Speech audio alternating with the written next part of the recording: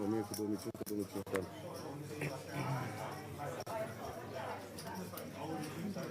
2500.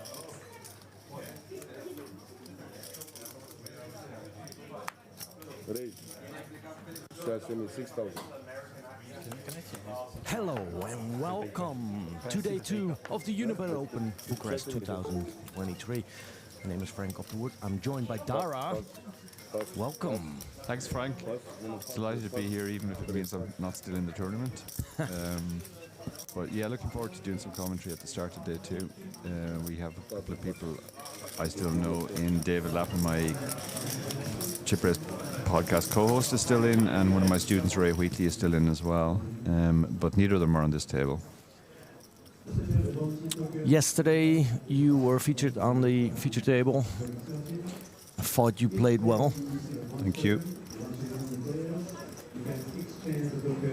How was the action for you yesterday? Yeah, it was fairly frustrating day. I didn't get too much to play with, and it wasn't really the kind of table that you could do too much creative stuff at.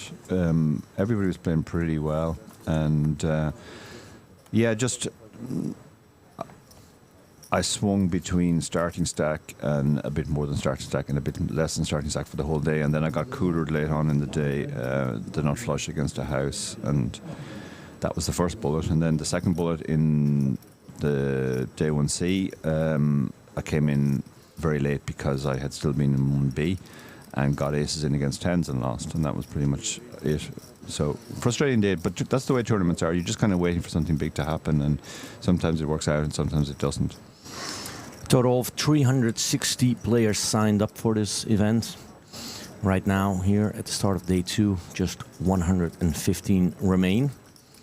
There's a prize pool of 338,400 euros with a first place prize of a little under 66,000. Indeed.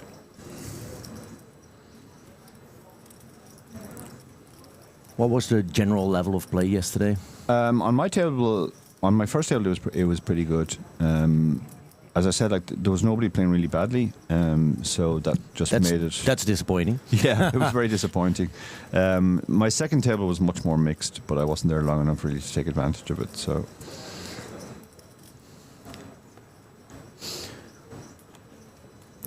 It's Robert Burlaku at the start of the day, chip leader. He turned 30,000 starting stack into 374,000. He's not at this table though. Near with pocket fours is the chip leader of the table with 240,000. Yeah, normally you wouldn't open pocket fours under the gun, but because he's the chip leader, he gets to open a lot wider. So he will open the fours. Tempter here for Henri now with 20 big blinds roughly. But he folded. For the recreational players or starting players, pocket fours under the gun is a fold for you. Yeah. Limping is not a thing anymore. You can do it at some stack depths, yeah, and it always depends on how the table is playing. The problem with opening a hand like pocket fours is if people are 3-betting as much as they should be, then if you have all the small pairs in your range which really can't withstand the 3-bet, you just have too many folds to 3-bets when the stacks are relatively shallow. Like, you can't raise a hand like pocket fours and call a 20 big blind shove with it. So if you're opening 4s, 3s, 2s, 5s, 6s, there's far too many hands in your range, as well as the other hands that you're going to have to fold. You're better off opening high card hands that at least block the hands that'll shove on you. And we see here he is getting a little bit of trouble because it's very hard to play post flop too. That's the other thing. Like, if you get called unless you hit your 4, and you're going to be out of position a lot of the time. Yannick now with 2 pair. Yeah, I'm just thinking, how does he get his action here? Near did fire at a C-bet on the flop, which I quite like. On the 9-8-2 board, there's only 2 overcards and they don't look particularly scary. And you can get called by a lot of draws, obviously the clubs, hands like Jack 10, but the Jack is a particularly bad card because if you did get called by Jack 10 on the flop, obviously that's improved to a better pair now. So I'm not sure about this turn bet.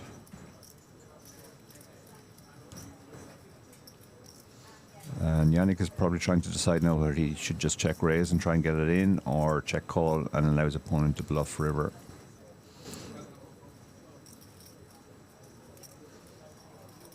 It's quite a scary board now. There's 2 flush draws there, and there's any number of straight draws.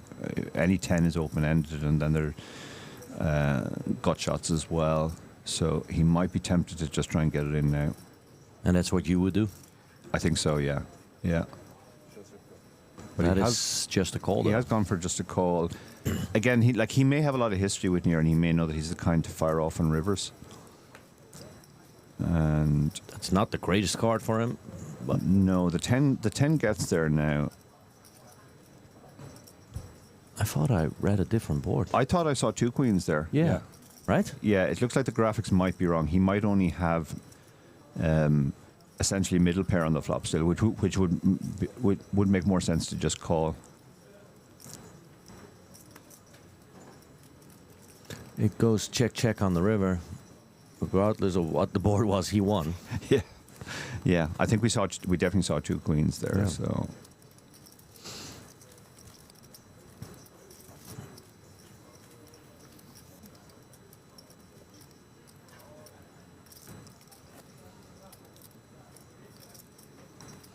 You enjoy Romania, Bucharest? It's not your first time around, I imagine? no, it's not.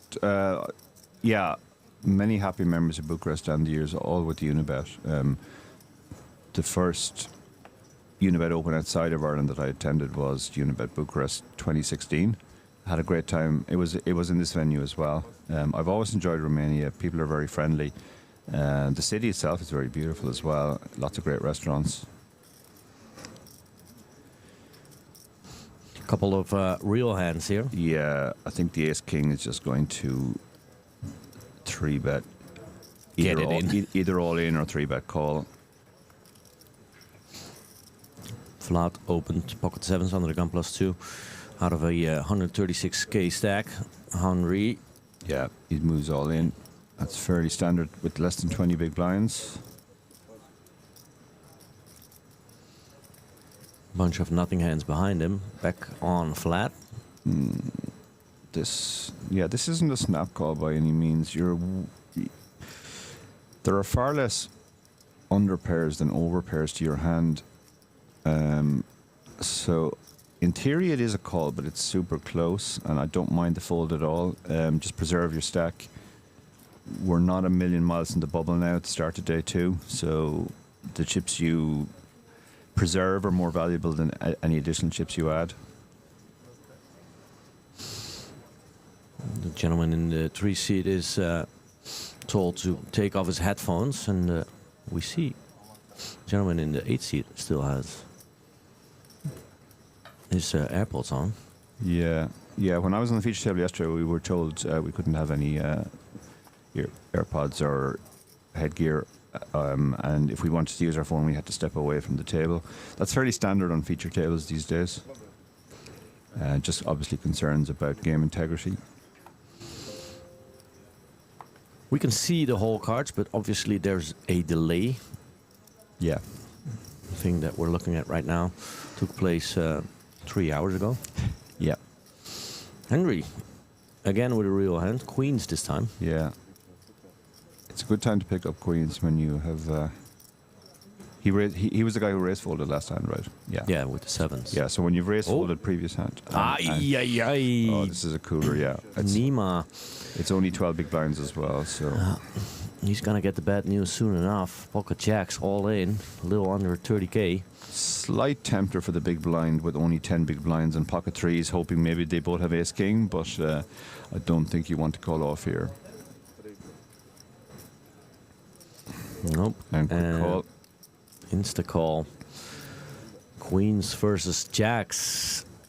Still 23% equity for Nima. It's not gonna get there on the flop. He has backdoor spades, I think. But apart from that, he's drawing to a jack. Just a jack now. Just a jack.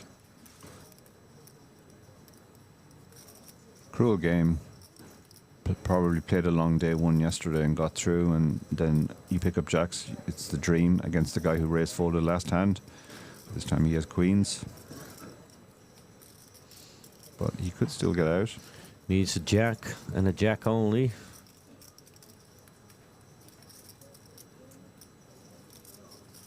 The dealer taking his time, Yeah, building up. Oh, it's a queen. It's a queen. A waste of a set.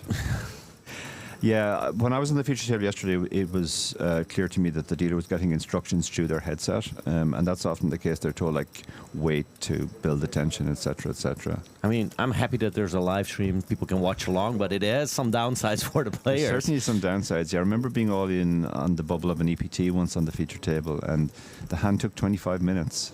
And when they finally allowed the deal, because there was another table that was playing very slow, when they finally allowed the dealer to deal, it seemed like an eternity between flop, turn, and river before the director was saying, "Okay, you can deal now." Yeah, that was always fun. And even still at the WSP main event, you know, there's multiple all-ins on different tables. All the players are instructed not to go watch, but everyone still watches. The media's running around. Everyone wants to photo the WSP details. main event bubble. That's a very special experience. Yeah, and it's always so sad. Someone busts, and then everyone is cheering. Yeah, like a couple thousand people. Everybody else in the room is happy. Yeah. Yeah, it's the saddest time when you're the only sad person in the room.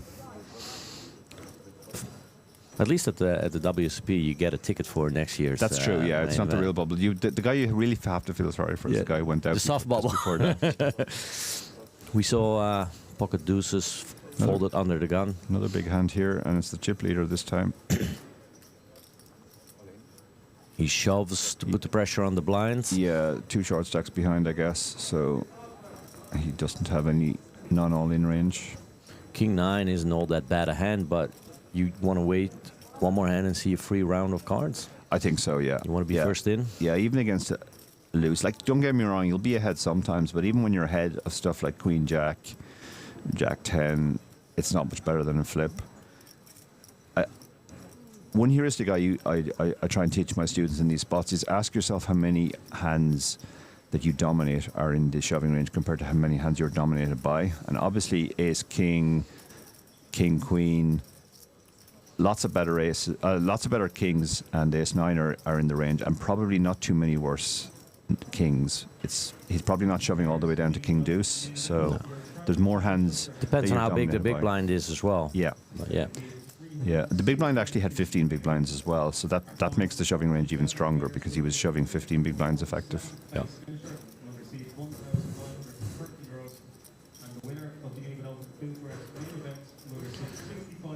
Prize pool announced. Everyone knows what they're playing for. Still a hefty payday For sure, yeah. 1K buy-in. Absolutely.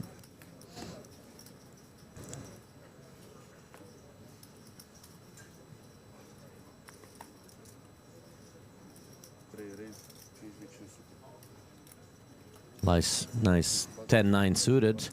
Under the gun, raised to 5.5K. Yeah, again, this is the type of hand you probably don't always want to open under the gun because you don't have any high cards. And even though your hand plays well post-flop, this is much better early on in the tournament when the stacks are deeper and there's no ICM. At this stage, it's not that great a hand. Braga is all in, pocket nines. He waited that one hand, found a pair, high pair. Yeah. This is the problem. Like, if you open all these types of hands, 10-9 suited, 9-8 suited, Jack-10 suited, etc., you just have too many hands that can't call an all-in then. And at this stage of the tournament, a lot of the stacks behind are just looking for a good spot to go all-in. Henry definitely needs to call, right? Yeah, it's not. It's only 7.4 big blinds. Ooh, the Estonian lays it down. Wow. Yeah. I mean, if you're going to fold to a 7 big blind shove, then you really shouldn't be opening because you're going to get shoved on too often.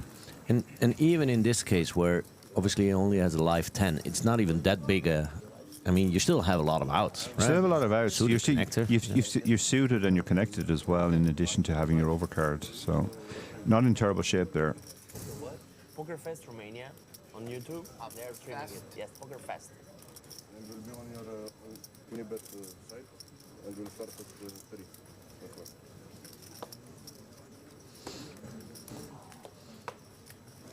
So the tournament got underway at noon local time. Broadcasting started 3 hours later. That means that most of the breaks today will be cut out so you can enjoy non-stop action, basically. Yeah. Now, Marius, on the other hand, he can open because he has such a big stack, and all of the players are going to be more worried about him. He's much less likely to get shoved on. We've seen Marius on the feature table yesterday. He seemed to know his way around the card table. Marius opens to 6.5k, a little bit bigger. Blinds are 1k and 2.5k with a 2.5k big blind ante. Yeah, Ooh, pocket nines now for Henri. Yeah, and this is really set up a good spot for Henri, but he might just flat here. Flat's call from the small blind is a little bit optimistic, I feel. Yeah, the suited kings are okay in those spots in general. Generally, your small blind calling range is constructed. What I refer to as constructed around the diagonal, which means you call a lot of pairs and the suited stuff, which is represented on the grid around that. But the suited kings and aces also make reasonably good calls because you can flop. So you don't mind the call with king six suited? I don't mind it. No. You can flop. If the board comes ace high with 2 clubs and the ace of clubs, you basically have the nut flush draw. So it just gives you a good. It rounds out your post flop range nicely. Gives you good board coverage on a lot of flops. But he's probably going to lose a few chips here. The fact there's 2 aces there rather than 1 makes it less likely somebody has an ace. The best hand actually lays it down. Yeah. Yeah, he had the best hand, but he had very little chance to improve if he was behind. So the fold was prudent there. I think he could have gone for a squeeze pre-flop. There was quite a lot out there already. Now the question is, do we fire again with our Jack-10 suited? We have literally nothing now, no pair, no draw. It might be the type of hand you prefer to check the turn, potentially to bluff the river. Usually you prefer your turn bluffs to have at least some equity, even if it's just a gut shot. But it always depends on who you're up against. If you think your opponent has a very wide call range, yeah, he did check behind. I like that from a theoretical point of view. Flat now with 3 pair, actually. Yeah, and now he has this is a reasonable card for him to bluff because he has a lot of kings in his range, and Vlad has almost no kings in his range, Except for this unique case where he does. Yeah, except for the king 6 suited. Check. Or the king 8 suited. Yeah, he decided not to go for it, and it worked out well on this case. Yeah, but that's another reason why actually hands like king 6 suited make reasonable calls pre-flop, because otherwise we just don't have enough kings in our range. I learn something new every day. So a nice pickup there for the small blind. I mean, you're right, it was an optimistic call, but it was perfectly justified. And he played the hand very well post-flop. He allowed his opponent to bluff, and that's how he got value.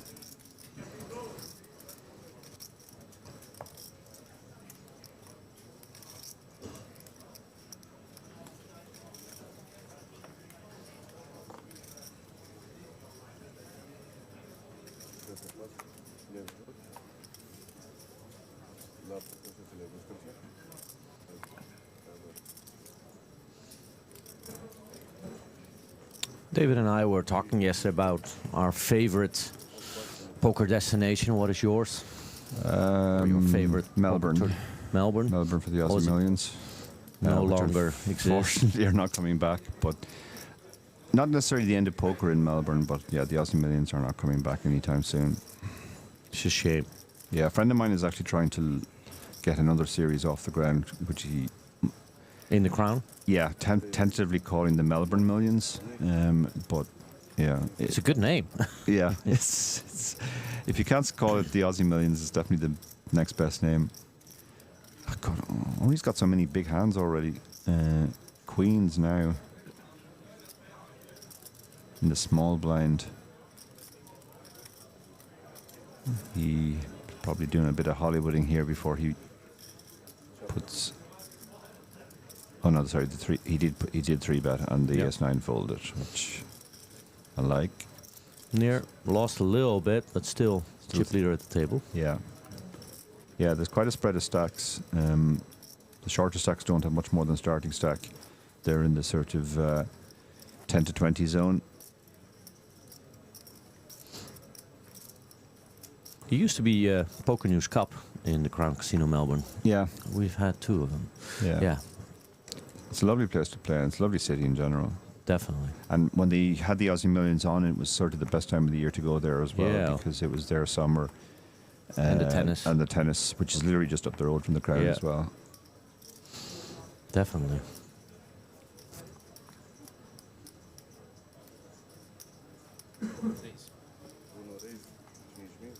King Jack, pretty standard open, off 12 bigs. You're really rooting for everybody to fold, but if the big blind calls, that's okay too. It's better than shoving or folding. It's definitely better than folding. There's certainly an argument for shoving, but as you get nearer and nearer to the bubble, you want to do less shoving in general. Yannick here with the gut shot, backdoor flush draw, and the best hand actually. Yeah. Yeah, he'll definitely be continuing here. His hand is just has far too much going for it. Your equity comes from different places here. Sometimes it's the best hand, as it is on this occasion. Even if it's not the best hand, you've got the immediate gut shot, and you've also got the backdoor flush draw. And a 3K bet is not gonna cut it. Pairing the board. Yeah. Tiberio has almost no 9s in his range, so this is just not a good card for him. And when you say he doesn't have a 9 in his range, that is because he doesn't raise Yeah, he doesn't know. ace 9. He would. probably raises ace 9. That's probably the only 9 he has. He's not going to raise king 9, queen 9, 10 9, jack 9, given his stack. Maybe pocket 9s, quad. Pocket 9s as well. Yeah, he has that one combo of quads as well. Whereas the big blind has all the 9s, and after he check calls the flop, he clearly has something, and some of the times that something is a 9. Now he's probably trying to decide whether he can get value or not. But he's decided to check. I don't think Tiberio will bluff at this. Doesn't seem like a great spot. Again, like none of those cards really hit his range very strongly. He doesn't have 6, 7. As I said, he doesn't have very many 9s, and his 9s probably bet the turn anyway, so now he has no 9s left. Unless he has quads. Unless he he might has have quads. checked. Yeah, quads, exactly, yeah. Yeah. Yeah. The value range might be quads here. Quads plus. But he's thinking about it because he obviously figures he has absolutely no showdown with his king high. Sometimes it's not too bad to give up, but it Yeah. seems like Tiberio doesn't want to do something. Yeah, he's gonna try a bet. Yeah, And the insta call. Quick call, yeah. He bet 17K. Yeah, I really like how Yannick played his hand there. He knew he had the equity to hang on the flop, and then he knew the best way to get value on the river was to allow his opponent to bluff. When you bluff half your stack on the river and someone insta calls, It feels bad. it feels bad. With not even top pair. Yeah. Then you have to ask yourself, what was he actually folding? Yeah. Yeah. Played it well. I think there's an instructive lesson there for a lot of players. They get to the river and they know they don't have the best hand, so they feel compelled to bluff. But the bluff just wasn't believable there. Like, what's he supposed to have apart from quads that plays that way? Maybe ace-5 suited. That's probably about it.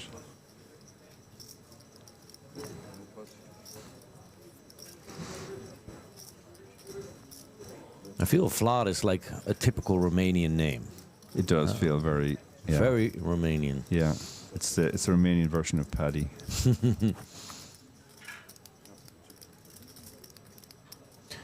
Yannick now folded to him in a small blind, ace-8. Limps in.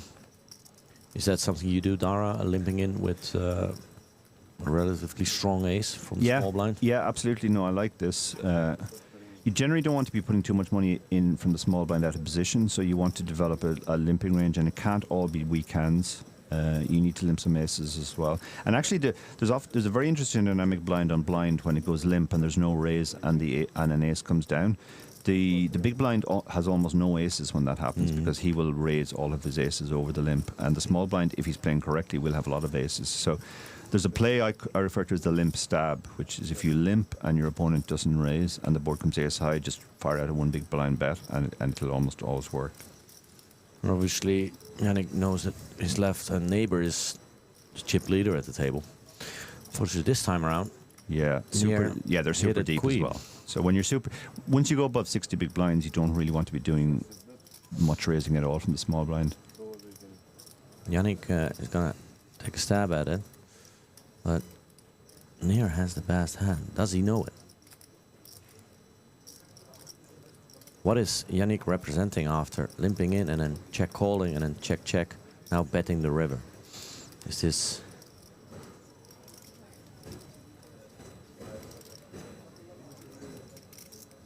a little bit of a wild plan?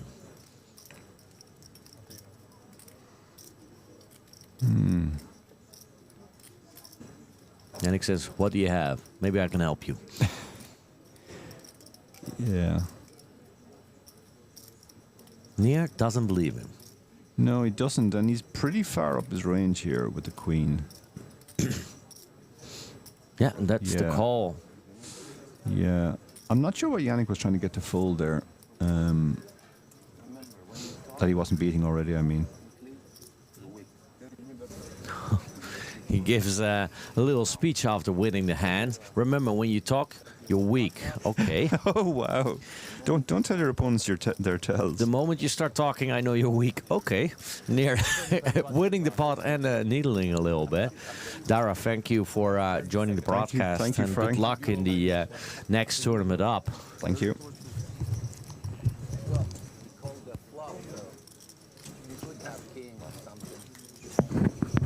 New player joining the table. So it's 8-handed again. Okay.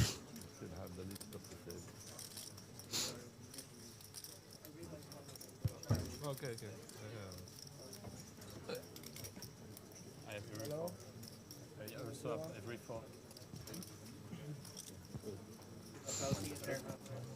When the second four comes, less likely to have it. Near still talking about that hand. Actually, he won that hand. So usually people keep quiet a little bit after that. In fact, the chip leader of the table is needling his French neighbor.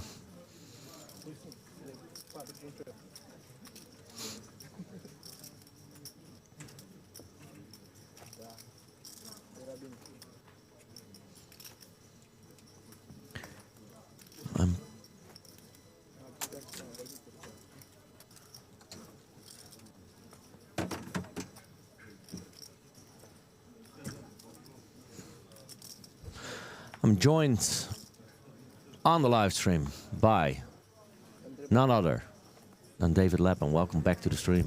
So great to be back, Frank. No other events you're intent on playing? Well, you've caught me not far away from the moment when I was eliminated from this very tournament. I'm just looking there. It looks like, because obviously we have a little time delay, I did bust in this level. That's unfortunate. Or no, in fact, I didn't. I bust in the future. I'm still there. We can still see you somewhere in the background, I'm still maybe. in there somewhere. But spoiler, then I guess I bust with around about 80 people left. Bad beat. No, Ace Queen lost to Ace King a couple of times. Same hand against the same hand. So no complaints on that front.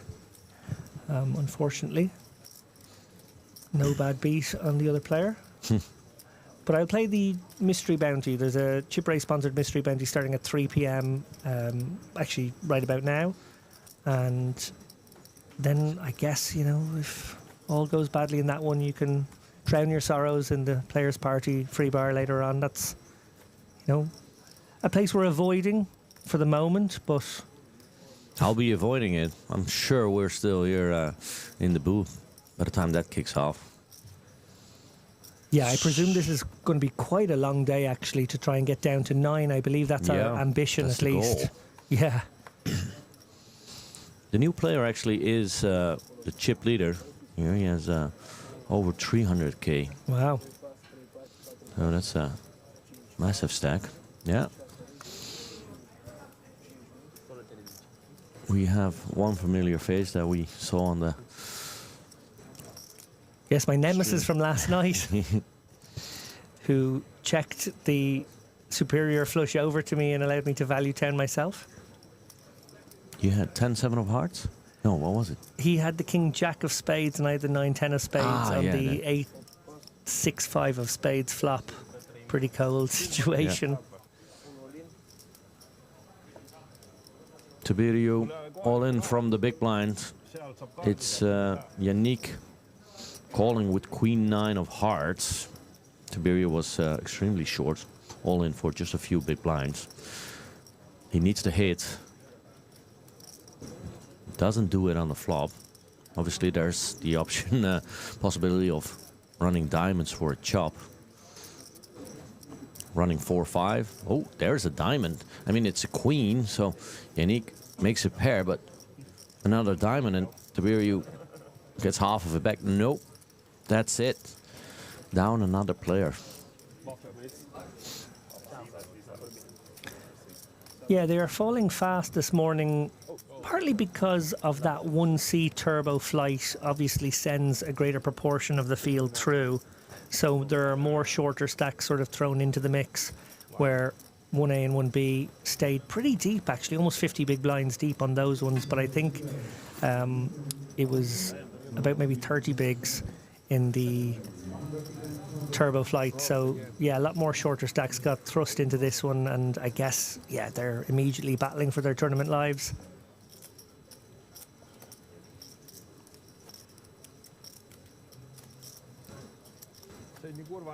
Packed room out there today.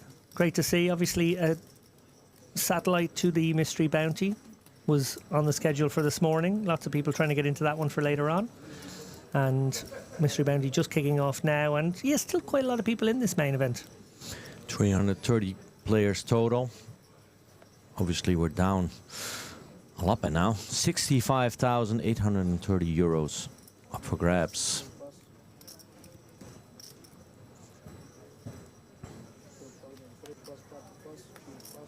Couple of folds. Action now on Near from Israel. In the cutoff with ace deuce. Oh, Yannick had raised it up with a min raise with pocket sixes from the hijack. Near calling with ace deuce. Is that something you'd be doing?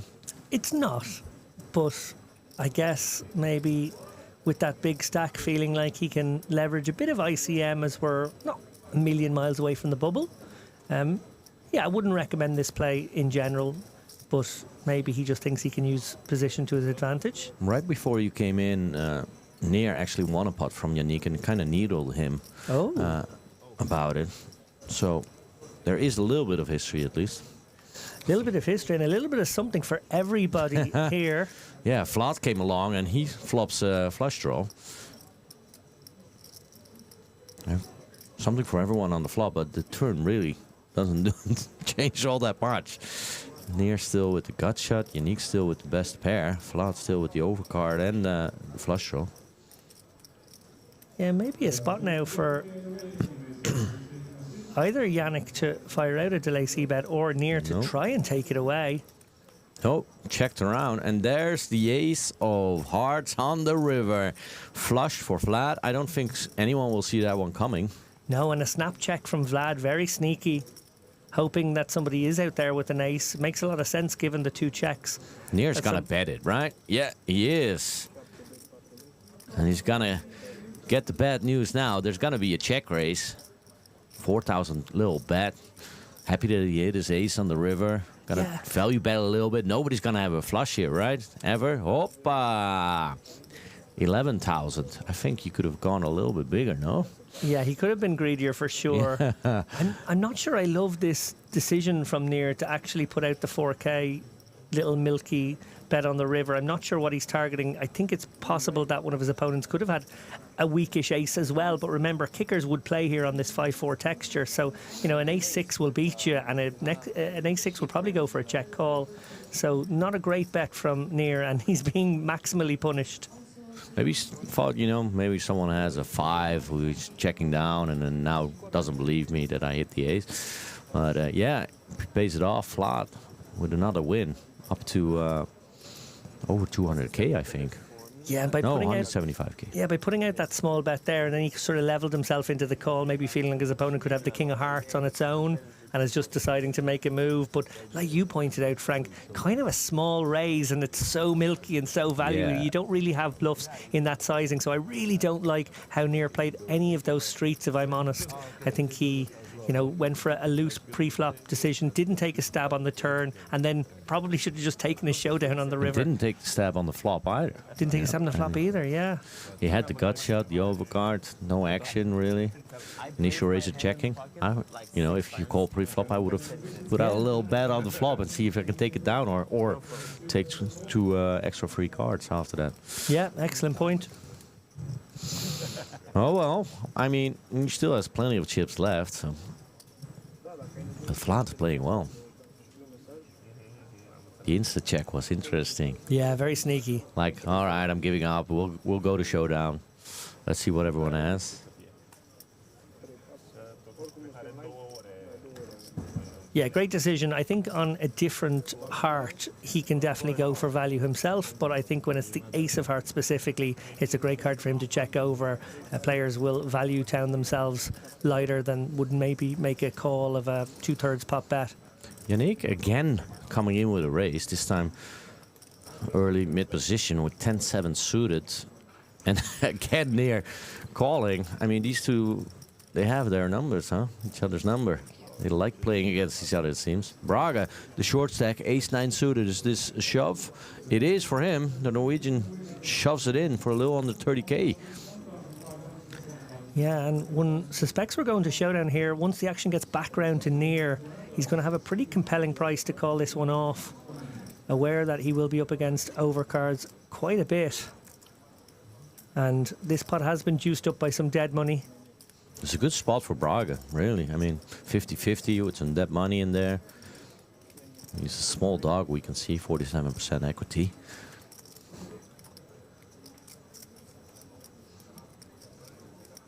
See the equation there, 25 to win 70. Does make the call. Correct decision. Yeah, there it is. So having been critical of Near in the last hand, I think he's played this one very well. Near is not a type player, I feel. No.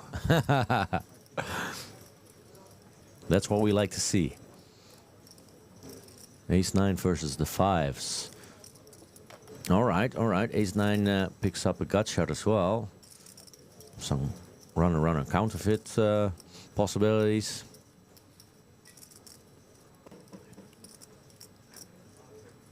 It's the king that doesn't help him. He really needs an ace-9 or a 10. It is a 10. Braga hangs in there, doubles up again. So far, so good for the Norwegian player. Nothing really working for Near out there so far today. No, it's been a bad level so far. Near obviously came with plenty of chips, so the beauty of his situation is he can take these hits and still, you know, maybe have a good stack for the bubble adjacent period that is almost upon us. My best guess here will be bubble bursting around level 4 of the day, maybe early level 5. That's usually what happens. 47 players will get in the money with a minimum payout of 1,930 euros. Making the final table will net you at least 6,770 euros. And we are joined by someone working for NASA, it seems. I was thinking about it today. They are really having a good branding in NASA. You see it more and more, these sweaters. Not only is he working for NASA, it looks like he's belting himself into the seat.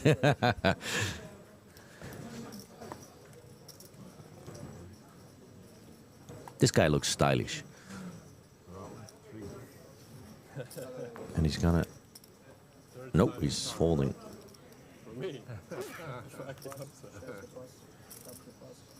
Dara was just telling about how his favorite tournament was the Aussie Millions. Unfortunately, no longer organized. What is your favorite poker tournament in the world? Or used to be your favorite poker tournament in the world? I never got to go to the Aussie Millions, although it sounded like it was right up there with the best. I think Unibet Opens have always held a special place. The ones in Bucharest, particularly memorable, to be honest. This stop has been fantastic, but I remember some very, very fun stops in 2016 and 2017. Some great Unibet Opens in Malta as well. Outside of the Unibet brand, I guess the Irish Open, being Irish, is one dear to my heart. I think that would be right up there with the best for me. It's a fun festival as well. Soren with the gut shot flat with top pair. He doesn't want to make two pair in this case. He has the best hand.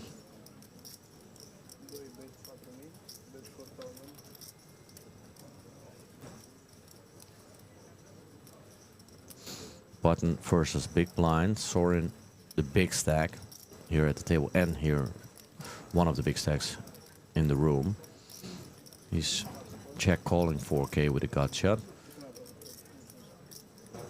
Yeah, that Jack of Spades definitely a relevant card in this equation as well. Obviously, when you construct a minimum defense frequency. Oh, yo, yo, yo, yo, yo. Flop makes the two pair, and I was just telling, he doesn't want to make two pair. He doesn't know it. Soren now with the straight. Oi, oi, oi, oi, oi. Yeah, the nuts. Two hearts, two spades. Flat is definitely gonna bet it. Soren's definitely gonna raise it. This is a train wreck we're experiencing here. Yeah, there's a nasty one now. Obviously, the 6-8 for the more obvious straight draw got in. That's very plausibly in Soren's hand. That's assuming he even decides to raise on this street. I think given the stack depth, you do want to raise out of position now. Obviously, it can look like you have maybe picked up backdoor diamonds to go with the straight draw that involved an 8 of hearts, backdoor. Maybe these kinds of hands. So I think very plausibly you can construct a raising range with some bluffs in it. So you definitely backdoor hearts, you mean? Yeah. Backdoor hearts, exactly. Yeah, so yeah. Some kind of 8 of hearts with another heart combo. Oi, oi, oi. And Vlad doesn't have the ace of hearts himself. Very tough for Vlad now because he has a very good bluff catcher. He obviously blocks a lot of two pairs. He could even have the best hand right now up against value. His opponent could be, just deciding enough is enough now with ace-9 or ace-7 himself, maybe a 9-10. So very tough situation for Vlad. And he also won't love a lot of river cards, so one wonders if he might just get it in on this street. It's button versus big blind. Oi, oi, oi. These guys are so deep as well. Yeah. This could be one of the biggest pots of the tournament, Frank. All depends on the river. Yeah, some rivers will maybe kill scare the Vlad. Yeah, I think spades or hearts could do that. It is a spade, 5 of spades. This might save Vlad some money. Yeah, I think what it'll do is it'll mean Soren can't go for as greedy value. With the raw nuts there, if that was the deuce of clubs on the river, he can go fairly big. Now he's aware that, a lot more hands that he could have here. A lot of his semi-bluffs would have got in. He's probably got to choose a smaller sizing on balance, maybe something around 40% to half pot rather than going for that maybe full pot bet. That may have been part of the plan. 109,000 already in the middle. Both have effectively well over 100 behind. I think he is going to be a little bit greedy, no? Yeah, that's 75. That's the full hundo. Oh, that's 105 or 110, no?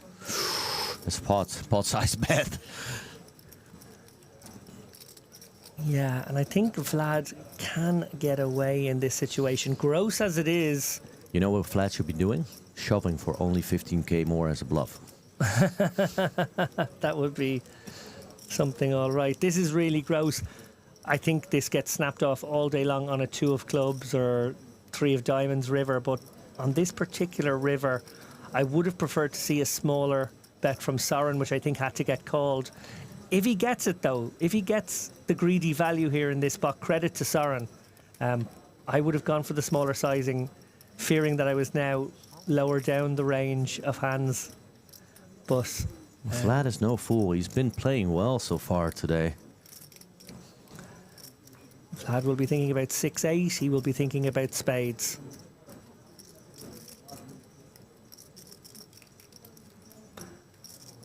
He doesn't have good blockers in this spot in the sense that the 8 of spades would be a card that, you know, you might even prefer to call with.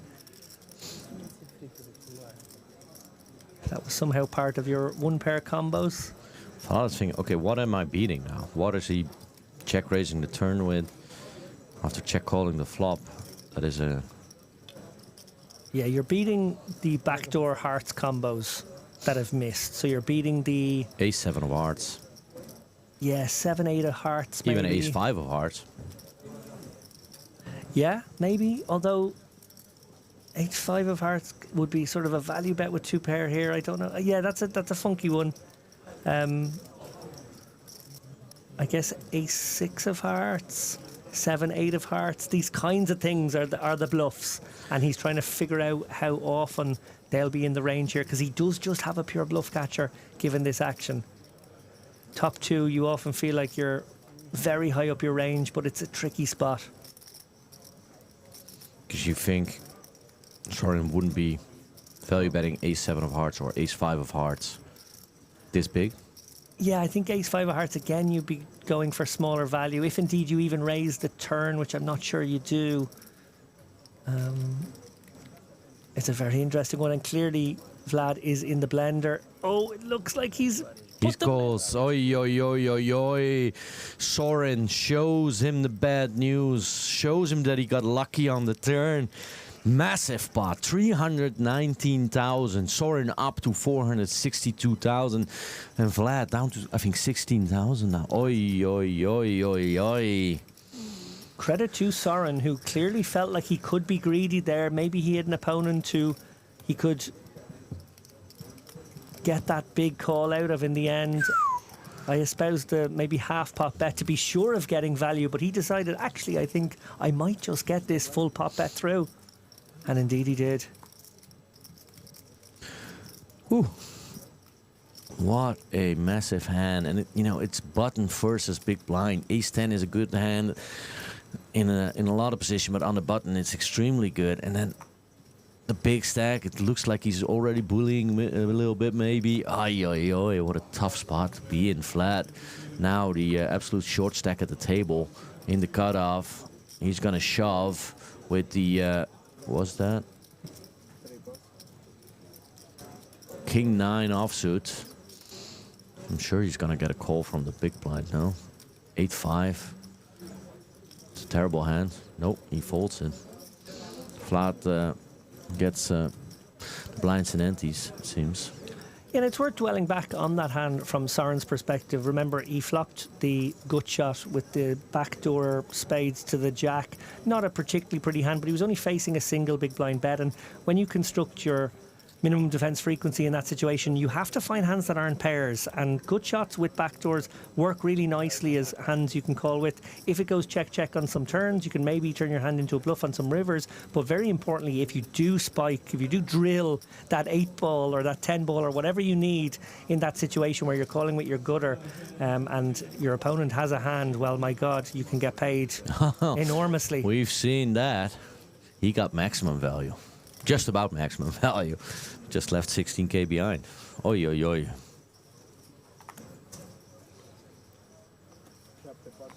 Do you think it helped that he didn't put him all in? That he left him a little bit of chips behind? I wonder.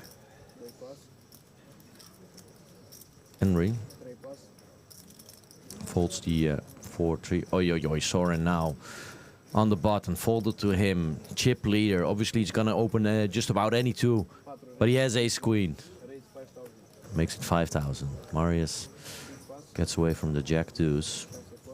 Yannick dominated with queen 8, but obviously in on a discount. Dreamy situation now for local man Soren with almost 200 bigs in the main event. Oh, Yannick hits a pair of 8s, takes the lead in the hand.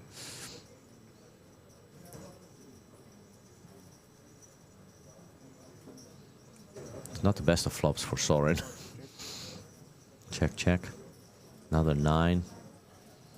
Soren's not going to lose a ton of money on this in this hand. No, I'd like a lead out now from Yannick, something in the region of 1 big blind or maybe 1.5 big blinds. I think Soren probably has to station it once here, just test his man out with a good ace high. Obviously, there are some draws. It's a little bit bigger than 1 big blind. It's 8,000, so it's a little over 3 big blinds. Soren, obviously, with a good hand, but not a good hand in this spot. And he folds, he gets away from it. Soren playing well. Yeah, excellent recognition of a board texture that did not favour him and did favour the big blind defending range in that spot. Gets away without losing any more. It was a big bet as well. It was a little greedy, yes. I think a smaller bet, targeting the ace highs that would check back that board a lot would have been the order of the day. Try and extract a little bit more value.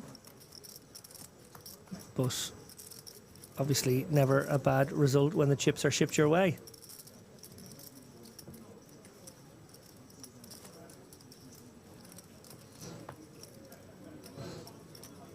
Near was the big stack at the table, was playing a lot of hands, and all of a sudden one new guy shows up, takes all the chips.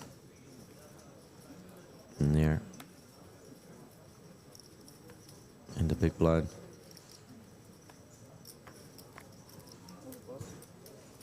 Braga folded his ace. Henry, ace 3 in the hijack. Pretty sure this gentleman was on my flight from Amsterdam to Bucharest, and they tried to kick him off the flight. I don't know exactly what was happening. True story? Yeah, true story. Wow. Wow, it's like TMZ in the booth here. pure by accident. He was already seated in the plane. I think that's why we left like half an hour later, because he was on it eventually, so they let him stay.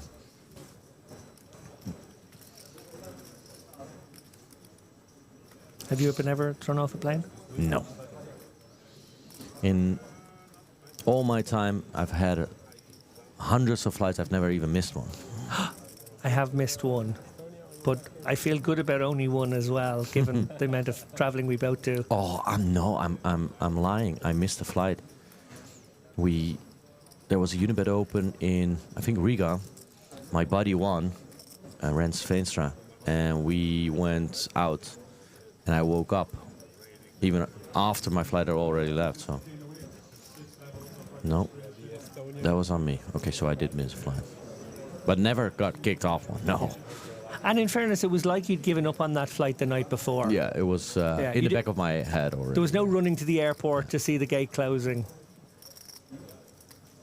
I've missed some connections, but I don't think that counts. No. Currently in litigation, actually, with a Eurowings Discovery over a very horrible flight experience coming back from Vegas this time last year. What happened? They left us on the tarmac at him for 7.5 hours without taking off.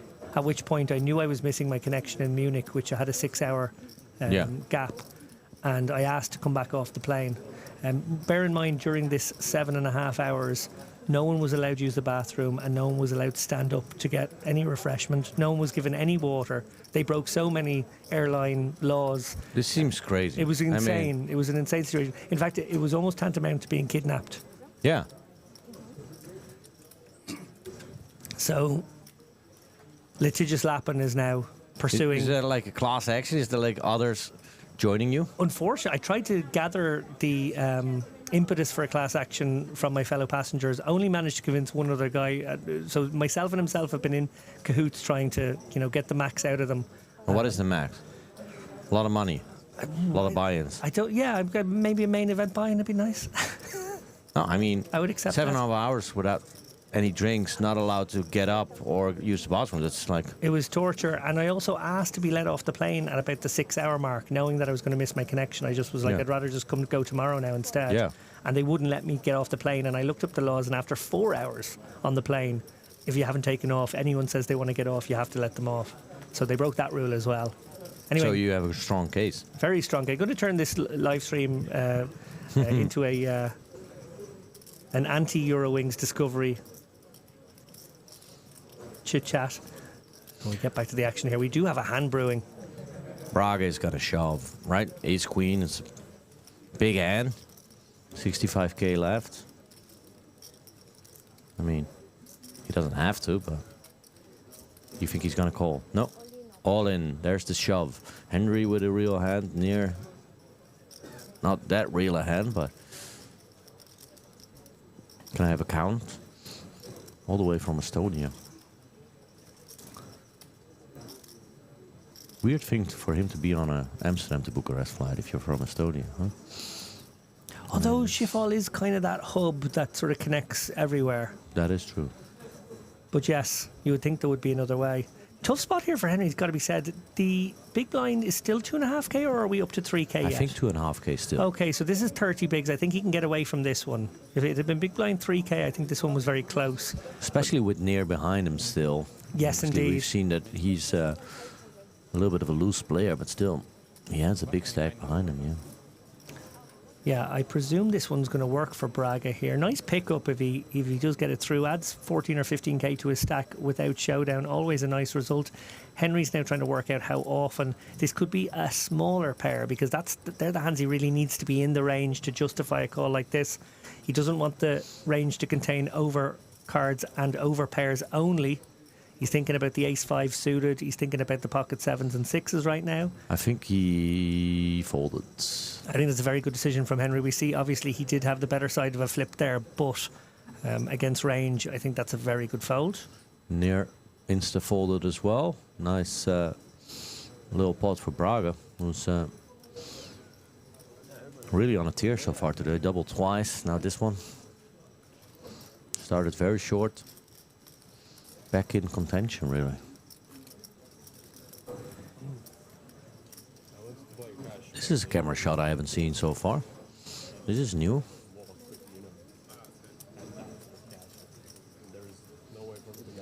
He kind of looks like the professor, huh? From Casa de Papel, no?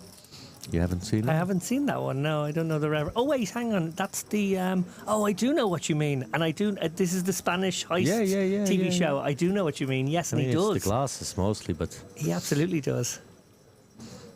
I'm talking about the chip leader here. That's a decent nickname, the Professor. I guess Howard Lederer got called the Professor, so we don't like it anymore. No, Howard Lederer, we do not like. Flat, getting it in there.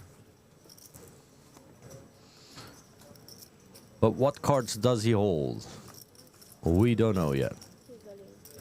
Near is interested again. Oh, there's the fold. Braga. Nope. Big blind.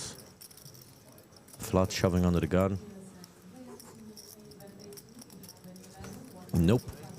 The first card isn't all that great. Flat is going to get away with it. Not sure if he's happy with it or disappointed. But picking up the blinds and antes in that spot is never a bad result. Never a bad result. I totally agree. While we have a moment, I wanted to ask you a little bit about your other media work. Obviously, for many years, you worked with Poker News. You were the head honcho in there for a long time, but then made a very brave career choice to go out alone, build your own brand, build your own business. How are things going with that? Well, to be honest, it wasn't a bold career choice. It was a forced career choice. Oh, okay. But things are going really, really well. Yeah, extremely well. It was a blessing in disguise when I had to leave Poker News eventually. Started my own website. We have a couple now, and things are going extremely well. We're operating in the regulated Dutch market. We have, I actually bought pokernews.nl, but then the Dutch spelling instead of the English spelling as well. So I'm running a poker website as well. Very nice. Mostly because I still enjoy the game tremendously. And yeah, things are going well. Starting out with some other projects, other countries that I want to focus on, because it's working. Well, onward and upward with those projects, Frank. Delighted to hear about it. I always kind of dreamed about playing the main event once. The WSP main event was really something on my bucket list still, and I think maybe next year I'll do it. Oh, excellent. Yeah. I look forward to seeing you there. Well, I played my first Unibet Open last year in Malta, and I lost it, I think, 2 hours or 3 hours. So, yeah, maybe I need to study. Maybe I need to call up Dara and listen to some chip race stuff as well, because there's room for improvement. But I still enjoy the game, that's for sure. Oh, that's great. Soren up to 456,000. Marius in second with 200k. Vlad, 5 big blinds. He needs some help. Poor Vlad. It has been a rough experience on this feature table. He will be dwelling on that ace-10 situation. I feel like he had the fold in him. He was thinking about it so long. He definitely gave it a lot of consideration. In the end, obviously, just felt like he was up against a capable opponent, potentially bluffing in that spot, potentially value betting worse, maybe. I guess the ace-9, I don't know, on that spade, dangerous spade river, I'm not sure, but he decided to go with the ace-10, unfortunately for him. It has left him very, very shallow now. The professor under the gun folds. Are you a big James Bond fan? Do you enjoy the movies? Yeah, little James, yeah. I've probably seen most of them. Soren is also a character in James Bond, played by Christopher Walken. Let's remind me. Oh, big hand for Nair now. Pocket queens in the hijack. Ooh, this spells trouble for Braga in the cutoff. Again, ace queen. Last time around he shoved as a squeeze. Nair is a little bit of a loose player, so I can see this going in. Yeah, that's the interesting part of this one. Ordinarily, you would expect maybe an ace-queen to flatten this situation, keep in some of the inferior aces at this stack depth in particular, but one feels that Nair is exactly the kind of guy you can target for a light 4-bet and actually induce this hand, and that could get Braga into a lot of trouble now. 3-bet, right? Yeah. To 19k.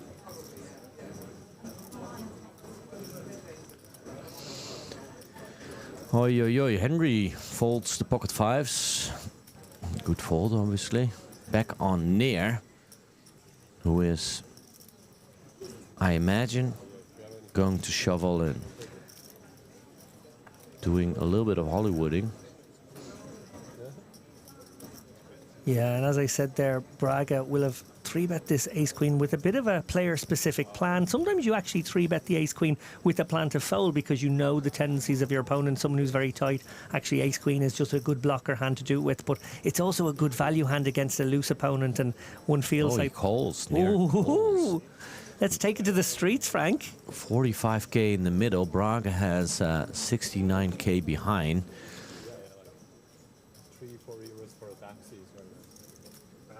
Oh, there is another card. It's a great flop for Nair. No kings, no aces, no nothing really. Braga.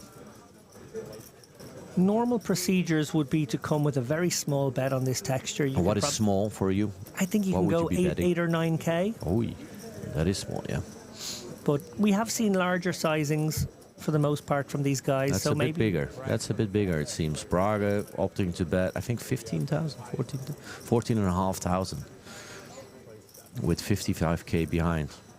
And that's exactly what Nair's asking him. Someone has to feed the urban property. If you're 3-betting pre-flop and then you're betting the flop with ace-queen with not improved, and someone's asking you how much do you have behind, oi, oi, oi, you hate it, right? you do to hate see it. And stack to pot ratio will be under 1 here if called. It's a very awkward spot now for Braga. I assume Nair will continue the trappy sort of approach. You know, he's set the trap pre. This is probably not the ideal time to spring it. He's only getting called by maybe the pocket 10s and jacks. but they're probably going to do their own dirty work on the turn anyway. So why not just call again, allow the ace-kings, and maybe some of the bluffs too. The ace-5s might pick up equity on a deuce or a 4. All in, he shoves. He pulls the trigger. Braga, I mean, he can't really call, right? Call it off with ace-queen high. I don't know. No, it's a tricky one against this particular opponent. He's aware of how capable Near is, but trying to come up with Ace a jack logical somehow. Yeah. Like what's really doing this? Is he actually doing it with, like, I don't know, like a 10 jack of spades or clubs, something of that variety that has backdoors, just to try to get me off an ace king or ace queen, hoping that's what I have. That It's seems a funky optimistic. Yeah, I think he's going to come to the right conclusion. Yeah, I think ordinarily, if you're Braga, your thought process would lead you to believe that Near has something a bit more vulnerable, like a pocket 7s or pocket 8s that he feel he can't get away from now, but a hand that needs more protection than queens. Shaking his head. Braga doesn't like it, but he already is holding his cards like he's going to toss them in. Nope, no.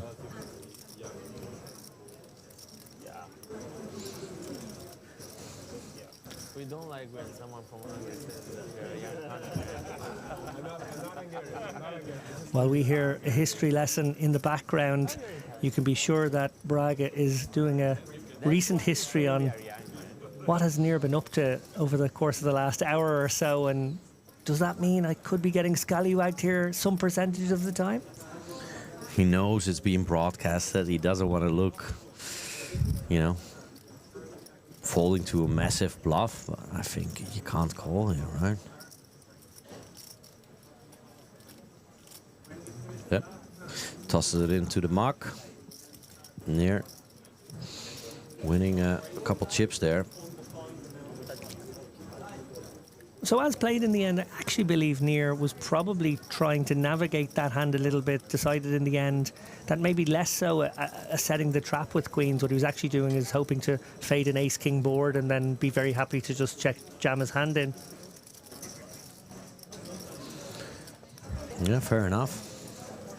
Well, on that note, Frank, I'm going to step out of the booth. I've got a chip race mystery bounty tournament to win, but I'm going to leave you with, I believe, a man you spent a good deal of time with yesterday, a young Irishman by the name of Gary Clark, who regaled you with many tales of love Gus lost.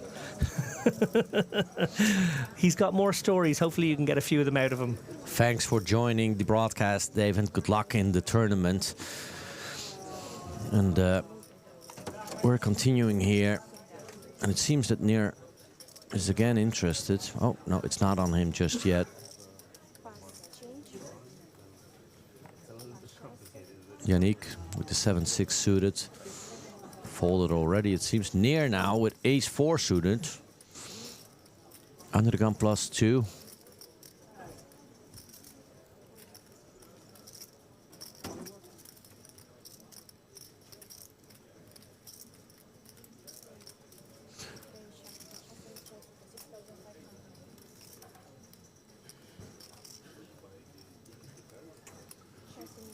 Welcome to the Unibet Open live stream.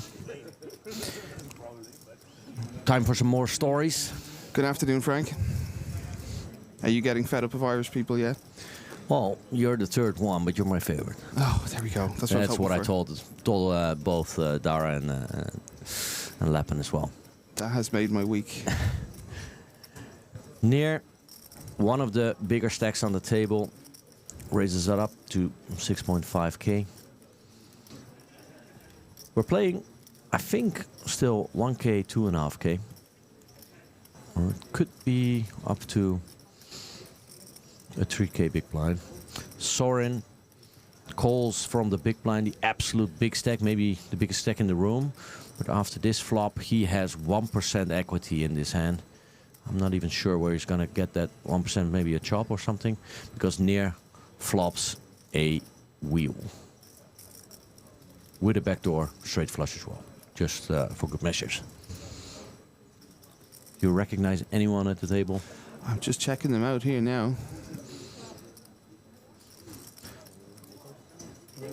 And I've actually seen a lot of players this week between all the tables I was playing on day one and Yeah, you had 6 tables on day 1, right? 6 tables on day one. I don't think I've ever had as many in a day. Nobody liked you? Everyone, just seemed like get I- this guy out of here. It just seemed like every time someone came over and said next big blind, it was always me going to be the next big blind. So, They were trying to find you a table that you could beat, and then eventually... the opposite happened. Yeah, They kept It finding me tables I couldn't beat. But I don't think I recognize anybody here, even though, like I said, I played with a good few people already, and we had 2 different tables yesterday commentating. But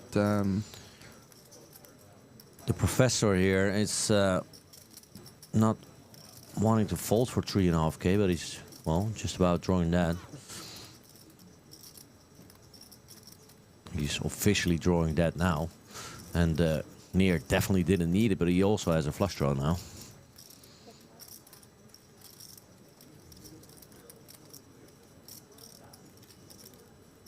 And I imagine this is going to be just about the end of it.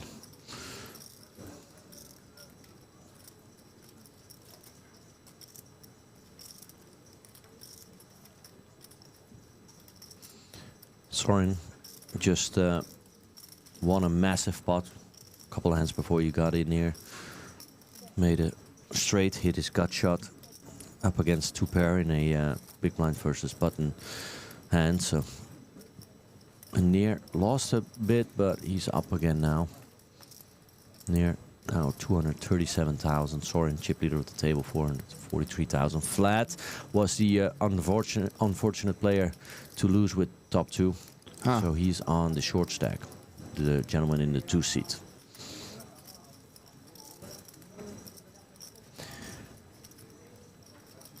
Soren, we've nicknamed him the Professor, because he kind of has a resemblance to the Professor from La Casa de Papel. You don't seem to recognize that Netflix show. Okay. I don't. I was wondering where the nickname came from when you said it earlier, but at least now I know. Seems like nicknames in poker aren't as prevalent as they used to be. Unfortunately. Yeah. The best nicknames were always the ones that the player themselves didn't like, where someone else gave them the nickname. Yeah, he does look like that guy from the Netflix show, yeah. Flat, folding Jack 10 in the cutoff. No real fold equity with his stack. Soren, 8-4 of diamonds in the small blind.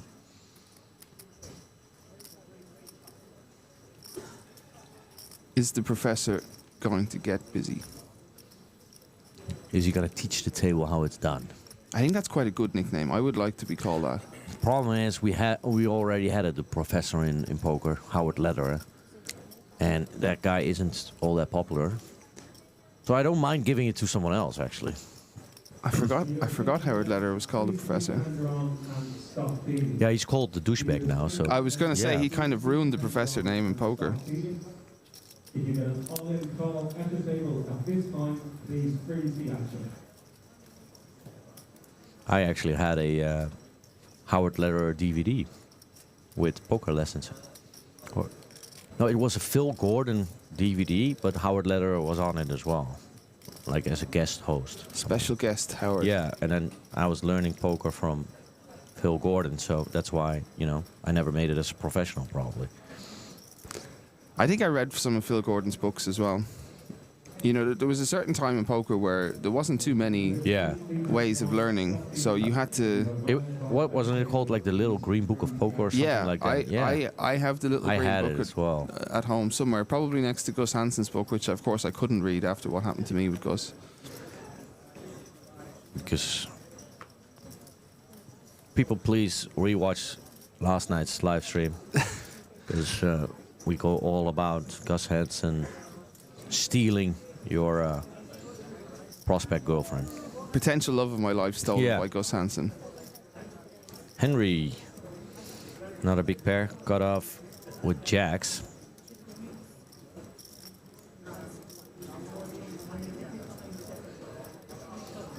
I had a lot of help with Harrington on hold. That really, made me understand a little bit more of poker.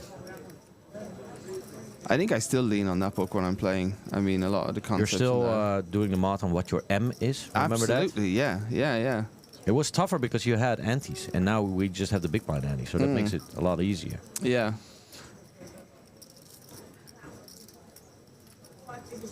Henry with the straight and the check mark. Yannick with a pair and an open-ender to the wrong end of the straight. Drawing that. He doesn't know it yet, but he's not going to be too excited about this board, I imagine. It is cutoff versus big blind, but still. Quick fold. Henry making 11k on the hand.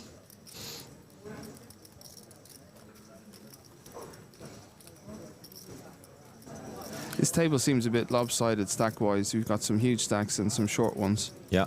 So that It always makes for usually a little bit cautious poker because the big stacks don't want to be committed to a short stack shove. But so far, I mean, there's been plenty of action. So, what's your favorite nickname in poker? That's a great question. Let me think about this one. Like I said, I do like the ones that somebody else uses. I always liked the Great Dane. You know, it's a funny nickname, yeah. He didn't seem so great to me. But he was Danish. So. He was Danish, right? Yes, anything that's like slightly insulting, like when somebody self-ordains themselves with a poker name, I was never a fan of that. I want something like, I remember, for instance, when I was at work, somebody called me Gaz. Instead of Gary, they called me Gaz, and I said, oh, I really don't like that name, Gaz. And of course, after I said that, everyone now calls me Gaz. And that's funny, like, I get that. I would be the same. You know, once someone shows weakness, it's like, right, I'm all over that. Yeah, pile on it. Yeah. So if it's an insulting nickname, I love it. I always like the mouth. Mike the mouth, not a sow. It's, you know, Right, it's so rolls fitting. off the tongue. Yeah.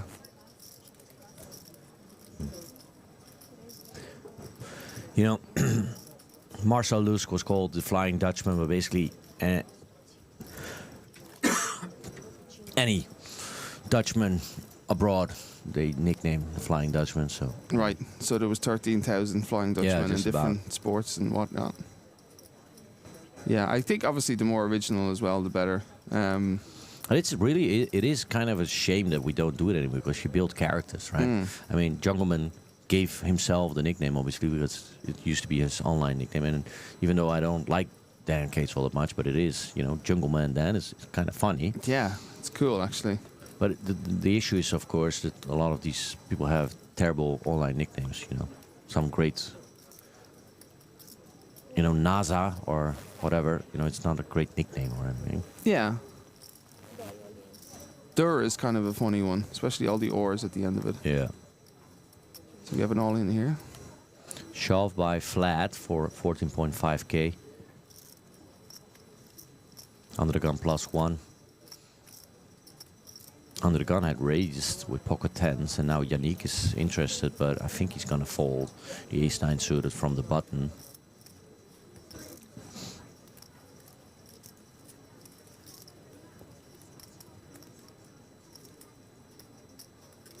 It would be the best news if he came over the top and Gianmarco folded, but Right. we haven't seen Gianmarco yet. Is he gonna call? He's gonna call. No, he's gonna raise. Oi, oi, oi.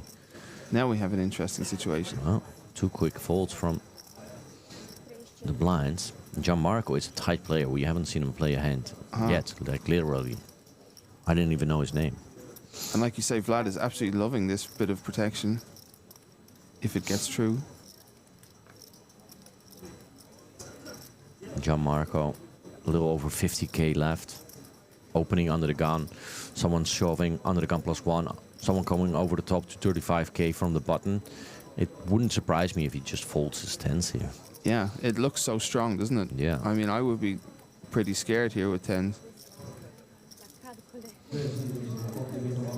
Because basically he's calling all in for his tournament life, really. I mean, he only has 20k more than the 3-bet. Oh, he is gonna shove it in, and then there's the call from Yannick, who's in the worst shape. The graphics still showing Near has a hand, but obviously he got out of the way earlier. Three-way all in with Vlad and Gianmarco at risk. Yannick having them both covered, but if he loses, he's down to 70k. Ooh, 6, 7, 8. Yannick with an open-ended. Vlad, I mean, he still has life cards, and Gianmarco still with the best hand. This hand could go any of the 3 ways here. 4 of diamonds. Wow, that just gives him more outs. Gives Yannick a flush draw. Oi, oi, oi. Gianmarco still the favorite. It's a 9. Gianmarco makes a straight. That was quite a sweat. Yeah. And Vlad is out, yeah. I mean, ace, jack. That's it. I mean, he would have lost against Yannick, even if Gianmarco would have been in there, but Vlad eliminated. Gianmarco almost triples up. Huge pot for Gianmarco, yeah. And Yannick losing a lot of chips here. It's amazing the amount of hands that you have to dodge along the way in a tournament. I mean, look at that there. Like, that is... But I feel Yannick took a risk here. He didn't really need it to with ace-9 suited. I mean, ace-9 suited, it looks beautiful, but after a raise and a shove, to then come over the top and call the 5, I don't know. Very brave, right? Yeah. Brave, optimistic. A little too brave, maybe. Yeah. But Gianmarco starting to stack his newfound chips. No better feeling, huh? This huge stack of chips, having to stack them. Like, where do I start with all these new chips? Yeah. All you can see are possibilities in front of you. Possibilities of going deep.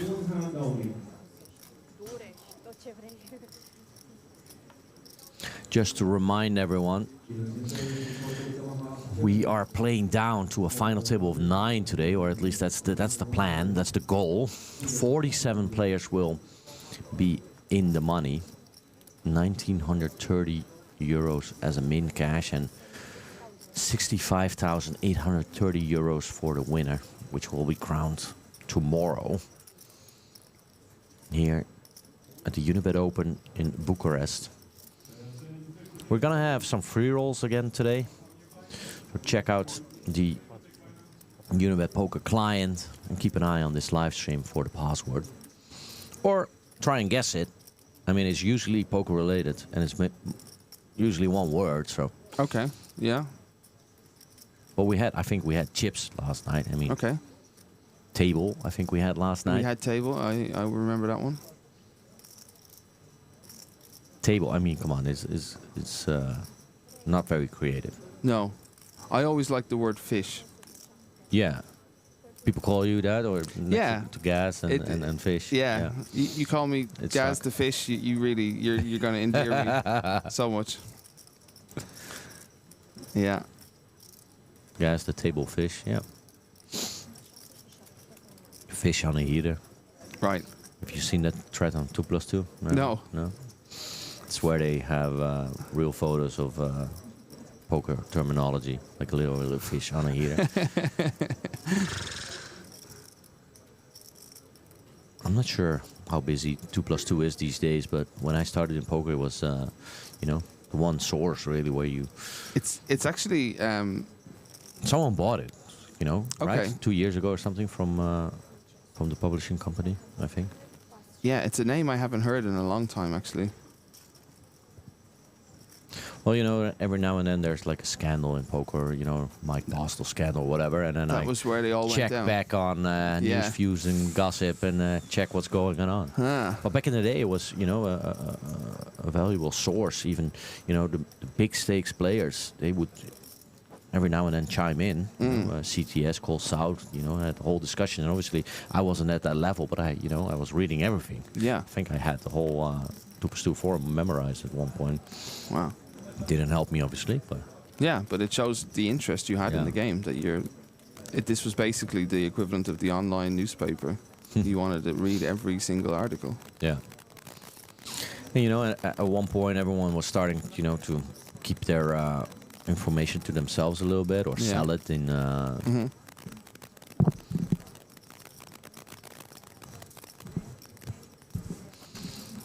not sure if you guys are hearing this cackling noise at home as well. I'm sure someone is working on it. Might just be someone's microphone at the table, because all the players are mic'd up. Yeah. They're not really talkative all that much so far today. Yeah, which is a shame. Near started talking at the start of today's broadcast, but kept quiet recently. It's like they have a microphone trapped in a hoodie somewhere. Yeah. Or someone's phone is very, very close. I Yeah. don't know. I want to blame the hoodies. Like, the sooner we can get hoodies out of poker, the better. Hoodies, everything out. Yeah, we need You want people to be as completely exposed. topless? Yeah, that would really make someone vulnerable, right? You remember that photo where Jennifer Harmon, Gus Hansen, Daniel Negreanu were topless? No. Was Jennifer Harmon completely topless? Completely topless, but she had the cards in front of her. Uh-huh.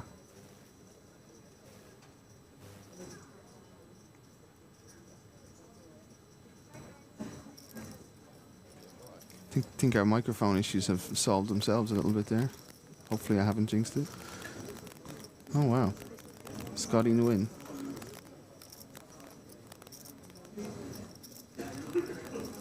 Scotty Nguyen topless. Oh yeah, this is, I think, this. Yeah, I mean, nobody needs to see Phil Hellmuth topless, but yeah. No. I don't think anyone was requesting that one. Phil Hellmuth on a hot dog. Have you seen it? No. Come on, you. Gary, where have you been? Huh? Yeah. Are you asleep? I was just too much onto 2+2, I guess, because it, you know, kind of inside jokes. There was this photo going around, and people were saying that it was Phil Hellmuth, and it's just a meme. I mean, one of the earliest memes. Looks it is, like him. It even isn't him. So. Yeah, better again. This is yeah. what I mean. It's funnier when it isn't him. Yeah. In the meantime, Near, we don't know what he has, but we do know that Soren under the gun with Queen 5 off. How did this happen? Open to 6k under the gun with Queen 5 off. That might be an error in the graphics, no? That seems very optimistic and a little bit out of character, to be honest. But Okay, yeah. Near calling with an unknown hand from the cutoff.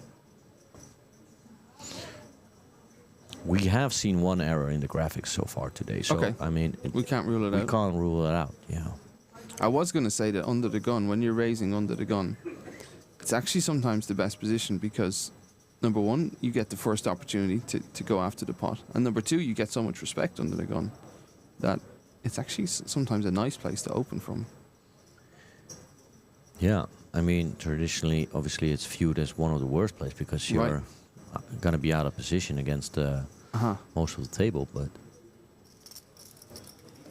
I wouldn't be trying it with Queen 5, but that's just me. Maybe I'm too old school.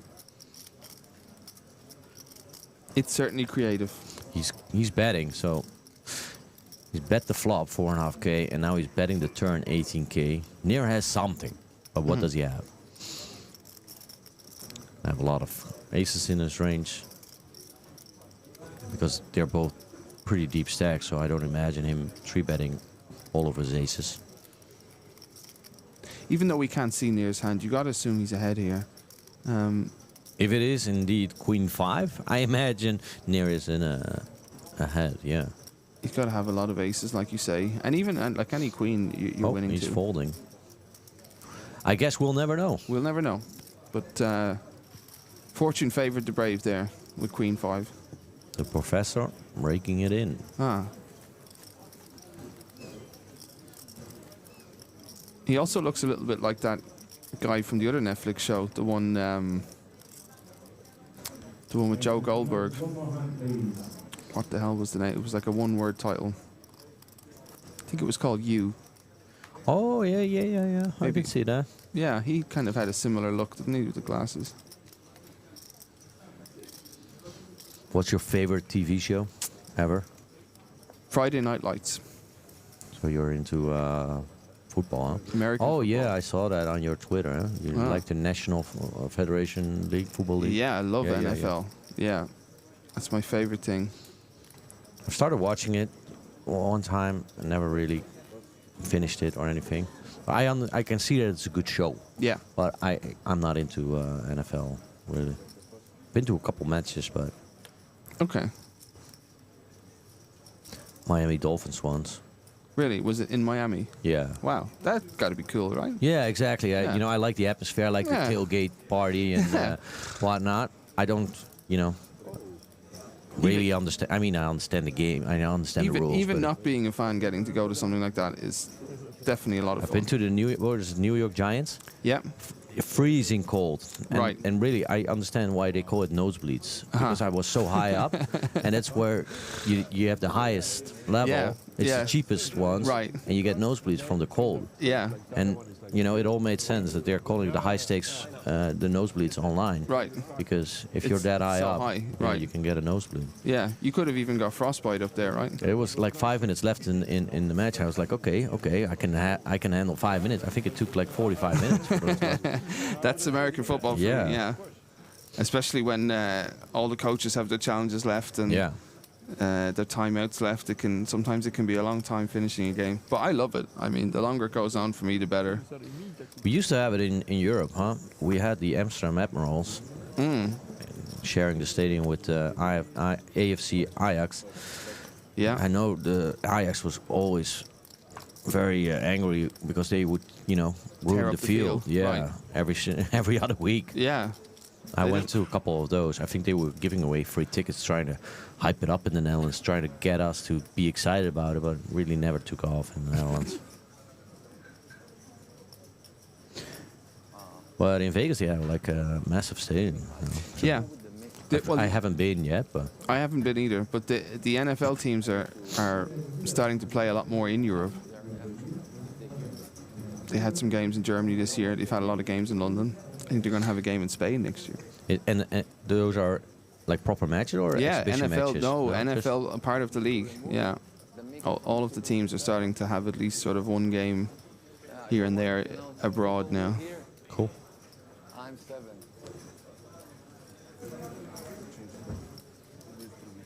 Yeah, when I first started going to Vegas, they had a, I think, minor league baseball team, but that was it. And it was like, all the big leagues, they don't like Vegas because of the integrity and because of all the vices of the city. Uh-huh. And nowadays they have everything, huh? Oh They yeah, have, yeah. They can't get enough teams. They've got a ice hockey team, NFL team. Yeah, You'll have a baseball team soon, right? yeah. It's fun. They don't have a basketball team, right? I was just thinking that. I don't they think have so. an No. NBA team yet. No. They have the March Madness and I think they have the draft in Vegas. Yeah, But yeah, you got to imagine it won't be long before they. they have Formula One. I mean, if you can get Formula One, why can't you have an NBA team, right? it's funny to me that how an American sports team can just move Isn't it states gas? Yeah. and cities. Ajax changing from Amsterdam to Rotterdam or whatever. Yeah. Unheard of. It would Sacrilege. not happen. Yeah, Yeah. just could not happen, right? Yeah. Yeah.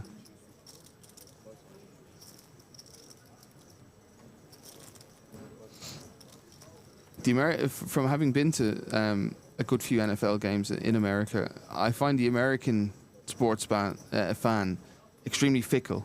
They're if the team is doing well, there'll be a full house. If the team is doing badly, there's nobody there. And it seems like Americans can actually. Another thing which would be sacrilege in this part of the world is that they can actually switch teams. Yeah. So you could support the New England Patriots last year, but this year you're supporting In Holland, the Miami basically Dolphins. you decide around 3 or 4 years Right. which team you root for, and that's Yeah. just stuck for life. Yeah, and you're lucky if you decide. Like I was told. Yeah. I think a lot of people are usually. My entire told family this is for who you Ajax, support. and I wasn't a rebel at all, but I decided PSV is my team, Eindhoven, for some reason. Uh-huh. And I've been supporting them ever since. Yeah, it usually goes one of two ways. You either follow in with what you're told, or you rebel and pick whatever the biggest opposition to the team you're told is. That's what happened with my nephew. My brother's a Liverpool fan, and his son decided he was going to support Manchester United because of that. So that's kind of cool too. What team do you support? I support Arsenal. Ars. They're actually playing soon. I might abandon you when they start playing. Fair enough. As much as I love you, Frank, I love Arsenal more. Dennis Bergkamp, Yeah, what a player. Probably my favourite Arsenal player of all time, actually. rightfully so. Yeah. He was Wasn't a legend. Wim Jonk at Arsenal at one point? Don't think so. Oh no, I think he left to Italy with Bergkamp, and then Bergkamp moved to Uh-huh. Arsenal, I think, later, yeah. We had Van Bronckhorst. Giovanni, yeah. Uh-huh. We had Overmars. Mark Overmars. Guy sending dick pics around these days. Is he? Yeah, he was I fired never from got one. Ajax because he,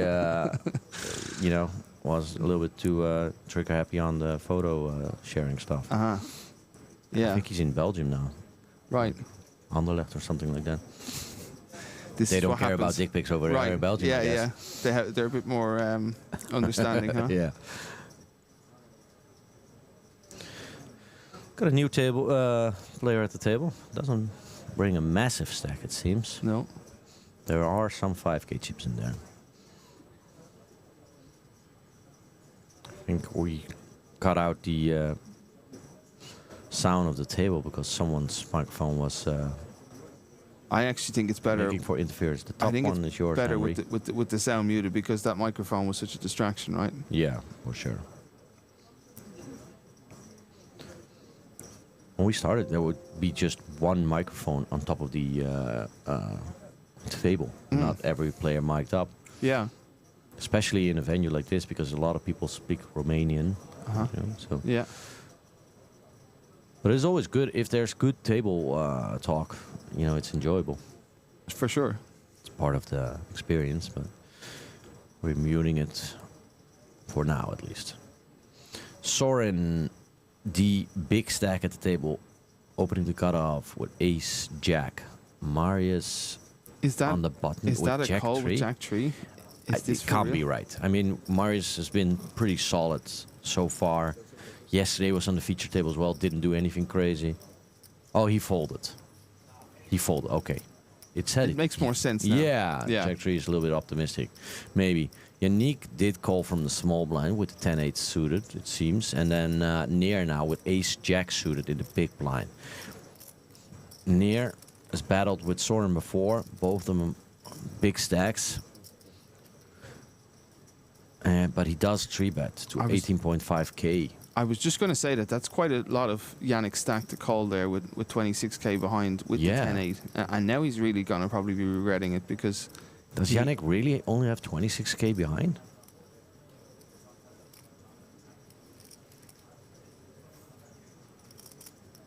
I mean, Soren isn't folding his Ace-Jack. Uh-huh. That is, Yannick was already gone, and he does have more than 28k. So that was a little bit of a mistake as well, I think. Okay, here we go.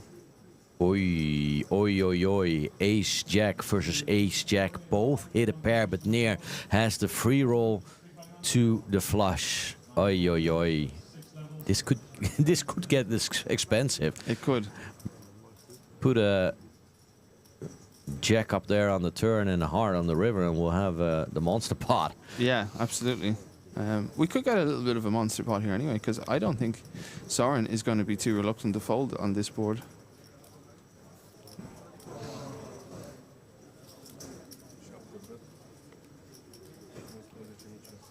$46k in the middle, Near betting 11.5k, relatively small. Nice little bet. Soren is definitely not folding for this bet.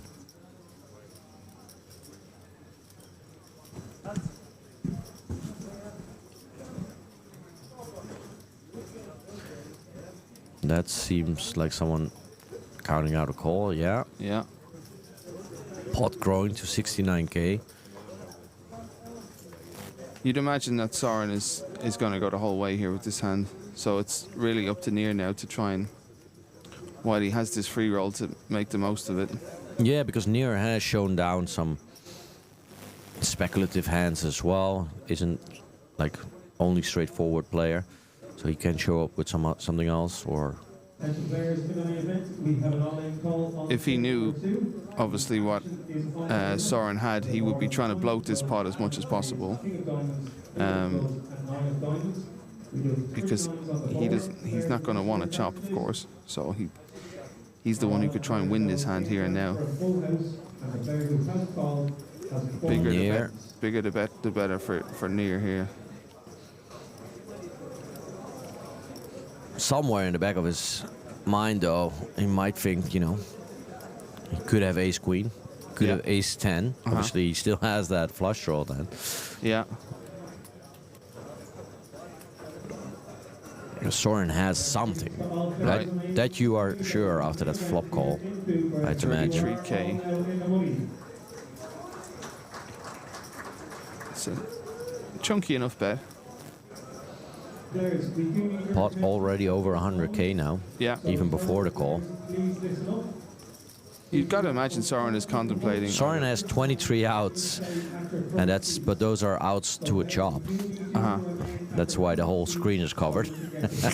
I've never seen so much of a screen with cards. Usually, we don't count the outs to a chop, but river is the king of spades, so it is going to be a chop if it comes to showdown. This could go check, check. This pot is big enough for both of them now that they want to just sort of get to showdown, I think. Near really only beating a bluff, of course, now.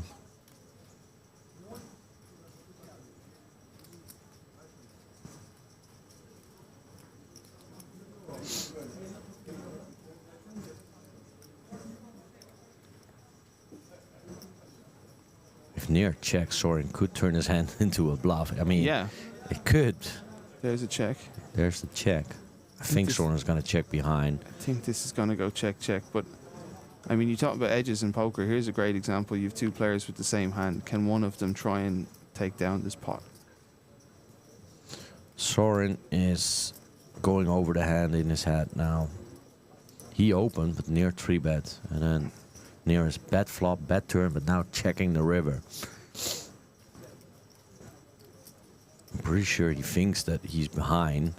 There's the check. Oh, I or a chop. knew it. Show it.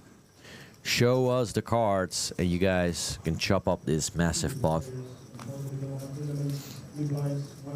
What a flop for Near, but it never materialized. Right. And Henry's like, all this stuff for a chop pot? Come on, guys.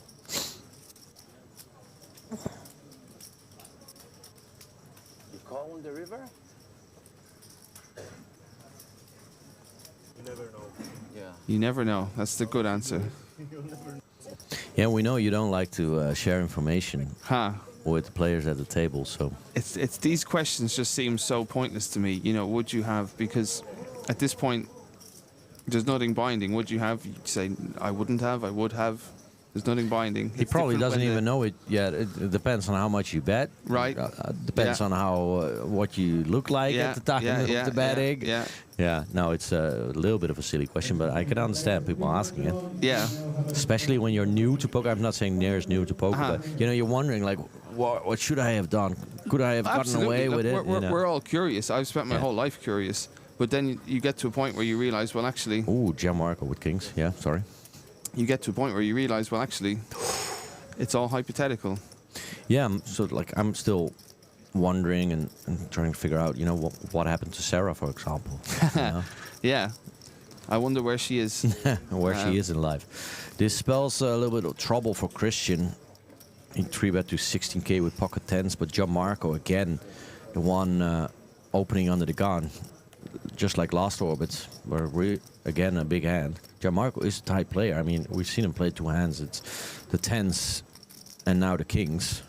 This time it's Christian with tens, and he's gonna face a 4-bet shove, I imagine. He is, and he right? looks like he's committed too. Like, Yeah. I mean, 3-bet to 16K, 48.5 behind. That is a 3-bet that's saying, I ain't going away. Well, he is a little bit surprised. He wasn't too happy with it. No. Now he's thinking, I hope he has ace king or ace queen, and I'm racing. This is the first time I see Christian spelled as Christian. Right. But, you know, I quite he's, like the J in yeah. there. He is, I think that's the Estonian flag, right? Yeah. Yeah, sure is. Estonian versus the Italian. Gianmarco versus Christian.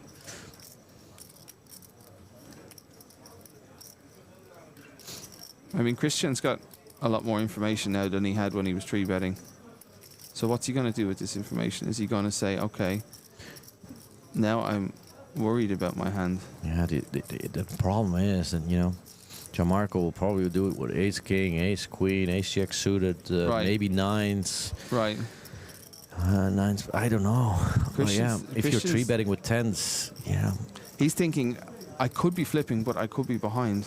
Yeah. There's no sort of way that I can be ahead, really. And that's Ye- the bad news. Yeah, he still has. He's gonna win it One horse in in 4 4, times. right? Yeah, That's what it is. he has the red cards against the black cards. Well, he could chop with running 5-7, running deuce 5. 5 would be a good card for Christian. 10 would be even better, obviously. Right.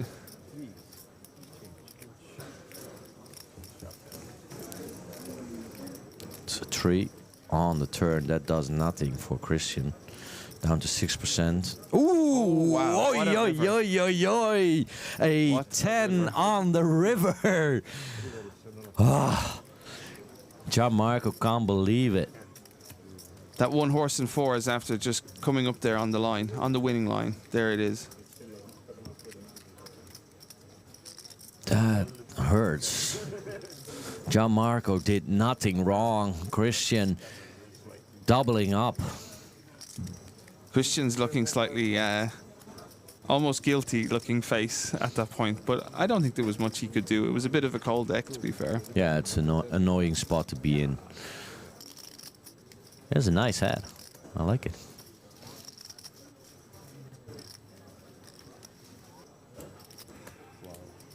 Wow, Henry says. Yeah.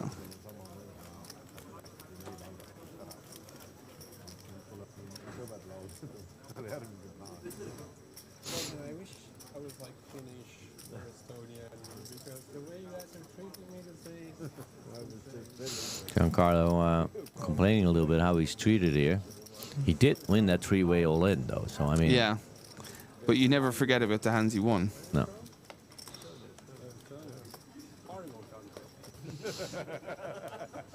There's a lot of Estonians here, actually. Yeah, I've noticed that. I had a couple on my table on day 1A.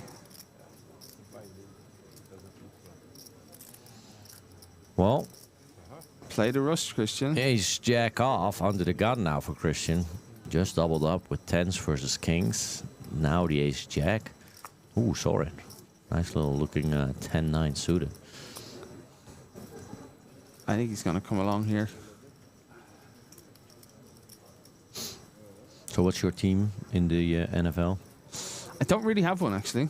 Okay. I'm at least I'm honest. I really like watching the game on a Sunday. They have a fold there with the 10-9 suited. They have this thing called Red Zone on Sunday where they Yeah, show yeah. all the games and all the touchdowns from all the games. I love sitting on Sundays and watching that, watching all the action, 10 games at once. Perfect. Uh-oh, Yannick with the ace-king suit. Oh, he's short, so he's shoving in. Yeah. Indeed, he does have 26K. Christian's going to have to... Oh, wow. Oi, oi, oi, Wow. Gianmarco. This is good news for Christian, actually. He might get away from it. I was saying Christian was going to have to come from behind again, but he may not. He may not be involved anymore in this hand. Gianmarco just lost with the kings, now with the queens, up against ace-king, with some dead money in there as well. It's a flip. 52% versus 48%.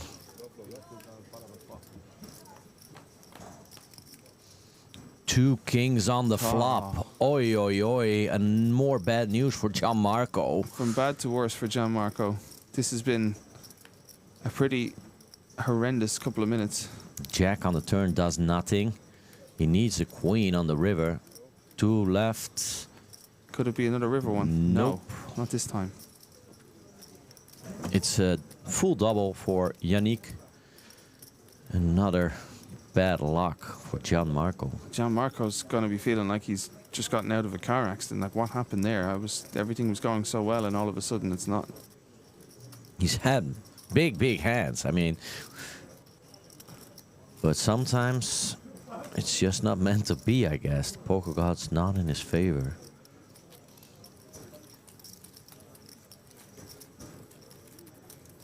For a second, we thought that Yannick was calling with, I think it was like something like a 10-8 suited in a couple hands ago, but Yeah. he had folded, and now the full double for the Frenchman. So sometimes the best hands can cause you the most pain.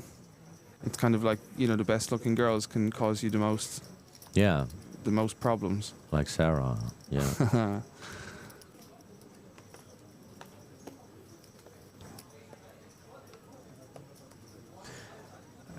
It must have been nice for Sarah having two guys pitching for her. I don't ever remember having two girls pitching for me.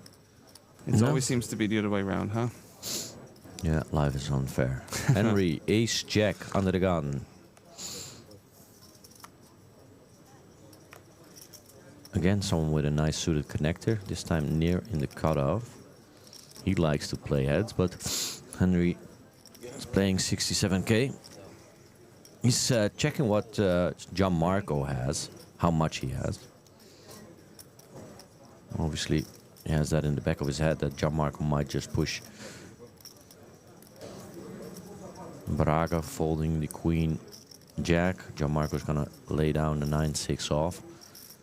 Christian, 8-4 suited with 124k. I would see a flop. I would definitely see a flop with that. You want to play the rush. You know, 8-4 suited. Nice disguised hand. Would have been a You good know, flop for two hearts and a gut shot he would have had. But near flops a straight. And that could cost Henry some money, even though he doesn't really connect with the flop all that much. 95% equity. Must be nice. Yeah. They're the sort of numbers you always like to see. 5k, quite a small bet into 20. Is he going to raise it up right away? This is a flop you could raise because you could Yeah, I think have, so. you know, Especially with 7-8 with two hearts or 7. With such you a know. small lead, you want to get some chips into this pot. 5k isn't going to cut it for the minute.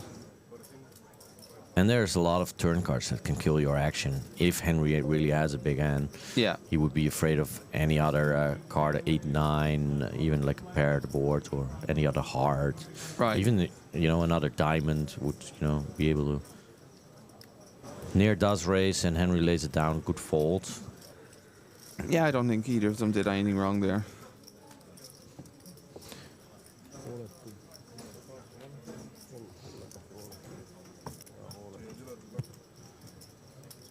Those red chips are the most valuable at this time. That's right. Oh, As we just forget as we what I say that, said. talk about timing. I think That's those the are first worth time we've 25k chips, That's right? the first time we've seen some blue ones. Yeah, they're not in play just yet, but the dealer is gonna color up some of the bigger stacks, I imagine, and bring into play the blue 25k chips. At the WSOP, some of the chips are slightly bigger. Okay. If you go deep into the main event, I think the 500k chip is the first one that's a bit bigger. It's always a special moment, you know you're deep when you even have only one of them. Yeah. It would be lovely. I mean, in not my that lifetime. I went deep, but I was always there to report on it. So. Right. But maybe one time in our lifetime, one of us could have one of those. I'll send you a photo if it ever comes to it. I'm waiting for it for the rest of my life now. Hey, Greg, you remember me, Frank? I got there. It'd be almost like a Lord of the Rings moment. Look what I found. Why not keep it?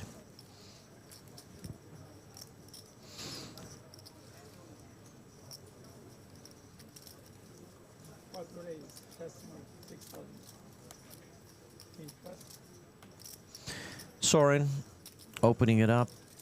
Ace Queen offsuit under the gun.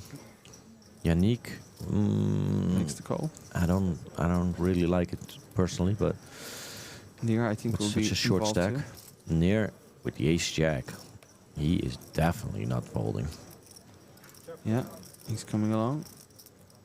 Oh, Braga, down to 40k, a raise and 2 calls in front of him. Pocket 7s in the cutoff. You're shoving? I would Or love to shove here. Yeah. pick up some dead money. Before I saw a stack, I was thinking all of these 3 players have had a chance to 3-bet here, and all 3 of them would probably win the hand if they did. Now, has he enough fold equity with 40k to get this through? I mean, Near is Not probably going Soren. to be the... Near, I think it could be the... I don't see hardest one to Soren get through folding here. for 40k. Yeah. I think he's Okay, here we he go. would be calling. Gianmarco 10-8 off. Christian, what do you have? Oh wow. Well, you know, he has slightly less than Braga, but it's very close. No, sorry, he has 122k and he has king. Sorry, I thought he had 38k. No, Christian, of course. He's gonna shove, right? There's only so much you can do. Don't you love the... Oh, look. Oh, what? No. No. No. No. No. No, wait, that must be an error in the graphics, There's no? something wrong there. What happened? No, that can't be true. That cannot, no. As John Macaron would say, that cannot be serious.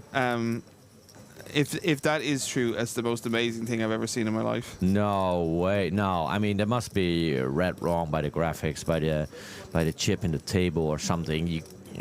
No. Like I said, Soren's not folding. Yeah, call. Yannick should be folding here. Should have folded first time around. Near might, fancy a 3-way because, sometimes you're guaranteed some checks if from your opponent. At least we used to see that a lot, checking it down. I mean, I'm still in disbelief over what I saw there. it must be wrong, right? Even if it was wrong, it's just to see that visually was so strange. I mean, just for good measures, pocket kings is not a fold pre-flop ever, basically, let alone No. this spot. I mean, I've seen people fold it, but this is not one of those cases. I No. would be folding pocket kings pre-flop. Absolutely not. A raise, 2 calls, someone shoving, a short stack shoving. Kings, I would be more than happy to put it in. I would sell my house to put it in. No, Near gets away. Show us. So this what is you going to have. be Let's look at Christian. a nice pot. Christian double up. did, I guess you're in good shape. Ace. look at Christian. Really, is he? Did he really fold kings? It's a queen on the flop. That's good news for Soren Look at the here. chatting between Christian. He can't believe it. It's like Ace Jack. Near tells him what he had. It's a 9 on the turn. Yeah, I mean Braga needs a 7, but I'm in disbelief. I think it were actually kings that were folded. Oi, and let's just see rub it in. let's see the reaction. Look at the reaction. This cannot be true. Oh my God. Can this be it true? was kings. I think Oh it was my kings. God. Have you ever seen a hand like this? It was a quick fold as well, huh? It wasn't like a Look at him paid shake his head. Yeah. Christian. Henry and the professor can't believe it. Look at Christian's face. He says, I'm really curious. He's going to check it. I mean, by now he's seen it. I mean, obviously, we need to have the... Go register for the Unibet Open live free roll. There's 9 times a 10 ticket in there. The password is cost. I'm in disbelief. I'm sorry. Go register. It's cost is the password. But come on, I cannot believe it. He folded kings just like that. I mean, within like 10 seconds, right? He wasn't even in. Frank, I can't believe my eyes. I'm completely speechless at what I just seen. This is a flip, huh? So this format is just flip 9-handed. Okay. Yeah. I always like flips because sometimes, if you can't beat them, you got to flip them. Yeah. So you flip is the easiest way to play poker. Just let's go, let's get it in, let's flip it. Yeah, perfect for people who don't know how to play poker as well. Right. Yeah. It's the quickest way, huh? Yeah. You used to have those Flip and goes. Do they still Flip and exist? goes, yeah. You know, half the field out and then get on with action. We had a couple live of those in Prague. I don't know if they still do that. But They're fun though, right? yeah, definitely.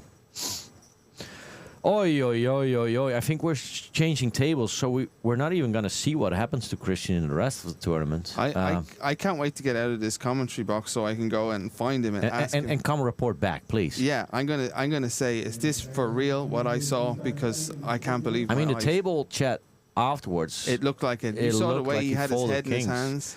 Oh my God! And when that king came on the river, all he could do was shake his I head. mean, he didn't even need it, right? No. I mean, he was in the lead start to finish. God.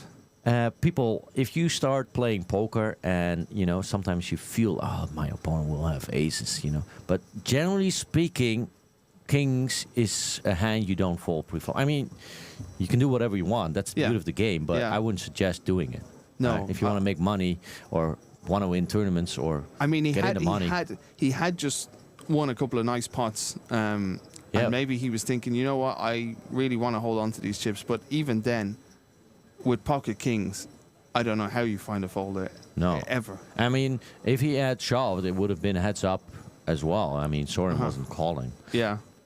for 120K or something. All right. Well, I think maybe if somebody showed me aces and turned them over, maybe then I can fold. But other I would than still that, call. you know. I would forgive you for calling, because other than that, I can't see how. Have that you can happen. have you heard this argument that that was? I think he was serious, or it was kind of like a joke. But if I gotta remember what the joke was before I butcher it. I think someone was, you know, like with kings, and if someone showed him aces, you know, kings would be the same as deuces, and I would still call or something like that. I don't Right. know. Yeah. He can still hit the king. Yeah. Yeah. Come on. Huh. Okay, that is something that's going to be talked about, I imagine, and something I will remember for a little bit longer than some of the other hands I've seen. I don't think I'll ever forget that hand, to be honest. Yeah, I mean, in your second time in the booth, seeing someone fold kings pre-flop. We've got a new lineup here, and it looks like the dealer there. I don't know what we're looking at here.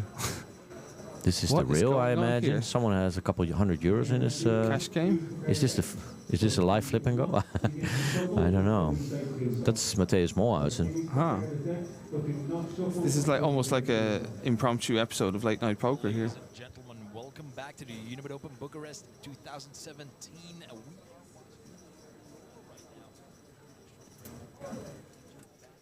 a very exciting part of the tournament. My name is David Van der Heijden. I am joined by Mark Convey. How are you, Mark? Very well, David. Hello, everybody. Yeah, David is absolutely right. We are back with day 2 of the high roller. A couple of familiar faces on your screen. Matthäus Moorhuizen, two-time Unibet Open champion, and Dara O'Kearney, a Unibet poker ambassador.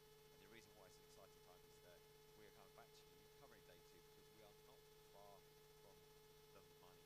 A little bit of information about the high roller, just to let you know. 99 players entered. They created a prize pool of €192,000. 13 are going to get paid, and the min cash is 4,160. Top prize 54,955. And these are the players at our table. Dan Shisu is a chip leader with 267,000 chips. Andrei Bogyan with 44 big blinds. Matthäus Moorhuizen doing very good at the table as well, as you can see. So, you know, that's a pretty interesting table. Derek Kearney had 22 big blinds, if I remember correctly, something similar like that. So, yeah, it's going to be interesting table, to say the least. Apparently there's some big names at the table, too, that we might not necessarily know from the Unibet Opens. But, I mean, you got to respect this. Gotta respect this. Elvis, who raised you with that. Derek Kearney with Queen 9 suited in the small blind. He is a Unibet ambassador, one of the Unibet ambassadors here at the Unibet Open. He is a very accomplished Irish player. He has the most Irish cashes when it comes to number of cashes, not necessarily the amount of money. No, yeah, there's people like Boyd Parkinson who have made World Series poker final tables have more than him in terms of number of cashes he is, and he's also back to #1 online ranked player for Poker Fives in Ireland. So, yeah, he's a boss. And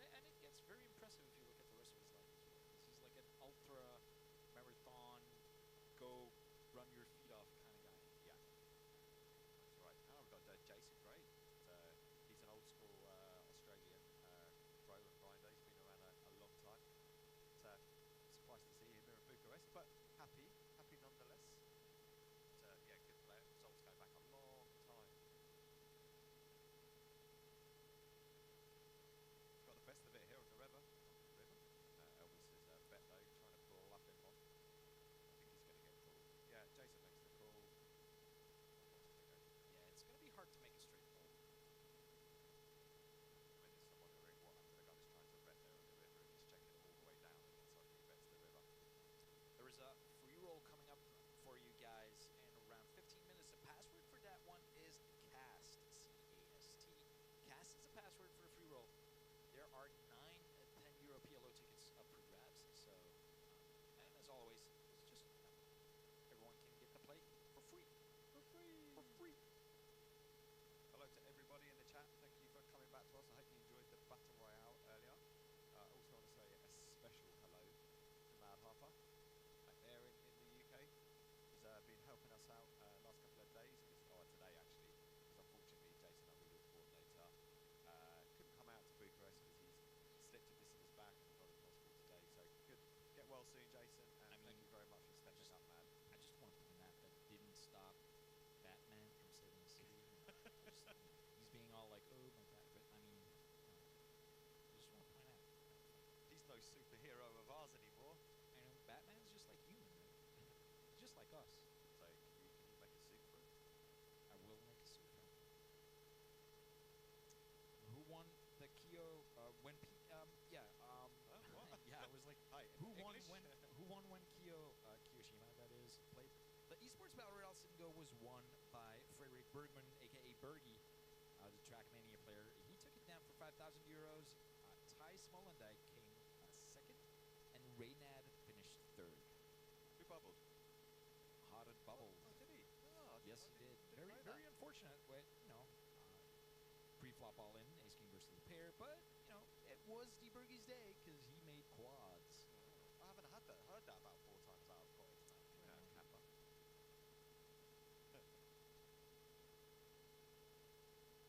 Bad beat central. Not even bad beat, but when if you spin it the way that Alan's spinning it, oh my god, ace king, god, quads.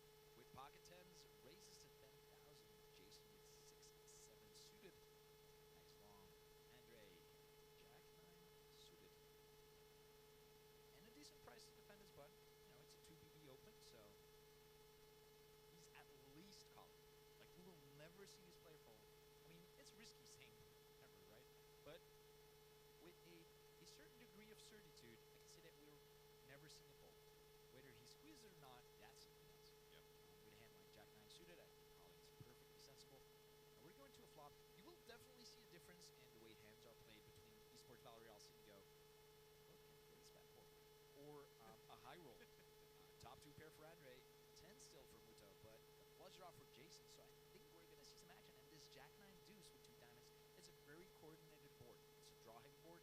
It could be a little bit worse, right? Like a 7 Jack 10. It's a little bit worse than this, but this is already pretty connected. So Andre might just fast play his hand, trying to get it in versus draws. There's a lot of draws that his opponents can have. What about the fact that with 2 off the money, so it's 15 then 13 getting paid. Stack sizes will come into play. It's all going to depend a little bit on the stack size of Jason and Muto in the hand as well. But, that's a lot of chips, I'm assuming. But there are certain, even considering the fact that it's close to the bubble, there are certain hands that you just not going to give up or not going to, not play. And here you go. Here you actually have your answer. Jason is a short stack, so Andre is not even at risk if he goes all in versus Jason. Muto with the pocket tens, if he would have had something, wouldn't he have bet on the flop to protect his equity? So the fact that he already checked on this board is kind of an indication that he's planning, to give up or just tries to go to showdown.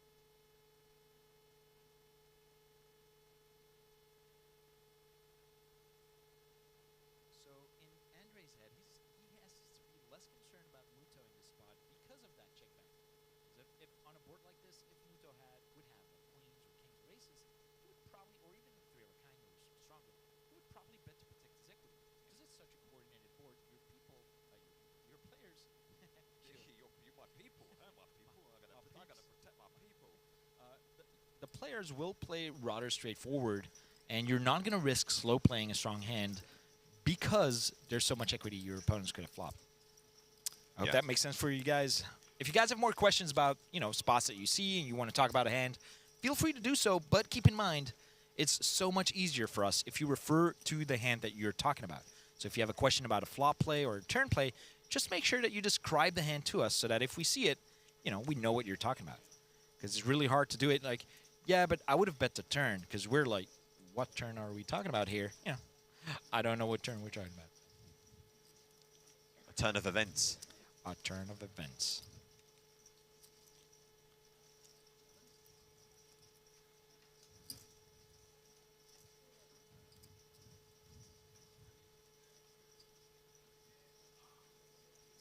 Two fouls is a lot for David.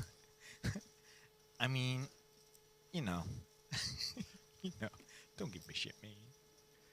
I'm just trying to do my best here. And your best is not good enough. It's not good enough. All right.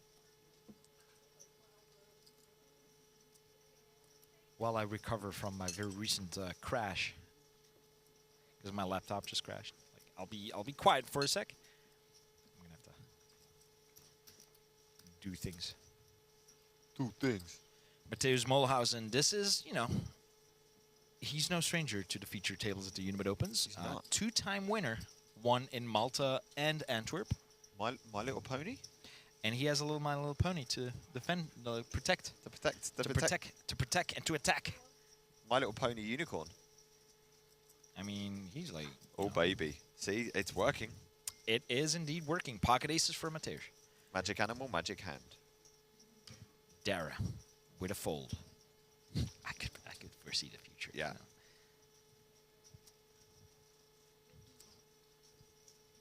If there's one player I bet my house on not to give away their stack close to a bubble, it would be Dara Kearney.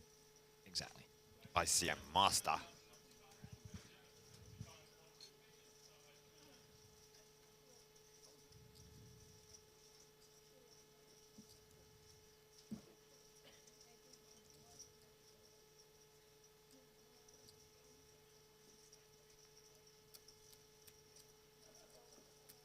And he's so this under the gun raise is being called by the mighty 4-3 offsuit in the big blinds. 9-5-5.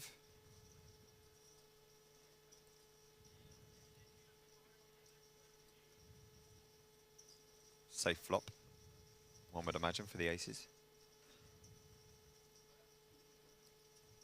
Both these guys have got considerable stacks behind them.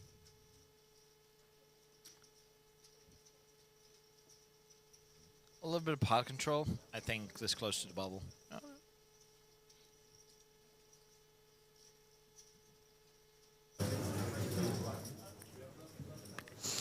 Welcome back to the present times. Unibet Open Bucharest 2023. We've got a new lineup. Sorry for cutting out there real quick. We were looking at the 2017 Unibet Open Bucharest 2,000 euro high roller for we're back here. Actually, I'm gonna leave you, let you in on a secret. It was a Dutchman winning that tournament. Actually, Alfredo Heinz, and we saw Matthäus Molhuizen. He finished 5th in the tournament. Dario Kearney finished 10th. So, just a little bit of background information there. Back to the 2023 Bucharest Unibet Open. There's another Dutchman here at the table. Teun. Teunis is his last name. Henk is his first name. In the 4 seat. I recognize the 8 seat as well. Well, we had plenty of action with the former lineup. Welcome. Seems like I missed some good action, Frank. You missed someone folding pocket kings pre-flop in a spot where I would not suggest you be folding pocket kings pre-flop, but yeah, that was something. That was something else, I can tell you that. I mean, was there any sort of any reason? I mean, I didn't see that reason. It was a race under the gun from the big stack, and then a call from a big stack, and then a shorty shoving for 40,000 with pocket sevens, and he had pocket king. I think he was in the big blind. And he just folded out of a 120k stack. So that was something. I thought maybe the graphics are wrong. Maybe, you know, a little error in there. But no, they were talking about it later. Wow. I think he did indeed fold pocket kings. And he would have won a massive pot. And he even would have rivered top set. But yikes. Wow, that was unfortunate. here, someone shoved all in, but no callers.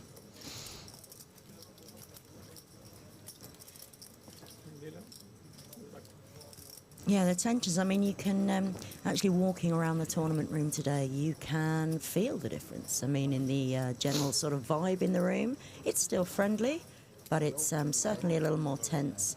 69 players remaining. It's getting there, getting close to the bubble.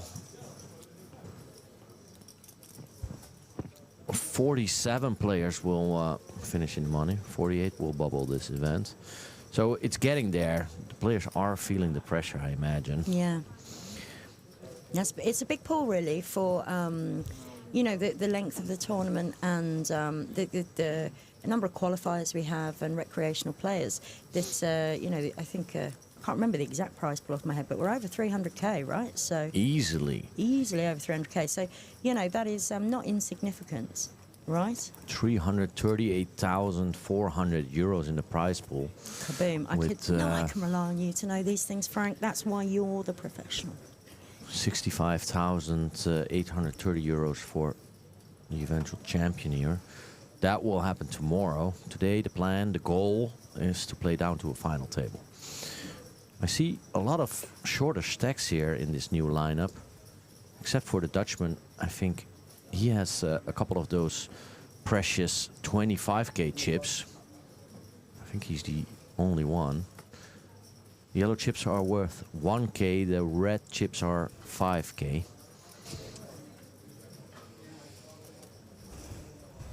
So we must have had a raise under the gun that we just haven't quite captured. Oh, no, Frederick. Okay, King-Queen raise. Sorry, the graphics confused me, or I was already confused. One of the two, you can choose. The photos are not updated just yet, but it is Frederick raising to 9k, not Christian, who folded the King's pre-flop. And Robin here from Estonia. A lot of Estonian players here. Yeah. We've seen 4 at the feature table today already, so. We do have for Unibet Poker in Estonia, so we may have some qualifiers. But we do have fans all around Europe, you know. Usually once players play a Unibet Open once, they want to return. All around the world, actually. We had an American player yesterday. We did, yeah. A global. Andrews was his name. Remember? Oh, we Frederick, met Lawrence Laser. I think he was an American as well, wasn't he? So 2 Americans then we've seen.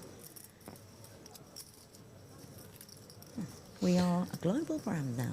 Jan, the Dutchman, at the top with 210,000 in chips. Definitely smaller stacks here than our previous lineup. Yeah, there's an 11 big blind stack at the bottom of that list. So not too long left with 11 big blinds here. Need to find a spot and take that spot, right?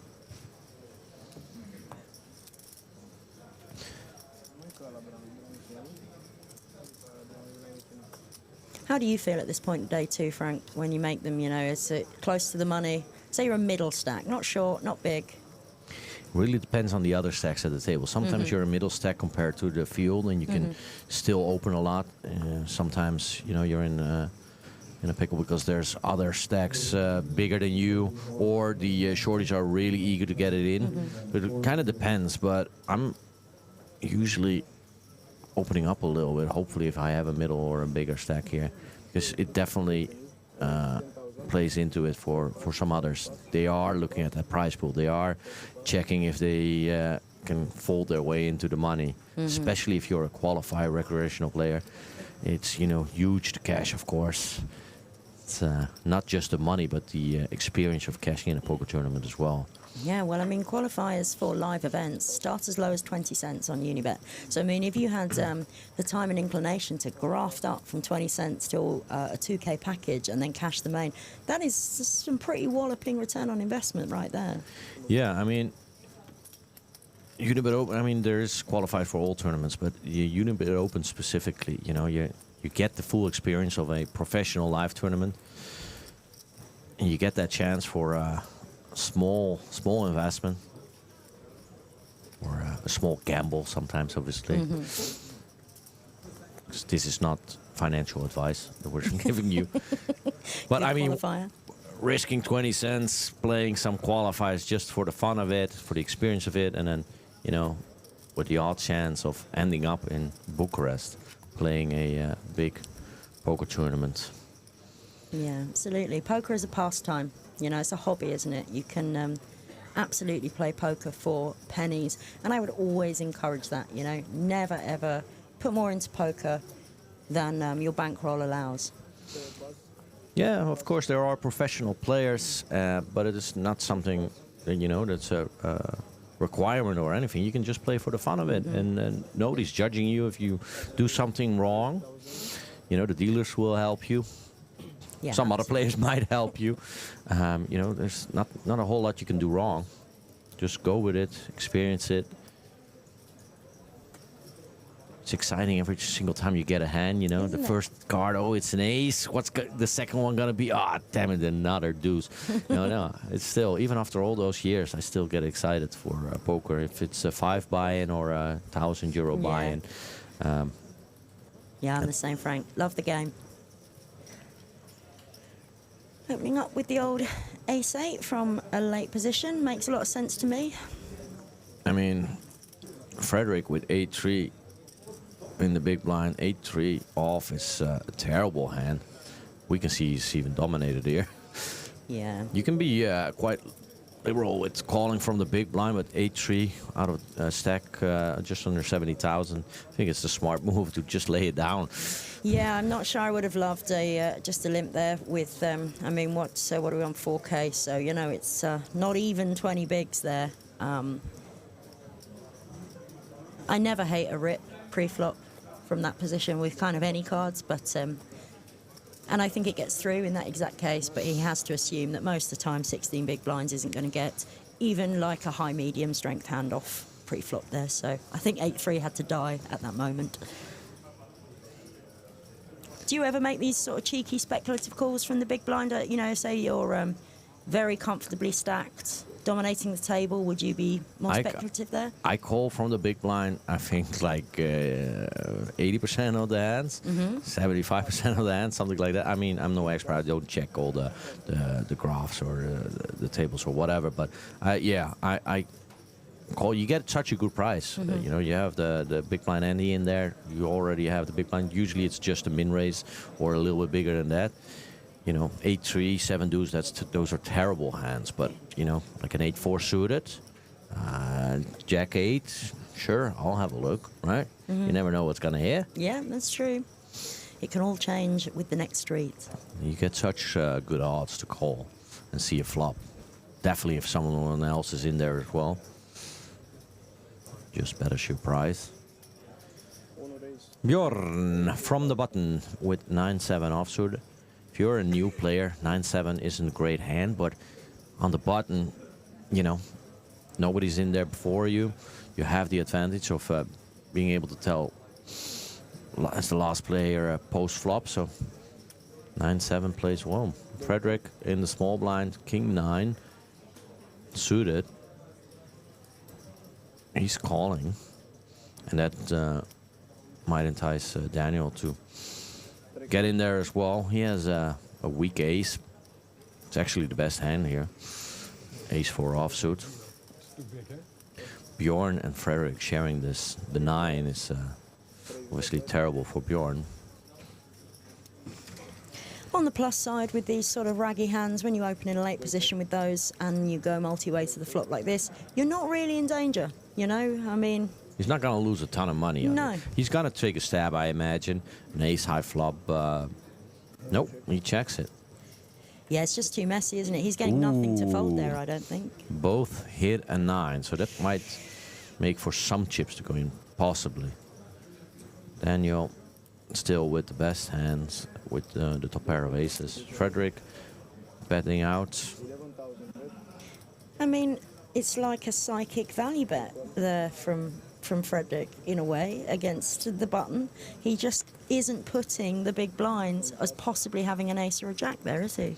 Which he can't. I mean, okay, you don't expect the big blind to have too many aces without a 3-bet pre, but he has plenty of jacks.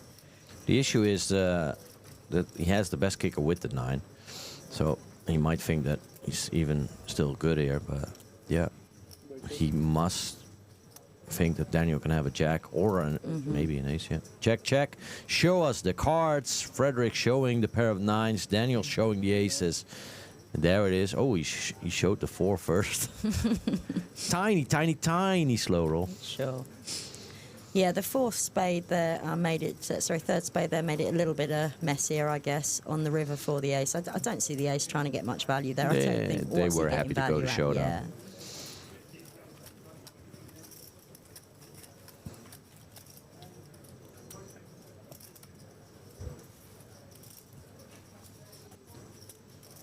There is more focus. I mean, yesterday when we were chilling in here, there was a lot of chit-chat, back and forth, quite laughing. Some of the same players as well, you know, and definitely more focus now. I get it, though. You know, you're sitting there with anywhere between sort of 16 and 30 bigs. It's sweaty at this point, isn't it? I mean... Yeah. I can't stop thinking about the kings you told me about. I wonder where he is now in the tournament. We might have to catch up with him afterwards and see if we can get some insight into... Yeah, Greg was going to look for him. Yeah. Robert, the under the gun +2 player, ace-9, all the way from England. He was with us yesterday, I think, wasn't he, when we were... maybe middle session. He was in the seat 1, Could I think. be, So yeah. he's Rob D. He was yesterday. Oh yeah, we had Yeah. 2 Roberts at the table yesterday. Yeah, okay. Robert C and Robert D. Yeah. Right. He's just Robert today. He's gone like Madonna. He's got rid of the D.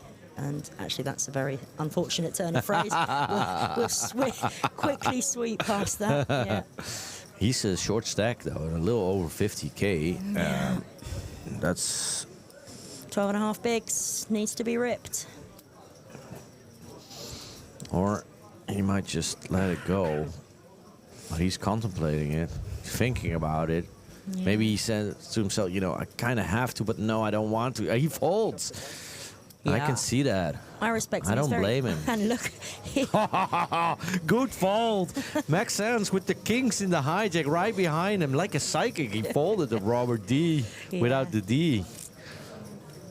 Robert D, I don't think we can start calling him that with good conscience, can we? Max Sands 44K. He needs to shove, but he needs to, you know, do a little bit of the same Hollywooding. Like, I don't want to, but I got to. He's gonna shove. All in, there it is. Yeah, there was no other outcome, was there really? Like you say, a little bit of drama. Well, Bjorn's not going to play the Jack 4. See what Frederick is going to do. Queen 10 off from the button. That's not strong enough. Queen deuce. Then it's probably up to the chip leader in the big blind. Chip leader of the table, I should say. Henk. 6 deuce. Jan. No.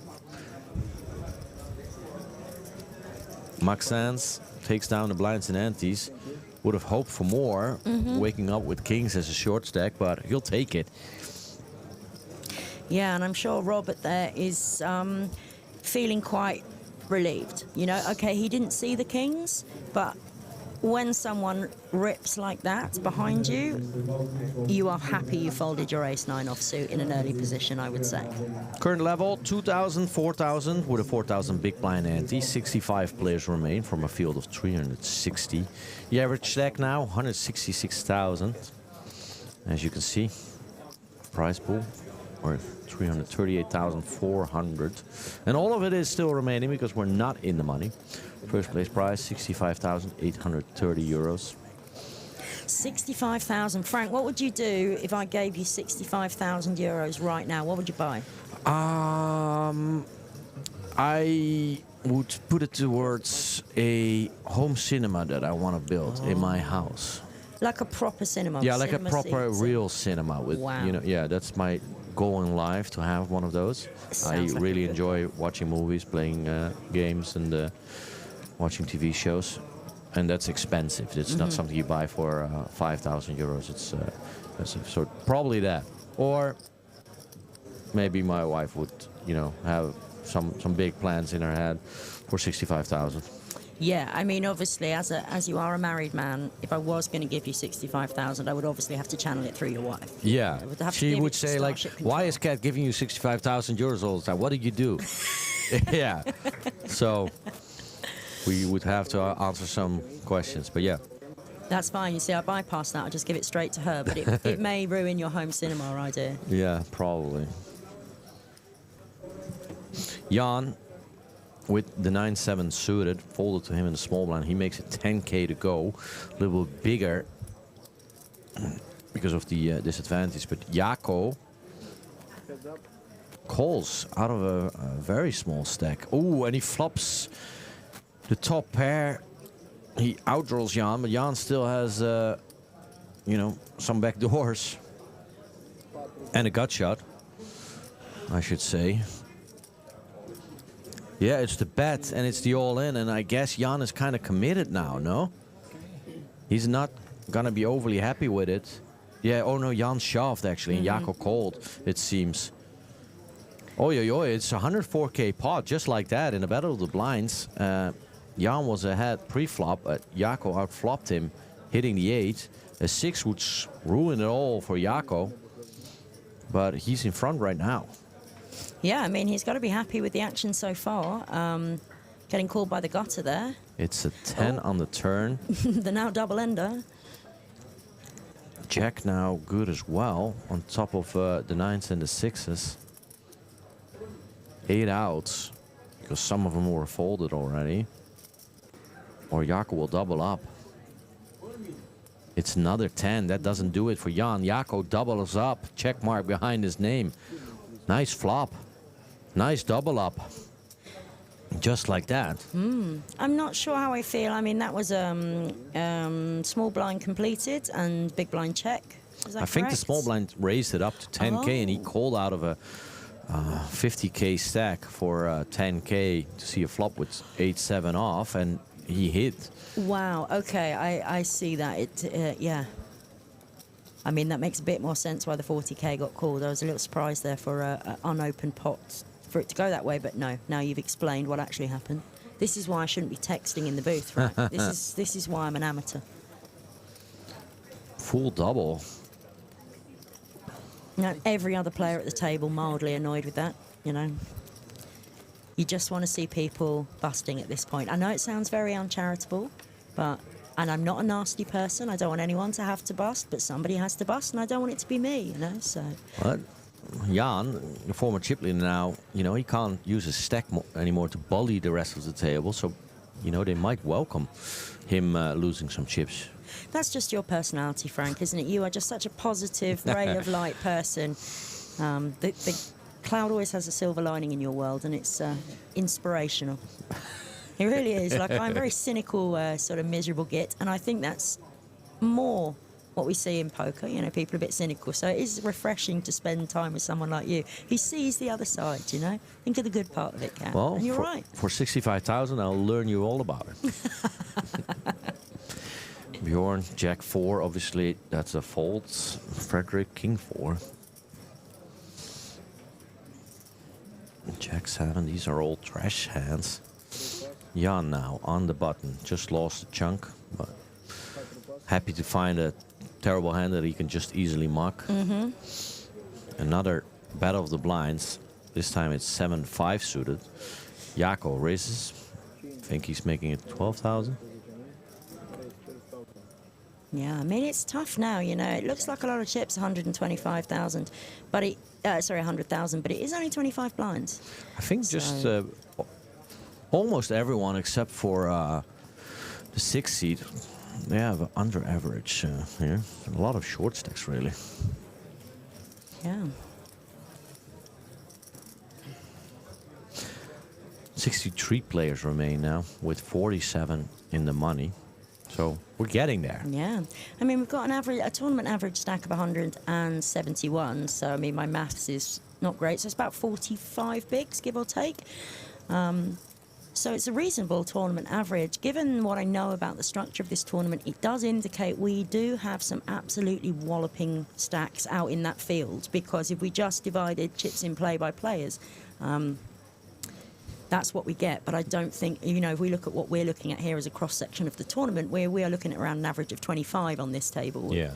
On our former lineup, we had a player with getting close to 500k. Right, so, yeah. So there we go. So there's probably some absolute walloping stacks out there in the field. Really with intimidating. all these medium or smaller stacks, and then we can expect a little bit of a tighter... this is not Max Sands. Max Sands has already folded his queen tree. So what is Bjorn doing? He has ace jack under the gun +1. This is not Max Sands that raised with the queen tree. It's Bjorn with the ace jack raising to 8k.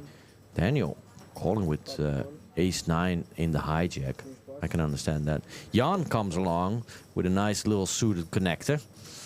Yeah, you know, once you've got a raise and an open, there's more sneaky stuff you can do from the small blinds in terms of just limping, isn't there? Robert, he is gonna... I'd love to see he him has rip 44,000. It is a nice hand, 5-4 suited, but... I mean, he's gonna call, you're gonna see a flop. It's only a couple thousand more. Yeah, no way be folding there. I mean, you know, in these situations with suited connectors of any height, I mean, you are going to be very close in equity to these other 3 cards, and we can see that actually reflect. 10 big blinds, but he misses. But it's, I mean, we can tell that basically everyone missed, but he has no way of knowing that. In fact, he still has 25% equity with his 10 big blinds. If he shoves it, probably would work, but he's not going to do that on a flop like this. King 3-3, nobody connects. Well, I mean, he is definitely one of the more likely players to have the 3 in his hand in this pot, right? He's limp pre from the big blind, so I kind of agree with you. I quite like a shove. But yeah. Problem is, would you be shoving a 3, you would probably check raise shove, shove a 3. Yeah. That's the problem. Yeah. Bjorn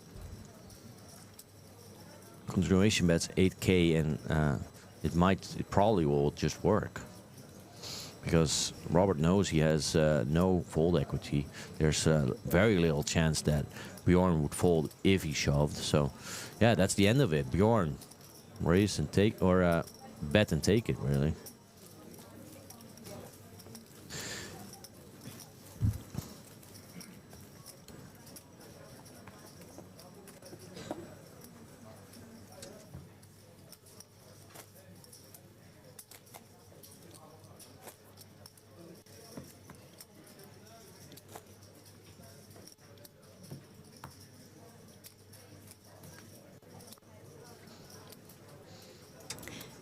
Sorry about that, folks. We were just having a minor discussion about the graphics at the bottom of the stream there, and we are just having some minor technical issues with cards showing there.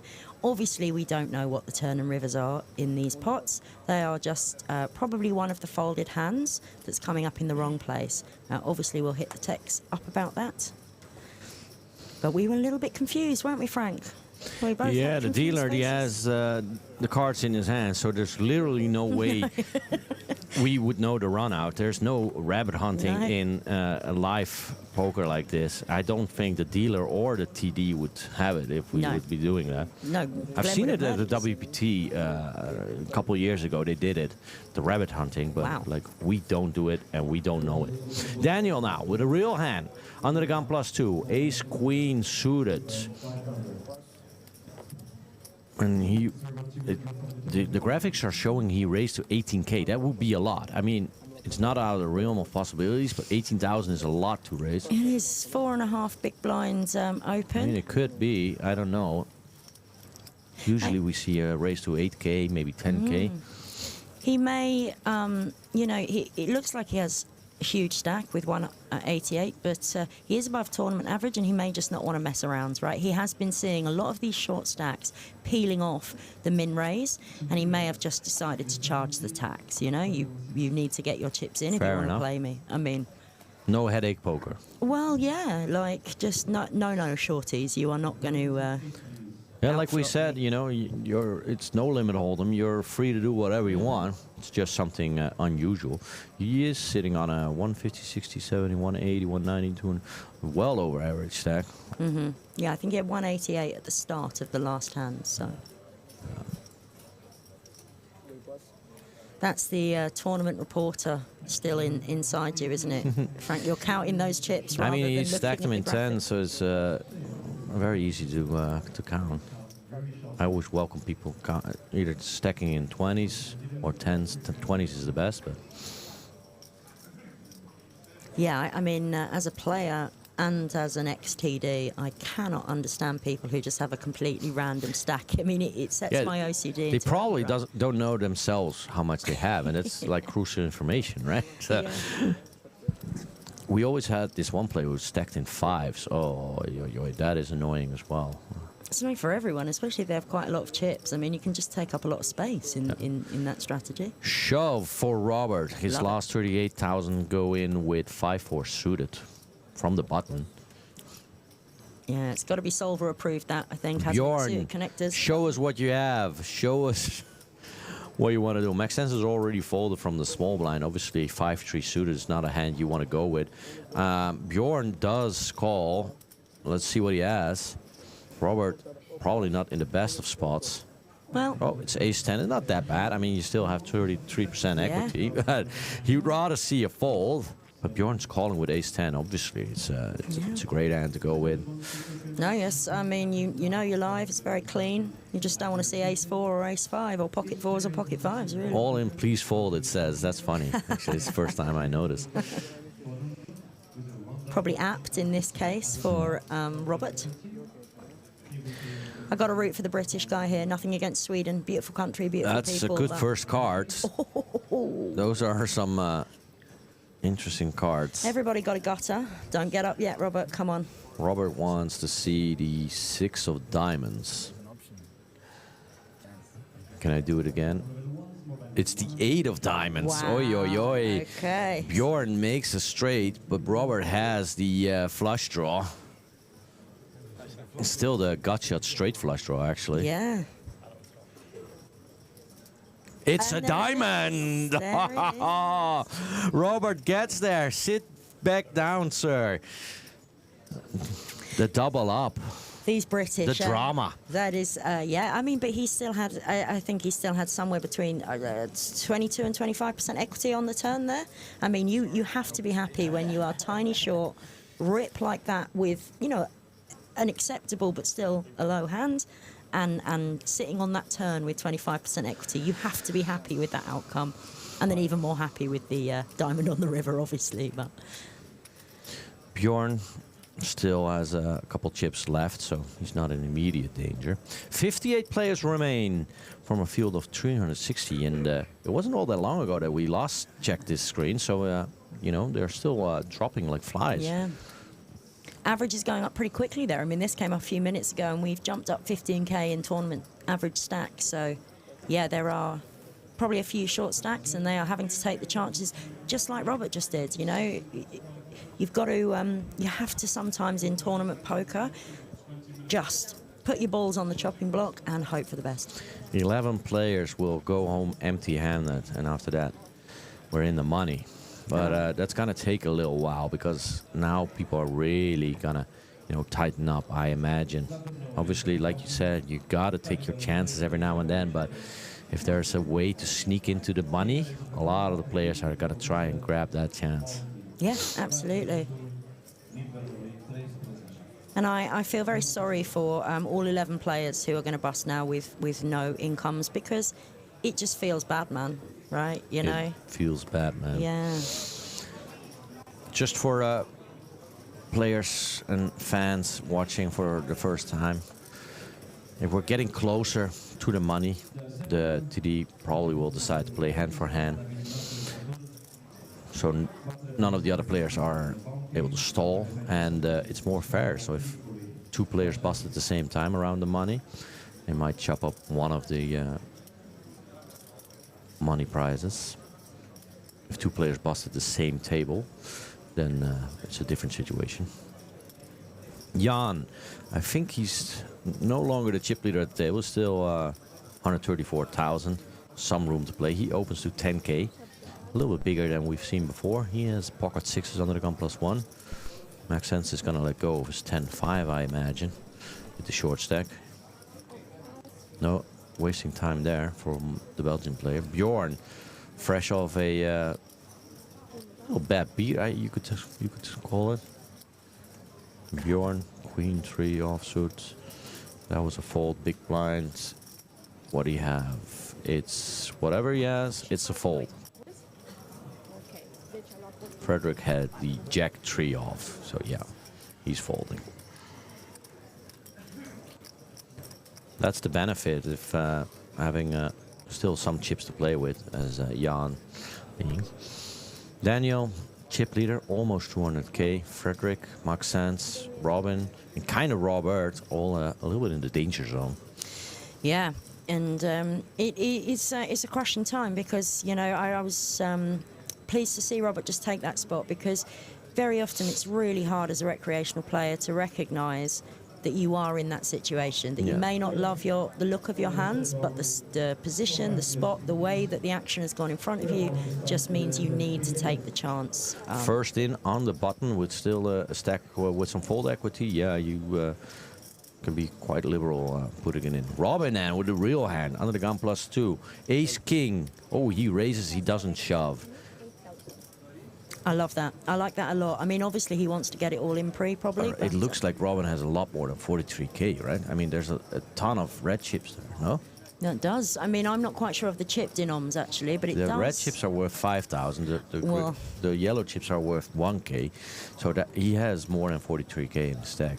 I'm almost certain. If the red chips are worth 5k, then you have to be correct. I mean, there looks to be nearly 2 full stacks of 5ks there, which would at least be 200,000. That explains why he's opening and not shoving, because it would be way more common to see a shove with Ace King if you're sitting on a 43k stack or 48k stack.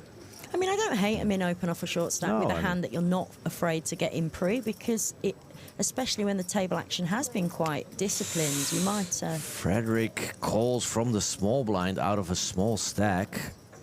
That they go heads up to the flop. I am not 100% sure about calling from the small blind here, but let's see if it works out for him. Well, Doesn't really connect with the flop in any way. A backdoor straight in a backdoor flush is just about everything. He's in bad shape against Robin, who flops top pair and top kicker. Usually you'd expect him to bet small. Yeah, that's way more than 43k. That's I think there's a 1 missing there. Small continuation bet by Robin and the quick fold by Frederick, who's now really in the danger zone. he really is. Yeah, that's an 8 big blind stack, or just over, in fact. But yep, I would kind of agree with you. But I mean, I guess he would be surprised to see such a big hand. Although, as you correctly pointed out, I don't think the opener does have the 43k as advertised. So, you know, the thing is, if you folding that hand, you have a whole orbit of free cards and free situations to check. Yeah. It's probably something better than Queen 9 coming along. well, I mean, for me, if a larger stack opens and I have Queen 9, I am going to rip my 10 bigs from the big blind there personally. So, oh, he was small blind, was he? He So, was small yeah. blind, and it was Okay. an early position raise. I don't Yeah, know. okay. I don't know, but No, okay, not well, so he's much still the in it. small. Robin now with 10-9 suited, and it looks like he opened already. Or he limps for 4k. Yeah, that's the first time I think, outside of some blind battles, that we see someone limping in. Not unheard of. Back in my day, everyone was limping. Yes, having a little bit of a resurgence, I think, pre-flop Yeah, limping. definitely. I'm not quite sure I understand the strategies behind it, but the caliber of player that I see doing that, that's my lack of understanding, not a comment on them. So. Well, you know, especially at a table like this, where there's a lot of shorties, and definitely when you raise, you're almost committed to all of those shorties. I can see there's a limping strategy. He's probably gonna mix it up, doing it with some great hands, some speculative hands, obviously not the bad hands. But he gives Jan a free flop here. Oh. Wow. That is a flop that's hitting both. Jan with the top pair, Robin with the pair and the open-ended. Nobody improves on the turn. It was basically 50-50 still on the flop. Now Jan is the favorite. He's gonna bet it, and Robin calling 10k. It's a blank on the river. I imagine Jan can get still some value. Yeah, he's betting, quick call, and Robin is gonna get the bad news. Yeah, you gave him the flop for free. I imagine he would have folded had you raised with the 10-9. Now, small loss for Robin, and Jan getting back to that spot where he started out on this feature table. 58 players still remain. Yeah, one of those just, it's kind of very quotidian little pot, that, isn't it? That constitutes so much of poker, what you've just seen, you know, very close hands, close equities, small pots where players just nip a little bit off each other, that back and forth. It's probably one of my favourite parts of poker, you know. When I was less experienced, the big hands excited me, so getting it all in with aces and kings. And now I'm much more interested in the small edges, in these little pots that you play hundreds of in a tournament. You might get one big hand, right, or two big hands in a tournament. But that sort of pot that we saw, those are the pots, in my opinion, that you want to focus your study on and really look at those spots, because that's where you pull back your aces getting beaten by kings that one time. It's not often in Hold'em that you are still basically 50-50 after the flop. No. I mean, it's more common in Pot Limit Oma, but it was just about dead even after the flop. Yeah, that's it. What would you be doing with 65,000 euros if I handed it to you right now? Oh God, I need to think of a more exciting answer, because I'm looking to buy a property, so it's going to go into that. But if I pretend I'm not over 40 and really boring, then honestly I'd probably just blow the lot on a massive, massive bender holiday. I've just been working a lot the last few years, and I would love to take maybe 3 months off work and just live it up around the world, travelling 5-star, living 5-star.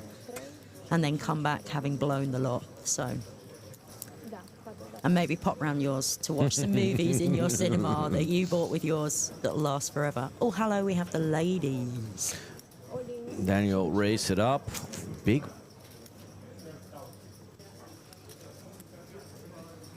He raised it to 15,000 from the button, and then Jaco now shoving for 108k with queens. I don't think he's getting called here, Frank, do you? No, and it's the second time that Daniel opens to, I think, 3 or 4 big blinds. So it kind of you open up yourself to a shove. Obviously, we can see that Jaco has a real hand with queens, and he just wants to be done with it. But opening to 3 or 4 times the big blind, that, you know, entices other players to shove on you as well. So maybe Daniel needs to reevaluate that strategy. I mean, we could look at it the other way, right? Is that if he is going to consistently fold, that's maybe what he's looking for. You know, he's like, if they're going to shove this, I'm so dead.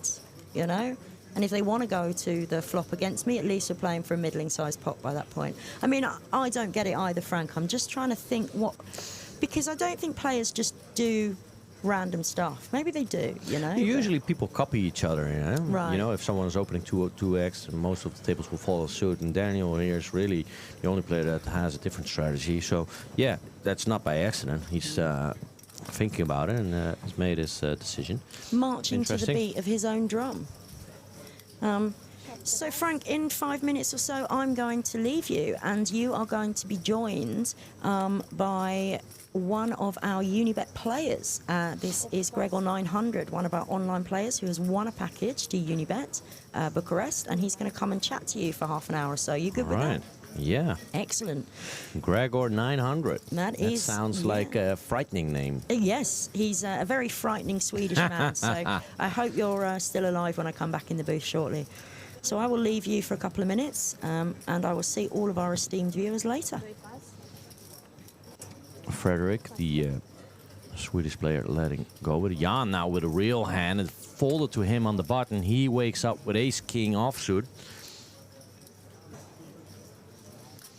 And he's definitely going to raise here. 9,000 he makes it. To put the pressure on the blinds. Jaco doesn't have much. Oh, it's Robin with seemingly the same hand. And even though the graphic says that he only has 30k, we know that he has a whole lot more than that. So that's definitely wrong. It's the same hands going up against each other. Interestingly enough, Robin just called from the big blind. So that is something maybe unexpected, but I don't think he has ace-king. He would not let go of ace-king that easily. I don't imagine that the graphics are right here. I don't know. He just insta-folded on the flop. Check fold, ace-king on the flop there, just like that. I don't know. I think we might have picked up a wrong card there. But other than that, Jan building his stack. So, welcome to the booth, Gregor900. Nice to meet you. Frank. Hello, Frank. We've got 2 Swedes at the table. Frederick is very short, just 8 big blinds. Yeah, I shared the table with him yesterday, and yeah, he's done a great job. He's done a great job to make it this far, but he needs to double up. That's what he needs to do. Yeah, in this situation, that's all you're looking for, just double up. How was your tournament, other than the fact that you're in the booth right now and not sitting out there? Yeah, Frederick helped me with that. Oh, no. Nah, not that way, but he helped me to understand. I tried to translate the word to a good English. I'm from Sweden, he also. Old man splashing is the proper translation.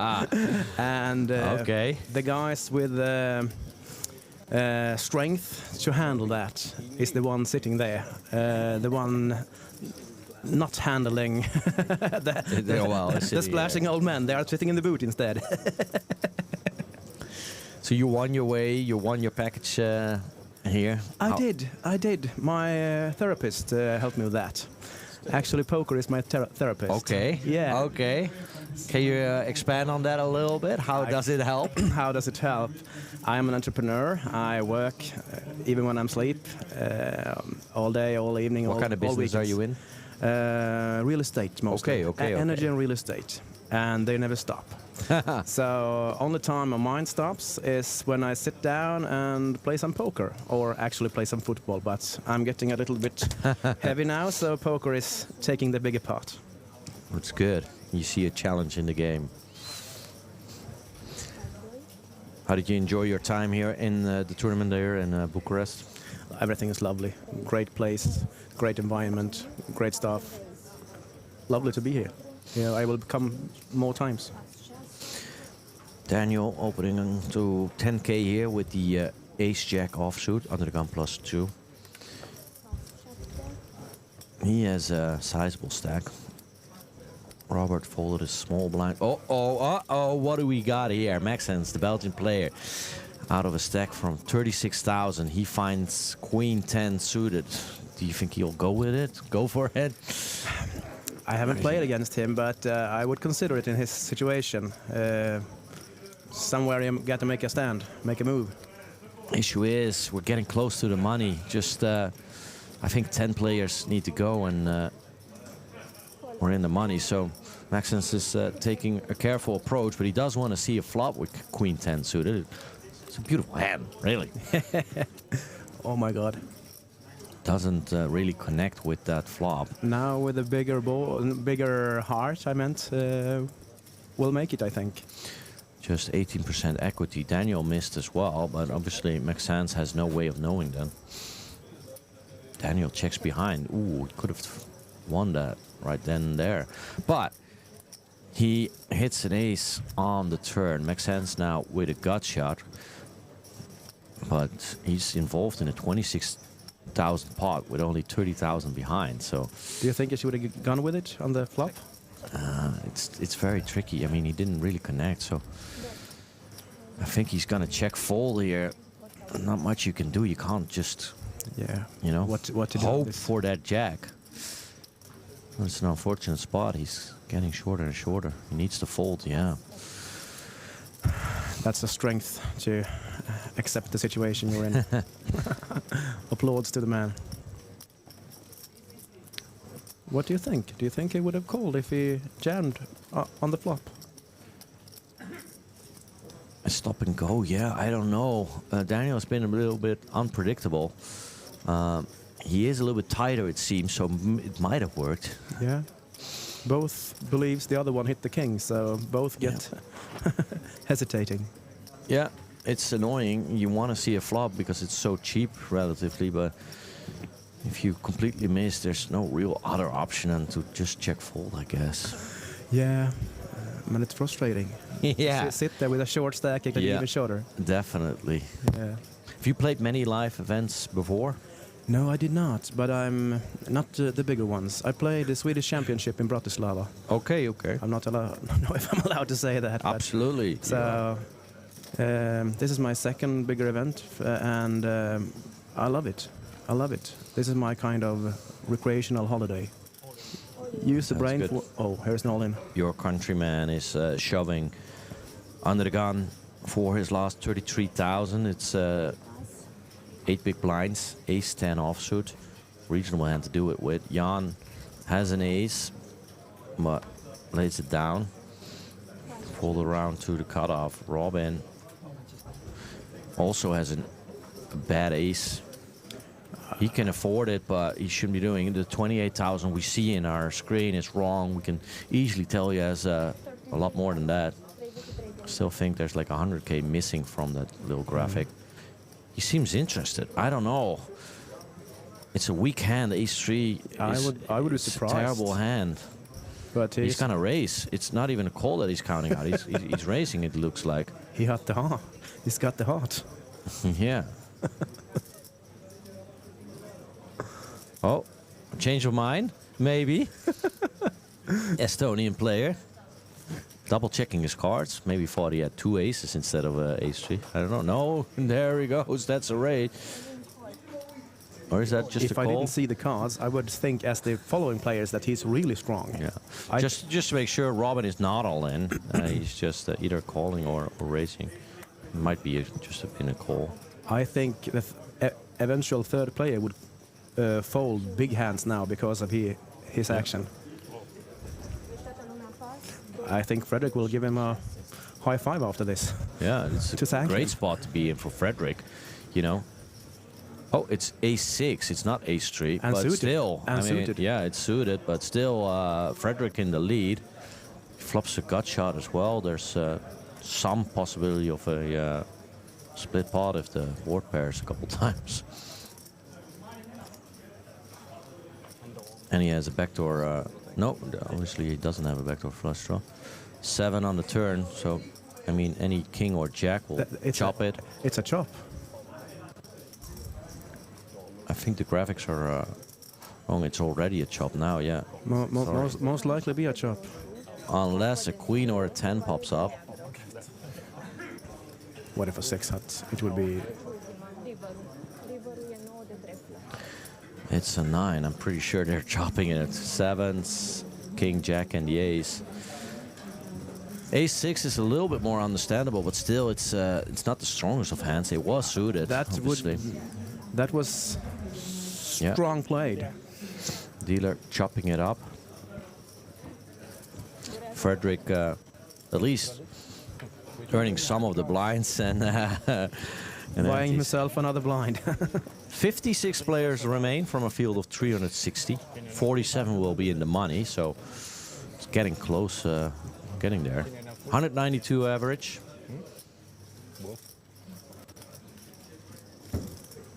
First place prize of almost 66,000 euros. What would you be doing with 66,000 euros? What would you be doing with the money if you won here? I would attend more Unibet Opens. What would you be doing yourself? Yeah, we were talking about it earlier. I would buy a home cinema. I want to build a home cinema, like a proper. You would do it great. You're doing a great job here, so that would be the good choice of you. Daniel 6-3 suited. No, that's not a playable hand.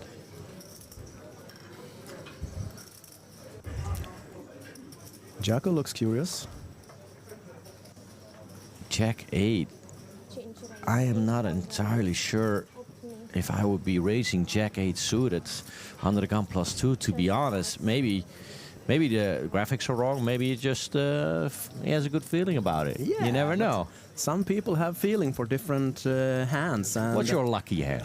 I don't think I have a lucky hand, but it's more like in the moment. I would consider it in a special situation with a suited 1 or 2 gapper. I mean, there's a lot of short stacks at the table. They are trying to probably get into the money, maybe fold a little bit. That's why Jacko is raising the Jack 8 to put the pressure on. Problem is, there are some medium-sized stacks, and the real issue is if one of those shorter stacks shoves, then you kind of have to call because you're priced in, and then you're there sitting there with Jack 8 suited. But let's see what Bjorn does. He folds his Jack 6-5 suited.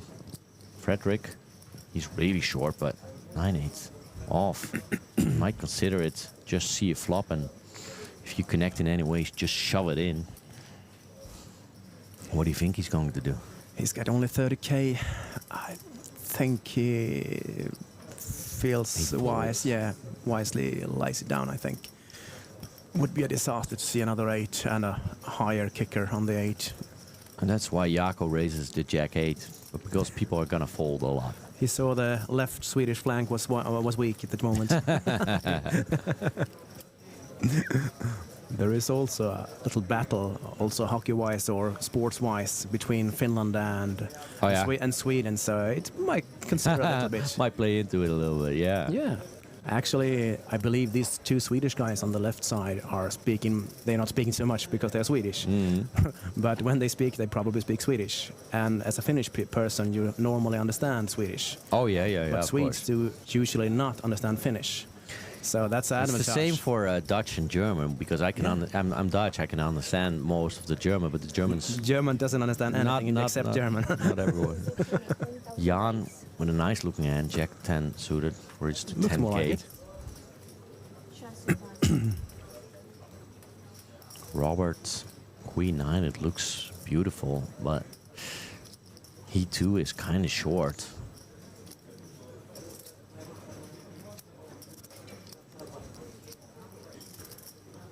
Are you going to the party later tonight? Of course, and you are? I'm probably still stuck in this booth where the goal is to play down to a final table today, and that might take a little while. So I believe think we are the other ones are drinking up your drinks. Yeah. Before you get out of the boot. Yeah, maybe when you return back to the hotel, I'm still there. You can bring me one. I'll bring you one beer. One beer. Yeah. I do it for you.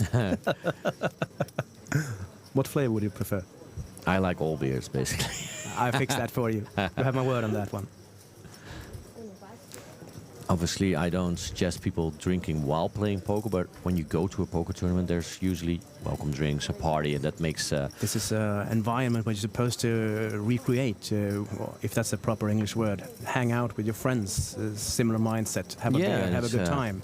It's more than just the poker. It's a enjoyable time with likewise-minded people. Jan, the chip leader at the table, with a little over 200k. It's just about average, basically. So almost everyone at the table has a below average stack. Yeah, I was surprised that, like you say, the big stacks are somewhere else. Yeah, and that makes for usually a tight play at a table, because everyone is eyeing that. Maybe they get a little bit more tight as well when there is a TV table. I would consider that as something that comes into your mind. That I wish to avoid looking bad on the TV. Your mates at home seem like, what are you doing there with the Jack 8 suited? Come on, Gregor 900. Exactly. Where does the name Gregor 900 come from?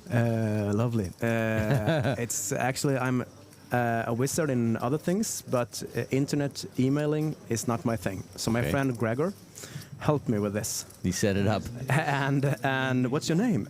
You know my name. Yeah, but what's your screen name? Yeah. What's a screen name? And I just took his name. Oh. And by the time I heard in Sweden there was a good internet player who was called a guy called Lena 900. And Lena 900 yeah, was... of course I know Lena 900. You know her better than me. Yeah. Or him. Him. Yeah, exactly. But Lena is a female name in Sweden. Yeah. So Gregor helped me, and I thought about Lena 900, so Gregor 900. Fair enough. Here I am. Lovely.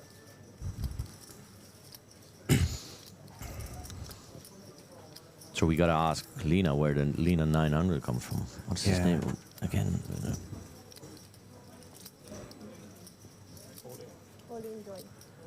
Niklas Astet, of course. Yeah, how can I forget?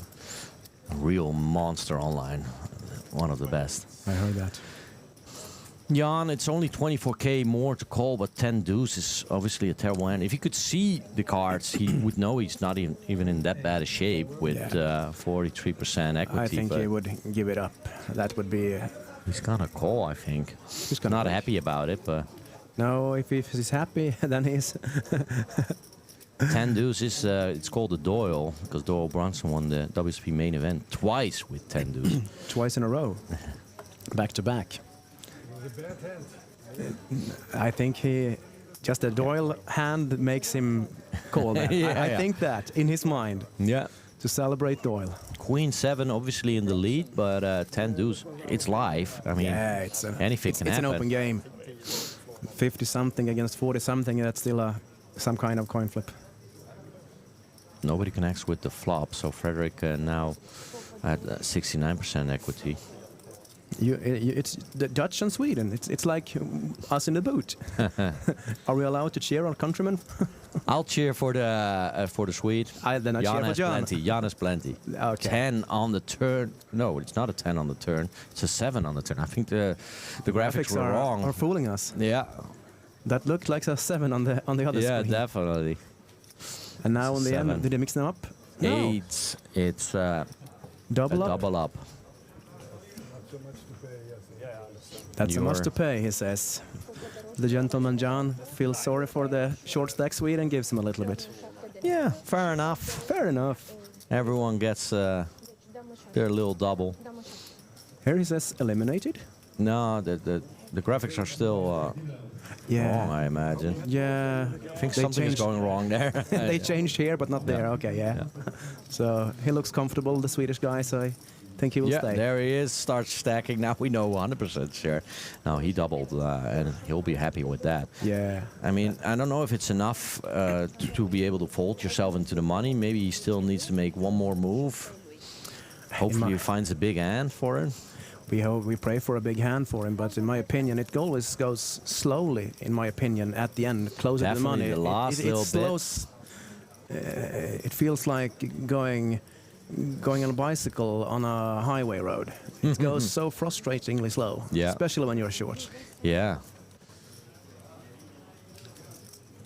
Robin under the gun with Ace Jack. Just for people just started watching, he has more than 33,000. So he's probably gonna just raise it. Yeah, 10,000. It is Ace Jack off. Robert, King Jack, but he is on a short stack. I think he will call. I think he will fold, actually. I would fold in this spot. You know, think your he neighbor folded. is open. You never know, but I would suggest folding. I think he folded before now, so now he feels like, yeah, somewhere I got to do it, and I think jacking off is not the best, but somewhere you got to go with it.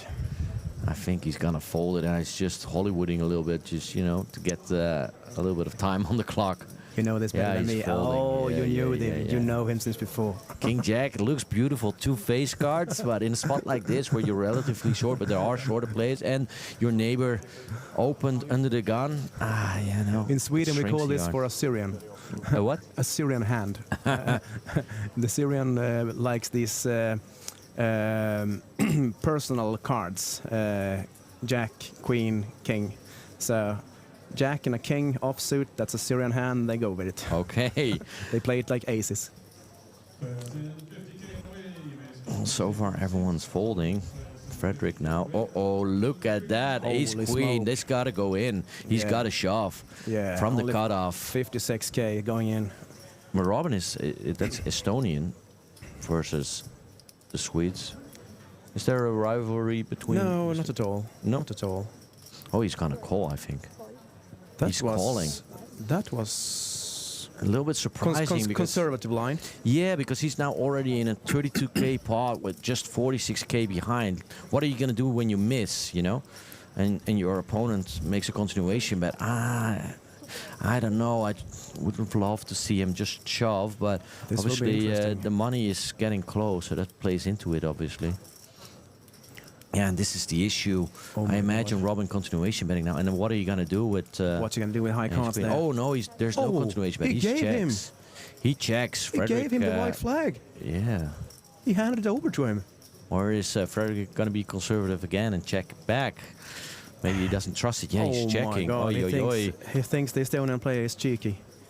That's a 10. That doesn't change a thing. Oh, Robin is kind of done with this hand, it looks like, with Frederick now. I mean, obviously he has the best hand. Dear If it Frederick. comes to showdown now, he's going to win it, but he's going to... Thank you, God. Small bet. 11,000 bet. Robin... That was a small bet, and he still got 35K left. Robin thinks sometimes he might be in the lead, actually. Well, Yeah. What is Frederick calling out of a stack that small that, is behind against Ace Jack? Not a whole lot. Maybe King Queen suited he could have played. But all pairs are obviously ahead, so Ace Jack goes into the muck. Congratulations, Frederick. Yeah. I would have shoved pre-flop, or it works. He won the pot. Yeah. We are here and they are there. Ace Queen is just a little bit too strong, I feel, Obviously, Yeah, you're that not- was a strong hand just to call. You're not happy getting it in as a short stack, but Ace Queen is just too strong a hand, I feel, but what do we know? Huh? What do we know? We're just commentators. I think, on some of the outer tables, there's probably a lot more action with bigger stacks, people trying to bully other players. Yeah. Not entirely sure if people at home can still hear us. I think we're having some technical issues. Yeah, the screen's freezed, but we keep on talking like like you guys hear us. We have no idea what's happening like you, so... But we're getting high fives through the window that they hear us, so we keep on commentating. Oh, here we are. Yeah, like we said, if you're a big stack now on one of the outer tables, this is the time to put the pressure on the short stacks. Everyone's eyeing that screen, you know, looking at the number of players still remaining. You want to put the pressure on. It's easy to get chips now. But at this table, really, no one has a massive stack. Jan still the chip leader at the table, I think, but he is around average. So. Even though you're not the bigger stacks in the tournament, I would consider if you are the biggest or second biggest in the table, I would use that as my weapon towards the smaller stacks. Definitely. And even though when you're a short stack, sometimes you know what the big stack is doing. You know that they're bullying. You know that they're basically bullshitting you. But what can you do? What can you do with one arm on your back and the other one waving? Yeah, that's the problem. I mean. Makes sense here. Obviously, gonna lay it down. King 4 off. He's gonna take a little time because he wants, you know, players to bust on the outer tails. And he is gonna fold. Yeah, there it is. Now I know that better. Also, you knew it since before. Bjorn, similar story. 7-4 suited. Frederick though, another real hand. He's going Pocket for third win in a short time now, I guess. Oh! I thought he was gonna fold. He had his cards in his hands, just like that. In the hijack, this warrants a raise, I imagine. Yeah. Problem is, of course, there's some bigger stacks behind him, but he does open to 11,000. Daniel, the cutoff, Queen 3 off. It's a nothing hand. Jan, 9-7. Jan could 3-bet here. He doesn't, but I mean, this is a great spot because you can put the pressure on Frederick. What will Jaakko do from Finland then? He has a pair. Yeah. Does he put Frederick on a pair or does he put him on high cards? I mean, I would just fold deuces. I would fold too, but what will no, he shoves. My dear. He's got to look, put the pressure on. Deuces never loses, huh? Yeah. 91,000. I don't think Frederick is going to call. We've seen him, you know, be conservative with the ace-queen. I think he's just going to let this one go. If I would be Frederick, I would consider he have jacks or maybe queens and something. But if he could see the cards, it would be an easy snap call. But he doesn't. It's easy for us to say. If he calls, he's a 78% favorite to eliminate a player. I think or to double in his position, I would think he has 2 higher cards than my 8s or a pair higher than my 8s. I would not see he have a pair under my 8s. No. And this makes it tricky for him, I would guess. This is what's going through my mind. Yeah, I think that's the right analysis that you're doing there. Usually, you wouldn't expect someone showing up with deuces here. The fact that he has deuces, you know, tells us that his range is a lot wider than just high pairs and high cards. But and he glances to the screen and see when is the bubble. Oh, poor Frederick. He has. I mean, if he calls, then he's right. And he's likely to double up, but he has no way of knowing that. He's not happy about it. It's not happy at all. He's so close to the money, and he says, I guess, in his mind, I think, I'm 50-50 for, I may be 70-30 that it's high cards or higher pair. Yeah. But if it's 70% that higher cards, there's still 50-50 that the higher cards beat 8s. So that's why it's probably a fold for him. I would guess. I think he would be right if he's folding it, but we can tell that he is massively ahead of the deuces. Poor Frederick. That's a little bit of the issue as well with opening. I mean, if you just shove, you have no headache like we have right now. Yeah, it's much more easy to shove with it than call with it. Yeah. That's why I went out of the tournament. He has a nice shirt on. Oh, nice little poker shirt. Yeah, it is. A couple of aces on his t-shirt.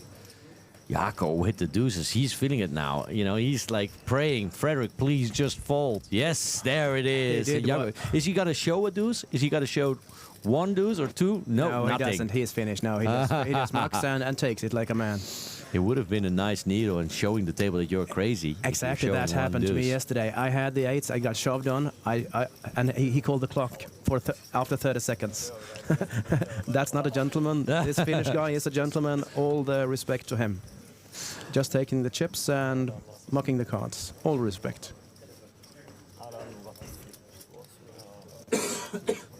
Now I hear what he's saying.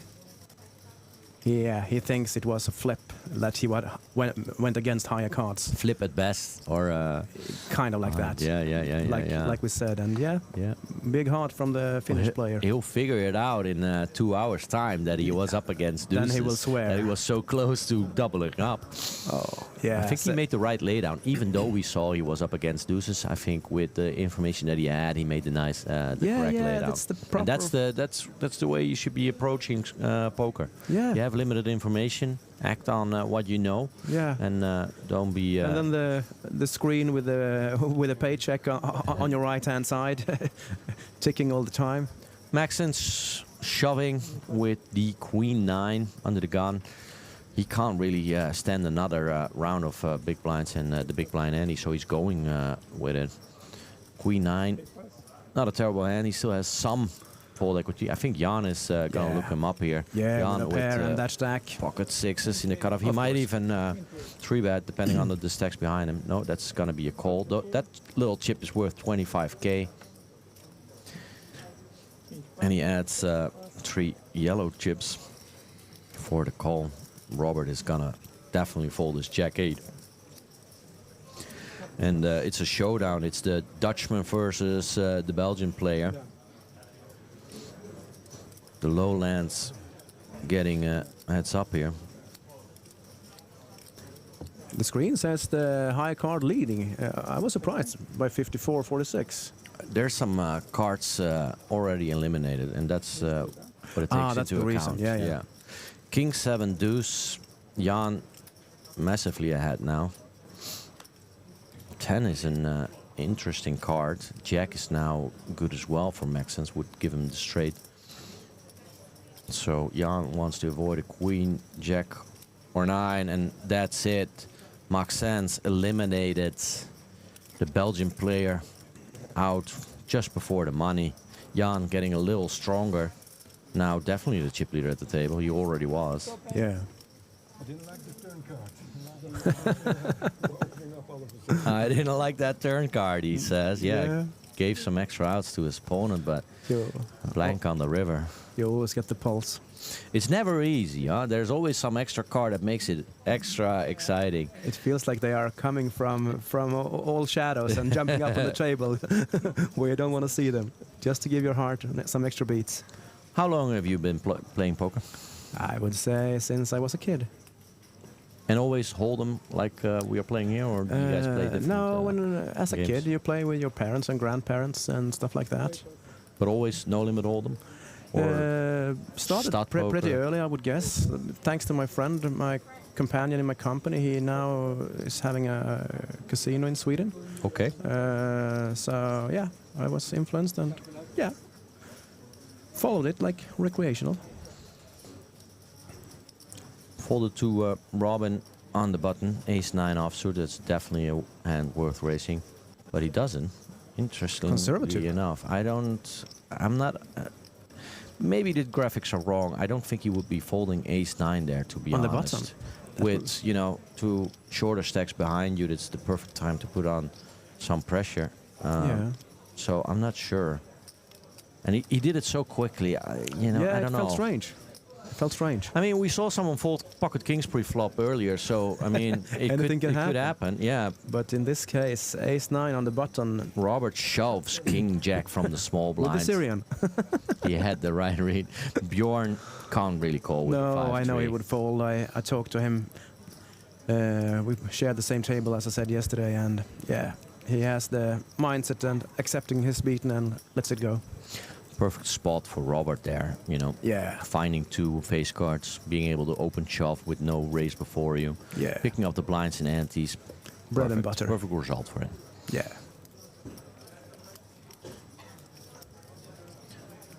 We're playing 7-handed for a little bit. I'm sure eventually someone will be brought to the table. We haven't seen much of Daniel lately. No, he had just been there, but he didn't do much. He has that middle stack, it's good enough to probably get into the money. Yeah. But Jan. Now we have seen a little bit of Jan. He has the bigger stack and he uses it. 11,000 he makes it with Queen Jack suited from under the gun +1 out of a 260,000 stack. Robert on the button. He's gonna lay it down, I imagine. I would consider for 30 seconds and then fold, you think? Yeah. He's gonna do a little bit of Hollywooding. Yeah. Singing and then letting it go. Yeah, there it is. I mean, poker's such an easy game to commentate on sometimes, huh? Maybe it is. It's my first time, so maybe. 5 deuce. I mean, we know Frederick a little bit, and 5 deuce is definitely not good enough to warrant a call here. So E2 takes a little bit of time, but this pot goes to Jan.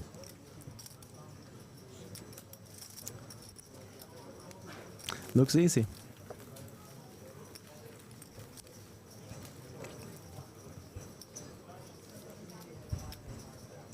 Bjorn having some water from the west coast.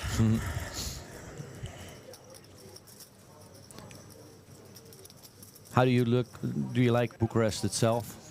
Have you ventured out to the city or the old town? Took a walk yesterday with my wife, and yeah, it looks interesting. You didn't see the military parade yesterday? No, not me. Maybe she did, but I did not. There was a massive military parade with she told a lot me, of tanks and fighter jets. It was impressive, actually. Maybe they're trying to to say something to someone else. Yeah, that we are here. If showcasing that they still got it. We still got it. Yeah, yeah, that's maybe wise. Pocket 5s here for Robert in the cutoff. Actually, supposedly they have this every year, that military parade. It was Romania Day, so. But yeah, it was impressive, and the people in the parade were real heroes to all the public. They wanted selfies with. Okay. Yeah, it was interesting. Oh, ooh, what a good fold from the pocket 5s, because Bjorn wakes up with queens on the button, and pretty short queens. What to do? He could still raise instead of shove, because you know, the blinds are. He said all in, right? I think he raised just to 10K. Okay. Yeah, Frederick is gonna let it go. Daniel, then, what does he have? He's calling. What does he have? Ooh, deuce he calls with tray 2-3 suited. It's not too crazy. Problem is, of course, this flop doesn't bring him really anything except for a backdoor flush draw. Bjorn probably not too happy about a king showing up. No. Not too worried either. It's goes check, check. Daniel doesn't take a stab. He doesn't bluff. Looks like Daniel giving up already. Yeah. Wouldn't surprise me if Bjorn would check behind, but he could also, you know, put out a little bet. There's only 27K in the pot. Daniel hasn't been shown to be very creative or bluffing big or anything, so yeah, it's just a fold for Daniel. Yeah. Lets it go. Really nothing he could do.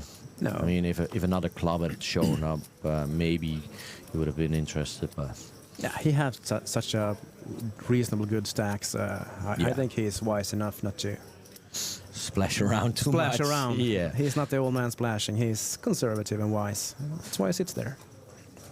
Still, nice little pot for Bjorn. Finds a real hand, you know, earns a little bit of chips. Yeah.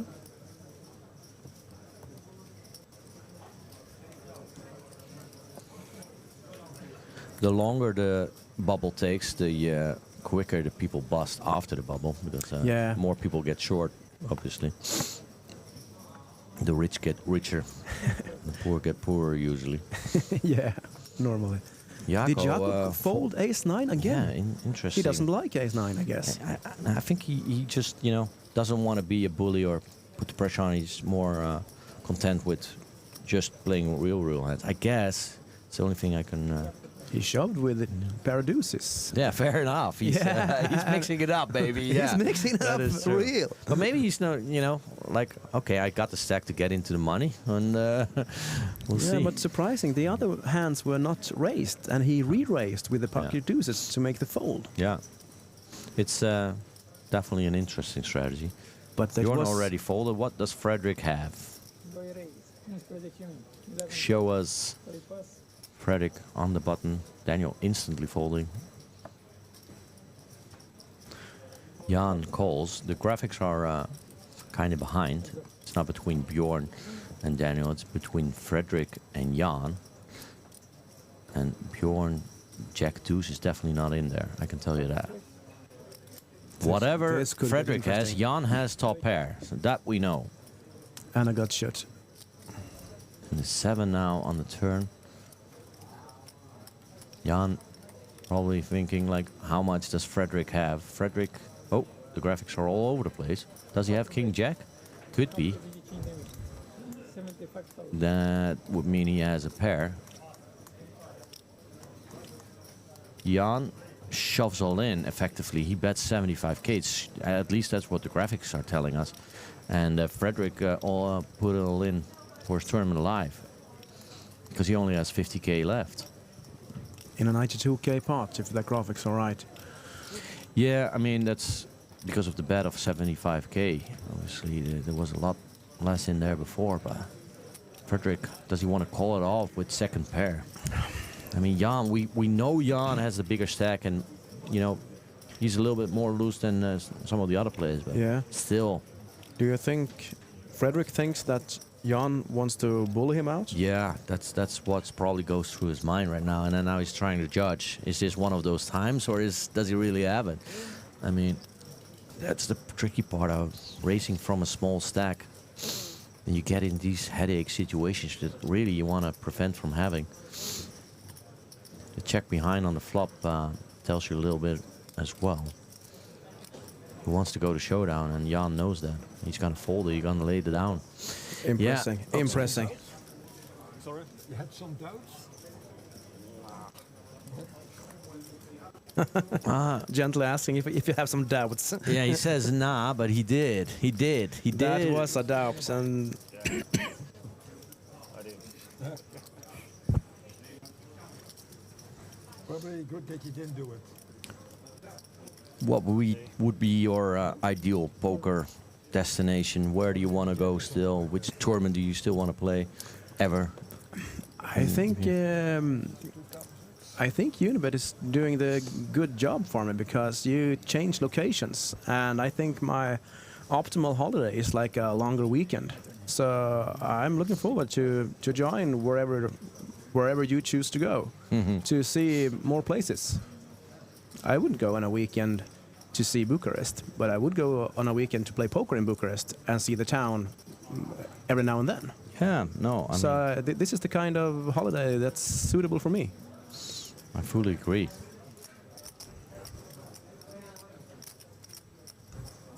What's your favorite destination? Yeah, we were talking about it earlier. I mean, it's not really a destination, but I mean, I like Vegas. So the WSP main event obviously is a special tournament. Of course. Barcelona, I really like. I always like Prague. Yeah. It's always a good poker there. I liked Melbourne when I was there. I mean, there's so many nice places in the world. Back in the day, Bahamas was nice. But Amsterdam, we have a great tournament series every November. Yeah. And that's, you know, one of my favorite destinations as well. One of my favorite tournaments. Yeah. Irish Open is a good tournament. You know, there's so many good places to go. Exactly. Really, Exactly. sometimes you can just look, what city do I want to visit for a long weekend, and figure out if there's a poker tournament. If there's a poker Yeah. tournament, yeah, actually, that Just goes check through my out mind. thehendemob.com and see what tournaments are coming up. Yeah. Yeah. John and Jaco. This is a clash of trash hands, really, but the one betting first is gonna take it. Jan, in this limped pot, wins the pot with a small little bet on the flop. Yeah, it's usually the case with a paired board, and just to have the guts to try. Yeah. First one to take a stab is gonna win it.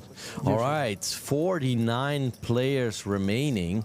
So we're 2 off the money, and I imagine that means that we're gonna go hand for hand, or at least relatively soon.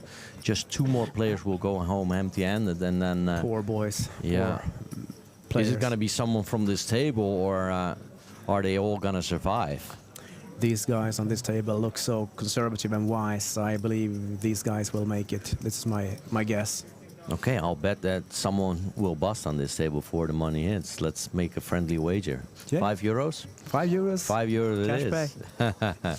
I think you have the upper hand here because I they think so have too. shown to be relatively conservative. They haven't been splashing around. Bjorn, pocket sixes here, under the gun +1. Yeah, maybe he heard what you said. 97K. It's not a big stack, but it's not in immediate danger, really. +1 seat. You have a favorite poker hand? Except for aces, I guess. Because everyone loves to get aces. Actually, I don't. It feels strange to say, but actually I don't. I love playing poker. Oh, Frederick has another headache hand. You know, it looks so beautiful. Queen Jack suited in the hijack, but I think it's a fold in this stage of the tournament, even though it looks so pretty. Yeah, counts his chips. Not good enough. Scratching his head mentally. Yeah, he hates it. Yeah, preferable 2-7 off instead. Yeah, it's so easy, you know, just fold it. Yeah. Next hand, please. Yeah, I mean, Queen Jack into the muck. Daniel. Yeah, that's 12,000. Interesting. Daniel used to be raising a little bit bigger. Now he just makes it 12K. Ace 10 off. Yeah, he feels the personally feeling. reasonable. Two people away from the bubble, so he keeps it low. Or even him. You know, no one would raise and take it.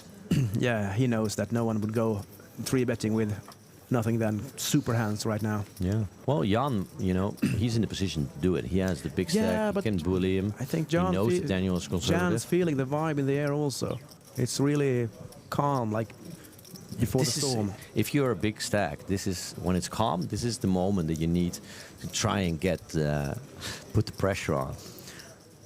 But Jan isn't the person to do it. If you know, we've been watching him for a little over an hour, I guess. He isn't incredibly aggressive so far. Okay.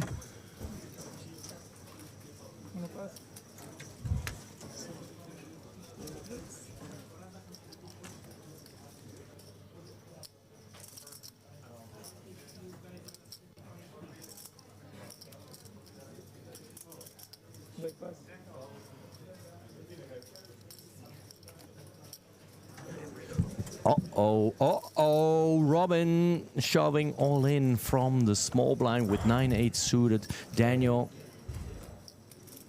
No, oh, sorry. The graphics are wrong, of course. Yeah, Robin is not all in. Looks strange. Robin is definitely not all in. Daniel does have 16K. I think the graphics are going to be a little bit problematic because I think for the graphics team now Robin is busted, but he definitely didn't bust. We can see him here on the left of your screen. And Daniel raised, also. and it's Robert from England thinking about what to do right now. So be wary. That graphic bottom right is definitely not right. Robin has plenty of Wonder chips what left. hand Robert from England has. Maybe it's a little bit of Hollywooding again. He doesn't. Yeah, fold. There it is. Buying himself another 30 seconds, closer to the money. Robert Wisely. had ace 4, I think it showed real quick there in between. But perfectly reasonable to lay that down. Yeah. About the bet, who's gonna bust or not. I played 2 tables, and the first table was very conservative, very wise. The second table was the Wild West, splashy like crazy. You can be a massive difference between 2 tables. You know, you only need 1 or 2 players to, you know, be action players, and then the rest of the table will react. But if everyone's, you know, exactly relaxed, and that's what I learned here. That I need to be choosing my pace, not get drawn into craziness. Don't get caught up in in fist the fighting. silliness. The silliness. Daniel. 7-3. Daniel definitely doesn't play a 7-3 suited. No, not in that situation. Jan folding as well. Jaco. Robin. Back to 8K in our graphics, but he has more than that. It's folded to Robert. He has a terrible hand, but he does have fold equity. We saw him obviously shove the last time. It folded him, but now we're even closer to the bubble. Now we he folds one hand, one card. Bjorn, a walk in the big blind with 8-7. That's perfect. That's what you want to see. Thank you. Says In this Bjorn. stage of the tournament, you get a walk. That's something you That's welcome. a small smile there behind the glasses. Thank you. I had rubbish hand, he thought. Almost said. Change of dealers. Yeah. The dealers are good. They are Yeah. professional, all of them. There's a lot of the dealers actually they travel the circuit, so they deal in different tournaments as well. Yeah. Different. These are Yeah, not that's what I all of said. them are from Romania. Once again? Not all of them are from Romania. no. We see them all over Europe. Also at other tournaments, the same dealers in the same floor. They show up at the EPTs, and some of them make their ways to Vegas for the WSOP. These are true professionals. Yeah, they are. I had one Swede at my table yesterday, my first one, and the rest of them speaking fluently Romanian. So the dealer said, no, I'm from Bulgaria. But he speaks the language anyway. Yeah, you should not underestimate the influence a dealer has. If he's slow, you're only playing a couple hands now. If he's fast, if he's on the ball, if he's, in control of the table, that makes for such a more pleasant experience. Exactly. They are really good. If you go to a professional poker tournament, it's nice to have real professional dealers, and that's the same something you level. can count on here Yeah. at the Unibet Open, definitely. Of course. Jaco raised it up to 10K with 10 and smiling, and smiling. Cheeky. He knows the results, but But this is Robin, right? no, this is Jakob from Finland, I think, and this is Robert. This is Robert. Jaco is before that. Okay. Robin, there are Robin two folded, Finns yeah. there. This is the Estonian. Yeah. Yeah. For me, Estonia and Finland is on the same side as Sweden. Bjorn with a Broadway hand, King Jack from the small blind. We can see that Jaco is kind of messing around with the 10-8 suited. Also small stack. They're kind of similar stacks. The same Jaco made him fold eights before, so maybe he has a good memory from that and understands that first time okay, but second time maybe not. So I think he keeps that under his consideration. Yeah, wisely folding anyway, but I'm sure he thought he did that before. So I think the Estonian player is abusing Bjorn a little bit. Yeah, but the Estonian player's not in there, right? It was Jaco raising it up to 10K. Oh, sorry, yeah. But regardless, he takes it down, and that's, in this phase of the tournament, raising with the 10-8, just showing initiative. Everyone just basically wants to fold and get in the money. But Jaco was the one re-raising with the twos. Yeah, but the players at the table don't know that yet. Yeah, they but still need 90 minutes before they'll figure that one out. And then everyone's like, what? Yeah, but you get the feeling with the players. So the same player pushed the other one out once. They try again until they get... Wasn't it Frederick who had the 8s and not Bjorn? Doesn't matter. Jan now with a real end, under the gun. Ace Jack suited, 11K. Robert is gonna, do his little bit of Hollywooding again, sticking with the Ace-4, but he's got no other option than to fold, obviously. We can tell Jan is a real hand, but without many showdowns, Jan just built to 290,000. He's really reaping the rewards for this phase of the tournament. He's taking the captain's armband on the table. Robert is gonna fold. Yeah, there it is. Yeah. Bjorn with the 10-7, also from hearts, but nothing you can do.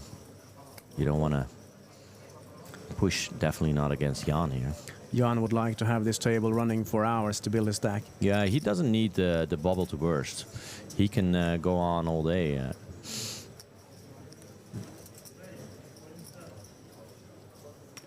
Yeah, Frederick gives it up. Daniel in the big blind, Jack 5.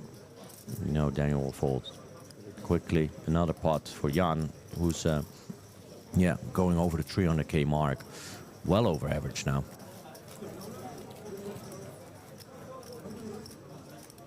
And the biggest stack at the table. Big blind now for the Dutchman.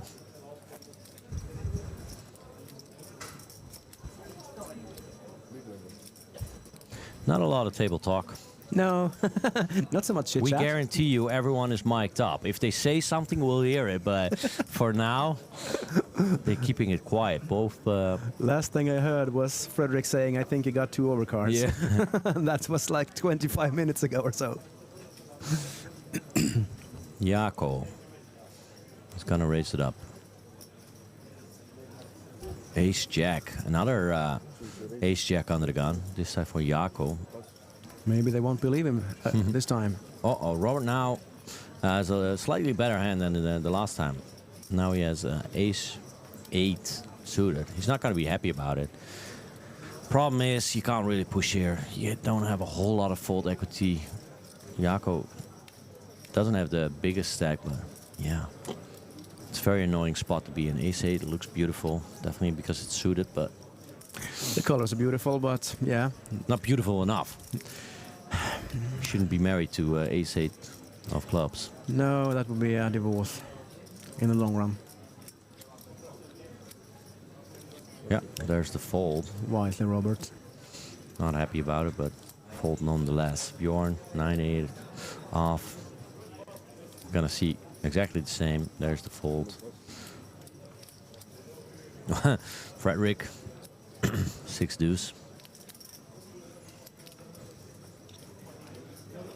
Everyone taking their time. Yeah, still got 34%. We're gonna go hand for hand soon. Daniel Let's see what Jan quickly has. folds ace 3. Jan might call with 5-4 off. See Yeah. a flop. See It's what a happens. Connected hand. He has a ton of chips. Has a totally different range than his neighbor. He can represent some, even if he misses on the low board. Oh, he doesn't miss. Oh It's my lord. a gotcha for Jaco to the wheel, but Jan has a pair and an open-ended. Jaco also has the backdoor flush draw. So Jan is likely going to check. Yeah, he already checked. Jaco might check behind it because this board hits Jan's range much better than his range, obviously. 3 is basically a blank. Jan probably bet here. Small.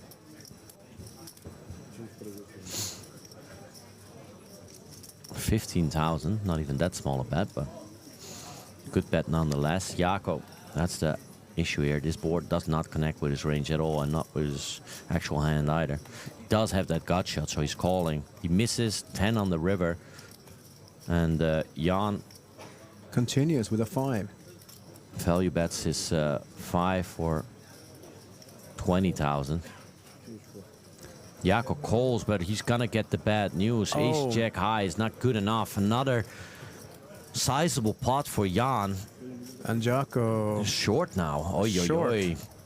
That was a real quick call on that. That was a river. quick call. I didn't expect that to Yeah, be wha- a snap. But What does he hope that Jan has? Probably something like a missed 8-9 or a, yeah, I don't know. Even 6-7 was there, of course. 7-8, I don't know.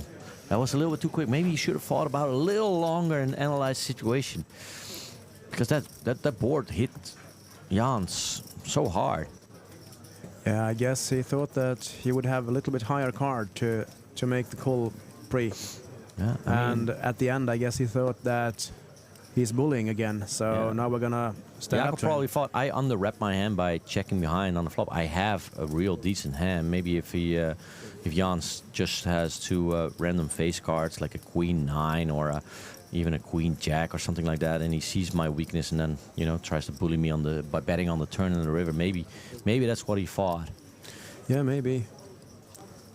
Regardless, it cost him, and he's one of the shortest stacks now. And Now again, he's Jan is just winning every other pot. sweeping the table. Well, the rake goes to John. Robin already folded, I'm pretty sure. King 7, even though he has a much bigger stack than 3K, he folded. Bjorn, King 10, it's 2 big cards, but they're not big enough. Lays it Yeah. down. Frederick might consider it, actually. If he thinks he can't make it into the money, then an unopened pot in the cutoff with ace 3. I mean, he has still some fold equity left. He knows that Daniel's relatively tight. Jaco is short as well, so it's basically just Jan he has to worry about. Yeah, that's what I was thinking. He's shoving. Daniel's gonna fold, obviously. I'm not sure what Jan is doing in the small blind.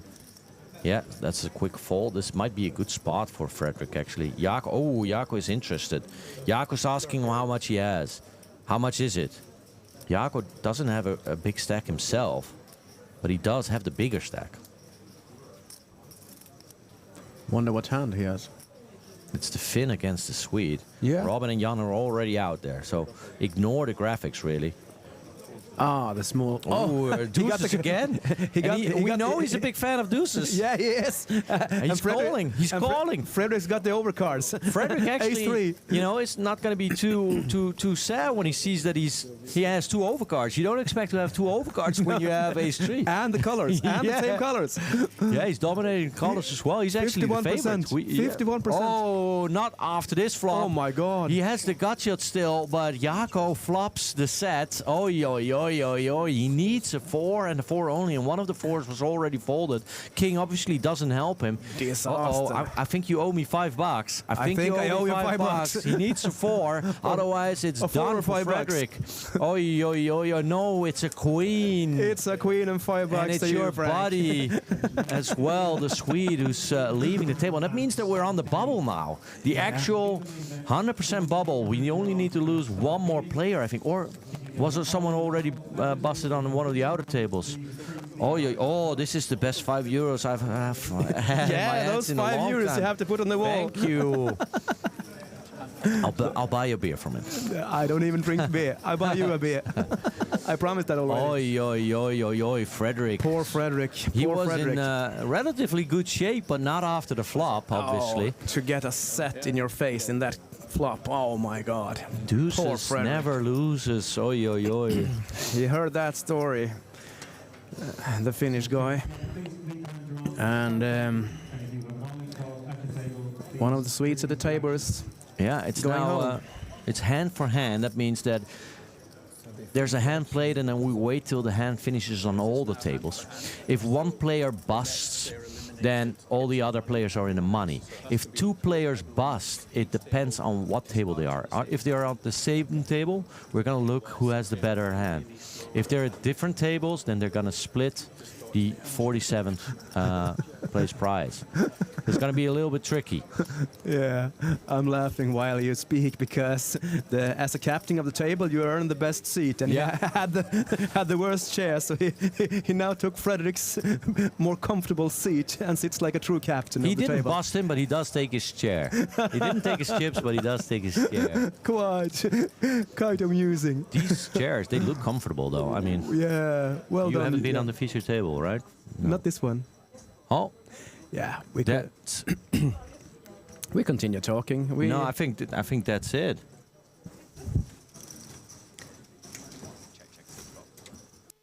That's all the invitation that Dan needed to lead out on the turn. He does have a gut shot now. 7 brought out about. 6 would make him a straight.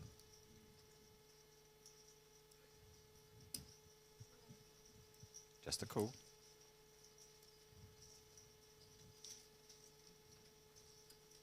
This is a very scary river for Mateus because any 6 would make a straight, and I'm guessing that Dan is going to try to rep the 6 because he knows that with a 4 high he can't really win. And if you get to this, really? Oh shit, Sherlock. If you get no under the gun, you could raise with 3 high under the gun, surely. Like if you get to this spot with no showdown value, you're probably going to bluff with the weakest part of your range a lot. So, but Mateus, he's just going to make that crying call. We're going to see a card into the muck. Mateus mucks, because we know what they played and you don't at the table. Sorry. This is something that a lot of, especially newer players, don't really understand all the time. But if you call someone on the river in a tournament and they muck their hand, you won the pot. You don't even have to show your hand to claim that pot. So if the first player that has to show their hand mucks their cards, the second player that has to show actually doesn't really have to show. And especially in tougher fields like this, not giving away information is a freebie. You know, like, why would I give my opponents free information? Yeah, like, completely. if he, made it that I can't see his hand, well, I'm not going to show him my hand. Fair dues. Yeah. That's only fair, right? And apparently it's just a unicorn. It's not a My Little Pony. I cannot believe that we're not up to date on this. We're so out of touch with each. We have to be pointed out by Donna.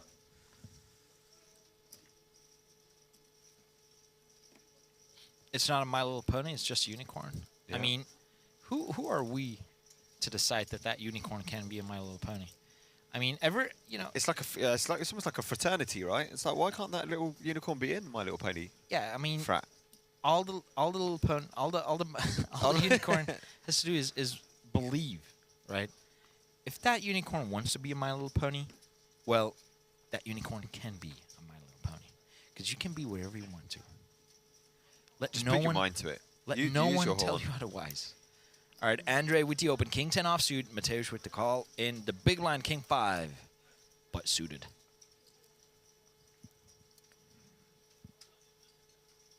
That's a decent flop for Andre, and I'm guessing we're going to see a quick fold from Mateusz.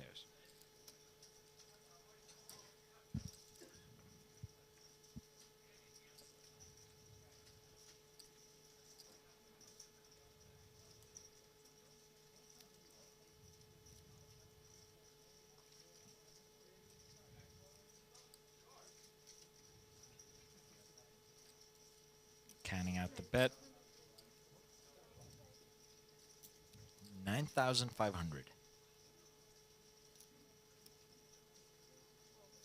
And a fold. Next hand, please.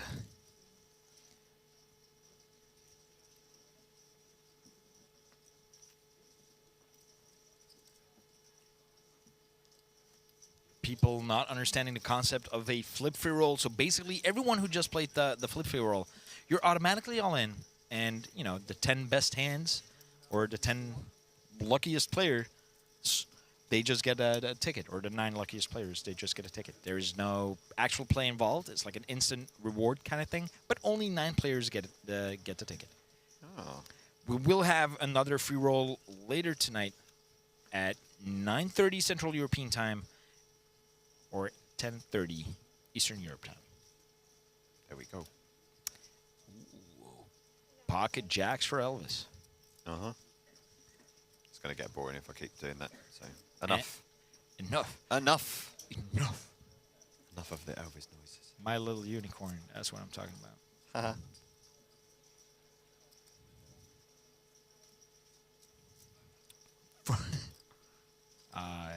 Cool story, bro.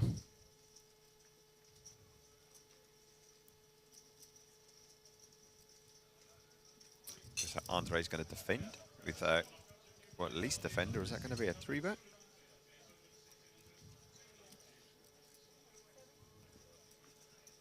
He's applying the pressure. 3-bets it to 27k.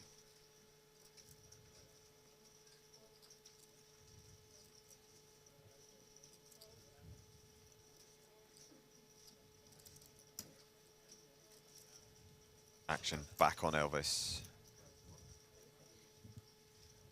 Andre's really had he's been around on the European circuit for a few years, but he's had a real bunch of breakout results just in the last few weeks, actually. He's won over $100,000 in a couple of events on different sides of the world.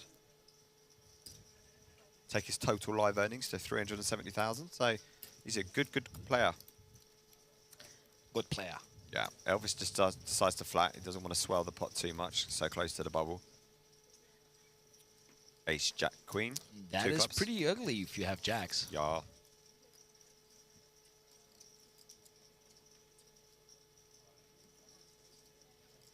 And the thing is that Andre is not going to be too happy with his board either. If it's, it's like jacks or tens. Those are the only 2 hands that you'll make your opponent fold. And they're both thinking, shit, that's his range. Like, and he's already blocking jacks a little bit, so, maybe like 9s and 8s as well, those kind of, so yeah. But still, it's always going to be a little bit with sweaty palms, mom spaghetti. Mom spaghetti.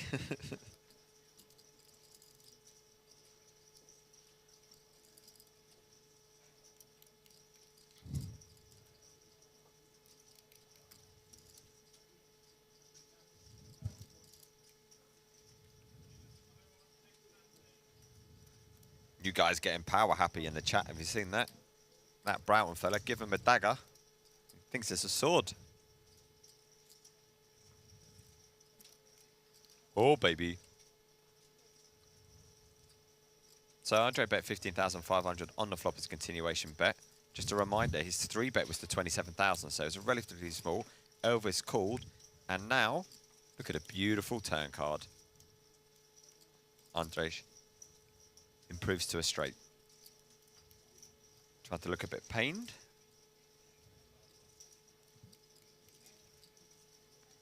Oh, snap, what a turn card.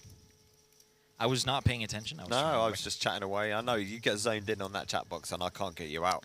I could hit you around the head with a club. I could say really nasty things about you, and you would be oblivious. Very interesting card. Obviously, good news for Andre. And even Elvis is going to go, you know, on the flop, I was like, yeah. But on the turn, I'm like, expert analysis right here. All right, Elvis, the problem is his stack size, right? He started with 122,500, or is that what he has behind? Behind. So 25 big blinds behind. So, you know, this is the 25, 27, 25 big blind is a bit of a threshold. If you drop below, all of a sudden, you're short stack. Yeah. So it's a very important call that he's about to make here.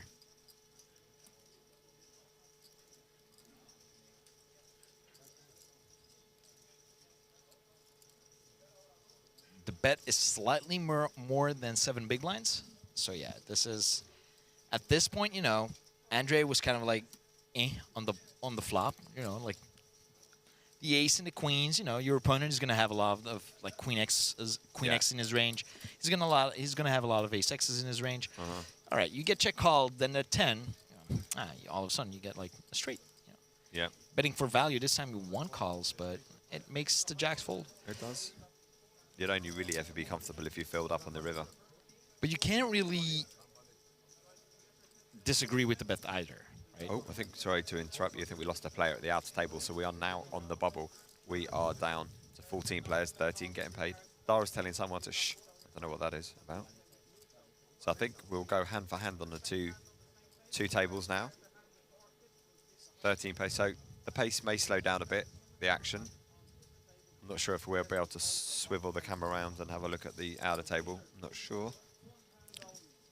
I don't think so. I think they're probably fixed, aren't they? But yeah, we're going to go hand for hand. That means that they'll play a hand for hand. There we go.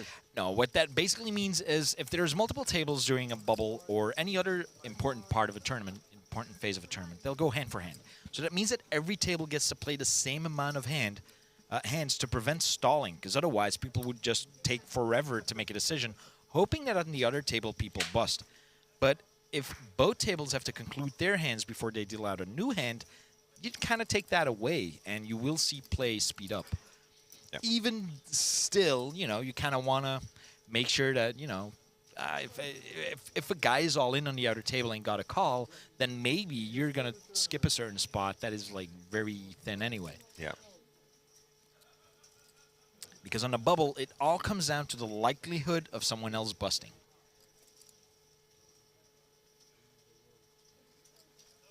Like you're hoping someone else busts, right? Or what do you mean? Well, yeah, you like in ICM, you kind of look at the short stacks and then you try to figure out what the likelihood is that they'll bust before you, and that's going to dictate how light you stack off. Got you. Yeah.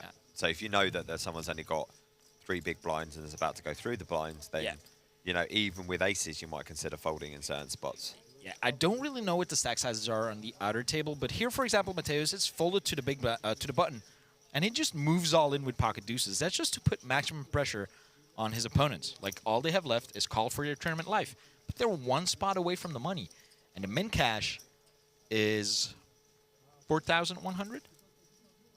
I can tell you that. A min cash, no, is 4,160. Okay, 4,160. So, you know, it's 2 times the buy-in and pocket change.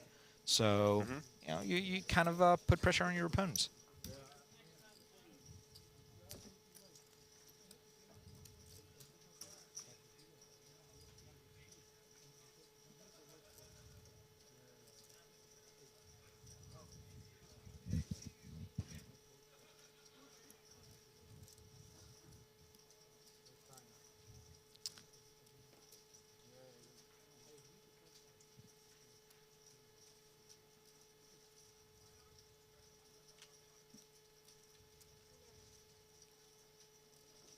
11,000 for Andre.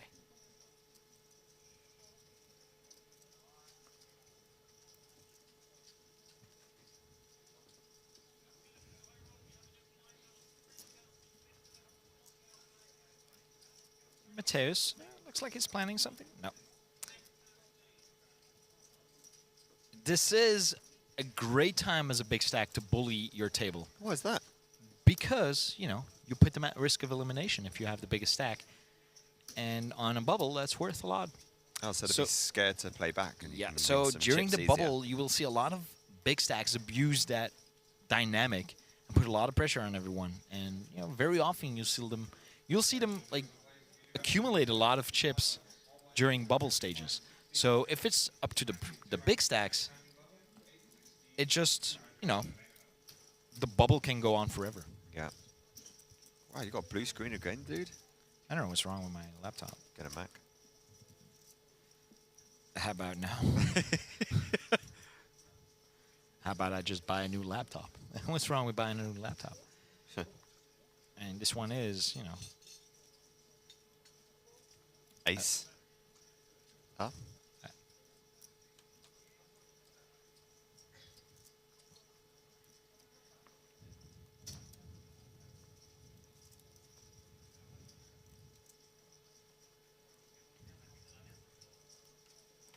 Fold around to Elvis in the small blind.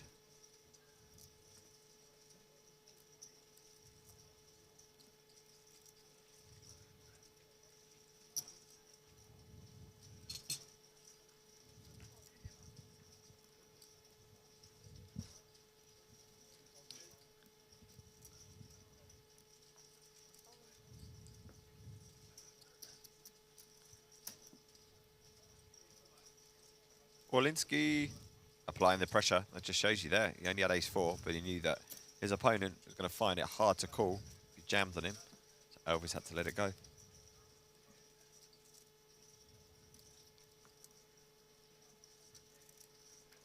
In general, those moments are, you know, a spot like the bubble or something like that is in general less exciting because people play relatively tight. You know, you need a strong hand in order to make that call. Or if you have anything but the shortest stack, you need a... Yeah, compared to other spots in your tournament, you need definitely a stronger hand to go all in with. So you will see, you know, a lot of folding, a lot of like a raise and everyone folds and stuff like that. You will see a lot less play, basically. Yeah. I'm gonna like try to fix my laptop. It's getting ridiculous. Ah, and there is the view of the outer table. There you go. You know, what a life. You sit there getting a massage while you play the bubble of a high roller. You know. Making some money, hopefully, unless you... Uh-oh. Space-time continuum. Uh-oh. What's up with that handsome fella? Yeah. that was me, by the way. Magic. Pat. Yeah. I'm just going to be quiet and pretend I'm away for a second. Okay. To immersion, right? Like, yeah, I'm going to talk dirt about you then.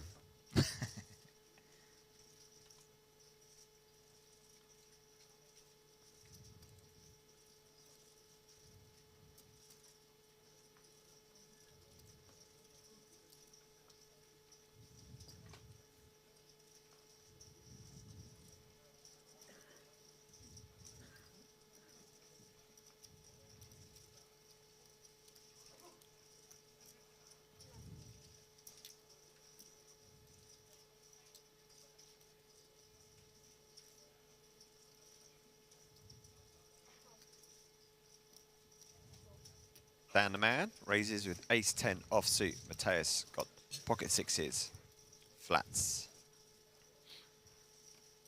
in position. These two guys are under the gun and under the gun +1.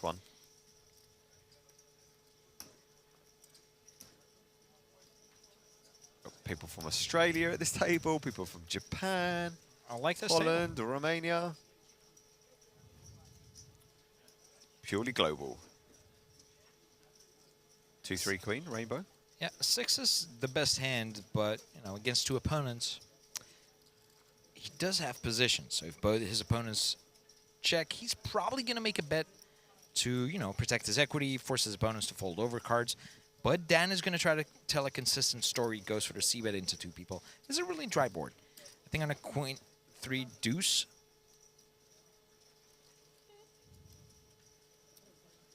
It's probably, yeah. It's going to work. Mateus, again, this is because of the bubble. Mateus just doesn't want to risk too many chips. Yeah. To chase a dream or, you know, the disaster or the consequences if he's wrong are so much bigger than the chances that he's right. Yeah. Like, in general, during a tournament, in general. Well, here we go. Well, this is going to be gold advice, people. Settle in. Settle in, ladies and gentlemen. Lean back and listen to my voice. Winning a pot is not as important as not losing a pot. Losing a pot is so much worse than actually winning the same pot. Yeah. So, but this is magnified during the bubble, or in any spot where there's big pay jumps or stuff like that. So keep that in mind. Keep that in mind. Some advice from Nuncle David. Uncle, yeah, whatever. What else?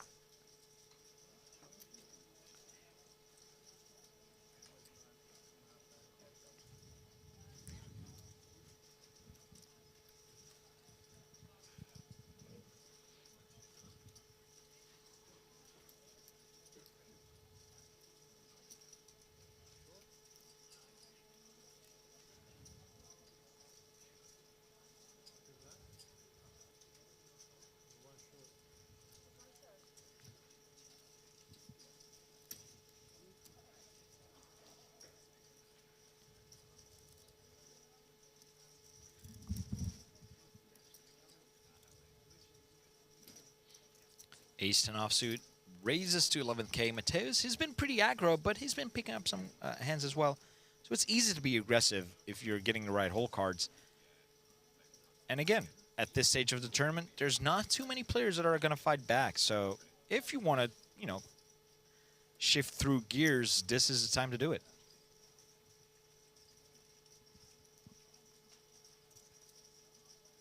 Dan open folding his queen 3 offsuit. Mateus showing the ace.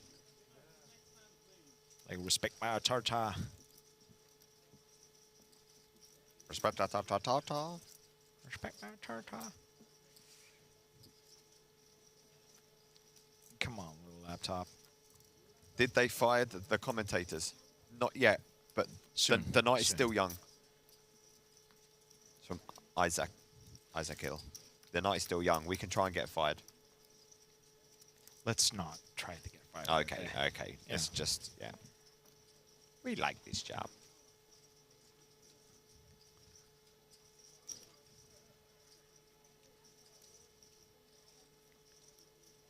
Eight 4 suited for Dara. In the bin from under the gun. Folding.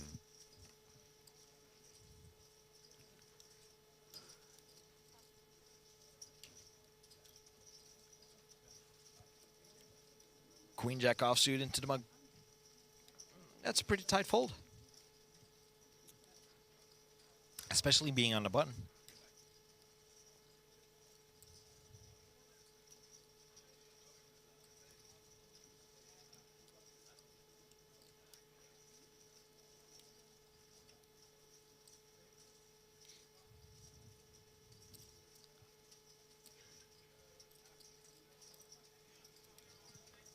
Fight around down in a small blind makes it 12K to go.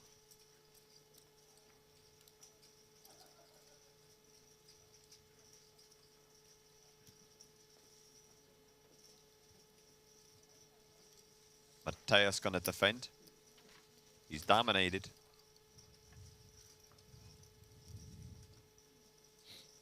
Needs a cheeky little deucey on the flop. Doesn't get it. Queen 6 Jack.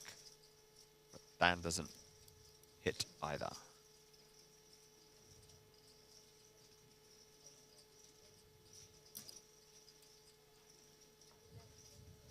What would you bet in the fold? What would you rather face in battle? Like, 1 supersized unicorn or 100 My Little Ponies?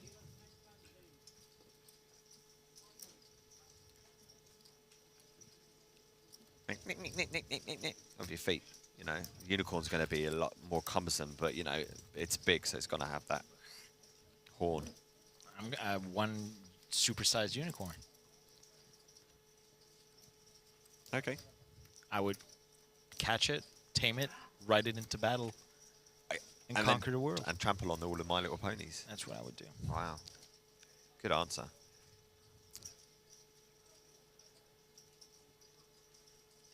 Make it fart, ride it to the end of the rainbow.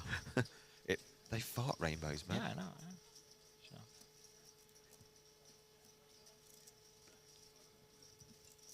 Payouts. The payouts for this high roller are.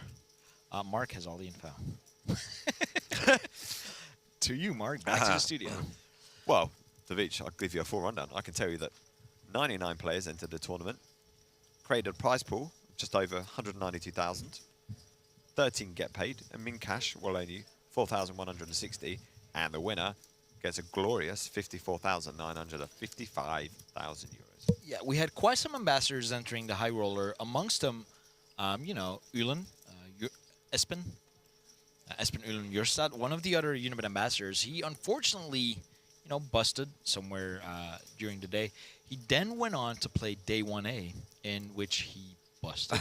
And then he went on to play the progressive No, knockout, don't tell me it's out that as well. and he busted. Oh, and all that wow. before 8:20 p.m., you know. That's impressive. That is, you know, busting 3 tournaments on the same day. I mean, that is quite a feat. I mean, you got to respect that, right?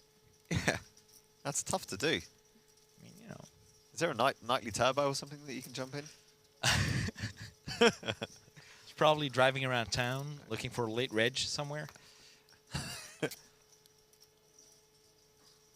Can I make an account in the U.S.? No, unfortunately, U.S. players are ineligible, not allowed to make an account. Ineligible. That's a word, right? Or did I just make a word up? Yeah, a little bit. A little bit.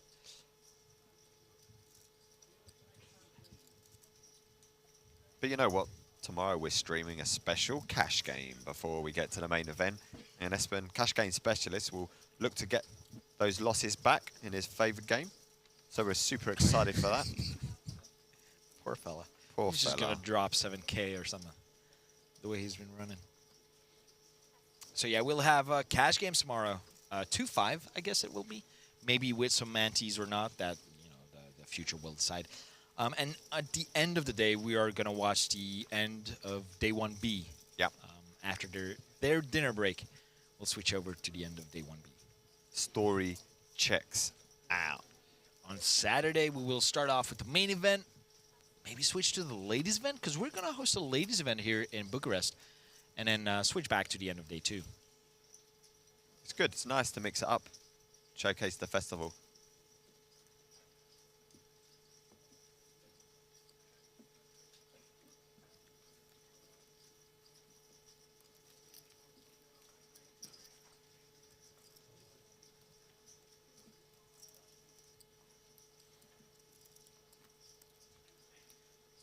If you guys have questions, don't hold back in chat. I'm trying to catch up.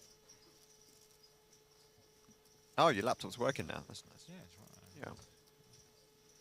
I mean, I'll just buy a new one for the sake of buying a new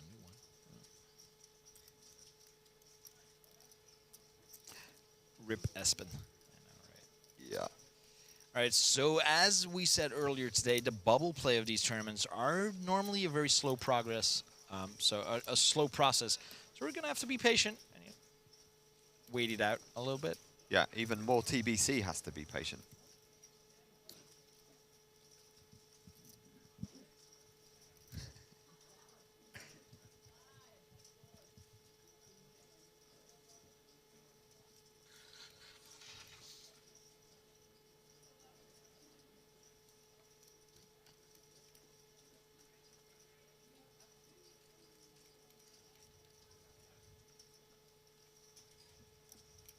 So you fully prepared for little lady? Got like stacks of diapers and a crib and all that kind of stuff. We bought the diaper, we bought the crib, we bought stuff that was on a list that my sister-in-law told us to buy. We still don't really know what everything does, but we bought like stuff.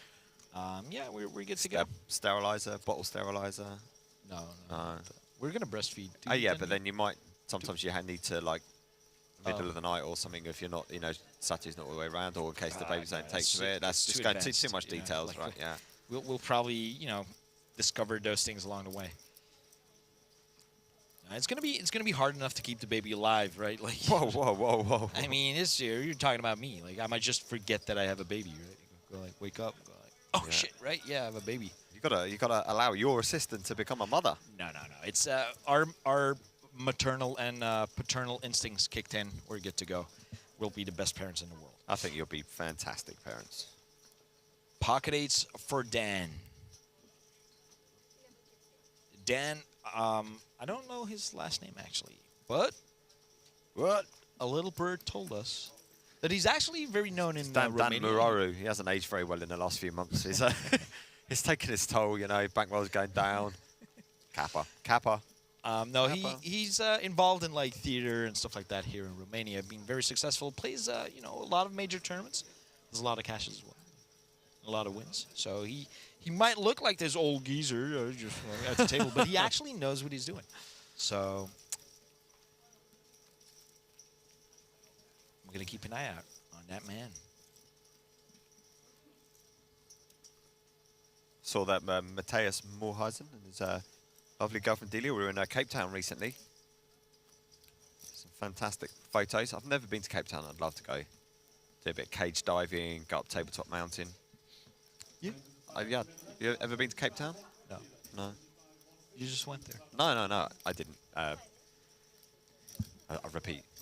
Matthias and Delia went there on holiday. I saw some lovely pictures. So we're really at the point, like it's the first day of casting. We're already just talking about what other people did for a holiday because hand for hand is just taking too long. It's hand for hand. I'm trying to fill in with some colour. Yeah. No, it's good. Yeah. Oh, Cape Town. Interesting. Tell me more about it. Oh, wow. Now you're engaged. I'd like to go there, do some cage diving, go to Tabletop Mountain. Okay. No, I'm not going to go there. Go on safari. There's like sharks. I want to go and see. That's why I want to go. I want to go cage diving with the sharks. I'm afraid of sharks. Are you? Just need to get in the water with them. They're beautiful creatures. I've dived a lot with them.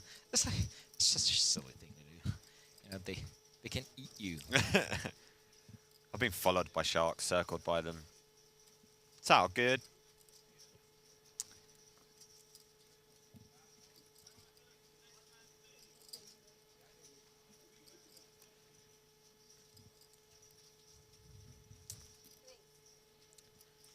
All right, Mateus with ace deuce, muito pressure. Daru with king jack offsuit, and a decision. 18 big blinds. It would be in any other part of this tournament. You could see him rip it in pre-flop, like as a 3-bet shove, because he has blockers and everything. But here in the bubble, you just don't want to risk being wrong. Yeah, it's so true. Lets it go. Did a bit of calculations in that brain of his. See, even a snap fold from David. Yeah, you with can tell he's been around.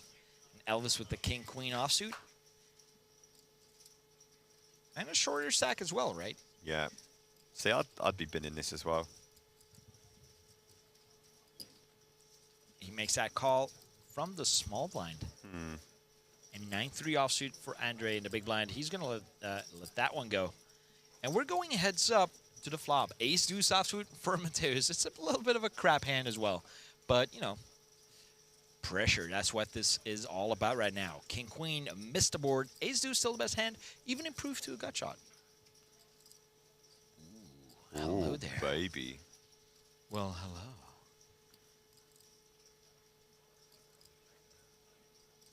That's a stare from Elvis. Check back from Tace. Ooh, 7 of clubs. Would have been a full house for David Gray. Director, producer, womanizer. Oh, I already like the guy. So it's apparently more with movies than with theater. I was told theater, so my sources were wrong. And I'm not even going to try to pronounce his last name because I'm just going to butcher it. So I'm going to leave you Do you remember last year we butchered it and then we got Adrian in and it was just like, basically we realised we were saying every single name wrong. So I'm so glad that we've got 2 remains at the table called Elvis and Dan because we just can't get that wrong. Leave it there. I'm pretty sure we've been getting those wrong. Really? I'm pretty sure. Oh, no.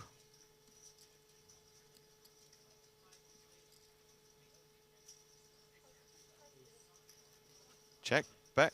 Cool. A hero. Cool with king high. Wow. Hey, that's some nice chips. Let's go. Cheeky little value bet from Mateus getting paid off. Thin value right there. Very thin. Those are the chip counts right now. Elvis dropped 10 to 14 big blinds. Dara O'Kearney still 18 big blinds. Jason with 16 big blinds, also a short stack. Obviously, we only have a view of this table right now, so we don't really know how many short stack there are on the outer table. So, you know, that might explain some of the tighter folds that we saw. The King Jack, the Pocket Sevens. If there's like really short stacks on the outer table, you just don't want to get involved. Yeah, it's important to be aware of the other short stacks, right? If you need to get up and have a quick look at the other table, if they allow you to do it. Well, yeah. Most of the time, especially nowadays, to prevent chaos, tournament directors will instruct everyone to keep seated at their tables. Yeah, I love it when they do that. They don't do it everywhere, unfortunately. But, yeah, I'm a big fan. Stay in your seat.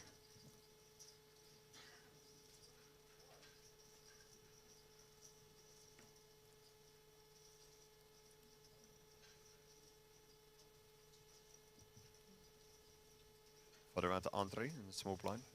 He's got Dolly Parton. Makes it 18k to go, just applying pressure on Muto. And that pressure works.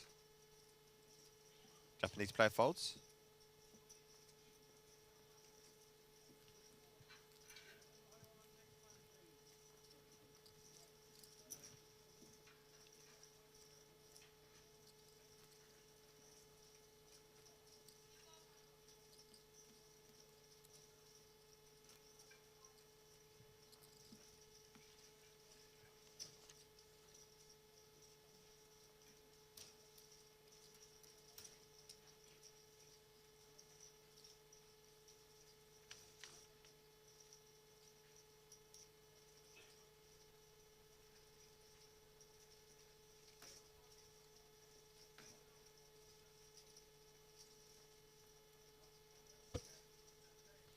Kishu.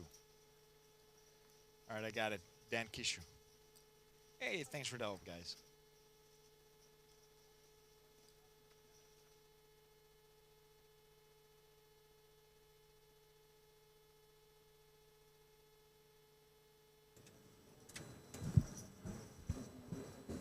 And we're back. I imagine that we're back. Unibet Open Bucharest, day 2. We're getting close to the money. 30 seconds. Oh.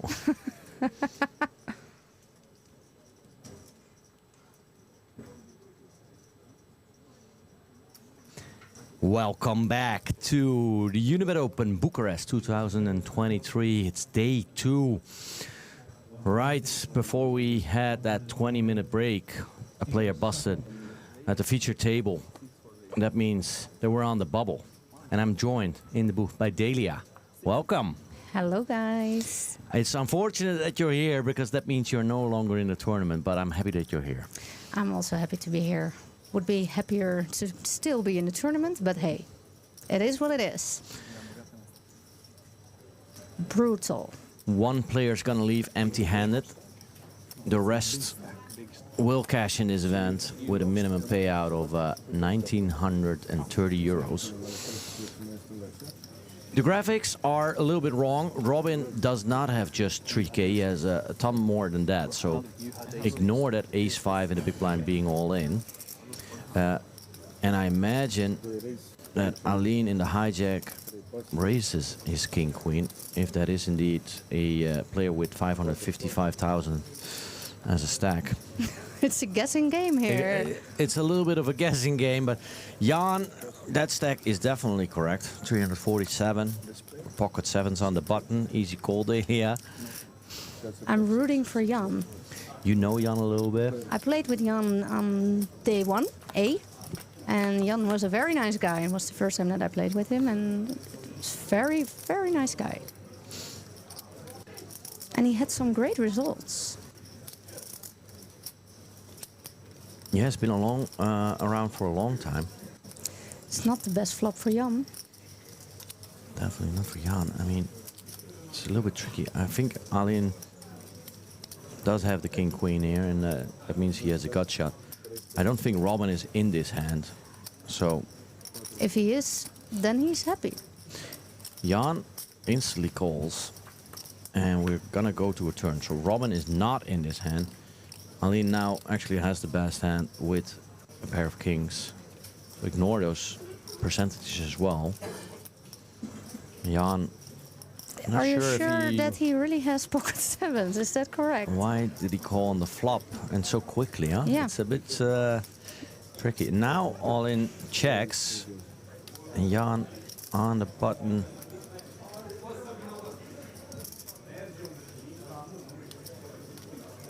Can decide what he wants to do.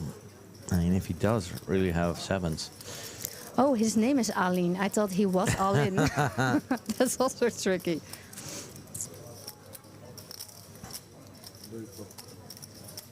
Jan did bet 25k and then Aline called. Another ace that obviously is a good card for Aline because now the odds that Jan does have an ace are a little bit slimmer, I guess. But I don't think he would expect that Jan has pocket sevens here. Oh, Jan checks. Check, check. Aline showing the king queen and Jan is mucking his sevens. Okay, so it was correct then. Probably. Whatever he had, he couldn't beat king queen. No. And where's Aline from? Aline, that sounds Romanian. I know a different Romanian poker photographer who is called Aline Ivanov, so I imagine it's a Romanian name, but he's new at the table, so it's the first time we see him, and he brought along a big stack. Yeah. Those red chips are worth 5k, the yellow chips are worth 1k, and those blue ones are the ones you want to have. Those are worth 25k. Wow, he's building a wall there. And that truly was a battle of the big stacks because most other players are really short. Alexandru under the gun, a7 off. I think this is a fold. I would fold, but I'm a nit, so. He has a middle stack, under Yeah. 50k, a little under On the average, bubble, but go, on go, the bubble, just fold it. Yeah, just fold. Get rid of it. Yeah. This is the time some players are gonna, become the bully. Yeah. And also some players have to stall a little bit. Daniel has a real hand in the hijack, pocket eights.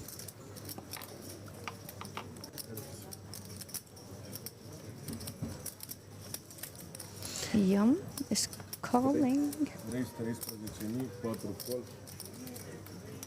Jan. Oh. Ace queen suited. He knows that Daniel is a little bit of a conservative player. Okay. So just calling seems fine to me. Yeah. On the bubble, I would like to put a little bit of pressure, but I don't have the. You info don't want to about, end up in a Daniel. 300k pot versus That's true. Daniel. So No, that's correct. maybe that's his consideration there. Again, the graphics were a little bit behind, it seems, but they did change Robin's stack, so that seems to be fixed. Okay. Robert, the big blind, short stack. He's gonna do a little bit of Hollywood. No, he's already out there. We already have a flop, so okay. Ignore that. Robin and his 4 dudes have already left the party.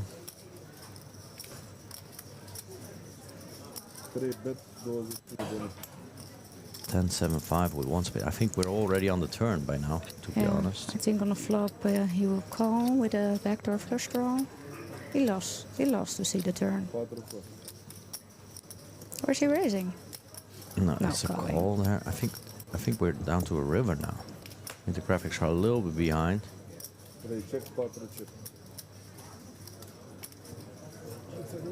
Pocket eights, it wins. It was a bet of 21k on.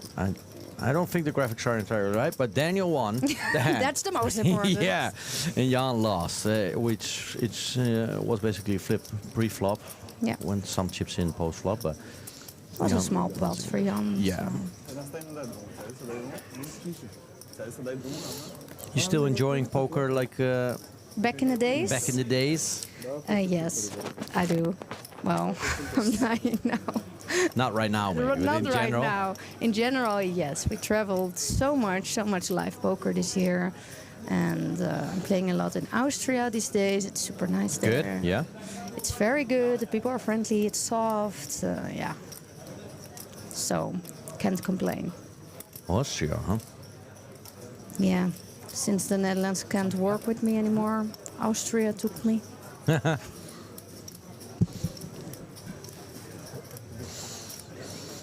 So we're playing hand for hand here. That means that we wait till the hands on all the tables have finished before we start the next hand. That makes sure that people can't stall. And if someone busts, all the other players are in the money, obviously. You'll see players leaving the table, just checking out the action on the outer tables. Yeah, or checking for some short stacks there, like how short is the shortest one? Do I have to jam, or am I gonna make it? Yeah, we've got some shorties here at this table, Bjorn being one of them here. 10-7. The blinds are 2K, 5K with a 5K big blind hand ante. And 77 of the day.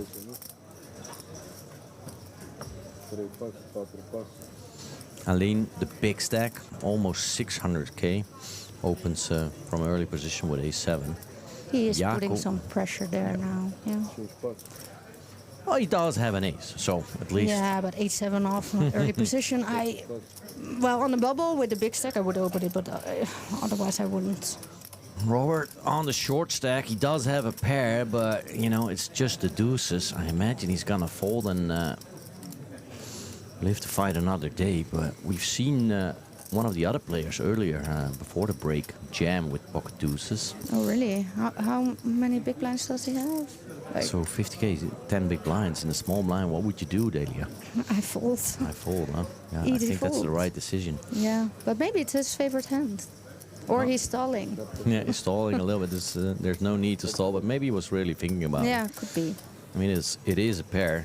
It would be a flip versus Aline, so... Aline, massive chip leader here at this table. Jan, second in chips. And as we said, Robert is the short stack. Bjorn also in dire need of a double up, really. But as long as the shorter players at the table and in the tournament, there's a chance you get in the money.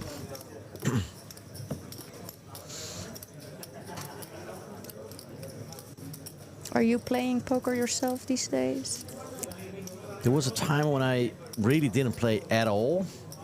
But now I was in Vegas 4 weeks ago and I played quite some cash. Oh, cool. Just low stakes for the fun of it. Where? The Win is my favorite poker roll in the world, probably. Yeah. Actually, so yeah, 1-3 and 2-5 every now and then, but mostly 1-3. I love it. Tournaments I enjoy tremendously, but we had a busy schedule, and you know, a tournament, even the turbo tournaments are hours and hours of work. So no. Yeah, cash game is better, and especially when you're Dutch and you pay taxes when you cash a tournament in Vegas, it's better to play cash game. Yeah, definitely. Only place in the world where I play some cash games is Vegas. But normally I'm very confused what I have to do with 300 big blinds deep. So. Well, nobody's telling you you need to buy in for 300 big blinds. You can buy in for 50. No, Matthijs is telling me go sit there with the max buy-in. So if you double, you have it all. Yeah, this time I lost a little bit, but I still enjoyed it. That's much fun. And people are most of the time either drunk or fun, or it's nice. Yeah, you meet a lot of interesting people at the poker table, definitely in Vegas. During the years, I met so many funny, crazy people there. But also friends for life. Yeah. I mean, and it's such a social game as well. You know, if you go play other games in the casino, it's usually you against the house and a lot of grumpy people. Here at the poker table, you meet interesting people, you can talk. Yeah. Or don't, whatever you want. Whatever you want. I had one very funny story in Vegas. One of the first time I was there was a guy, full tattooed guy, even tattoos in his face and stuff. He's like, "Where are you from?" I said, "The Netherlands." "Neverland, never heard of it." And I was like, "No, the Netherlands, Amsterdam." And he said, no, I don't know what you're talking about.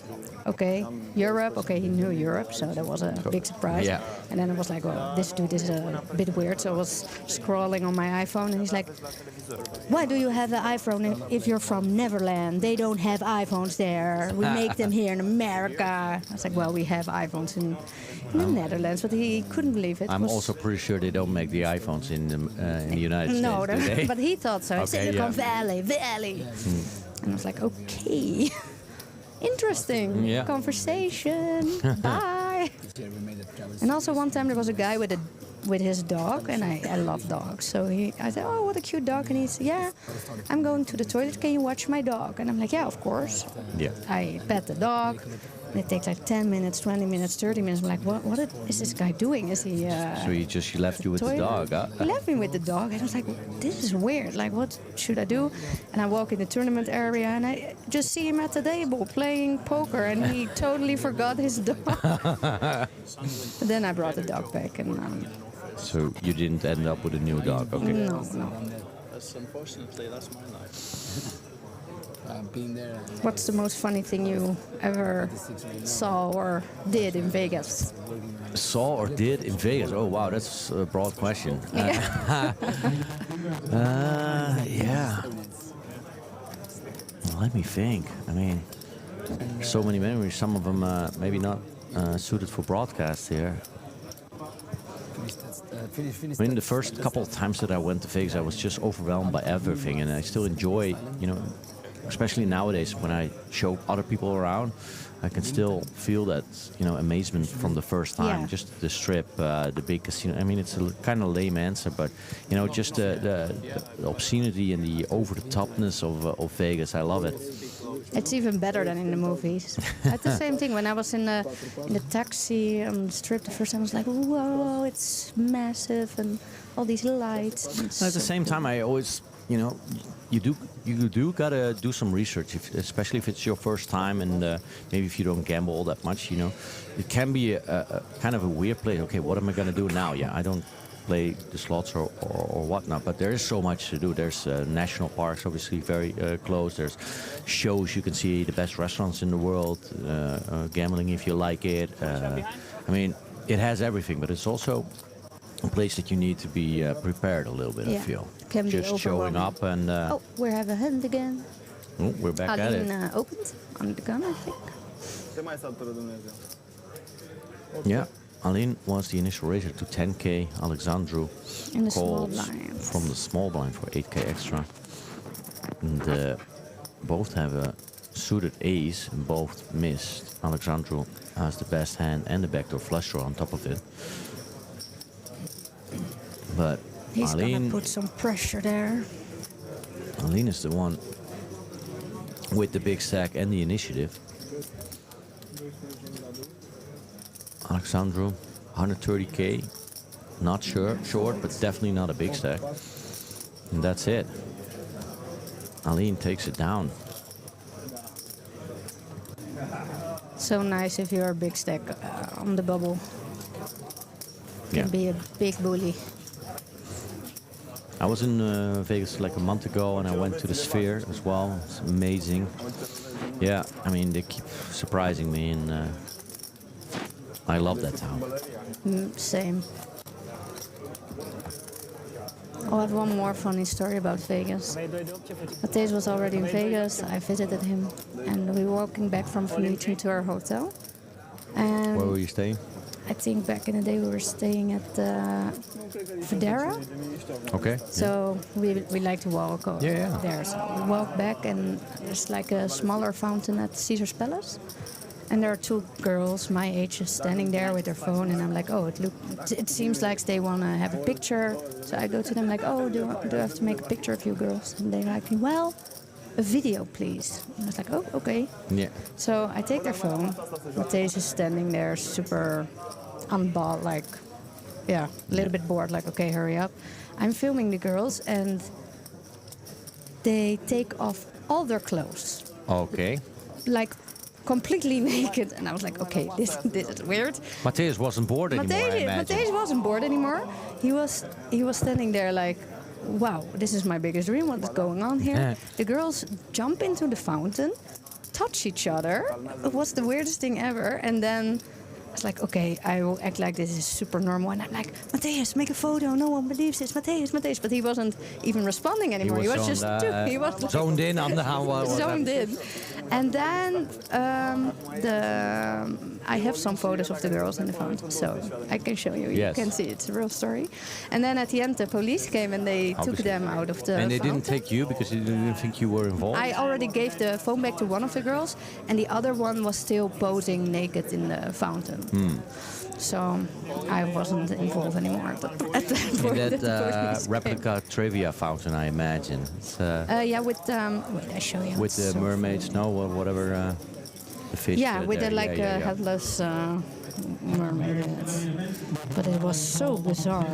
Yeah, I mean, it sounds like a bizarre story, but I truly instantly believe you because you say it happened in Vegas. So Yeah, I show you now. usually what happens in Vegas stays in Vegas, but Not I guess now. not this It time was so around. funny. I told everyone, yeah, right. I said, yeah, I have the pictures here.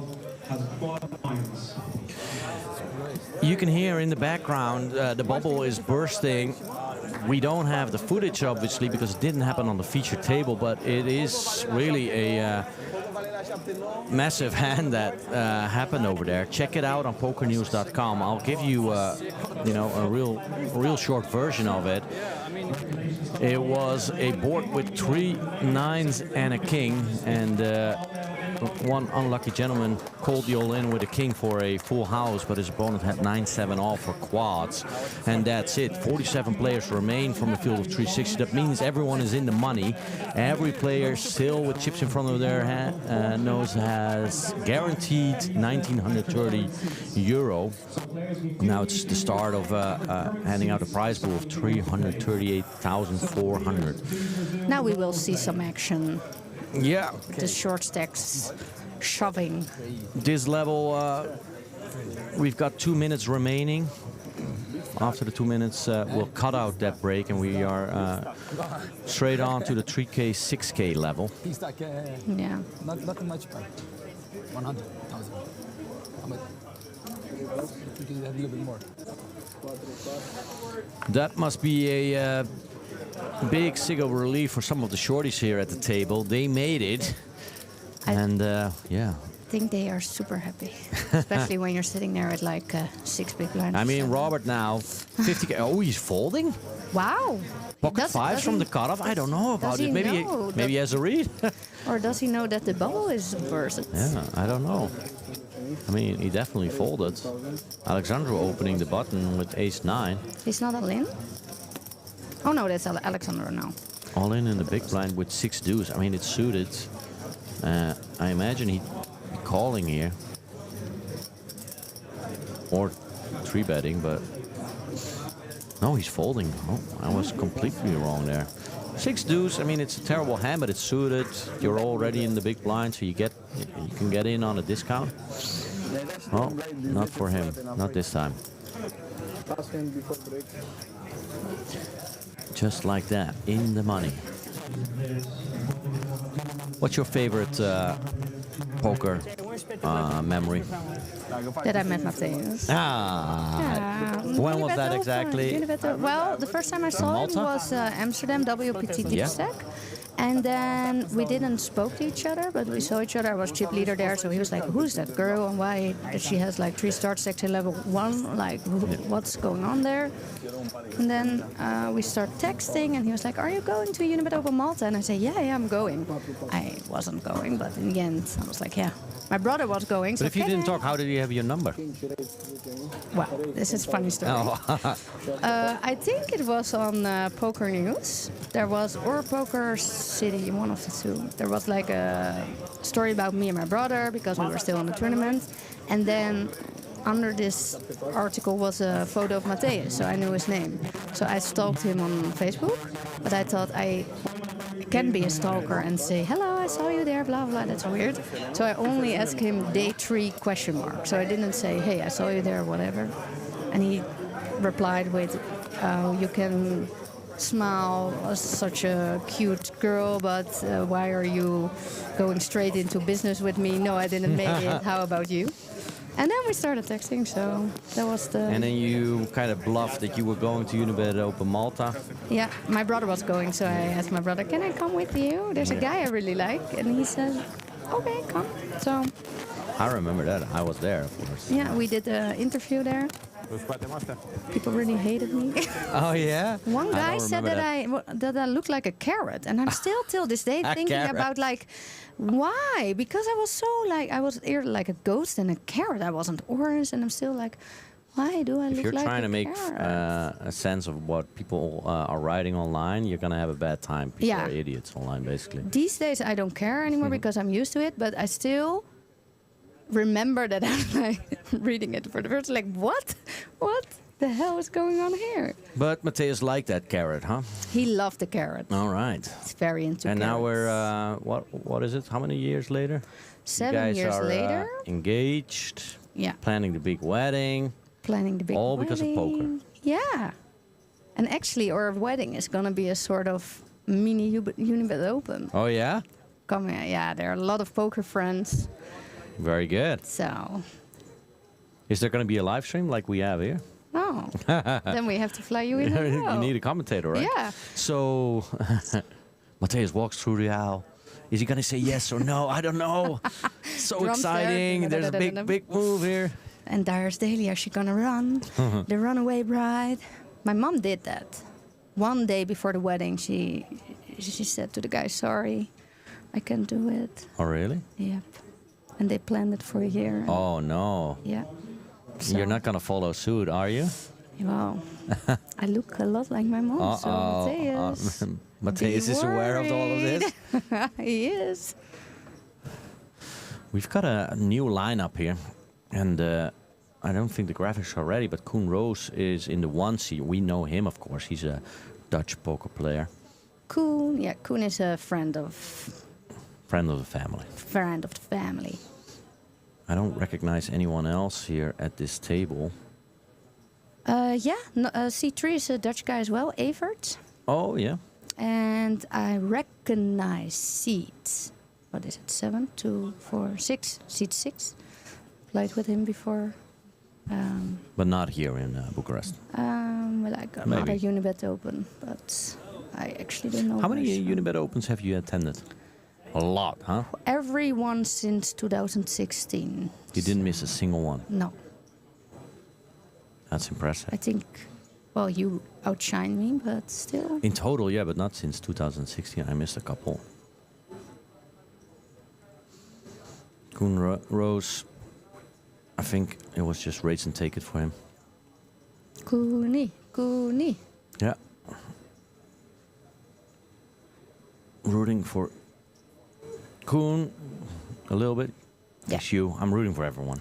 Me too, but yeah, sorry guys, but especially the Dutchies I'm rooting for. It's so nice to have a final table and you can celebrate with everyone. Still, I also rooting for the other guys, but a little bit more for... I mean, only one guy can win. Yeah, true. I mean, it kind of said that it's definitely going to be a guy because I don't think any girls ladies are left. No. There were, on day 1A, it was bizarre. I had, at one point, we were with 4 ladies at the table and 3 guys, so we were with more girls. Never happened only in Vegas for me. But yeah, they all. And then there was, of course, the ladies' event, but you unfortunately bubbled. I bubbled. Yeah. Yeah. But if I have to bubble somewhere with a bad beat, then it's okay that it's a smaller event. Save the hot run and the normal run for the bigger ones then. Ooh, pocket 6 is my favorite hand. What's your favorite hand? Aces. Obviously. Yeah. Okay, and one other hand, but aces? Kings. What a surprise. I had the biggest pot of my life at the time when I first started poker. I lost actually with Jack 8 of clubs, and I still play it because I feel, the universe owes me because I was actually the favorite when I got in. But no, I mean, those The photos aren't correct. Photos aren't entirely correct. The photo for Evert is correct, definitely, and for Jozef, but Koen is someone else. That was the guy, that was Bjorn, actually, who was there before the break, so they still need a little bit of updating. Evert here takes it down pre-flop. I just met the wife of Evert. She's here with him, and she's super excited. I think she sent the video link of the stream to all the friends and family at home. Oh, here is hello, her friends husband. of Evert. Enjoy the stream. I mean, it's, you know, I've been saying it over the last 2 days now, but, you know, it's a 1K buy-in. 1,000 euros is a lot of money, but it's there are much more expensive buy-ins out there. But for a 1K, you get like a full professional poker tournament, including this live stream. People at home can watch you. That's amazing. A lot of people qualified for this event for... like 10 euros. Yeah, something like that. Free roll. I had one lady, I think she had a free roll and she won. And then she won a 50 ticket, 250, and then she qualified. I've had my buddy here, Craig, twice in the booth here already. He won his ticket by telling a bad beat story on Twitter. So he didn't even invest 10 euros. Wow. So, yeah. That's even better. Now we have the updated photo of Koen. Koen has a quote, and that's it. I didn't choose the model life, it chose me. Chose me. Yeah, you can see that he has that model look in his on his face. King Queen for him, he has a decent stack, 362k. He just called because it was Cosman that raised with King Jack under the gun +1. It's 3-way to the flop. Is it though? I think no, it's not. No. It's a heads up. This could spell trouble for Cosmin because... But also for Koen, if the diamonds come. I missed the diamond. Yeah, both flop of top pair, but Cosmin has the flush draw on top of that. This could get expensive. Let's see what's gonna happen. It's just a bet and a call, I think, now. Koen. There it is. This could spell trouble for Koen. And he's happy. Look at him. He is drawing that, and he has no way of knowing it. Cosmin can't believe him. Believe it. He has the flush. Double check. Yes, you do have the 2 diamonds. And there's 57k in the middle already. Koen has the bigger stack, but Cosmin is going to try and extract as much as he can from Koen. How much do you think he's going to bet? He might be... Oh, that's 18,000? He's 22,000? luring him in, like, here, I give you a discount. No, it's 22. There was 5k more, but still, half pot basically. Yeah, a little you under have half to pot. call. Yeah, Koen is just calling. He might save himself if another diamond pops up. No, Nope. it's a 5. It's just like That's basically a blank. Yeah. Cosmin, is he gonna be greedy? He's thinking about it. Yeah. What do you think? How much he's gonna bet? I think big. Oh, he's checking. What? Oh, he's really he's a tricky player. He's gonna let Koen blow his stack up. Yeah, I think so. Oh, I feel bad for Koen, but nice move from Cosmin. yeah, I guess. he's looking at his stack. He's thinking he's got a winner, but we can tell, we can see he's very much behind. Yeah. Here now comes he's the check gonna raise. raise. He bets 55k, half pot. Oh no, it's just a call. What? Oh, he's very conservative. Cosmin could have earned a lot more, I feel. Wow. Koen is can't believe it. Oh, I didn't saw that one coming. No. I mean, the bubble is already bursted. I mean, maybe before the bubble that you're a little bit, cautious. Maybe. But here. Yeah, but then Matthijs always say, then you see an enemy behind every tree. If you're not raising there, you don't like chips. I mean, Koen got Lucky off there. the hook. Yeah. Yeah. He still has 276k left. I mean, it could easily be 100k less than that. He lost that hand, but he should kind of be happy. Yeah, this is like guess. bonus life. Yeah. I think if he raised there, it's like never a bluff or almost never. Yeah, Koen would fold. Koen would fold. So yeah, that's true. he would true. still lose the same amount, I guess. But yeah. Yeah, he's never bet calling on that. No, people normally, especially on a paired board, flushes there. No, they don't bluff. They always have it. They always have it. Koen, oi. Comeback now, time. Kings, he should act a little tilted, like, oh, damn it, that last hand, oh, how can that happen to me, Hup? Well, he looks annoyed. Yeah, well, he kind of always looks annoyed. So. No, when he drinks vodka, he's dancing and Oh, having yeah. fun. He also He's a great dancer. Oh, really? Yeah, I'm not joking. He really is. Is there footage of that out there? People can watch some. I have some videos. Maybe I post tonight on my Instagram story. I want to 'cause see we the have a footage party. of the Vegas story, and I want to see footage of the Koen dancing. Of Koen dancing. So far, no action up till the big blind. I mean, Queen 4. And if he does, he really have only 22k left? Yeah, I mean, what are you gonna do? Yeah, fold. Yeah, I think that is correct. Queen 4 is a terrible hand, but I mean, he might just go with it.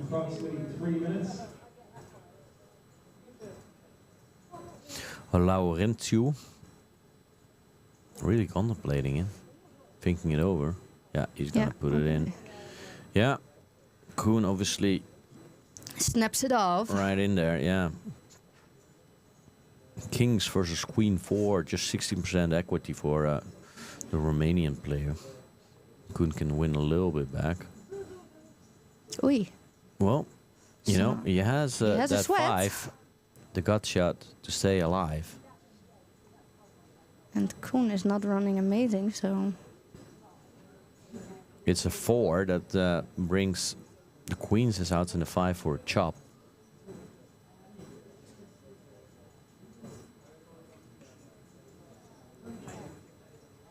Oi, ace on the river. Koen wins the hand. Laurentiu up and away, out of there. At least some chips back for Koen. Some chips back. Better than no action. Still looks annoyed though, so. Still thinking about the king-queen hand. But he has to be happy that he only called her.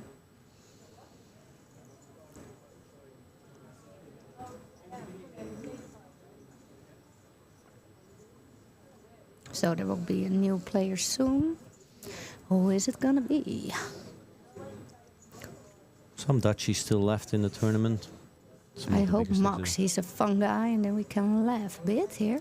We've seen Max, or Henry as he's called on the stream yesterday. Henry? Yes. Oh. His name shows up as Henry. Oh. Maybe his second name or his birth name, I don't know. Well, then I imagine that he would go for Max then. Yeah. If I would have the name Henry, I would also switch it.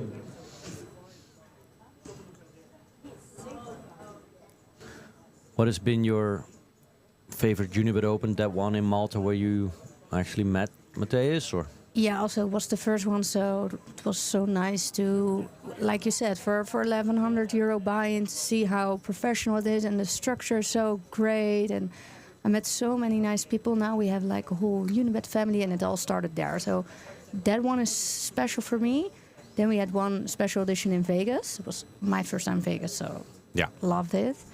And meantime, there's an all-in for Razvan with pocket 8s up against Cosmin with ace 8.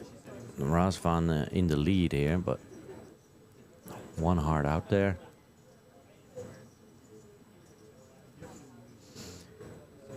Yeah, that was the anniversary edition in the win. Huh? Yeah. I missed So out nice. on that one, unfortunately. Was a cool one, and I normally love Dublin. I like that one as well. Sinaya, the snow edition. There's some possibility of a drop pod here. Both making check. straight. Nope, loose on the river. Razvan doubles up. Yeah. He still has a nice stack left. Cosmin. And for you, what was your favorite one?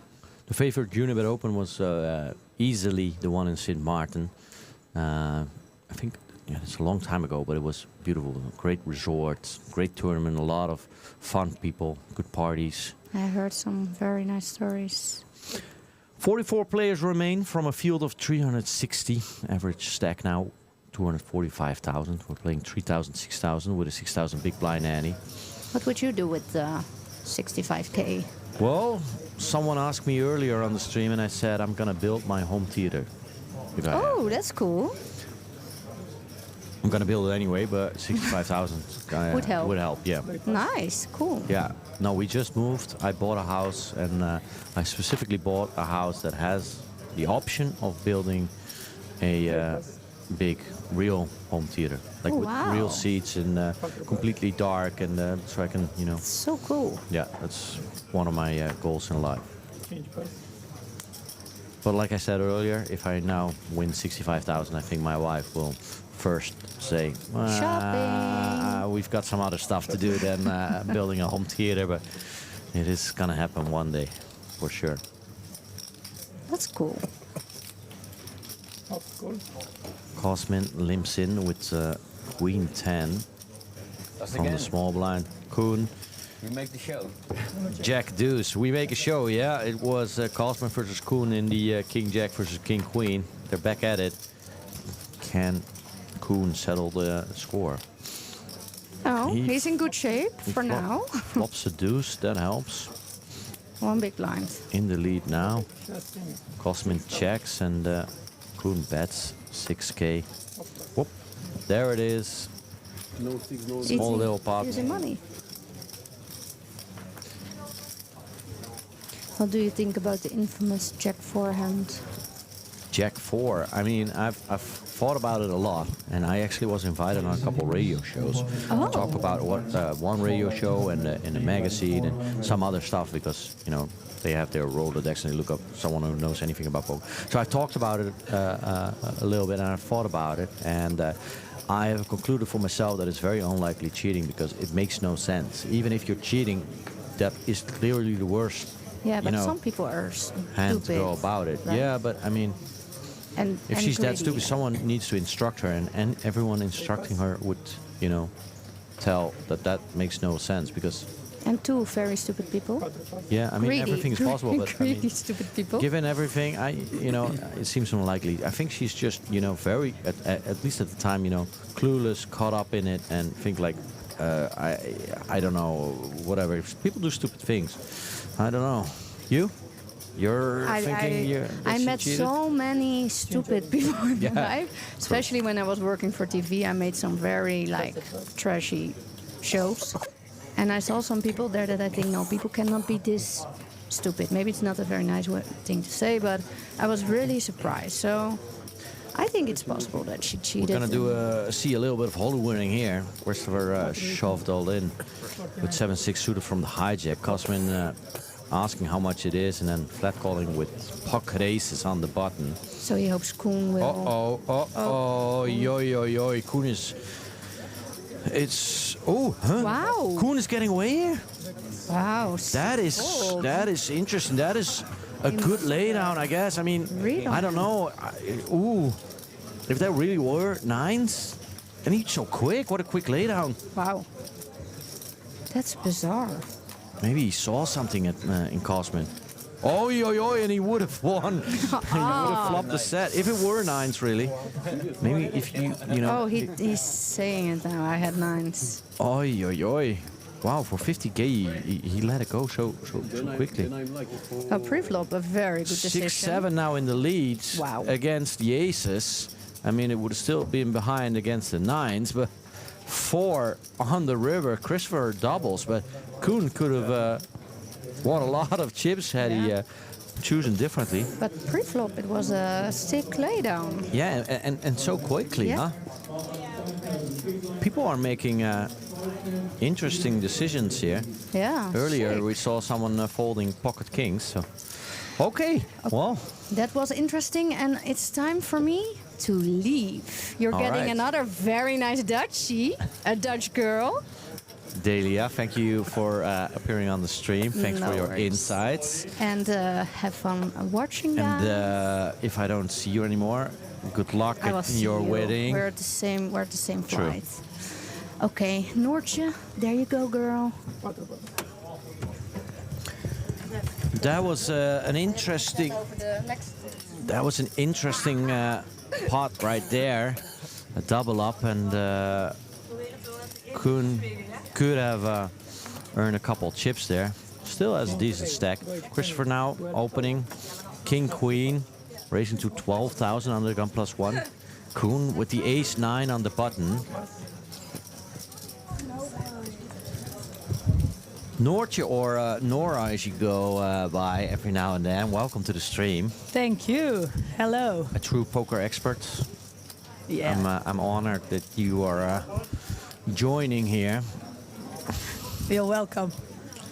Joseph here with the pocket sixes in the small blind. What would you be doing, Nora? Here, would you be calling, folding, raising? Let me have a look. Yes, I think he's also thinking, right? Yeah, he has 261k. I think he's gonna raise here. Those pesky little blue chips are worth 25,000 apiece, so that's definitely a raise that he's counting there. Even the neighbors are looking like, Yeah. what's he gonna do? This is a Dutch gentleman over here, Evert. He's gonna fold the 9 deuce. Even you know that. Yeah, I would have done so. Big blind is folding. Oh, Christopher's folding as well. For those that don't know you, can you tell a little bit about yourself? Have you been playing poker ever? I played a few live tournaments. But you've been to a lot of Unibet Opens, that's for sure. Yes, that's for sure. I think I'm better at watching people playing poker than actually playing poker myself. I enjoy it. Yeah, it's an interesting phase of the tournament as well now, with everyone in the money. Some of the big stacks trying to build out their stack. The shorties Looks looking like they for have a more double. Comfortable chair than us here. Yeah, definitely. All right, let's see what's gonna happen. Pekka. We haven't seen a whole lot of him just yet. Pocket fours, under the gun +1, 72,000 left. Wouldn't surprise me if he would be shoving here.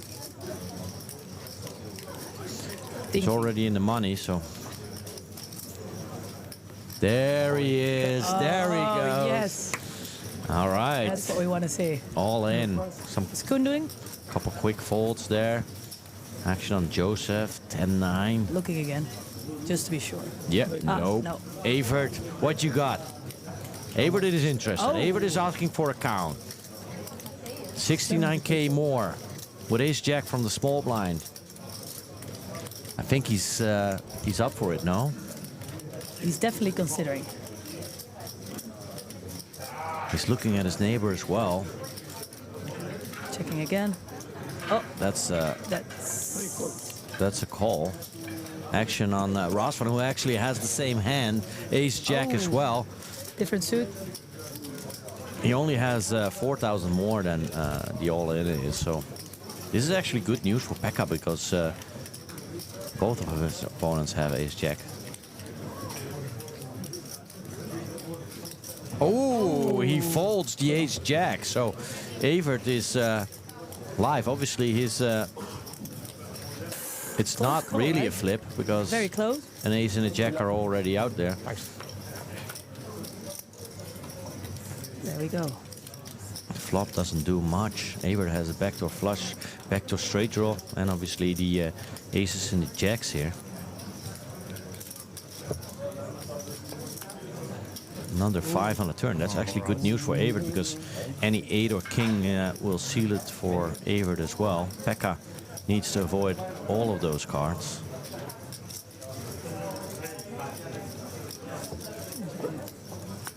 Let's see. It's a 7 on the river. That's a good card for Pekka.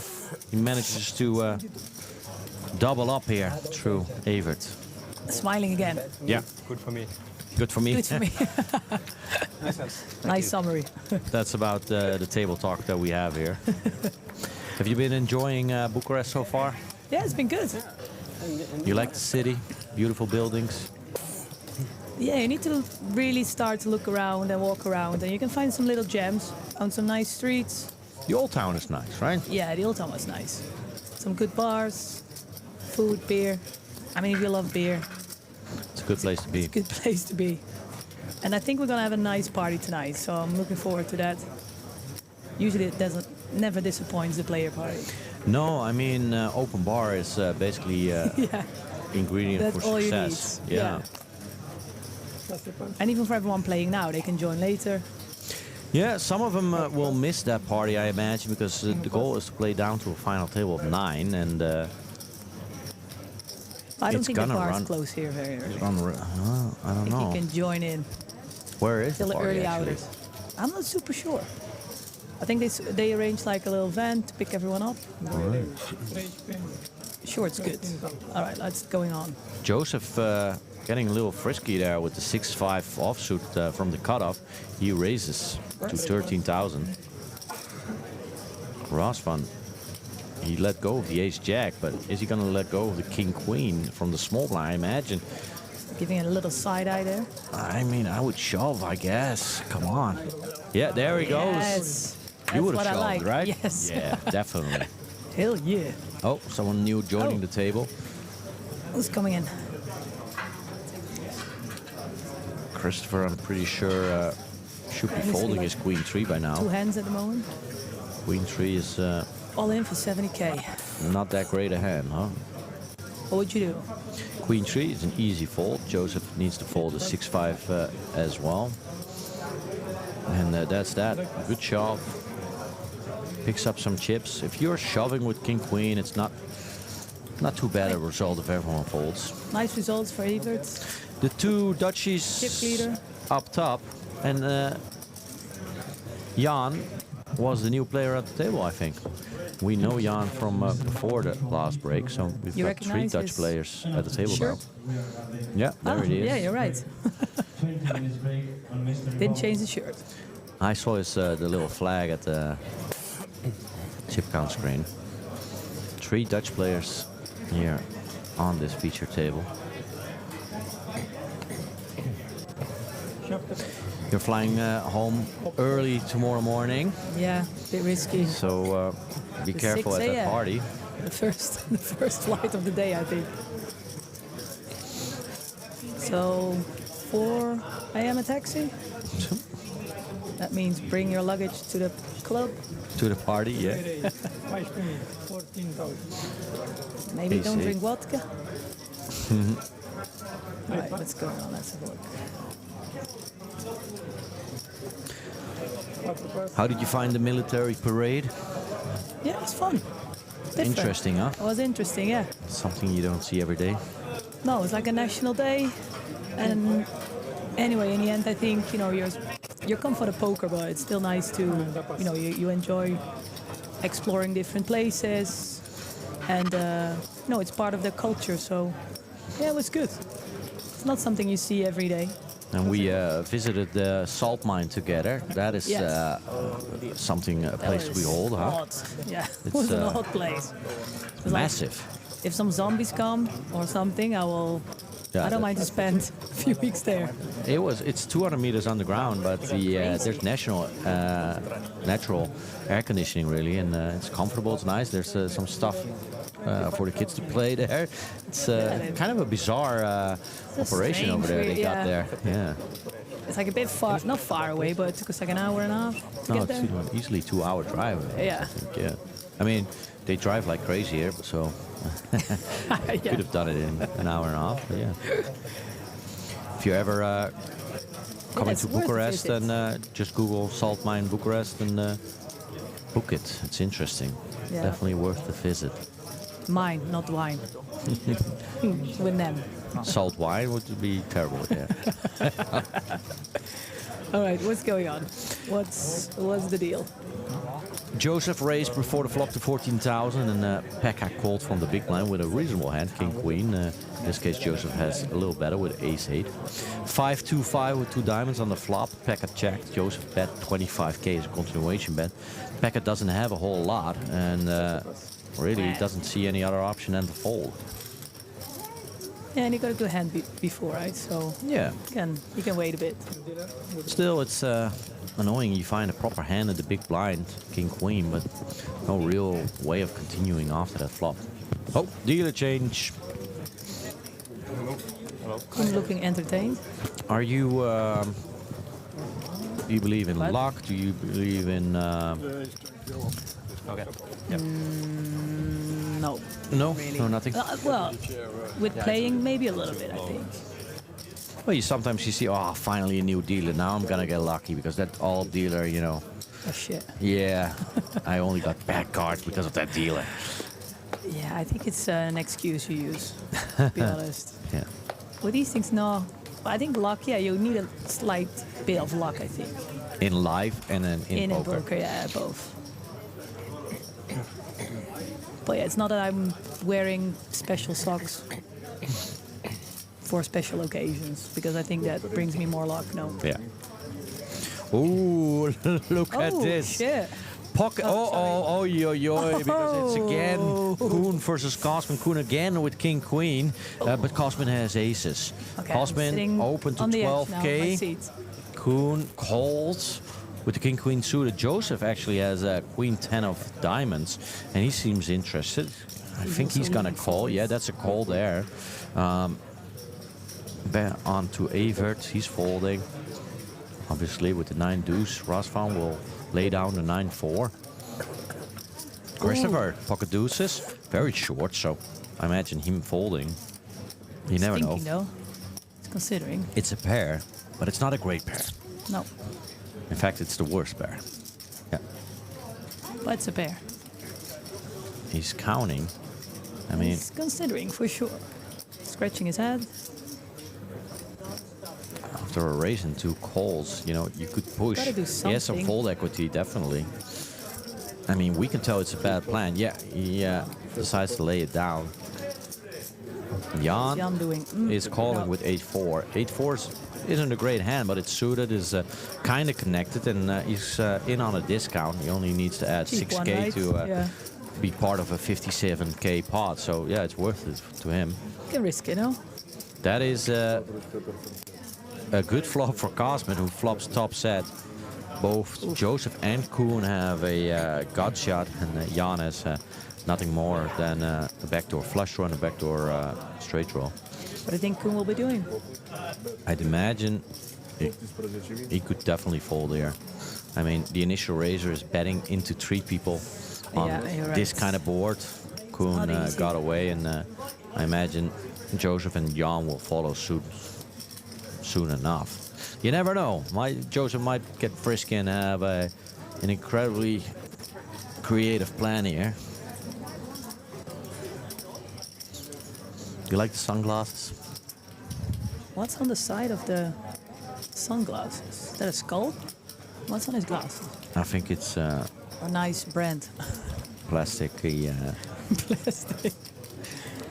Yeah, Jan will Plastic follow plastic. suit.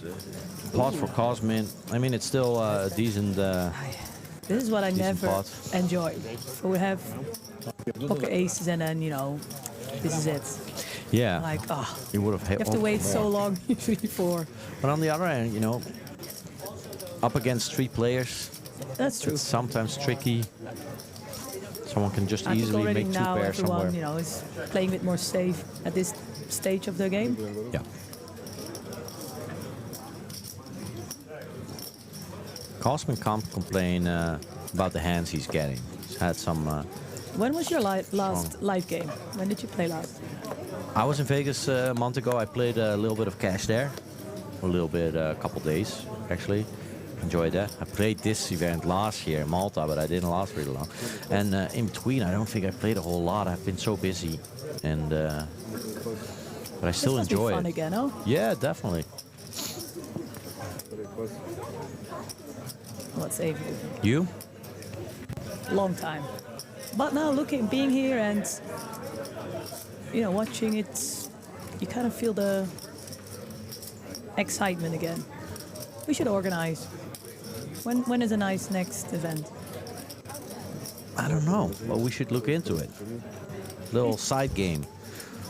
Rosvan. Yeah, we should do something. Pocket 8s. Yeah, I mean, Ooh. it's a shame that you're leaving tomorrow morning. Otherwise, we I could know. have had a little media tournament, maybe. Cosmin actually has a nice hand. Rosvan opening to 12k with such a short stack. I don't know. probably better to just push it in because I now would give it a go. See what's Yeah. on the flop. You never know. Cosman definitely needs to call, and he's going to be happy about it because he's flopping a pair, Ooh, and that 10. makes him the 87% favorite here. Rosvan actually What's has he a gonna gut do? shot. If the 9 appears, he would make a straight.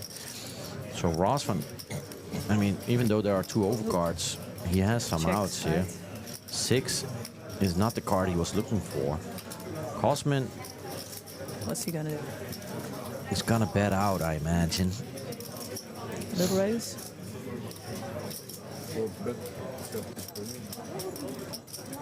33k in the middle, he's betting 17k. It's a bit of a Half pot. small raise, right? Oh, it's a 50% pot bet, so it's decent enough. He's trying to lure Rosvan in, and so far that's working. I think it's actually Was it expected him to be betting a little higher? smaller. Smaller? Yeah. Okay. 3 on the river is a blank. That doesn't change a thing. Cosman has the check mark. He cannot lose this hand unless he folds somehow. I don't see that happening. He's checking. Rosvan is going to check behind, show the 8s, and get the bad news. Cosman outflopped him, and Rosvan now really short, down to 66k. Well, he had some decent hands, right? Yeah. Cosman is getting his fair share, really. He's up to 328,000. Jan, the Dutchman, lost a little bit. He before he left the stream, really, he was Shrinking a little cruising, bit, right? but Stack.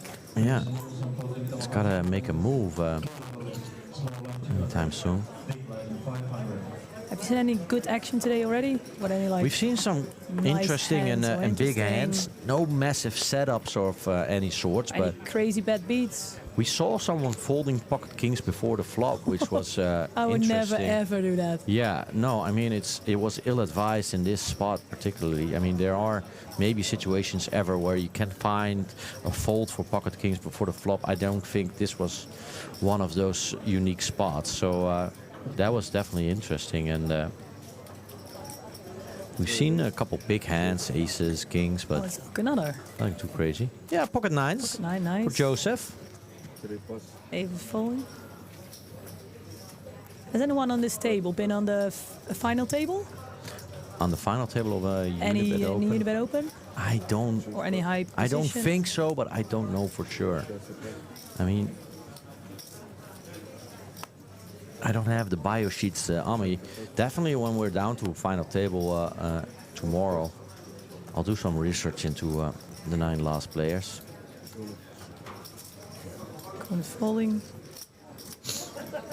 Evert here on top with 406k. Rosman really down, and Christopher as well. These guys, the 2 Romanian players, really need to Yeah, need to make a step move up, soon. make a Yeah. move, yeah. Yeah. Step up their. Do or die, everything or nothing, I guess. What is the best poker trip you've ever been to? Poker tournament? Of best the Unibet Open? Unibet Open? Oof. Or any poker tournament, I guess. Good question. Depends, because sometimes, you know, the tournament was really fun, and depending a bit on the location. I've been to Cannes twice, Copenhagen. I really enjoyed Tallinn Yeah. because it was a nice event. But also, for example, for Copenhagen, I enjoyed it because then it's the same setup as here. You have everything in the same building. Yeah, that's a Very big plus for easy. me as well. If the hotel and the casino Yeah. are in the same building, definitely. Because you Oh. see a lot of people hang around still. Even It's easy to meet, you know, you just yeah. sit in the lobby and people come, go. Yeah, you want to do something, okay, I'll come down, you know. Yeah. It's easy enough. Evert with a big hand, ace king suited. Opened under the gun to 12k, min raise. Ooh, Couldn't yeah. lucky to find I think I a would terrible even hand. fold that. So it depended a bit on the. I mean, Cannes was really nice of the sun, you know, it's a good location, but I mean, the Tallinn party was amazing. Copenhagen was fun. It was a very busy tournament, I remember. A lot of people coming, which was good. Joseph Ooh. called from the big blind, but I imagine him check folding here. Evert flopping basically the nuts here. ace king on an ace high board. Gonna put out a small little bet. Yeah, that's 8,000. And Joseph is to gonna see, fold. yeah. Yeah, I mean, this hand plays itself. Yeah. It's a shame though. It's such a good hand. Yeah, not much you can do. You would like to get a little bit more out of it. Yeah. But still, it's really good position he's in now. Yeah, Evert is doing well.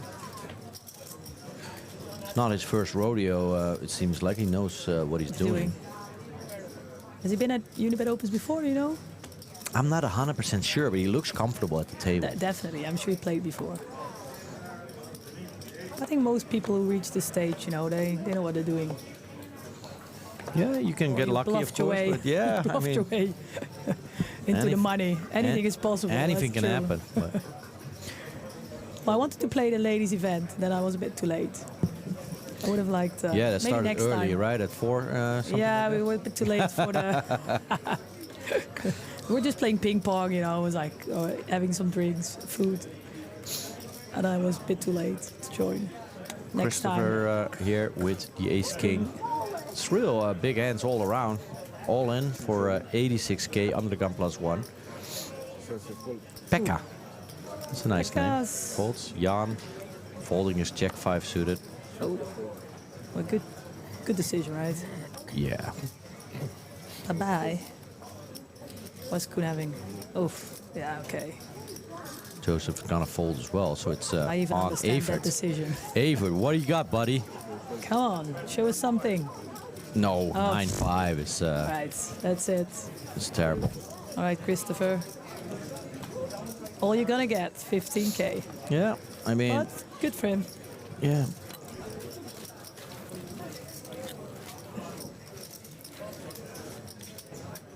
What are you gonna do? Are you gonna join to the party later, or it's gonna be maybe a late session I'm for you, afraid right? I'm gonna be I'm not here gonna for a join you long till the time. end. No, rightfully so. No, this is gonna be a long one. We really want to get down to a final table. What do you We're, reckon? Like early? We could easily get 4 a.m.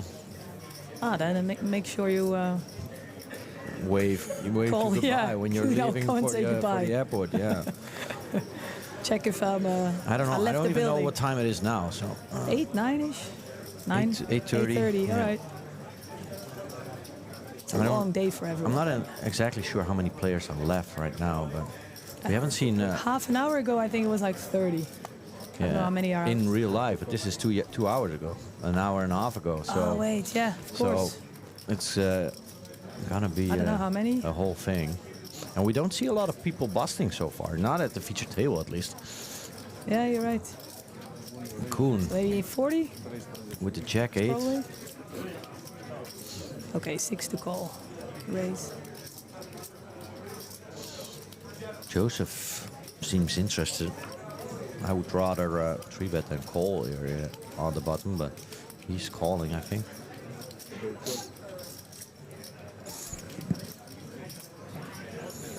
I like the 3-bet because you block some of the real big hands and still kind of connected. Oh, Ross fine. I was like, bye.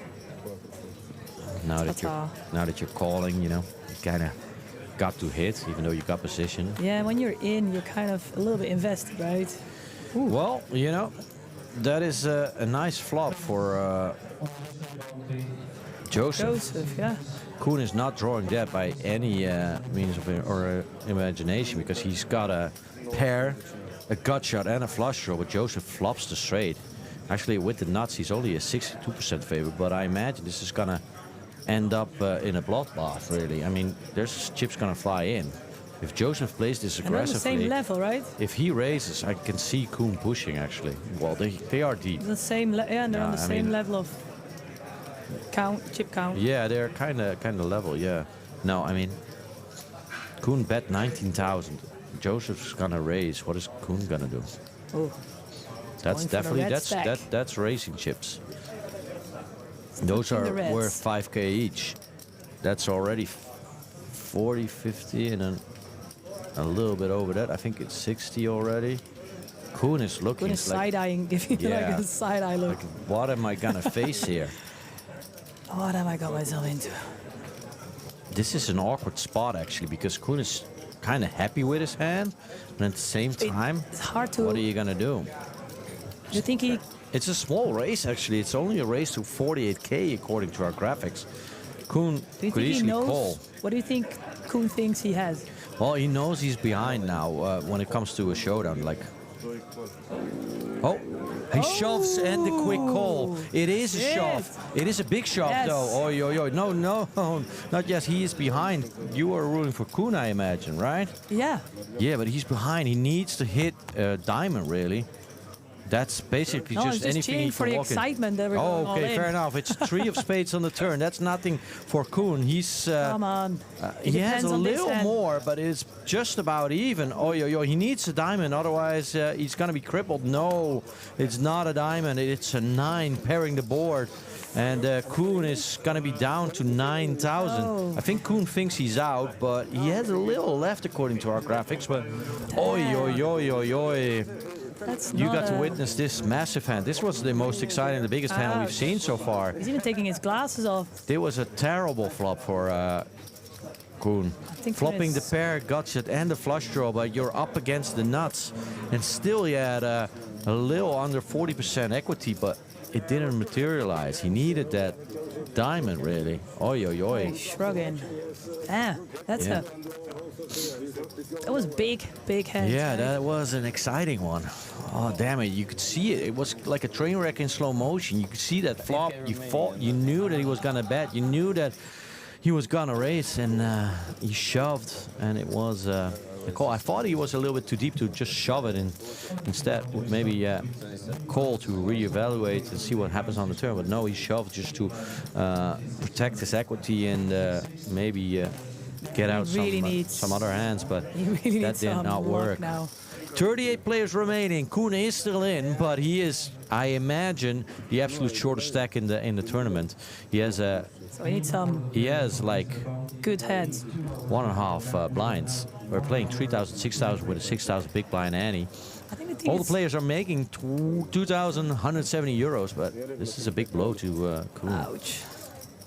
I think what's so fascinating when you watch it like this, it's pretty intense, is that there's always someone who's happy. Yeah. And the other one is like got it in these type of Yeah. hands. So no matter who you And they're cheer sitting right for- next to each other yeah, now. yeah, as well. And then you have to continue like, Yeah. oh. I mean, I think he was pretty graceful. He's excited to win, of course, but he wasn't, Sure of the needling game. him. Yeah. So, and Koen, he lost, but No matter who you cheer for, these are exciting hands. yeah, definitely. Koen needs to make something happen now because he's down to a little over a big blind. He's got a couple of hands because he's not in the blinds. He's in middle position. Oh. Oh. 7 raise 13.000.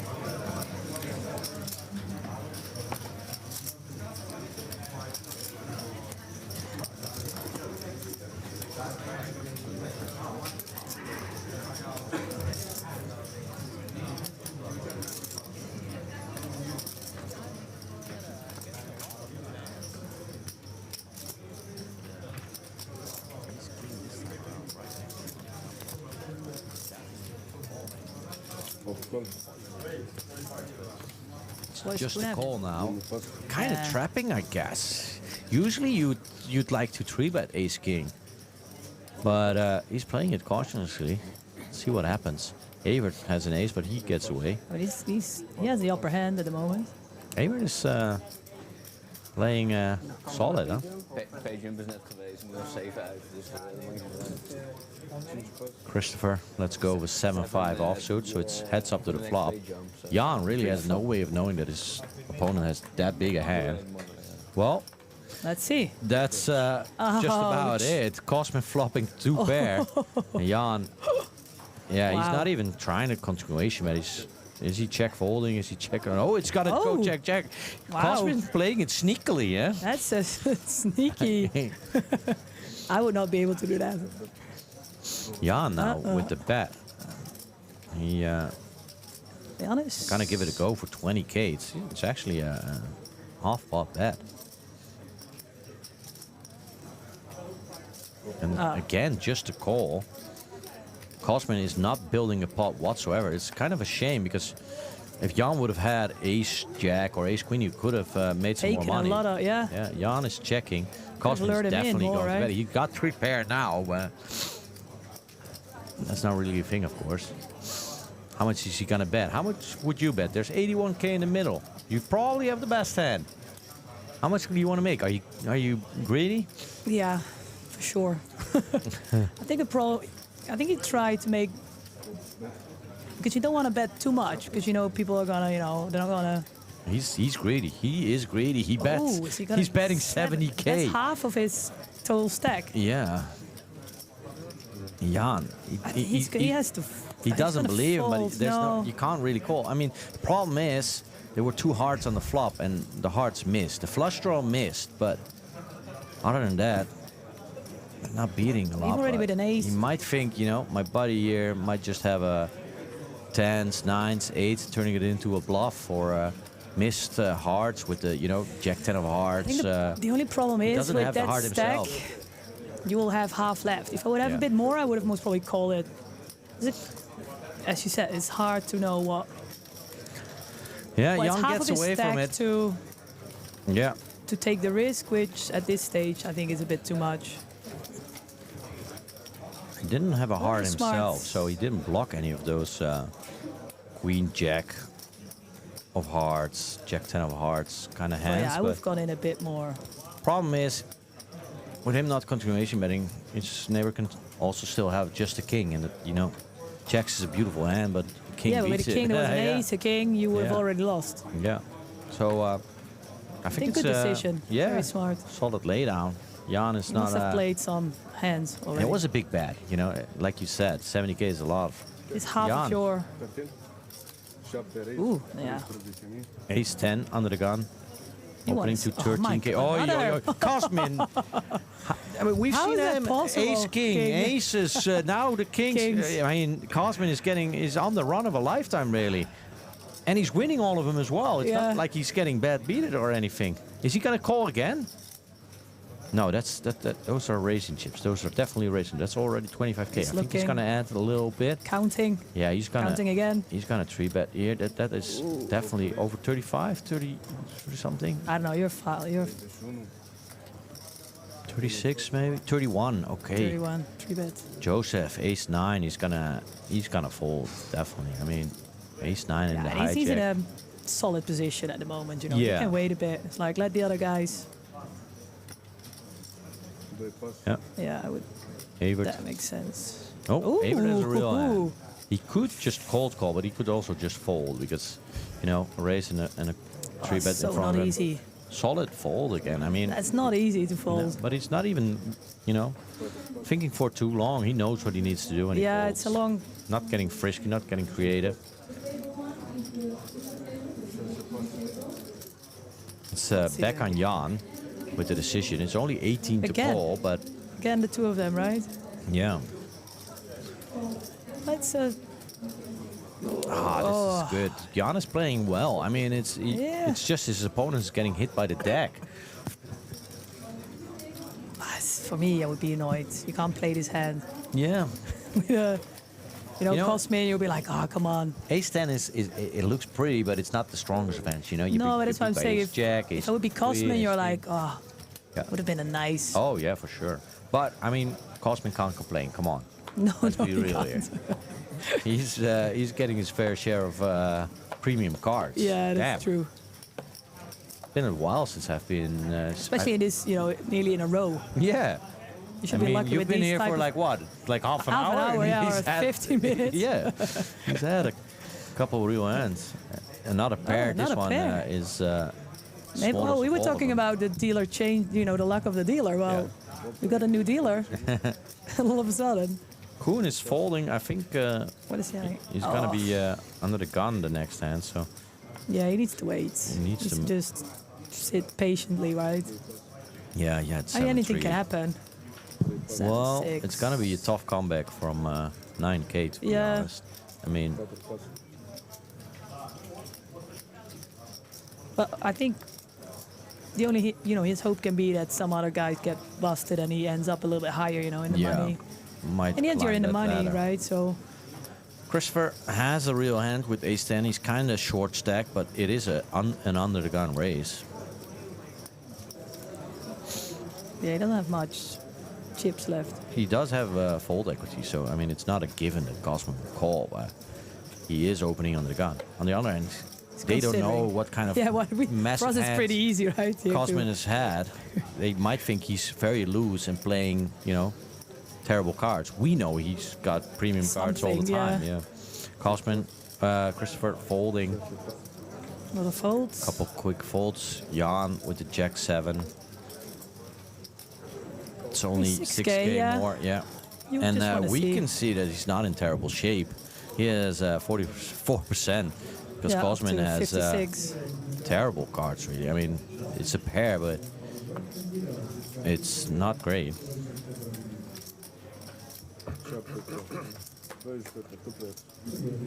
What's Jan misses.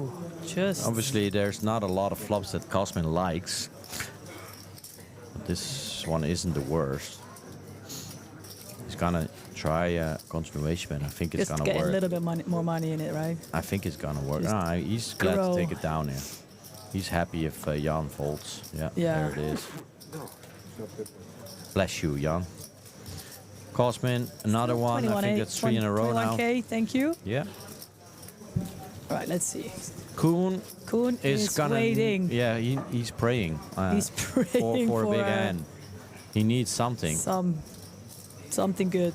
Because the next hand he can't even pay the big blind and the big blind ante. So Yeah, he needs to do something right at the moment. All right, let's go.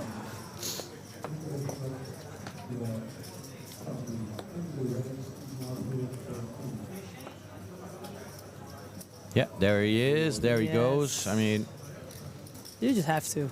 that looks like a little more Oh. than 9K. Actually, that's like 22, All 27. in 27. Okay. Oh, he has a reasonable hand. Jack 10 offsuit. His neighbor has a better hand with King Queen, but Jack 10 doesn't. Is a pretty good hand. What do you think he's gonna do, Joseph? He's gonna call. Call, yeah. I mean, cheap. Oh, that looks like Ooh. raising chips actually. Could be. Yeah, I mean, he might isolate the all-in The player. other good, yeah, the other ones. Might want to force out the rest. I don't think he's folding. I mean, King Queen suited. He's massively ahead of Kuhn's range, that's for sure. And he would usually just open, of course. So He's in a good position. he's gonna erase it. That is 75K. No, that's. He is isolating. He wants Kuhn all for himself. Right, let's see what He the three bet others to have. 62K. That's So out, far, yeah. everyone is out. Bye-bye. 5 Backgammon. 3 offsuit. Jan as the King 7 offsuit is gonna fall. Yeah, it's What too kind much of to top call, pair right? does our friend? No, Yeah. that's just a fault. Ooh. All right, Kuhn. It's not even in that bad a shape. He has 43%. He's an underdog. I love this. Pre-flop all in. But 69K in the There middle. we go. Vamos. Let's see.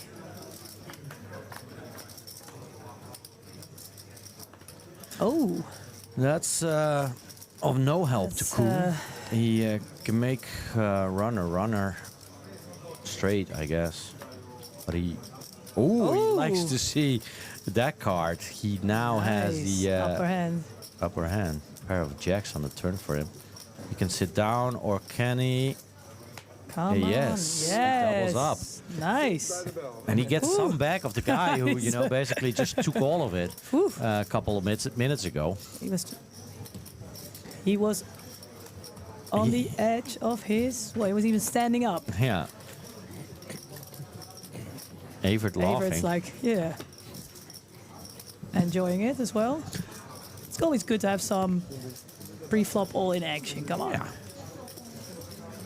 I mean, There he goes. He can breathe a little bit. another new dealer. Let's see. Let's see if he can Turn things around turn for Kuhn. things- Let's see if dealer's luck is a thing. I don't think so, but do you wear special underwear or anything for occasions? Yeah, I That- try to that's- not wear any underwear for special occasions. What special occasion? Christmas. Yeah. Ho, ho, ho. But do No, you I'm believe not any- superstitious you're not at all. No, not at No. all. I think, I mean, it's funny if people are I like you it, know, yeah. but it's just, obviously, it's not a thing. So I'm a man of science and reason and data, and definitely not superstitious, no. No, you don't care about Friday the 13th. No, or I'll Black walk under Cats. some ladders. I Yeah. like black cats. No problem. Yeah, I'm the same. Fold it around to Jan on the button. Folds as well. Koen still obviously one of the shorter stacks. Cosmin is, I wouldn't be surprised if he shoves just to put the pressure on Koen. He has an ace. It's only 3k to call, yeah, right? that's no, he's gonna shove. He's all in. Koen is quoting rounders and he's instantly calling. Yeah. So what do we Let's have go. here? Seems like a suited queen or a king. I don't know. I think Cosmin is ahead. Oh, it's a suited king, yeah. Ooh. King 8. Ace 4. Ace 4 is the small favorite. All right, let's go. Koen needs a king 8. Couple of clubs maybe. 57k to call. 50-50. Yeah, this is a true 50-50 situation. Like Coin flip. they might as well coin flip, yeah. Yeah. All right, what's going on? It's nothing so far for Big. Koen. Needs 2 more clubs, king or an 8. An 8. Is Not he an gonna ace. get it? Ooh, interesting. It's the queen of clubs. Koen now with the flush draw. You see the top of your screen, he has 13 outs. And otherwise, it's done for Koen. Come on. No, it's a black card, but it isn't a club. Koen eliminated from the Unibet Open Bucharest. That's a shame. What's his positioning? Oh, look that up real quick. Check. Koen Roos from the Netherlands, finishing 38th for 2,170 euro. Obviously, was unlucky at times. Yeah, but Played well. I mean, he showed some guts. You know, this Definitely. was the only thing he could do. Right. And I think in this case, yeah, it's sometimes a bit about luck, right? They were 50-50 getting into it, so Yeah, this was kind of a standard There was, situation. Cosmin again with an ace. Needed to shove, Koen needed to call. Basically, Yeah. you leave it up to the poker gods. well, I got a nice, decent amount out of it, right? He made some money. Yeah. And he's in time for the party. I mean, there's, I guess, upsides to every downside. That's true. Like one of the greatest Dutch minds used to say, Johan Cruyff. Johan Cruyff, yeah. The ball is round. Rasvan quickly folding. He's getting very short, by the way. Christopher folding. Only Jack 86k left. Pekka, we haven't seen Pekka play a hand, have we? No. He knows he's allowed, right? Ace 9 in the hijack, 118k. Yeah, I mean, I think you would have to play this one. I mean, 8k to call. you could. I mean, calling is Looking. He's gonna count out his chips. Yeah, He it's has not a getting little any over more. 100. If you keep counting, it just stays the same, right? Yeah, and if you keep Not folding, getting- it's definitely not getting No. more. You just have to at some point. He's gonna do it. Yeah, Yeah. there it is. From the hijack, Nice. he shoves. You like the action. Yes. You like the all-in. I like the all-in, yeah. Get it over with. Jan, I don't like this folding and Queen checking 10. and No, that's a fold. just when you're in. Disciplined fold. 118. Josef, What's he doing? I mean, he only has the 8-6. He can afford it, but 8-6 isn't great. I And, like the action, but I wouldn't even do this one. I like think. we said, Pekka is a tight 1/5. player, right? We haven't seen him play a hand, so Yeah, you know he has something, yeah. or at least You know, small pair, or yeah, ace, at least something. Ace king maybe, or yeah, he's gonna Yeah. lay it down. maybe for half you would have done it. Yeah, 50K. maybe. you can risk it. He's like, damn it. Joseph, the chip leader of the table, 532,000. Rasvan down to 6 big blinds. Can change very quickly in half an hour. Yeah. Or I think we're half an hour in, or maybe 45 minutes. Yeah, things go up and down. Definitely. Jan's still there, but I haven't seen him doing that much. No, you can see his stack is dwindling. Yeah, County, where's the Reds? He also needs to do something soon. He didn't do anything wrong. I think he's very disciplined. He's been just kind of unlucky lately. This orbit or this level, really. Evert, we haven't seen him do a lot, but he's still in a decent He's in a good position, yeah. And Cosmin obviously is hit by the deck. He was relatively short when you got in, and he's now one of the bigger stacks at the table. So he's out again. Christopher. Ace 4, down to 86k. He has almost 11 big blinds. Wouldn't be unheard of to shove, but I think he's gonna fold. Yeah. Just the 4 is just, you know. You can wait a few more hands. Hopefully, get something better. Yeah, the 4 is just a card you don't want to go along with your ace. Yeah. Fold it around. Yeah, he's getting some. To the button.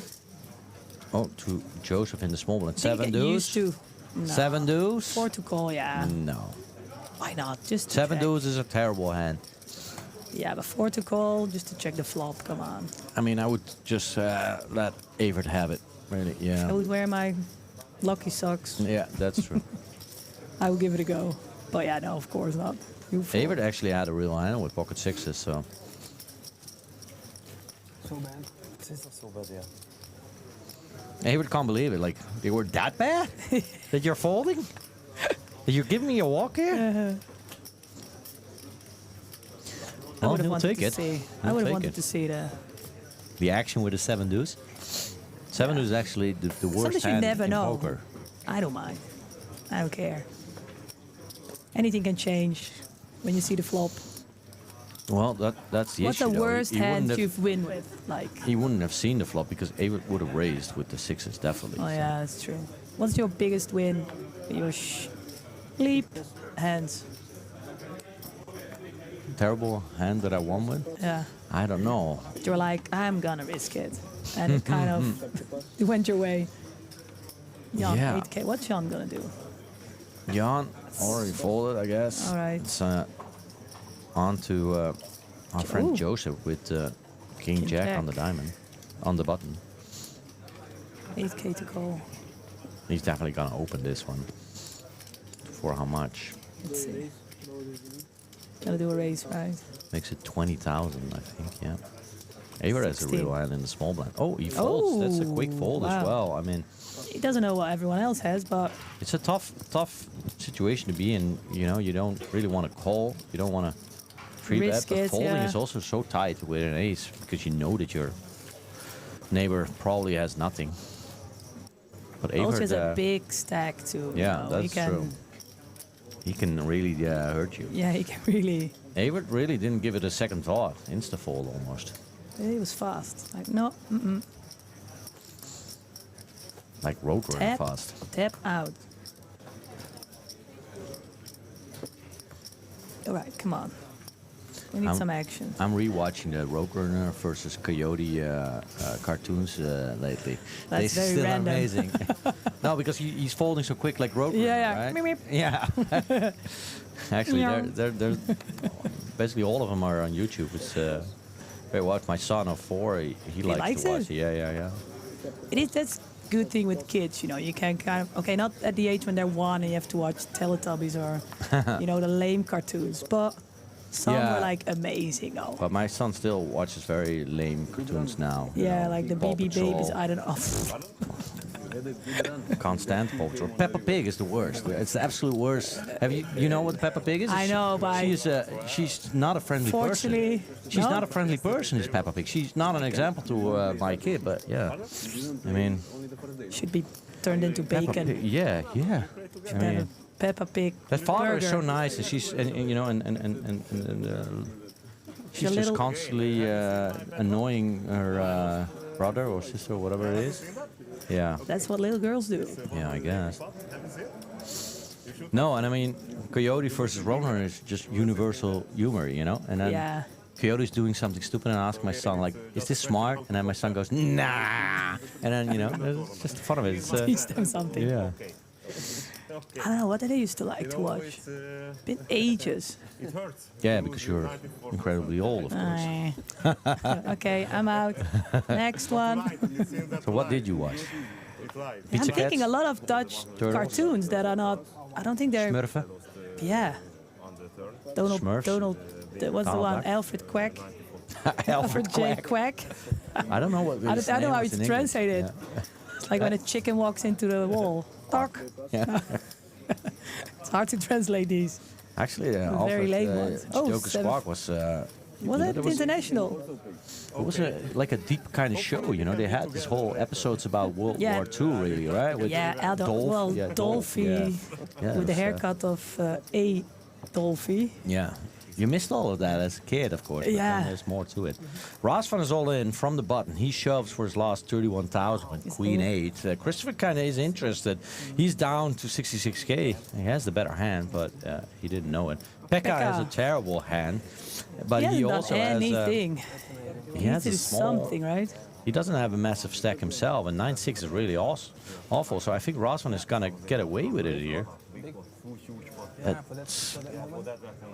Pekka is getting the odds maybe with 9-6, but he's not happy about it. I think Rasvan is gonna take this one down. Pekka doing some math in his head here. Yeah, he's looking a bit like he's watching a tennis game. Looking to the left, to the right. What do you think he's gonna do? Yeah, I think I he's don't gonna think so. fold, I but think he'll wait. he's. I would hope for a better hand and then just go all in next round. There's no shaming calling, but And I get a I think he's gonna 7-2. fold. Got a bad hand, he says. Yeah. Yeah, you can relax. You can relax. You can relax. Thinking about if I can call this.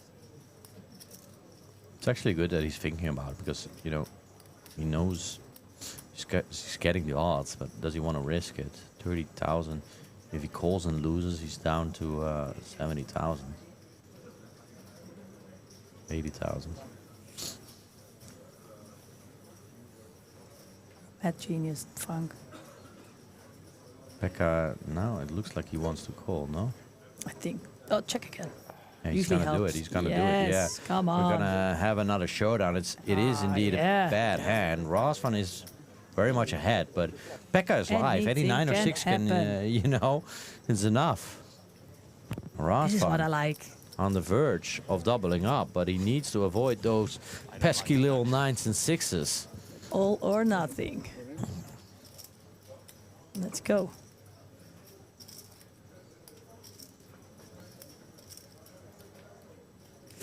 Two. 2 sevens and a Oof. deuce. That's nothing really. Not really Rasvan, helping anyone. And Rasvan still in the lead. Pekka reconsidering his decision.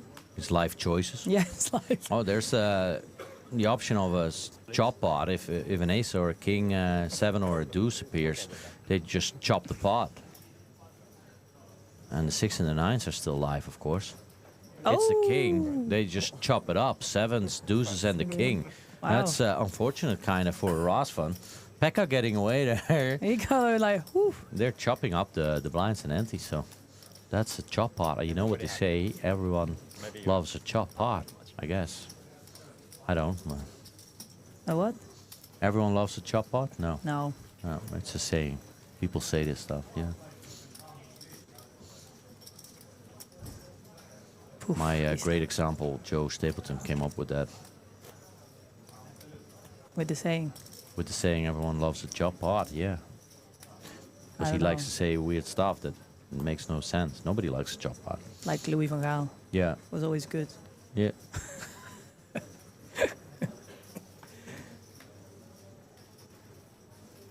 It's good. If you say dumb things, I will look a bit smarter. Yeah. So keep going. Joseph here with the ace-10 off. 8k to call. Yes. He's not gonna call. He's gonna raise it up. Yeah. He's like, That looks like 18,000. 18,000 there with the ace Evert, 10. oof, 7-2. 7 deuce. We know bye-bye. you are a fan, but he's Yeah. folding. Becca again, of course, folding. He's like, I got Jan, away. I what got do you away got? with that one. Yeah. Not gonna do that Jan, again. No, Jan isn't happy. He's Oh, folding. oh, he's throwing them out of the Yep. building. The cards. Get away with these damn cards.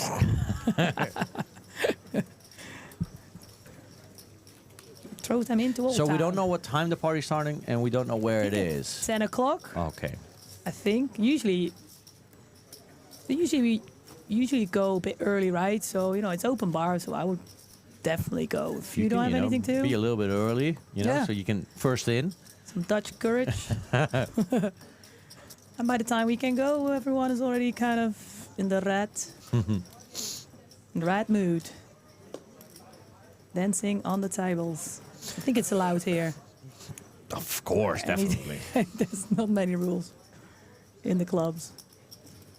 I heard there's going to be apparently one of the best techno parties either in the country or, I don't know. In the But world?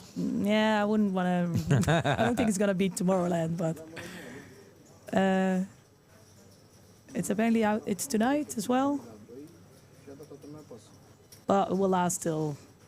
So I'm already home. It's so just a party where Unibet is joining the party. It's an existing party. It's I'm not sure. just specifically I for think so. It's usually a Unibet. nightclub, right? Yeah. And then anyone can join. We just have a But they have a private roped section. off area, yeah. Yeah, I think so. It's usually more fun as well. Like, it's busy. Christopher needs to get things going. Evert has Boom. jacks here. I think he has raised already. Christopher shoving all in. Race to 16K, all right? Yeah. Come on. Oh, Christopher Becca's shoving out. with Yeah, bye. King 10 suited. Jan is going to fold his 9 deuce. Yeah. And then Evert is definitely going to call, of course. Jacks is a premium hand. Ouch. Yeah, insta call. Christopher, Christopher. He has 36% equity. 1 in 3 times, A he's lot of- definitely going to win it. There's enough action. I huh? love, yeah. I mean, all in for me is haven't, good. We haven't seen this I think many we should have a all-ins. rule. Every 10 hands, there should be an all-in. Or Oh, that's should, a good first card to hit. No Nice. follow-up to that. Jack's still in the lead. Now 78% favored. Christopher needs a couple diamonds, a king. Maybe a jack of diamonds would be an interesting card, definitely. That would be the best card to get. It's the 3 of diamonds, actually.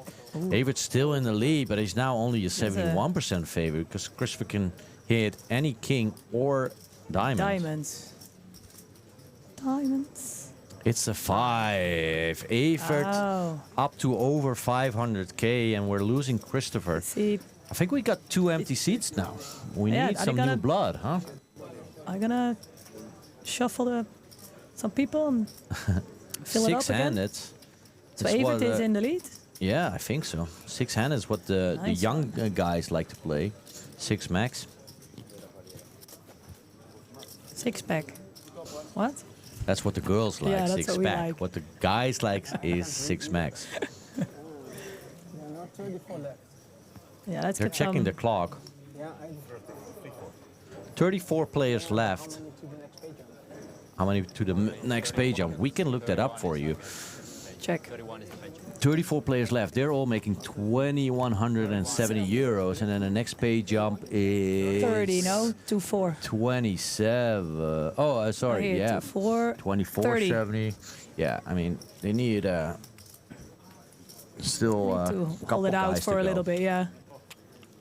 Going relatively small steps in the beginning, and I'm obviously not sure the if did they steps win the packages, the Unibet Open packages, or Some of them, I think did they Evert buy is a in? qualifier, but the Qualifier. other ones, I'm not 100% sure. Like Romanians I said, maybe didn't maybe buy. they just walked in and put down the some cash. the lei. Some cash lie. Rasvan shoving Oh, from well the hijack King 10 for his last 37K. He was the one checking how many players still needed to go, and he knew 37K is not enough to make it till the next pay jump if I don't double. Nice. Joseph in the big blind. It's another 9-6. You can chop it. We know that now. He's gonna call, I imagine. It's only 29K to call. If you're alive, you're not doing all that bad. You can chop. Chopsticks.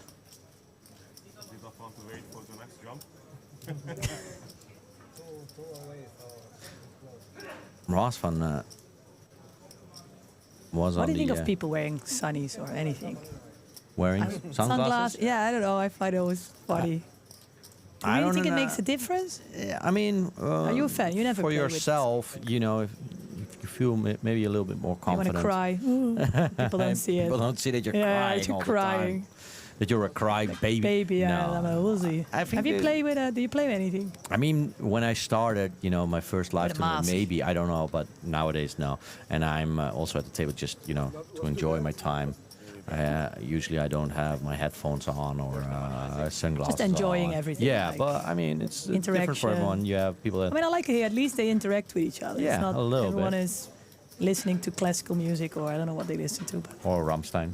yeah, Our driver liked the Rammstein when we I would went. listen to like hard 90s. Charlie Lone Noise and hardcore, yeah. Metatillo. Yeah, I don't know. Aquarius. Oh yeah. Aquarius. But then you Party play a bit Animals. more. Yeah, party animals. Yeah, I was thinking, wow, who are they? I want to be happy. I think you play a bit faster Ross with a good van. music on. It's like running. Well, not that I run a lot, but Is he going to go for 2 in a row? Yeah, he's shoving again. Last time he got away with it. What does he have now? 10-9 10-9. suited. It's a beautiful hand, but 8K to go. It's gonna do it. he's all in for 47,000. Oh, Jan, Couple wow. quick folds. What a shiny hand. Joseph, no. Evert. Is he going to knock out another player? Yeah, I think he's going to call here. Ace deuce. You think so? Yeah, might. He might think about it. I mean, the deuce is a terrible card, but ace high could very well be. How many good are still here. in? Yeah, Is it just a heads up, no? 30. Yeah, that's the call. Yeah. Oh, he still has 10k behind Rosman. I think he's looking at the other tables, and Oh, he wants to get the. He yeah, doesn't want to lucky. be out now. Yeah. lucky laddering. But Evert is not waiting. going to let that happen. He's putting the pressure on. He's just shoving, basically. Yeah, it's like either you're in or out, mate. Yeah. Let's play for a roll. He's look like. Because the difference is, yeah, it's a 400 euro difference, ish. Come on, come Yeah, on, it's, Razvan. no, it's a 300 euro difference. So between 2170 and Ah, yeah. 2470. So Oh wait, oh yeah, sorry, we're at we're the next- 21. I think we're not even there yet. This is Yeah, we're at the 2170 mark. not even yet. I think this is live, and we're still an hour and a half behind. So Oh wait, yeah, you're right. I don't know. Rosman is taking his time. You can call the clock here. It's not very sportsmanlike, but people will do it. Yeah. Oh, there it is. Someone called the clock already. Floorman, clock. Obviously, he is not really. He doesn't have a big decision because he needs to call. He only has 10,000 10K, more, yeah. and he has a real hand. So they want to make him call. That's the floorman, and he's putting the clock here on. Thanks. Usually, that means you have 30 seconds to act. Stopwatch. Yeah. Otherwise, your hand is dead if you haven't made your decision before that. Yeah. Should have like a little music playing. We already know what's going to happen. He's going to call in with 1 second left. There's the call. There's Come the on, call. just do it. Evert, don't choke. Is that what he says? Evert is funny. The funny guy. Yeah, there it is. There's the call. Yeah, Evert when is you- the small favorite, with but a- again, I mean, With a it's, bigger it's, stack, you can be a bit more funny, yeah, right? it's a bit easier more to be fun. funny when you have Yeah. a big sack. But again, it's almost 50-50. Evert, very, very small favorite. With the ace deuce over the let's- 10-9 suited. There we go again. All in. Please fold, it says, but no luck this time. Evert can very much afford it. Ooh, this is very bad Oh. news for Rosvan. He's down to 8%. Evert He's already hitting like, the "Bye." ace. I mean, he would like to see a queen or an 8. Ooh, queen is not bad a card. I mean, he now has the open-ended. I mean, I said it. He needs the queen, and he got it. So now he has the kings King, and the right? 8s. It's an 8. Oi, oi, oi. Back from the dead. He had already almost left the tournament area. Or he But went he's, for a buffet. please Dinner. sit back down. Rasvan, last time it ended up in a chop. Now he found a full double. He was down I to got 8% on the new flop. people. Wow. See, sometimes you just have to go for it. It's real non-stop action since you joined the booth. So, I mean, maybe I can still go to that party if people keep busting. You just have to be a bit faster. Hey, look what we got here. Bjorn is back in action. He's been on the Yeah, I think he was table in that very before. same seat. If that's the same guy, I'm pretty sure. I think that was the Swedish player Bjorn in the one seat. Rasvan lives to fight looking another at the clock day. again. He's like, yeah, counting. Yeah. Wow, runner.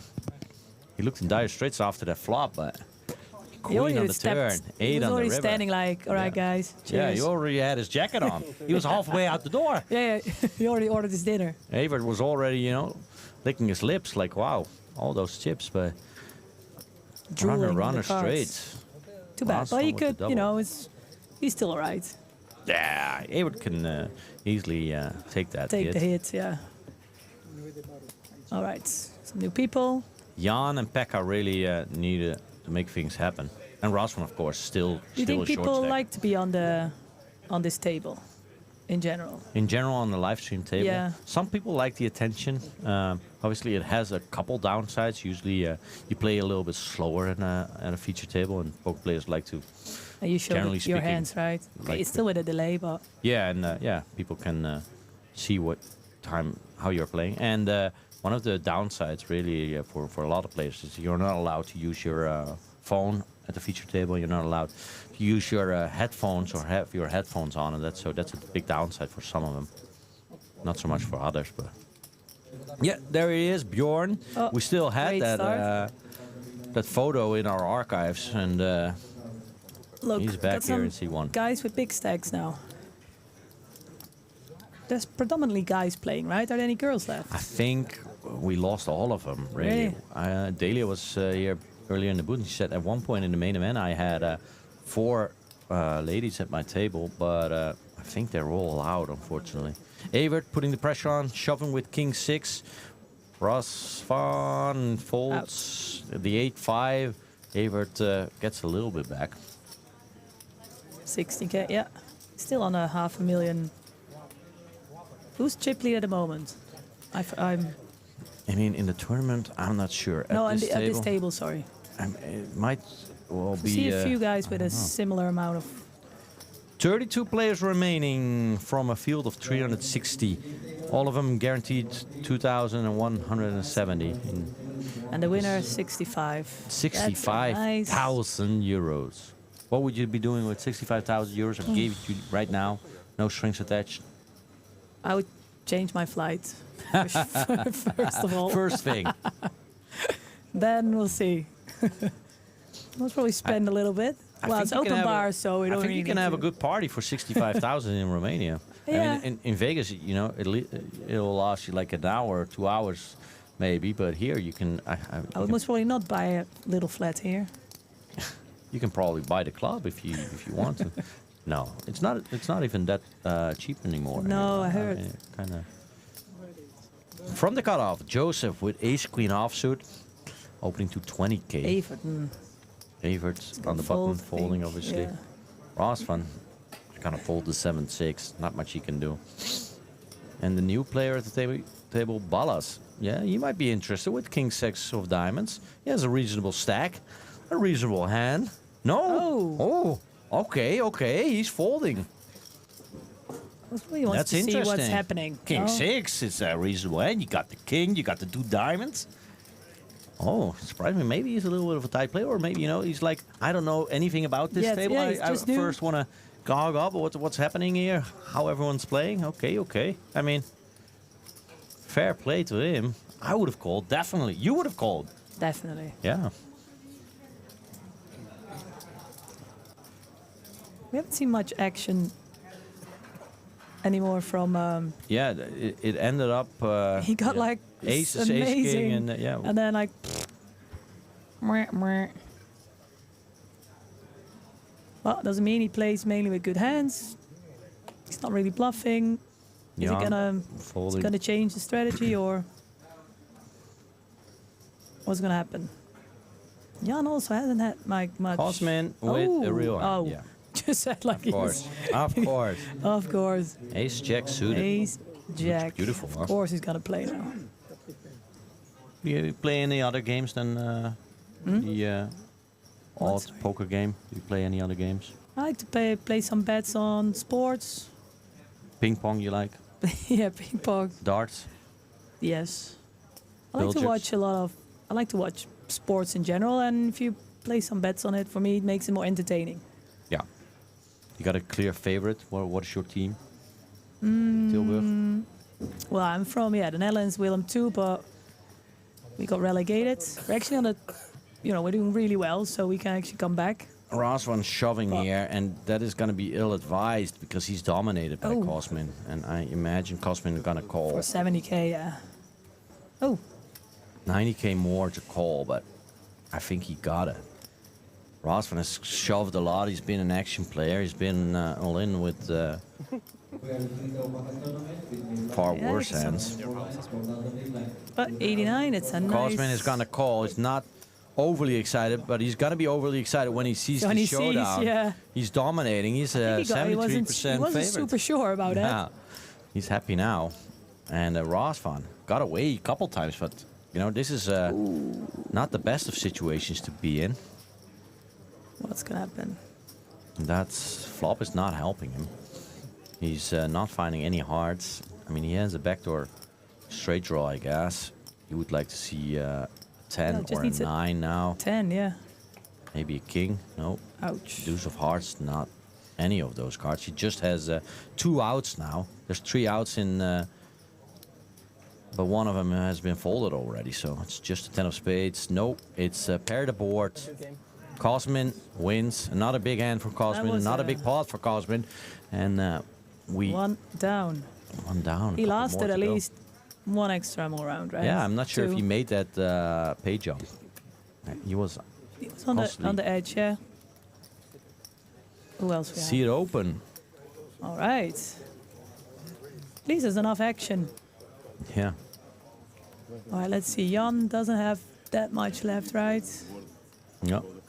The Unibet open structure is a really good structure, but obviously now that we're getting later on day 2, there's gotta be more action. This is just the natural way of things of going. Jan, definitely Yeah, at one some of the point you shortest need to decks now. just need to do something. It's Yeah. either in or out. They're all in the money Double or already. nothing, It's yeah. not like they're gonna leave empty-handed. But yeah, we'll continue to see action for the remainder of the tournament, and maybe around the final table deal. Be a little bit deeper. Depends on There's how the always a little stacks are. slight greediness in any human, I think. Right? For sure. You always want a little bit more. Yeah, it's basically every poker player that plays tournaments is always going to be disappointed unless they win. Even Yeah. if they finish runner-up for hundreds of thousands of euros or like 45,000 like here, they're still going to be kind of disappointed like that they didn't win. Yeah. But that's the nature of the game, and then after a little while they'll realize that they played well. You should be happy. Ballas, You with a learn. real hand. Jan, Oh, Jan. looking up. Jan is playing he a needs strong to- strategy, but I mean, he's not getting great hands. King 9, obviously not that bad. Ooh, Oh. yeah, this is gonna go in. I mean, Ballas has the top pair. Jan has the flush draw, and he shoves. He's gonna get called here. He needs to, yeah. Yeah, Ballas Oh, instantly look, calling. he just joined the table. Yeah, we saw him fold King King 6. six, yeah. But he's not folding Ace Queen here, obviously. Yeah, he's not Jan stupid. needs Come to on. hit a club or running straight cards, I guess. That is one of the cards that makes Ballas 2 pair, but it gives Jan the extra one single 10 is out. 10, because right? 2 of them are already folded. He needs a club or a 10. It's a club! Oh! Yeah, Wow. I mean, sometimes the underdogs, they get there. Jan doubling up. Ballas Nice kind of one. unlucky, but Jan is all smiles now. Yeah, Jan has a few more hands to to breathe if he He needs made to. the move. He knew he needed to make something happen. He played it well. I mean, he called with a reasonable hand, and then he shoved, open shoved when he hit that flush draw, and he got there. Bala's not too happy, but he's still in. Jan with a kind of lucky double. Bjorn has a couple chips. I think it's real Pekka now that needs to make Needs to something do so- happen. yeah, he needs to make a move. But he's on the button, so he has a couple hands to wait it out and see. All right, what's going on? Bjorn. Under the gun, ace-4 suited. What would you be doing? He has a big stack. Yeah, that's what we call and raise it slightly. 16,000. He makes it 16K to yeah. go. Min raise under the Needs to gun. try. Maybe someone will, fold. Yeah, that's Eight. probably the outcome he's hoping for, that everyone just folds. Yeah. Just get Eight lost. Just let me have this one. Pekka folding. 7 deuce out there. Jan is with the king-queen suited. He's in it now. I think he's gonna call, yeah. Changed his And this might Cosmin. Nah. get Cosmin in. You reckon? So, yeah, it's only 8K Oh, more in to be 8K, in yeah, and this, he's on 600. he's got a lot of chips. Yeah. You can have a Commit look, 8K. right? Yeah, and it's a connector. It's low cards. Like a His free- neighbor and the initial racer probably have high Free cards. peek. Yeah, I mean, this is not the flop he's looking for with 5-6. Jan Bjorn has still a in the gut lead. shot really to Broadway. Bjorn Checking. flopping to Oh. top pair and a backdoor flush draw. Check to the initial racer, Bjorn. I can see both things happening. he's Checking gonna behind and or Gonna betting. raise slightly or? Yeah, he's gonna Bet a little throw bit. in some cash. Yeah. Okay, what's Jan gonna do? Betting 14K. Jan is in a little bit of a tough No. spot. Yeah. Wow. There's 2 spades out there as well. Even if you hit your Broadway, chances are it's a spade and you might not That's a win good- a lot of money. So Bjorn one gets for away with Bjorn. it. Kind of gets Up an to, extra 10%. Up to 450. So what's the deal now? We have Cosme with 561. Bjorn, with 450. 450. The rest. Yeah. Evert still has a nice, decent pile up there. Decent enough stack, yeah. We haven't seen any action from his neighbor for a while. Yeah, he's been quiet, Mr. Sunglasses. Yeah. And what's that song again? Sunglasses at night? I wear sunglasses at night? I don't know. You don't know that song? No. Who's it from? Sing it. Come on. I'd rather not. I want to retain those couple of listeners that we have. Well, we're kind of sitting in a karaoke booth. Kind of. Looks- It's just as hot, huh? No one's gonna hear it. Corey Hart, Sunglasses at Night. No, how do you know that? Oh, that's the original from 1984. I mean the remix. It's like the hard style remix. Sunglasses at night. No, I don't know that one. Yeah, Sorry. I don't want to Can't back you up copyright here. striked here, so no. Can't back you up here. What Action happened? folds to Cosman in the small blind with 10-9, and he limps in, so he completes for 4K extra. Bjorn actually has a nice little playable hand. He might raise it up or check. 8-7 off. He's gonna check. Like his necklace. You think someone made it for him? Maybe the love of his life. Could be, yeah. Maybe he found it on the street. I don't know. Ooh. Oh. I mean, there's nothing there for Seven. Cosman, but Bjorn has 3 of a kind. Wow. Don't think he expected this to happen. He hoped for it. Go flop. Is Check. he gonna bet it? I mean, he could just check it and give Cosman a little bit hope, of something, yeah. because it's unlikely that Cosman has a Small. 7, let alone a king. So, but if he has a king, he's gonna earn some money. I think Cosman's gonna let it go. Yeah.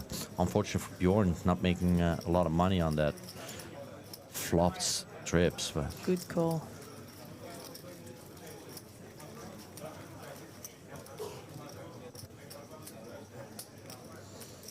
it's getting hot in there, though.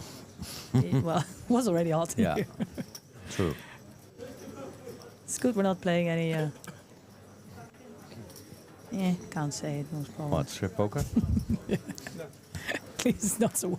The temperature is right, at least. Yeah, I mean. You can tell the difference where people are from. Like the Scandis usually wear a t-shirt. Yeah. The others are like hoodies.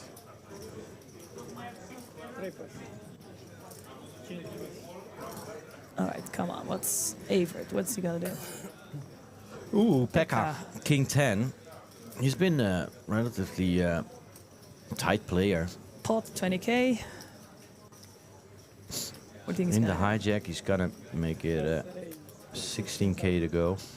Just a min raise. Really, he's hoping everyone will fold. Jan, obviously, easy fold.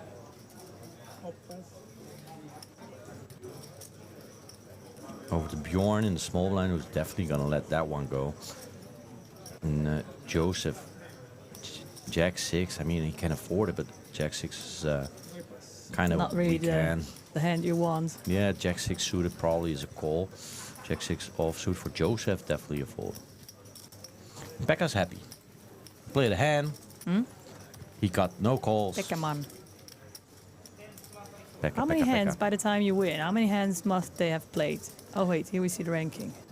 Yeah, Cosmin Pekka up really top. needs to do something. Cosmin and Jan, Joseph basically the same stack. Jan is still in the same-ish position, right? He hasn't Yeah. really been on the first or second For ranking. a while now. No. No, he doubled up, but he's basically just back to where he was like 2 orbits ago because he lost a lot of small pots. How many hands you would play if you reach the final table, approximately? I mean, it depends how big the event is. Obviously, that's here we true. have 360 players. It's a 3-day event. Usually you play, let's say on average, 12 hours a day. How many you hands? play, I mean, if you have a good dealers and you're not on the feature table, I guess you can maybe play Oh, 18 Cosmin hands again, look. an hour. Ace King for Cosmin.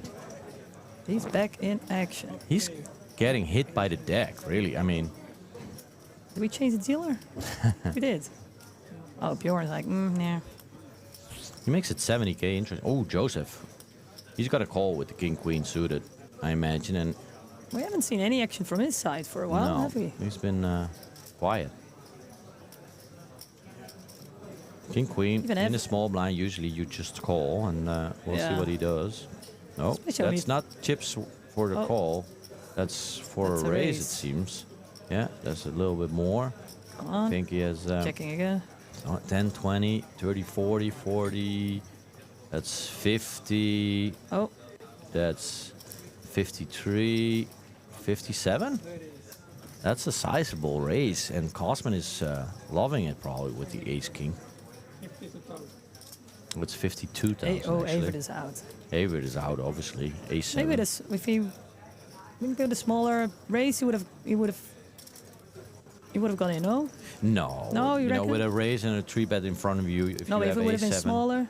Meh. Cosmin can still come over the top. That's the issue. Ah, yeah, so, that's true. Yeah, Avert's, then you're out folded. anyway. Yeah. Cosmin is not Cosmin. folding, I imagine. No. Oh, he's calling, actually. Interesting. All right, so we got an ace. They're king. both very deep, so Cosmin here Same with the stack advantage. now. Yeah. So interesting one. Let's see what's gonna happen. We got a king. Oi, Oh. oi, oi, oi, oi, oi, oi. Joseph hits Wow. the queen. Cosmin has a gut shot and he- the 2 overs. I mean, Jack, nobody has right? a diamond. Joseph in the lead all of a sudden. Oh, and he checks. Wow. Wow. I think he's hoping. What's Cosmin gonna do? He's kind of, after getting called, he's not really sure. Do I Yeah, have do the you- best hand, or does my opponent have Maybe slightly better? Yeah. Really? I think he's scared for diamonds, no? Yeah, but I mean that's a small Check as chance that well. someone has 2 diamonds, right? Yeah, But one Cosmin at least. taking the free card. I mean, if you're afraid of someone having 1 diamond, you should definitely be betting. Joseph. True. Joseph is just asking himself now in a 3-bet pot versus another big stack. What am I beating? Well, you're beating Ace King. We can see that. You're beating Queen, Jack, but all So the much value more hands easier you're when not you can see the hands. beating. Yeah. Joseph now coming out with the bet. I think Cosmin has two. He has. 26,000. Relatively I guess- small bet. He needs to fold. Cosmin, Let's check yeah, again. He needs to fold, I guess. I mean, he's Yeah. not beating anything. He's not beating ace queen even. He's not beating king queen. He's not beating kings, aces, queens. He's beating jacks, I guess. No, he's not even beating jacks, of course. He doesn't have a pair, so, you know, and he doesn't have a diamond, so what are you going to do? You're Just- beating you have to pure fold. bluff, but he needs to fold, and it's Not fun, unfortunate. but So 146k pot, he's not going to win. Aye. Good One one. time I'm going to let this one go. A smart one. He will look Joseph back is and happy. like, that was a good one. Joseph is going to be happy with that. Yeah. 600k still in the lead. Could have played out very different this hand. Joseph up to 600k, Cosman down to 500k. Still two of the bigger stacks at this table. Nothing to worry about. They're gonna fill up the empty seat. Well, it depends how many players are left in the tournament. You know, sometimes there is simply not a player that can take that seat. They can only rebalance when they're Yeah, very 40. uneven, or if they're out. Yeah. Yeah, if players are out. They have a whole system here to that automates that. To shuffle. Yeah. Shuffle. K People Hold'em, K Hold'em app is what they're using here. People shuffler. It's famous poker tournament software. Actually Jan. developed by Nick, who's working here. So. Really? Yeah. All right. Nice. Cosmin, Queen 6 of diamonds in the hijack. I mean, he doesn't raise with anything less than ace king, right? I mean, He just has to wait 3 hands, and he'll get something decent.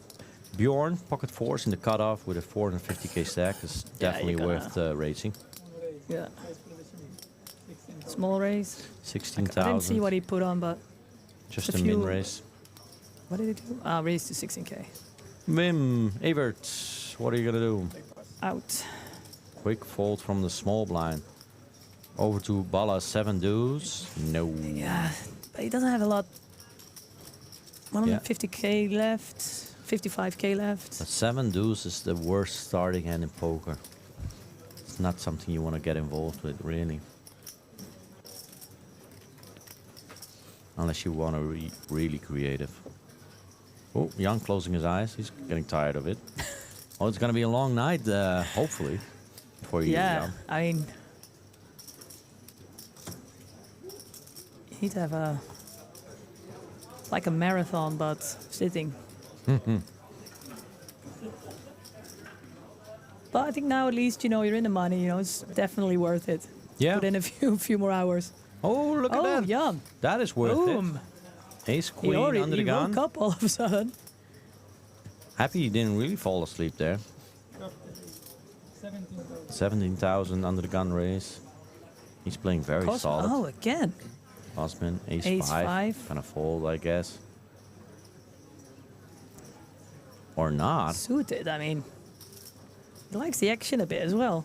He does like the action. But usually he shows up with better hands than ace 5. Yeah, there it is. That's the fold for him. King 7 is gonna end up in the muck as well. You think he's going to join? No. Out. Joseph, King 6 is not a hand you want to get involved with. Pocket fours for Evert. He might be interested. Problem is, of course, he has a couple shorter stacks behind him who might squeeze if he calls here, so that's annoying. 3-betting isn't really an option against an under the gun raise. He's gonna try and see a flop and hopefully flop a set if he calls. Yeah, that's the call right there. Little bit optimistic, I think, maybe. Oh, Ballas, that's the Ballas, no, terrible no. hand. Pekka, terrible hand as well. So it's heads up between the two Dutchies. It's basically a coin flip again, but I feel Jan has a little bit of the advantage because... Well, not anymore. Wow. Uh-oh, this could get expensive here. Jan flopping top Jan pair is and a top great pair. kicker. But Evert with the set of 4s. Ooh, what's he I gonna do? think this is gonna be ending a tragedy here for Jan. He's gonna... He's lured in, right? Yeah, Evert might just well raise because there's 2 clubs and a couple Broadway cards there. I don't think he's gonna call. He's probably gonna raise, and then I don't see Jan getting away from this. Yeah, it's a good hand with an ace. Pair of ace, I mean. No, he's gonna call. That's just a call. Okay. Okay. Jan really needs a club on the turn to save some of the chips. No, it's the deuce of spades.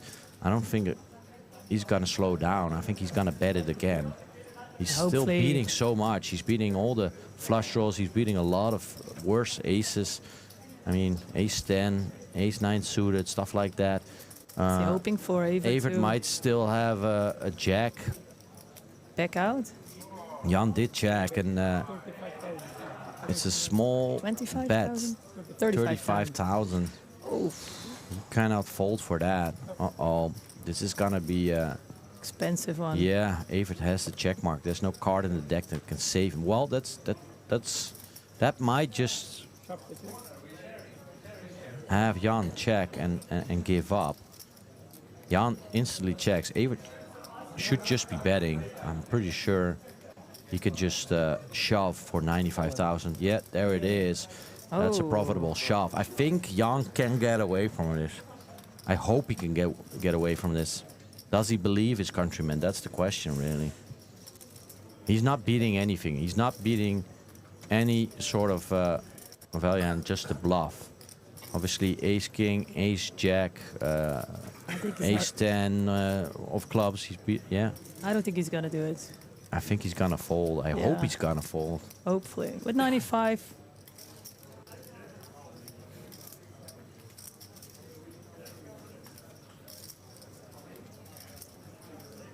Tough decision.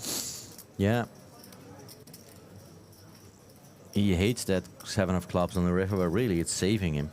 Because it gives him an out to get out of this hand. Yeah, not feel too bad. Or he's tired and he's done with it. I don't know. He hasn't made up his mind just yet, I feel. These are difficult. Just so invested. Yeah, but what can Evert have here? He could have bluffed the turn with some sort of combo draw, but he doesn't shovel in on the river, does he? A lot of those semi-bluffs got there on the river. Evert is shown to be a relatively tight player, not loosey-goosey. I don't think he's gonna do it. No. I think he's gonna come to the right conclusion here and lay it down. Come on, man. Don't. Maybe a bad fold, but... Maybe a bad fold? No, it's a great fold. Wow. I would have had the nuts. Yeah, he had a suited ace, huh? He had that suited ace of clubs. But even though Evert didn't have a flush, he still had you beat, Jan. 31 players remaining. We're playing down to 9 today, to a final table of 9. Oh, it's gonna take a while. 31, so we're still in the... Anyone out? 2,470. Yeah, definitely. 8 minutes remaining in the level, 4,000, 8,000. The next level is supposed to be a break, but I don't think that is correct. No, we're definitely not gonna have an hour break. No? Did you have something to eat yet? I had a little snack right before the bubble burst. Like a pork leg or chicken. Now we're gonna play 5,000, 10,000 with a 10,000 big blind ante in 8 minutes. So. All right, let's see. Joseph in the hijack, ace-7, worth the race, I guess. Should be making it just, minimum. Is anyone else joining you for the stream later on? Or are you gonna I leave hope you, it's gonna be a long night otherwise. Yeah. I think after 10 it's gonna be a bit tough to find anyone who's otherwise eligible for the party. Well, they let you in, so I guess the bar is not all that high. Fair enough. He makes it to 20k actually, instead of the minimum of 16k. Becca. Jan is calling. Oh, he's all in actually. Wow. Jan is all in with the ace-jack, and Joseph has ace-7, and the quick call. Jan is a massive favorite actually. I think a 7 was folded as well, so Jan has 77%. Oh. Yeah, there's 1-7 out, so it's only 2 sevens that are left for Joseph. Otherwise, Jan is gonna double up. I mean, both hit their ace, but that doesn't change a whole lot. Oh no! It's a 7 on the turn. Joseph now the massive favorite. Jan very unlucky. He needs a jack or an 8.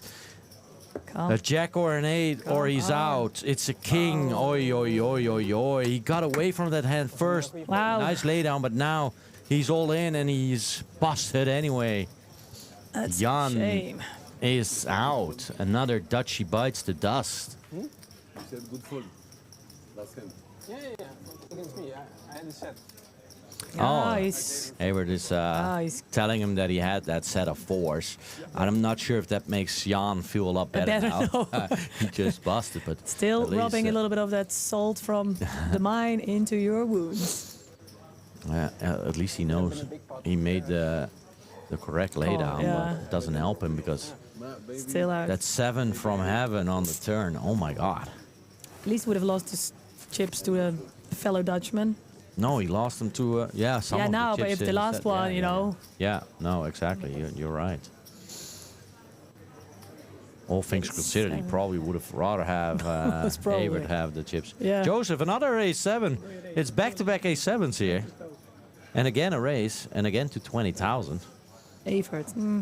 Hayward, That's, boom, gone. Ace 4, 8-4. That's Joseph nothing. is... Pekka, King 9. He needs to... Yeah, he's also gonna needs- fold. He's gonna yeah. wait a little longer. Cosmin in the big blind. Decent. He's probably gonna see a flop here. Yeah, needs to invest 12k more. Oh, he's not. Okay, I would have guessed you could see a flop with Queen 10 off, but he's not. Back-to-back A7, back-to-back wins. All right, again, 2 empty chairs. Yeah, we need some fresh blood here. Yes. And a new dealer. Did you see the... They did the Euro Cup draw. Oh? Well, you didn't see it because you was here. You were Yeah. here, of course. What are the highlights? Some interesting one. Netherlands. Okay, wait. I have to jog my memory, of course. It was France. So that's gonna be a tough one. Oh, I got a bad memory, I realize. Euro Cup, check. Oh, yeah. Yeah. We didn't. I think Romania was with Belgium in the same league, in the same group. Oh, there we have it. Netherlands against Austria. Oh, Austria, France, and then the winner uh, of the playoffs, which most probably is going to be Poland, I think, and it was Switzerland. No. Romania is actually With Belgium? Slovakia and Belgium, Yeah. and another player winner. Turkey, Portugal, and the Czech Republic.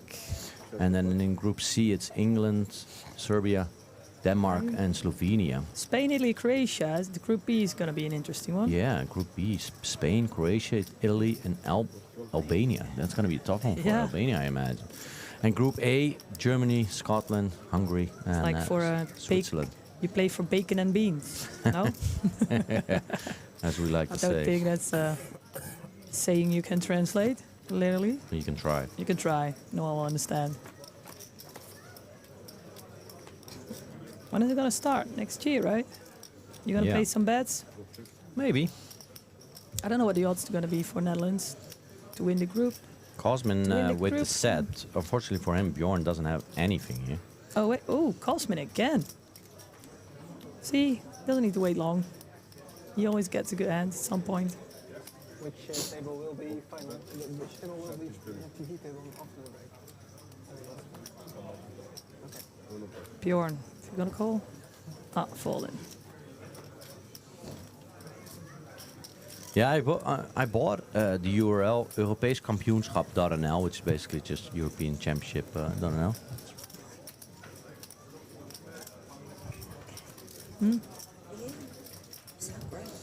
And I got some decent offers on it. I bought it for €1, so I mean. Just put some strange pictures on it. Some strange pictures. I don't huh? know, some funny ones. I got an offer for 1,200 euros, and I said no. To sell it? Yeah. It's a good ROI, but Yeah. I don't need the 1,200 euros. Said 5,000, you can have it. Well, take the that was too much. 1,200 and place a nice bet. And then Oh, I might do some. Hey, we've got a new Dutchie at the table. We I've lost seen him. Jan, but Dwayne, we've right? gained Yes. Dwayne. Wayne, And he wakes up with Ace King right he's away. right into it. Ballas with Ace 10 suited is gonna look him up. Becca obviously folding. Becca's folding a lot, actually. Fair game to him. What's Bjorn gonna do? He's gonna fold the Queen Yeah. Deuce. He can wait it out a bit. Dwayne, 330k. Ballas. Ballas has to do something. Oh, fold from the big blind as well. Joseph folding the Queen 4, so it's Ace King versus Ace 10. Dwayne in the lead. Oh. Still is. The lady And he entered has the building. the backup diamond in his hand. He doesn't need it. I think a continuation bet might just do the trick. Ballas has not been shown to be a very sticky player. 20,000 bet. Dwayne doesn't know any of these players, I imagine. He just joined, right? Yeah. Maybe he played with them before. Earlier, yeah, could Yeah. be, could be. Ballas isn't folding just yet. But, oh, he is here. Oh. Just stretching. The break. Yeah, but we're the- cutting out these breaks. We're gonna move on straight. Keep it up with all Oh, the yeah, because action. of the delay, right? Yeah. Gonna. Unibet Open Bucharest down to just a couple tables now. Well into the money. Here we are. We can do some. Should play a game and or some shots later on at the bar. I'm afraid no shots from me this trip. Come on. Why? What I'm gonna happened? be stuck here till. Yeah, but we've- after? Until 6, no. You never know. Then we'll take the shots here. 30 players remaining. Level 18, 5,000, 10,000 with the big blind ante. We're well into the money, and we've got a new Oh, look. lineup. And look who we have here. It's one of your favorite Dutchies, Max, in the Oh, yes. 6th seat. All right. And we've got a couple familiar let's see. faces that we've seen at Even I have the to get used to it. feature table. Raymond, I do know. You know him? You know anyone? You recognize anyone? Well, I think recognize the one seat, the Irish gentleman. He was sitting at our table at dinner. We don't have the audio from the table just yet. I see them mic'd up, so I'm sure it's gonna pop in soon enough. Kenneth is all in with pocket deuces from the cutoff, and he's gonna have a problem here because Stefan, Yes. with the big stack, has pocket nines on the nines. button, and that's just a call, it seems. So now over to the blinds. Big blind is a Dutch gentleman as well. First, let's see what the small blind has in mind. Aline, Patrice is folding as well. So it's deuces versus nines. We're missing the audio from the table, but let me tell you, they're, excited. It is do or die for Kenneth, real. That's the Danish player really needs a hit, and Oh. that flop is not helping anyone. We can already see Well, the flop Stefan, somehow. but how strange without the audio. No, we don't. The flop is not correct, I think. King, Queen, 5. I mean, we're seeing it still. Stefan in the lead.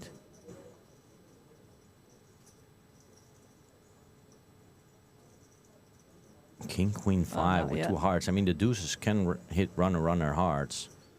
There's an heart. That's a good Ooh. card for him. Oh, there we go. He needs that heart or a deuce, or he's bamboozled. Norm Chat used to say. It's a queen. That doesn't help him. Kenneth eliminated Out. from the tournament, down to 29 players. It's a big jump from 2 more, and we're from the gonna break a break. table, I imagine. And we're down to 27. Ba da, știu cu cine a picat, dar mi-a zis cineva că n-am luat bine. Nu știu. You speak a little bit of Romanian, right? What is he saying? No? I must only know one word, which is most probably bad, and that's about it. No Romanian, huh? What are we paying you for here? We're I've not, never huh? been. No. You'd never been to Romania No, before, that's right? the first time ever. And the last time? I don't know. I did it. I enjoyed it, to be honest, but it takes a little bit of time to get into it because it's not as. Because if you go to Prague or Riga, you have the old vibe of the city, but it's a bit easier to get around and find the nice spots. But again, today I walked around into like the little side streets and I really found some little gems. So, but I noticed that I was talking to the guy because they speak English here, which I really like. Yeah. They say they don't, but they do. Yeah. And then they start to say, go this area there, this, and then you actually find some really good gems. And I think you need to get to learn this city because just from like a hop on, hop off tour bus or something, you'll be like, I'm out of here. At least that's my opinion. Oh, Patrice is going to shove all in with the king six. He had a raise in front of him from Hurley with ace queen. Patrice, the Dutchman. Henry?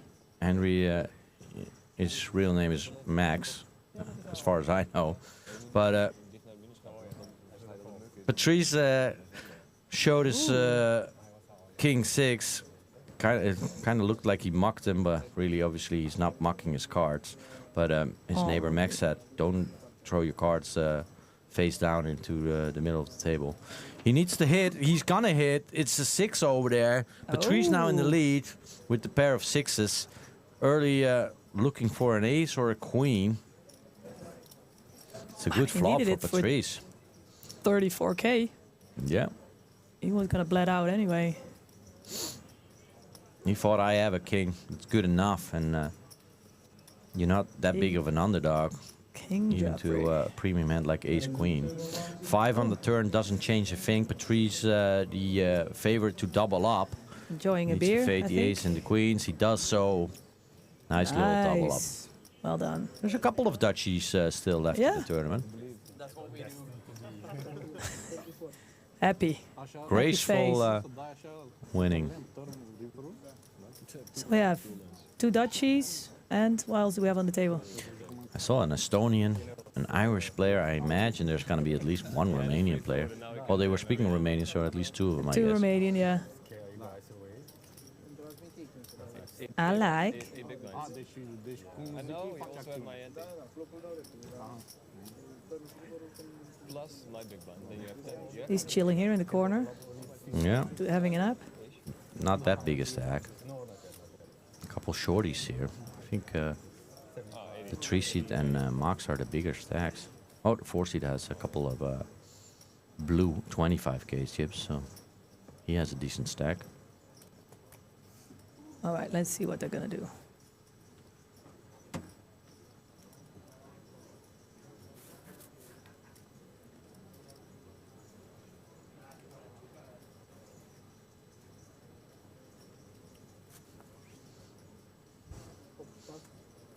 Early with the king 10. Oh, Raymond. Irish. Hey, that's a big hand. Stefan, pocket queens in the hijack. Oh, got big stack. All Raising in. it up. That's He's his not name. all in. That's his name. All in. Aline, are you all in? No. Oh, he did call, I think, with the 6-4. Nice little 20K to kind of call. suited connector. All right, so we have 2 Romanians. Oh, no, he Patrice, folded, Dutchy, actually. He folded Henry, his 6-4. Dutchy, and Swedish. Oh, Victor is Swedish. Is he going to call? Yeah. Check 9. From the big blind, he's going to call. I mean, if I would have been 10K. all in, I would have called with the 6-4. It's a nice little speculative hand.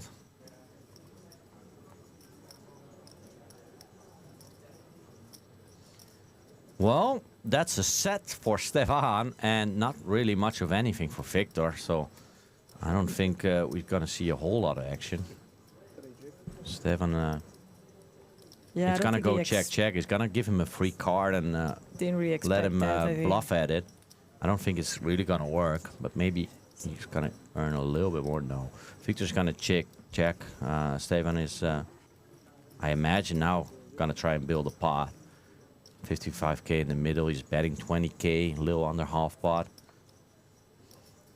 Yeah, and a quick fold. Unfortunately for Stefan, he had a premium hand to start with, and it got even better, but he's not making a whole lot of money on it. Just 35k, right? Well, at least he didn't lose anything. So who's in the best? What was the ranking? Let's see. I mean, Henry looks like the blue chips are worth the most. So it looks like Henry Max in the still, yeah, he got 6 some. seed might be in the lead here. The 1 seed is definitely short. The 8 seed is definitely very short. And Patrice, our Dutchman, is also still relatively short. Yeah, he just got a bit of luck, right? He doubled up again.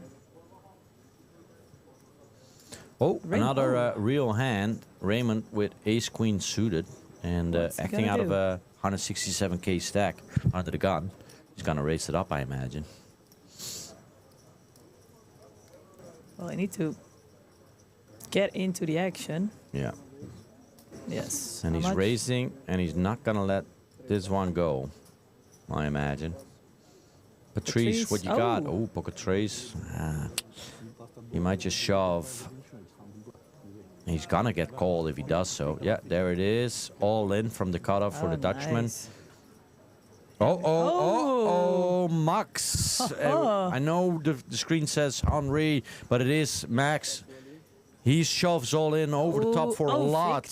Victor is gonna get away from pocket eights, I imagine. All right, let's.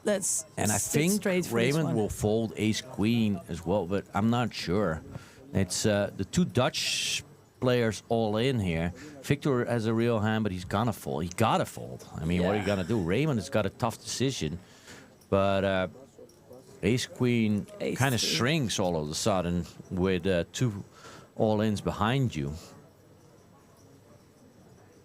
He's not happy about it, shaking his head a little bit. Need some shamrock luck here. I think he's gonna fold. I think he's gonna let it go. Oh. With pain in his heart. Yeah, he's like, damn it. Is that an expression in I think so. It's a Dutch expression for sure. Oh, big sig over there. Not happy about it, but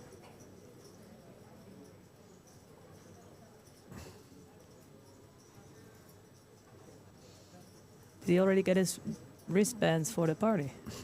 Is he wearing it already? or the wristband from the welcome drinks. Oh, from the welcome drinks, yeah. Oh, these are tough. Because you want to do it, but you kind of know you shouldn't, but you want to. There's so much action behind you. It's like drinking kinda shots, know. right? It's the same. Yeah. You don't want You to. don't want to, but you know. Usually you end up doing it you anyway. end up doing it anyway. Yeah, he's yeah, folding. I kind of fold, but I kind of don't want Good folds.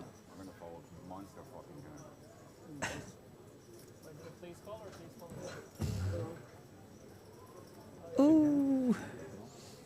All right, let's go. It's a coin flip. Obviously, 50. Max with ace king, but we know that at least one ace was folded. Someone folded pocket eights. I think there was another ace folded actually. I mean, then it's for 88k, right? So Yeah. Henry, if he loses, he can. Well, just let's keep calling him Max because that's his name, yeah, right? sorry. I think. Oh, there's a king in the window, two kings in the window. I mean, one or two doesn't really change things. Patrice still needs to hit that tree to stay alive, but he needs it now urgently.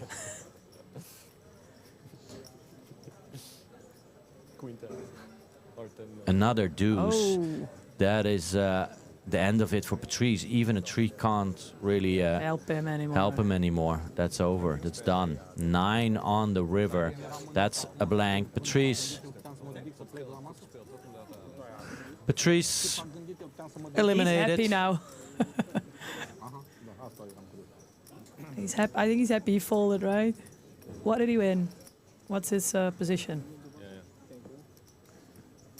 Patrice finishes 28th for 2,470 euros. And that means that the remaining 27 players are getting a pay jump. Everyone guaranteed 2,810 euros now. Don't tell me. It's information. It's a pro tip. Don't tell me. Good position for Max. Next time I'll patience.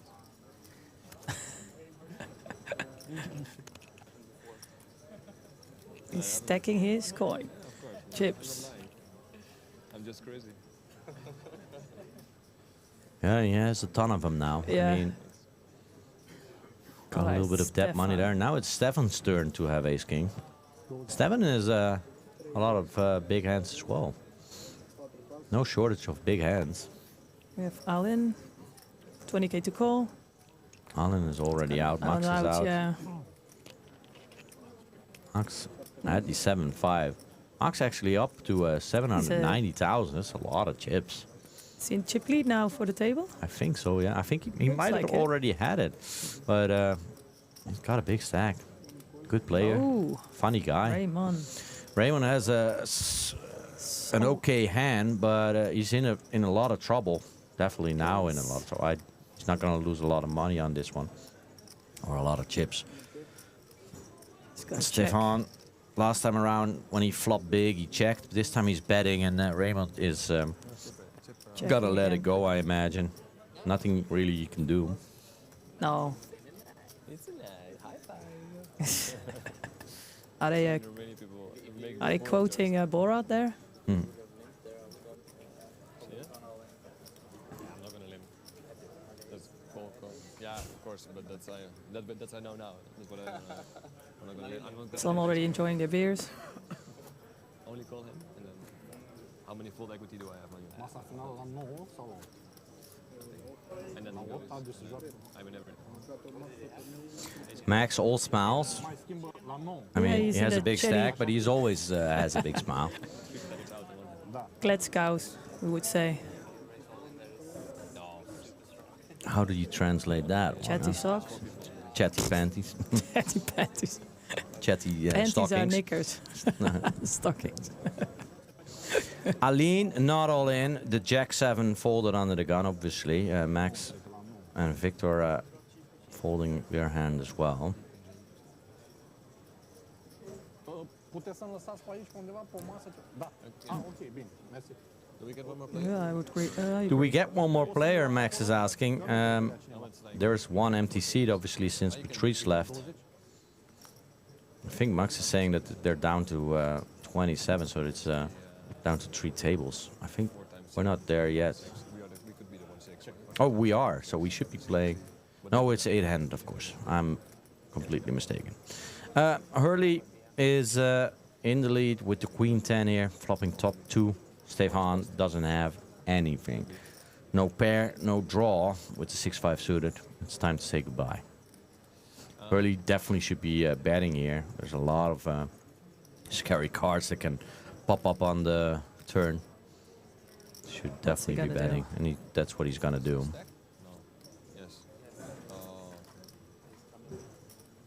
I think they're getting someone else now, joining the table.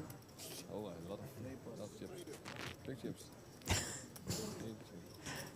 I love chips. Sounded kind of creepy, huh? Yeah. I like big chips. I mean, we're not at McDonald's.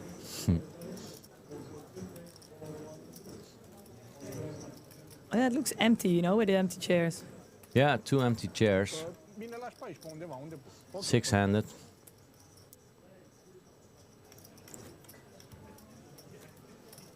Good flip. 27 players remaining with an average chip stack of 415,000. So Max is in a good position. Was he over near close to 800k? Or 7? Yeah.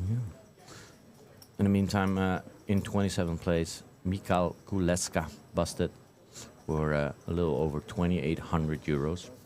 Not a bad... Robert also has a good 7, nearly double average. Victor 10-5. Max saying that he wants his headset back.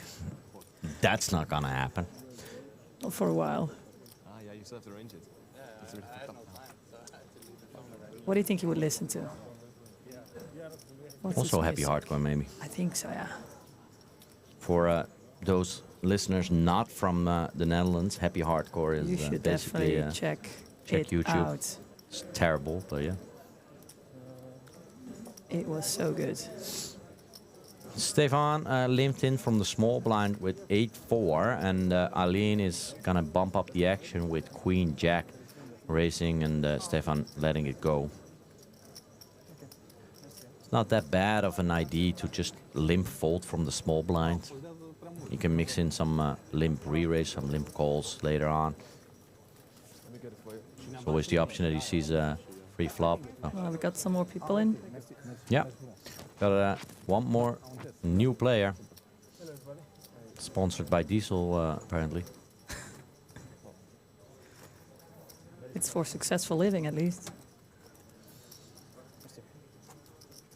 I need to get one.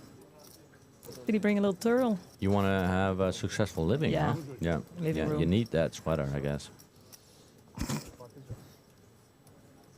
I mean, I'm here for free. Means.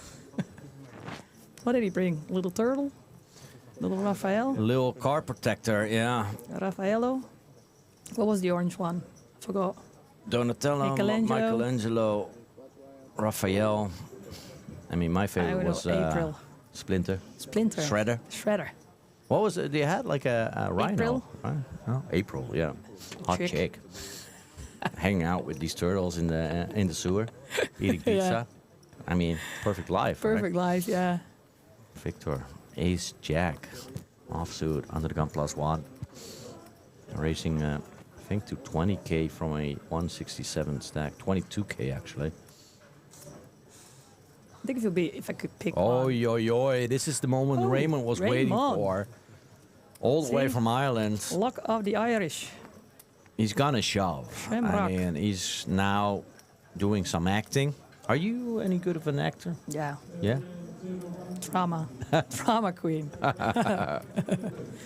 Yeah, there it is. He shoves for 112k total with pocket queens from the cutoff. Steven, obviously not in there with ace-5. And Robert's gonna fold.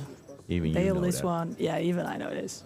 Victor, you know, gonna think about it.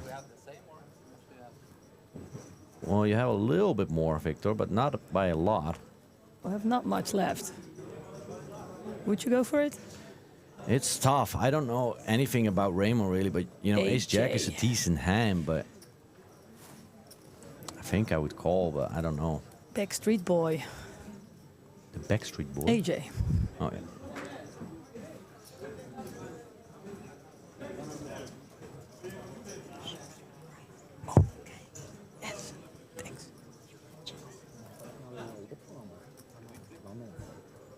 I got the no label. What's gonna happen with this?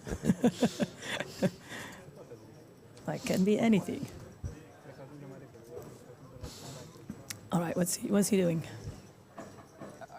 He's Yeah, gonna he go now? calls. Yes. He's not going to be happy about it, but he still has 24%, but that is because someone folded an ace.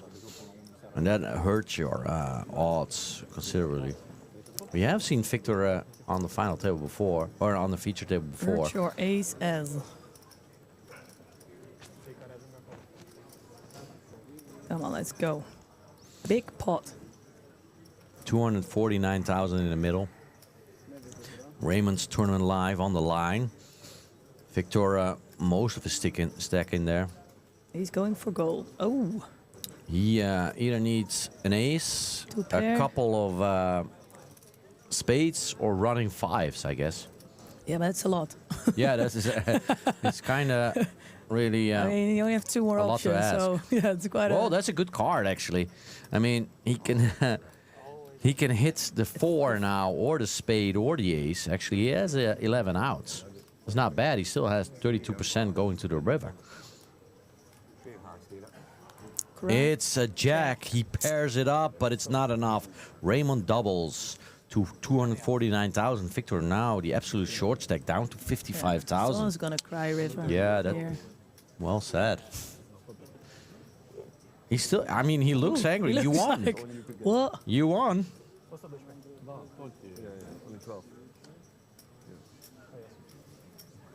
I think this is poker face. Yeah, Was Raymond's resting? no immediate need for a poker face when you won the pot. Yeah, that's resting bit bleep face. Resting poker face. Resting poker face. Yeah. But I mean, he's obviously happy, but he's not changing. celebrating too hard because otherwise, you know, might. What happened to the dealer?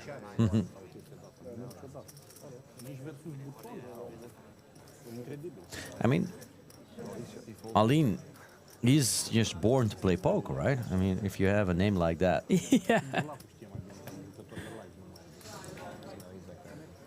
One of the best poker photographers was Romanian. I don't think he makes poker photos anymore.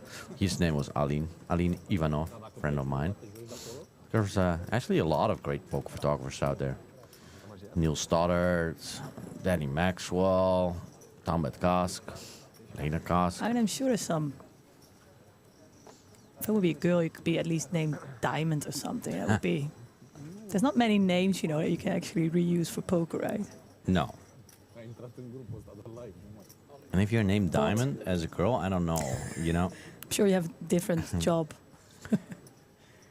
Diamond to the stage, please. Victor is all in here under the gun for his last 55,000 Oh, with the Raymond's suited ace gonna 3. call? Raymond is definitely not going to call, but Stefan is. Stefan is not going to let this one go. Acting out of a big stack with the ace queen, he's just going to call. Aline as the option. I think he's already kind of said his goodbyes to his cards. And now up to Max. What are you going to do? Henry with the ace 10. I mean, it's an ace. I mean, we can see that if he tries to squeeze and gets heads up with Victor, it's probably not going to work, but he's definitely thinking about it. No, he's going to call just to see a flop. Ooh la la. Victor can triple up here if he finds some spades or, you know, like a 3 or a 4 now, actually, would give him a wheel. Straight ace, still 5. Max and Stefan quickly checking. It's done with all the checking, I imagine, because Stefan pairs his queen.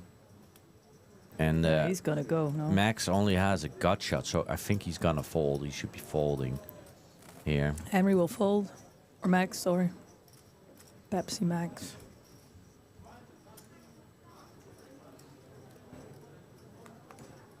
Yeah, there's the Yeah, fold, fold. and Victor's gonna get the bad news. He has outs, but it's only 2 of them because 2 4s were already folded. So Stefan is very likely to win this pot. It's a 3. He pairs it up, but it's not good enough. Stefan already had the pair of queens, and Victor is eliminated. Back Another to one 6. down. I think he was on the 2-4. 2-4-8-1? 0? Yeah, he finishes in 26th place for 2,810 euros. Nice. Yeah, it's a solid enough payday for 2 days of work. I mean, I usually don't make almost 3,000 euros in 2 days of work, but No, me neither. No, yeah. Would be nice. Then I would work 2 days a month. a month, yeah, and be done with it. Be done with it, yeah. And Issue is, all of these people also, one way or another, invested 1,100 euros to enter this tournament, so That's it's not true. all profit, but man, they could have won the package, right? could have, definitely. Some of them qualified, some of them qualified That's a for cheap- 10 bucks. That's a nice. We had one guy in here who qualified for free, just by telling a bad beat story how Gus Hansen stole his girlfriend. Yeah. Bad cheats. Well, it wasn't really his girlfriend just yet, to be honest. But that wasn't that bad then. That was a good story for Yeah, a nice prize. Yeah, it ended up earning him this package here. Would you give up any secret for free package? I'll Like give a up. juicy I don't one. have any secrets, really. You can ask me anything. Oh, boring. Yeah. All right, what's going on? Aline raised it up to 21,000 from the cutoff, and early with King 10 in the big blind is calling. Aline, the favorite, and both miss on this flop, but Aline obviously with the initiative, so I imagine him continuation betting. His range is a little bit stronger than Early's, even though they have kind of similar hands. 166k left. Not that much, right? No, this is going to be a check fold for Early, I imagine, unless he wants to really get frisky, but I don't feel this is the Frisky? time for it. It's not frisky in here. No, it definitely isn't. It's hot. That's what I really always thought. What I didn't know the meaning of frisky, so I used it sometimes In the wrong in the wrong situations. Yes. And then I moved to London, and then I found out. Stefan and Robert on top, the two Romanian players, Henry's well not over 700. closing in. Solid third one, right? Third spot. Yeah.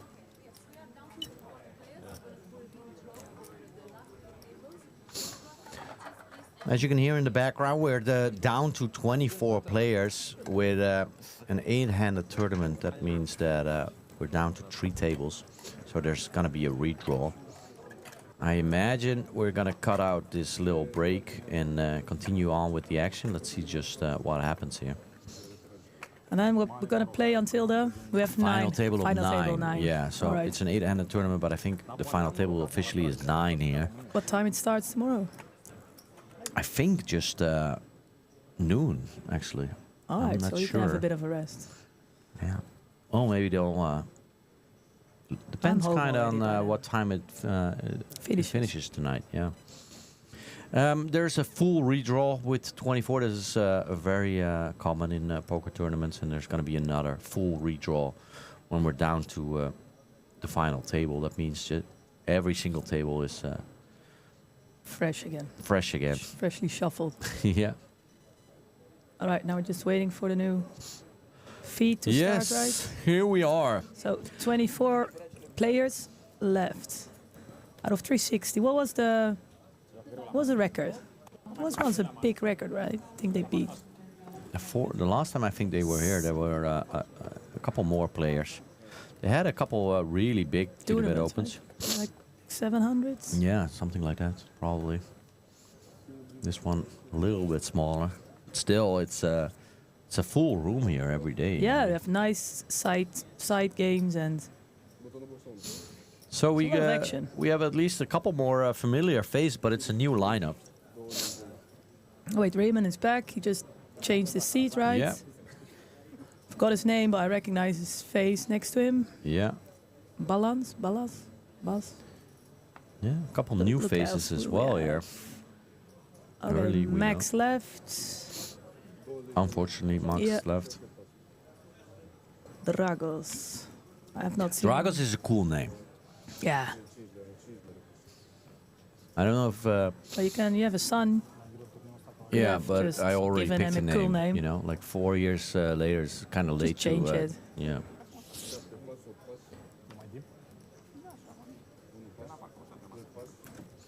Stefan.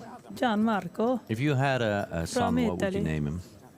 I don't know. I would think I would give him a very Diamond? typical. Yeah. I would say if I would have a girl, because we know because it's Dutch, but I would have given her the name Kees from Flodder. Yeah. Love it. I like the names that you can use for both, Yeah. but then it's more. I don't like all these like weather. Like I don't know. We have summer and Yeah. bear. Like, for me, it's not my thing. No. I like the old school. Max. And Max Verstappen. Yeah, now I want to be like Max Verstappen. So like, nah. Yeah. My son's name is Job. That's it. E or P? P. P. You need to pee? J-O-P. Joppie. Joppie. Joppie Yeah. sauce. Yeah, that's what we Is call it it. named after some... Actually, my uncle had triplets. And he named them after... Jop, Jip, and Yeah. Jap. Quick, quack, quack. No, after because he loves tennis and football, so he named them after Soccer famous players. Yeah. Johan. Marco. Ruud. Brian Roy. Oh. And Steffi from Steffi Graf. I don't know if I would do something like Raymond was named after Van Barneveld, no? Of Sure. course. Sure the mom knew. I like the old school names. We had some names, I don't know if hard to translate. But in my school we had someone, his name was Douwe Schat. It's like that's legendary. It's very, very hard to translate. Very, yeah, but I'm sure there's these names in English. We should actually Google it. We should have like a chat that people can give us some is actually. suggestions. We should be Yeah? looking at the chat. I'm gonna open the Twitch channel and see. Yeah, let's see if someone has some funny names in English. Because I don't know why. I know a few in Dutch that is like legend. Yeah, let us know some. Some awkward names that, you know. Well, Is there's there no a one chance? there, so. No? Maybe. Not yet. Dick. Yeah. That's a good. That's a good first Really? one. Yeah. My father's actually called Dick. Officially, Yeah? he was born as Hendrikus Antonius Nicolaas, and then was Dick very Pick. common to just call him Dick. But I mean, I don't think a lot of people were speaking English where he was from. So. Last name Pick. Dick. Well, it happens that I Willy. share my last name with Will my Willie. father. Yeah. Willie's a good one. Yeah, Dick is a good one.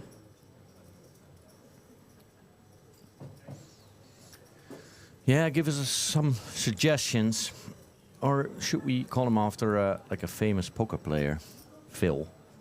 There's like a couple famous Phils in poker. Phil Ivey, Phil Galvin, Ivy is a cool. Phil Gordon.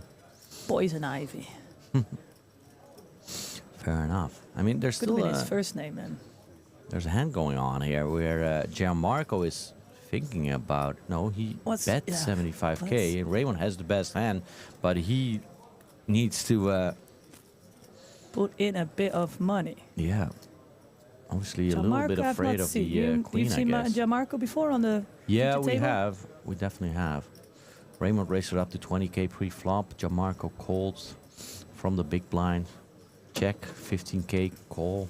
And check on the turn. And now Gianmarco with the 75k bluff. It makes no sense. Makes no sense. Raymond is right. Trust your gut. It's a big bet on the river as well by Gianmarco. Raymond, does he trust his instinct? He's giving us the grumpy cat. Oh face. no, he Oh. folds. It makes no sense, but he But folds. Oi, oi, oi. While we were talking about children's name, there was really an interesting hand going on there. Gianmarco almost caught with his hand in the cookie jar, but he got away with it. Gianmarco had the right. He knew it actually. Yeah, he knew He it. knew it, but he was like, what? He didn't act on it. No. Willie. Willie, This yeah. gentleman is called Willie as well, and he's. Yeah, that's cool. That's a good one. Yeah. Really, oh, yeah. Oh, really, that's a good one. That would actually be... Super Mario from Estonia is in the chat. I mean, that's not a name that I would call my children, but it's a cool, Oh, cool someone's name. saying hi to you. Hi. Hi, hi. Raymond now with the sixes down to 250,000 under All the right, gun. you got a new chance here. There's actually a free roll coming up, not too long from now. Oh, yeah, Ballas. He was... If you are He was in at the other table, the right? Twitch channel, you will definitely get that password for it.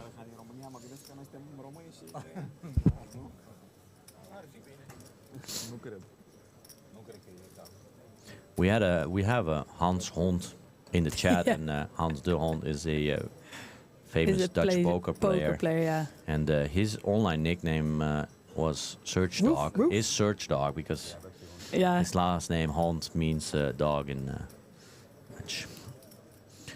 Edward here in the hijack with the 10 Jack of Spades. He's folding. Eugene in the cut of calls with Queen Jack of Clubs. And on the button, Stefan with Ace Queen off is 3-betting to 80k. He's putting on the pressure now. I like his glasses. That I'm gets gonna rid ask of for the Jenna. blinds. Now back on Raymond. We can see that he has the only pair here.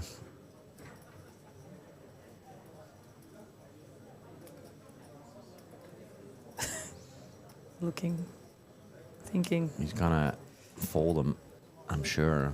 Not happy about it, but oh no, he hasn't folded Keeps him? just yet. He might push, but he doesn't have fold equity really against only a complete bluff. Yeah, he's folding there, and Eugene needs to fold as well, which is unfortunate for him. But Stefan is really dominating. I mean, it's a new lineup. Yes, you have to get used to the what everyone is doing. Yeah, he picked up where he left off on that former feature table. And then another dealer. They're changing dealers here rather quickly, I feel. Is there the players' there's party some tonight? discussing. Willie is asking. Yeah, Hell there yeah, is definitely of is a player course. party. That's why we're We probably... should find out where it is. You should be finding out where Alright. it is, yeah. How? Google. That's a nice watch this gentleman over there has in the 8 seat. At the end, Yeah. the shiny one, yeah. N-am zis că nu puteai să dar era fir. Mai e și schema asta, dar oricum mă comisesem, n-aveam să fac asta, era. Asta îmi place mai mult.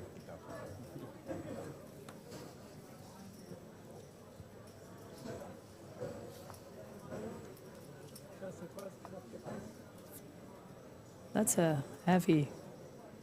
Looks expensive. It looks expensive, It yeah. looks like it costs more than you can win in this Not tournament. from the- I don't know. I'm not an expert on watches, but it looks expensive.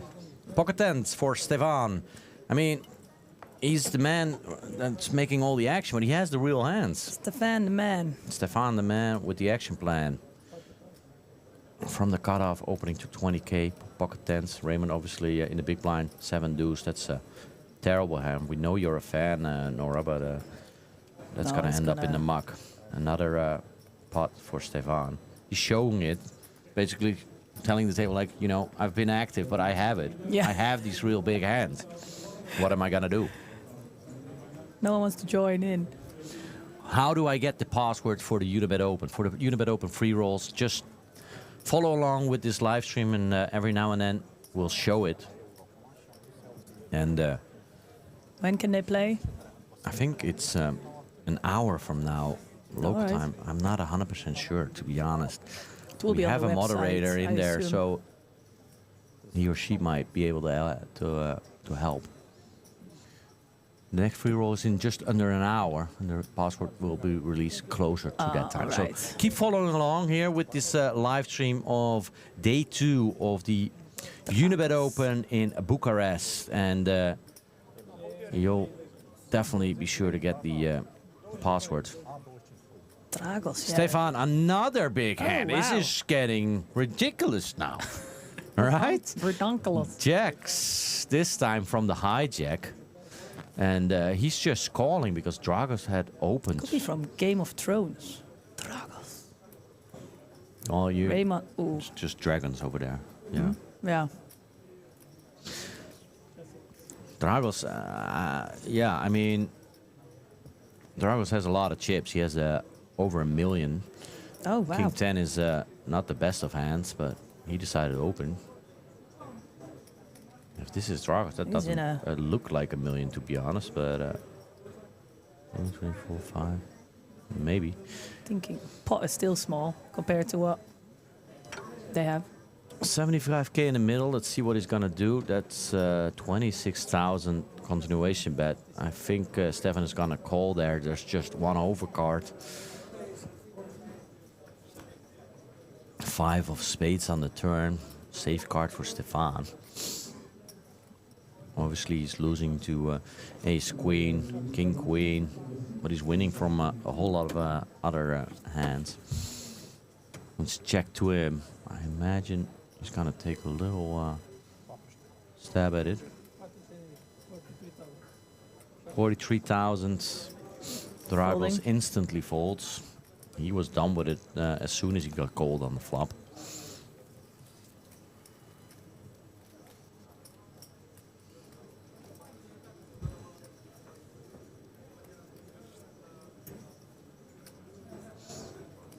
Right, anyone? Yeah. Good name.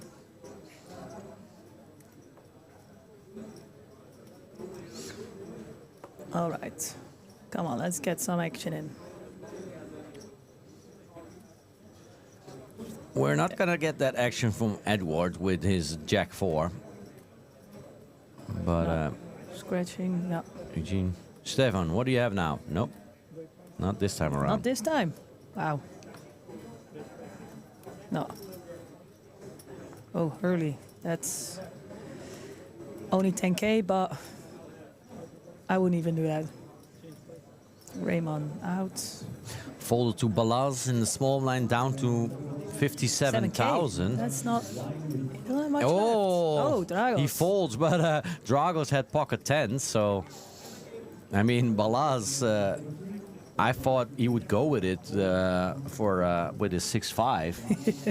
I guess he's glad he didn't, but obviously you're a big dog against pocket 10s, but 6-5 suited. I would have given it a try, I guess. Like I mean, sometimes do or that they die. show the cards. Yeah. It's good. For everyone now. Playing.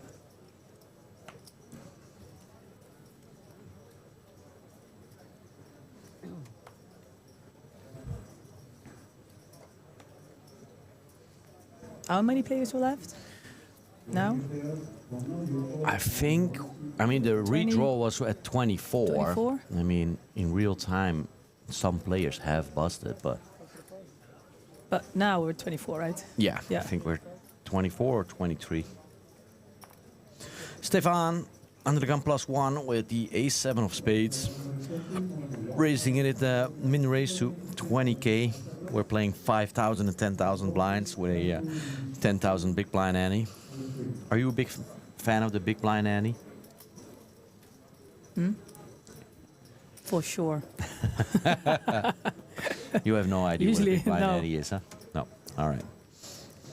Well, when I started poker, every hand needed to put in a little ante, usually around 10% of the big blind. And finally, a couple of years ago, someone was like, this is costing way too much time. Everyone, trying to find, obviously, you needed all those small chips still in play, even though you were playing big blinds. It was like the 1 cent that they Yeah, removed. basically, everyone was trying constantly changing chips with each other.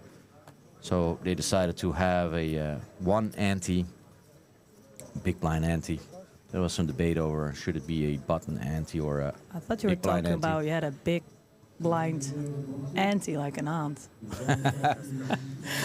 Like, we're getting there he serious. goes. We're getting serious here now. All in for Balaz. He Oh, found the yes. jacks in the cutoff. He's gonna have an issue here because Stefan had already opened with ace queen, and he's definitely not folding. Does this Eugene mean actually has a we have proper a hand. I imagine. Pre-flop all in? he folded the ace-8 suited so quickly, but Are we here again? Stefan. My favorite. Boom. That's a queen over there. That's terrible news for Balaz. He really only has one out now because the jack of Jack. spades was already folded. So it is a spade on the turn and it is There's a one face out, card, right? but it's not the right one. He has one card in the deck, otherwise he's out. Come on. He's praying. 5 but of clubs on the river. Balaz is out and Balaz is where is he? finishing 23rd for 3,150 euros. And then we have a few more, and then it goes up to 3.5 grand. When my now wife first went to a casino, she came to visit and see what was going on in Holland Casino Amsterdam, and they announced that there was an Omaha tournament, and she said like, "Oh, there's a special Grandma? yeah, special tournament for grandmas because Oma is Dutch for grandma." So, yeah, that I still We've all been need there. Yeah. I'm always like, yeah, no, I mean, they're deep in the main event, but there's also a grandma tournament going on over here. Playing with their welfare. Checks, yeah. All right. There is actually a senior event in Las Vegas. You have super seniors and the senior event. I think the seniors is 50 and the super seniors is 60. Ooh, so... or 65, I don't know. Can't really name any age, but I know Hans would be in that one. Yeah, I don't know if he's happy with. I just need 10 years and I'm eligible for the seniors 50. 50 yeah. plus the Abrahams. Yeah. Abraham Open. Well, I'm the same. I can play the Sarah Open in 10 years too. Well, you got 10 years to learn a little bit of poker then. Yeah. The problem is I didn't learn much in the previous 8, so yeah. And you've been around to a couple of poker tournaments. I've been at a few. I've had to listen to a lot of stories, and I still. But you zone out when people really go deep dive into the poker. Anyway, in general. You zone out around 5 minutes in. Yeah. Yeah, I hear like this sound. And then I tried the poker or the. To listen to people. And it didn't work out No. for you. You weren't a big fan of listening to other people. I've made up my mind. I'm not listening to anyone Bought some anymore. books, read a few pages. Yeah, not for you. No. Not the not these long tournaments. Stefan, again with a big hand. Again with... I like coin flips fast. I can see that. Well, it's good It's to be it interesting. again. We've seen a lot of calling, but this time Stefan is check raising to 50k, and Hurley, you know, he needs to give up. Doesn't have a whole lot. He's, Down to 100k. 80 glasses. His neighbor. Yeah. Stefan is dominating this table. Big stack, big action, big hands. We're talking about the chip race. And that's the podcast of Dara and David Lappin. Definitely worth a listen. Especially since I was a guest once, a couple of years ago. Where? On the Chip Race podcast. Oh, You know what a podcast is, yeah? Yeah, that okay. I know. That's basically listening to other people, so I'm I not understand so why old. you're not a big fan of the concept. Raymond, yeah, ace 10. He hasn't been as fortunate lately. I think he's gonna go for it. He's looking. He's gonna just raise it. It looks like he needs some glasses. He's like 20,000. squinting. Oi, oi, oi. It's not Raymond's day so far. I mean, he's still in the tournament. He's doing well, but Draga's waking up with a big hand behind him in the hijack. Ace King offsuit. That's a 3-bet over there. Those chips are worth 25k. That's a 60k. 60k 3-bets. A lot of quick folds. Gianmarco Checks folding. Raymond. Fashionista. Yeah, Oy. good fold. Disciplined fold, but he's now down to 150,000. That's 15 big blinds. Not the shortest stack at the table. That's 1 early. million, 1 million. Yeah, 1.1 million. Must be nice. That's 100 big blinds at this stage of the tournament. You can go for a nap and come back. If you're sitting on 1 million, yeah. Yeah.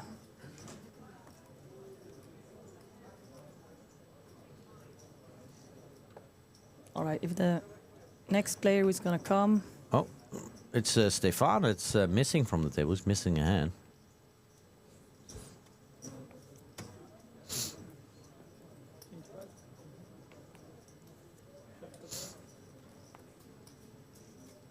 Edward, 10-3.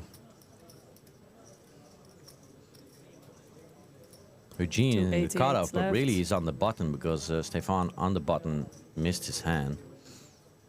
So he's gonna open the queen tray of hearts.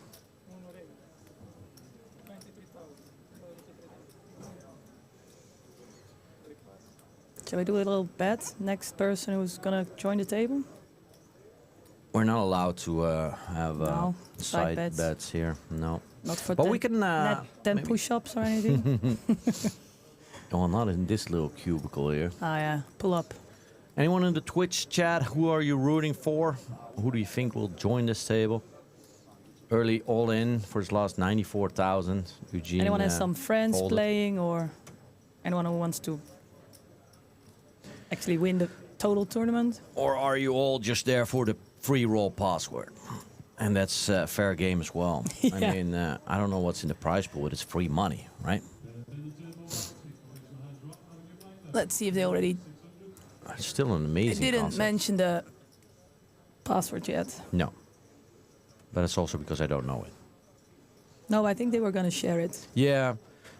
The next free roll is starting in, I think, In an 40 hour. minutes. And Just need to stick out a bit a with little us. before that, we'll definitely be showing the free roll password.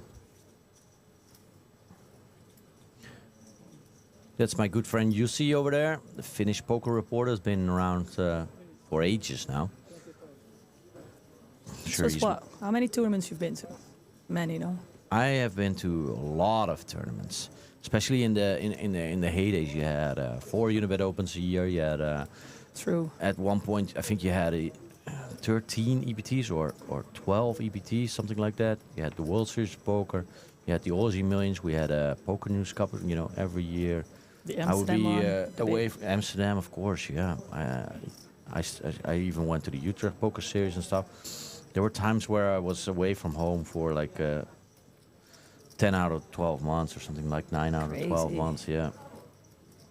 Nowadays Oh. I take it easy, but But yeah, this is fun. gonna be a do or die situation really for Raymond, and that's not a bad flop for him actually, but it's an even better flop Even- for Edward. It's kind of crazy that Even chances. I mean, an open-ended straight flush, and he's only a 46% favorite because Raymond has a couple of his outs and an open-ended of himself and a backdoor flush draw on top of it.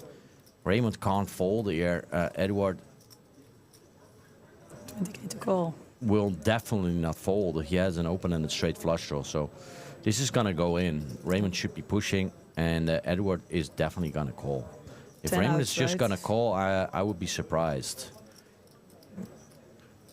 I would be very surprised. Raymond is an accomplished player. He knows what he's doing. I imagine he's gonna shove here. Yeah. Folding is probably not on his mind. It's under the gun +1 versus the big blind.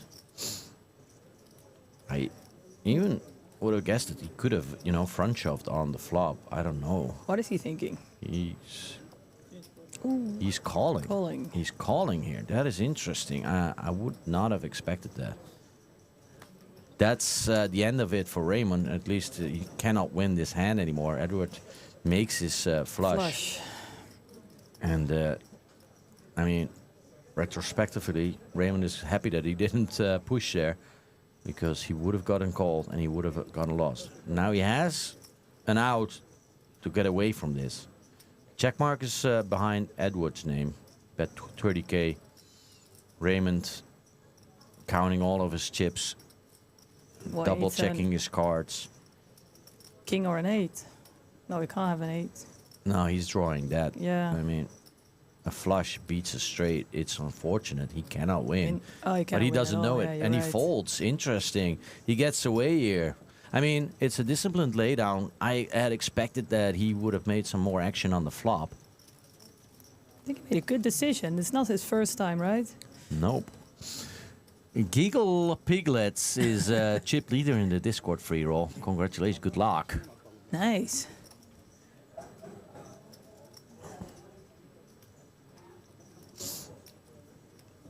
How many people we have now?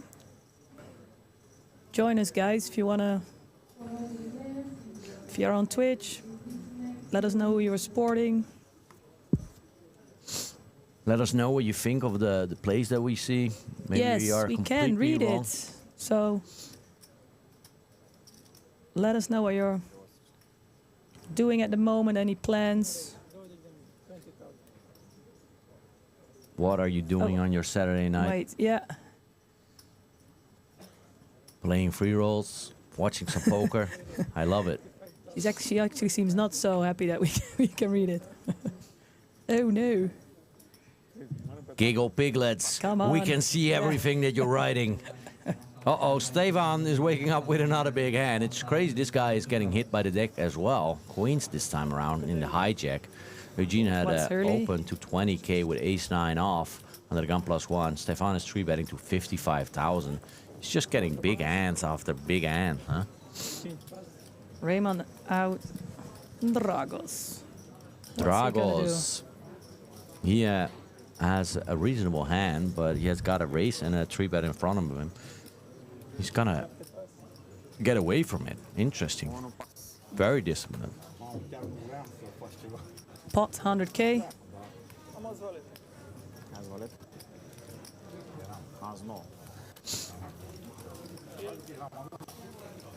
Stefan, he's playing well, he's running well. Those are usually the ingredients for a deep run in a poker tournament like the Unibet Open Bucharest 2023. 3 tables are remaining in this event. We're playing down to a final table tonight, so you don't have to miss anything. I'm sure Nora's gonna leave us eventually, but I'll be here all evening and all night, as long as it takes, till there's just 9 players remaining. Yeah, I have to. I'm gonna tap out at some point when the player party's gonna start. I need to entertain the people there, right? I'm really looking forward because I've heard really, really good stories. There was About a the party? Yeah. Yeah, it's- Apparently, it was very good last time. When was the last one here? 2 years ago?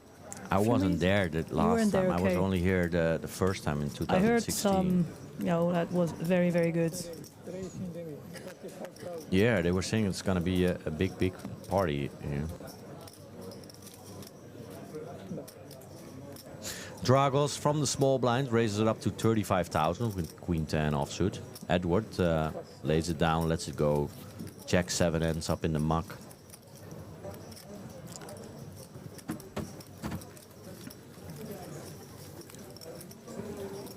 All right, let's go.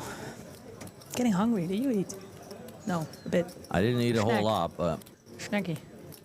I need to lose a little bit of weight. Huh? I'm in a weight bet challenge. Ooh, what's in it? New pants. Sorry. What's in it? To win it? I'm joined by 3 others, Less and we tight all need to pants. lose 2% every month. Otherwise, it's gonna cost a lot Every of month? money. Every month for How many months? 4 or 5 months. No, for 4 months. Sorry. So 2% from the starting weight. Yeah, so 10, starting weight. 10%. So you need, 8%. oh, 4 months. Sorry, Yeah. 8%. So Yeah. you need to lose what? 15 kilo. No, but it's not even that far off. So Oh shit! Because I yeah, was joking honestly. there. Yeah, I know. It's No, it's not that bad. it's a touchy subject.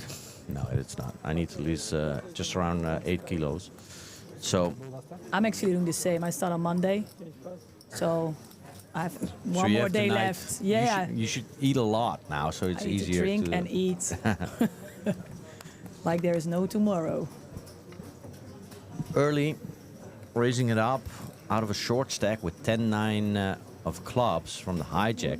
Edward actually wakes up with a real hand here, King Queen, and he calls. Probably afraid of the big blind. That's Ooh. bad news for early. Edward Has flops the upper hand. top pair. And It's only 60k in the pot, but yeah, but he you only only has has 107 left. So yeah, yeah. it's what you want. Hurley probably gonna attempt a little c-bet, but that's definitely not gonna work this time around. I like his hat. He got a Unibet cap. It's only 16k call. In the background, you hear that the blinds are going up after this hand, so I'm not sure if that's the main event or one of the side events, but It's pretty loud. That's a whole stack of 25k chips. That means all in, and early is folding down to 91k now. Oh.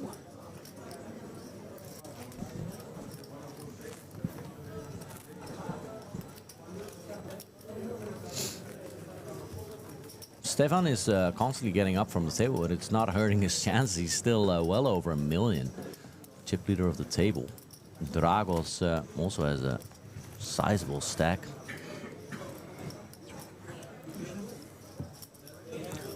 Okay. Yeah, we still have one empty seat. What's the bet if you lose? It's 250 euros per half a kilo every month. That you miss. That you miss, plus an extra penalty if you miss the end goal. So it's going to be very expensive if I don't make it. Maybe you can do liposuction. It's cheaper. Yeah, probably. But they have Is that these, allowed? Are they there have any these rules? injections nowadays, huh? I tried once those like caffeine, like I don't know how much caffeine was in it, like these pills. Yeah, and you were lose bouncing weight. around or not? Bloody hell. I thought I was going to get a heart attack. I was like, then I'd rather stay fatty Betty, but you just need to eat less and That's it. Edward and just be a bit more active. with Queen 9, flopping top pair, but he's in a world of pain and a world of trouble because Stefan, the big blind, the big stack, has pocket fours and a set of fours. He's fun. check raising 20,000 to 60,000. This could spell a little bit of trouble for Edward because we've seen Stefan before. We know he's aggressive. We've seen him check raise before, actually. Only clubs. Laying down top pair against an aggressive player like Stefan is not something I would usually advise. But this time he would be right. Oh, he's Tough very decision, right? Stefan is very amicable and chatty, so this is usually a sign of strength, I would say. But Edward is not letting it go. He has 5% chance of winning this spot. Slightly easier with a 1 million Yeah, stack as well. yeah, and a set of fours helps And as well. helps as well too. That might save Edward. I mean, it's another club, 4 clubs to the board. Anyone with a club is He's a winner. actually winning. Edward Winner, winner, chicken dinner. might save some chips here. Actually, Steven might be afraid that Edward has a club.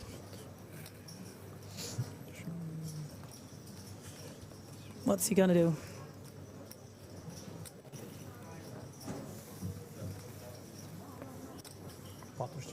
Stefan Ooh. is betting here 45,000. It's a relatively small bet. What- Edward actually what could does take Edward it away. think? He could turn his hand into a bluff and actually Pretend he has. pretend he clubs? has a club, but What do you think he's not going to do that. He's going Edward to call. thinks Stefan has? What do you Yeah. reckon he thinks now? I don't know, because he's calling, which is kind of weird. That's not helping anyone. Maybe he's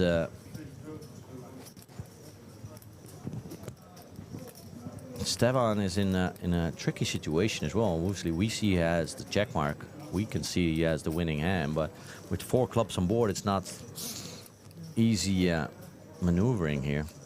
See what he's gonna do. He can make a little block Bluff. bet, or if he checks, or he can turn his hand into a bluff, even though we see he has the winning hand. I don't know.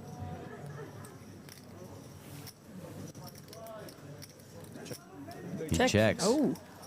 What's Yeah, Edward really needs to. can he bluff his way out of it? Yeah, if he thinks he has showdown value, he's definitely wrong. He's gonna try, but he needs to bet big, you know? Needs to make him think that he has a That he has some sort of club. some sort of club. It's yeah. a big bet. It's a big bet. Might just work. Oof. How much? Was it? 125,000. It's not a massive bet, but it's not a small bet. Ooh. For a big pot now.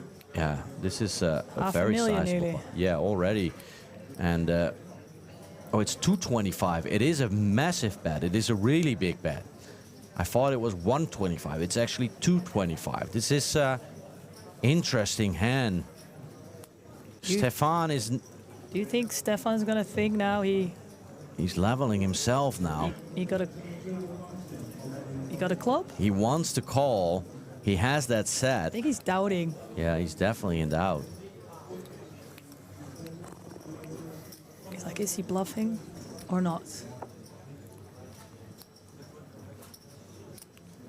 It's so easy to have that ace of clubs there. Being Edward, racing pre-flop under the gun +1. And sticking around after that flop check. I mean, it's check nearly raise. one fourth of his stack, you know? Yeah, If he he's wants gonna to fold see, it. yeah. He's gonna Oh, fold wow. it. This is, I mean, beautifully played by Edward.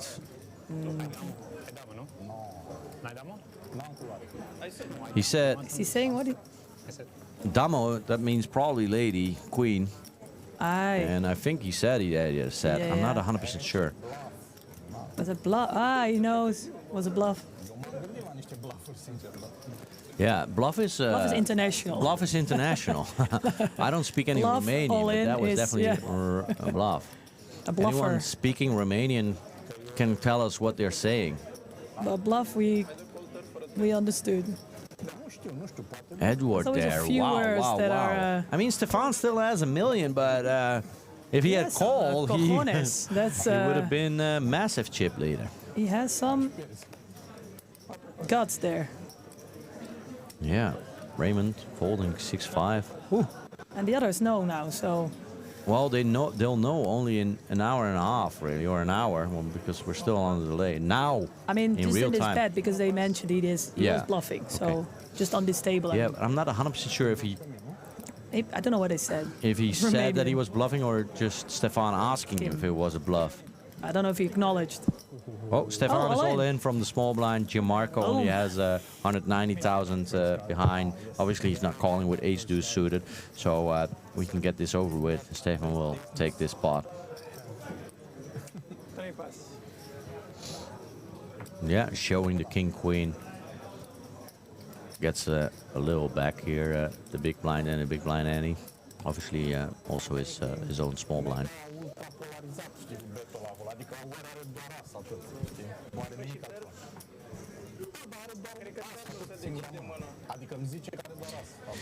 He has some balls, he has some cojones, I see here in the Twitch chat.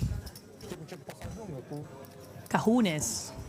I don't think that's how you spell that. But I don't know, maybe in a different language. Yeah, maybe in Romanian. Cojones bluff. Cajunes.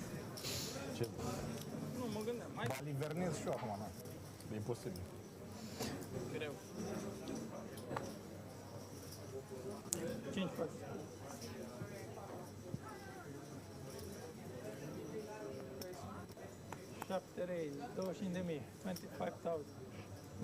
Pass. Pass. All right. Oh, look. They both have the same 1 million now. Gianmarco needs to do something. Yeah. Oh, there we go. Some that's- action. Early with pocket tens, He needs to do something. he needs to shove, and he's gonna shove. He knows it. We know it. There it is. All in from the big blind for 67,000. Shovel it back. Dragos has a terrible hand, especially in this spot. So I think he's Out. gonna fold. Yeah, Stefan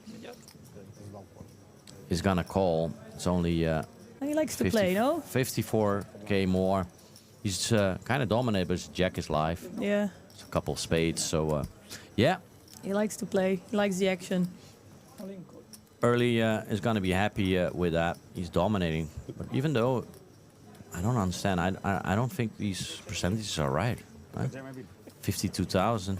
I mean, the pocket tens can't hit a set anymore because the other 10 is gone as well. Oi, oi, oi. This is terrible news. This is basically the end of it. Stefan is going to scoop another one, scalp another one, because Early has no get direct back out. his He needs runner, losses. runner, hearts. That's it. It's done. There's no 10 left in the deck. So Stefan is busting early. Estonian player out.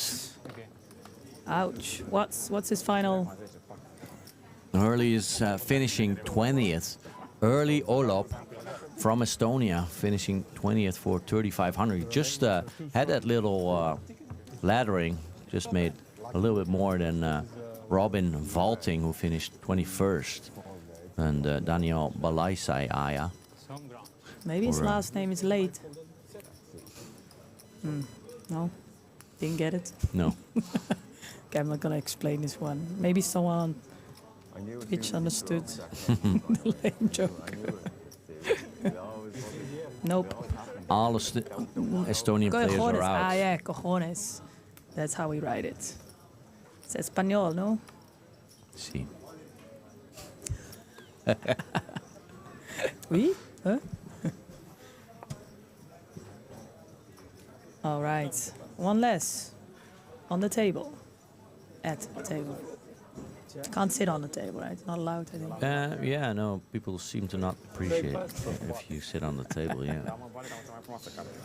Gianmarco, it's folded to him, but he's gonna fold, I Two imagine. empty Big seats trade. again. Fast pace, people are out, no? Yeah, people busting left and right. All right. Oh, he's getting a walk in the big blind. There was no small blind, so he's just basically getting his own chips back. Now he's in the small blind. Another Raymond, the Italian dealer player. change. Another dealer change.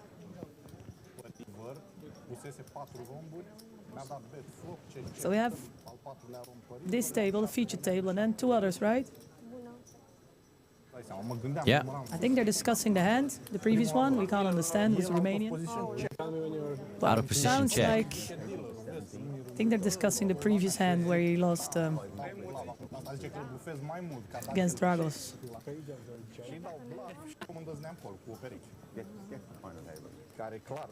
Commentators, who are you exactly? This is a very fair question, I feel. All right, first you, Nora, introduce yourself. Noortje. Super famous Nora.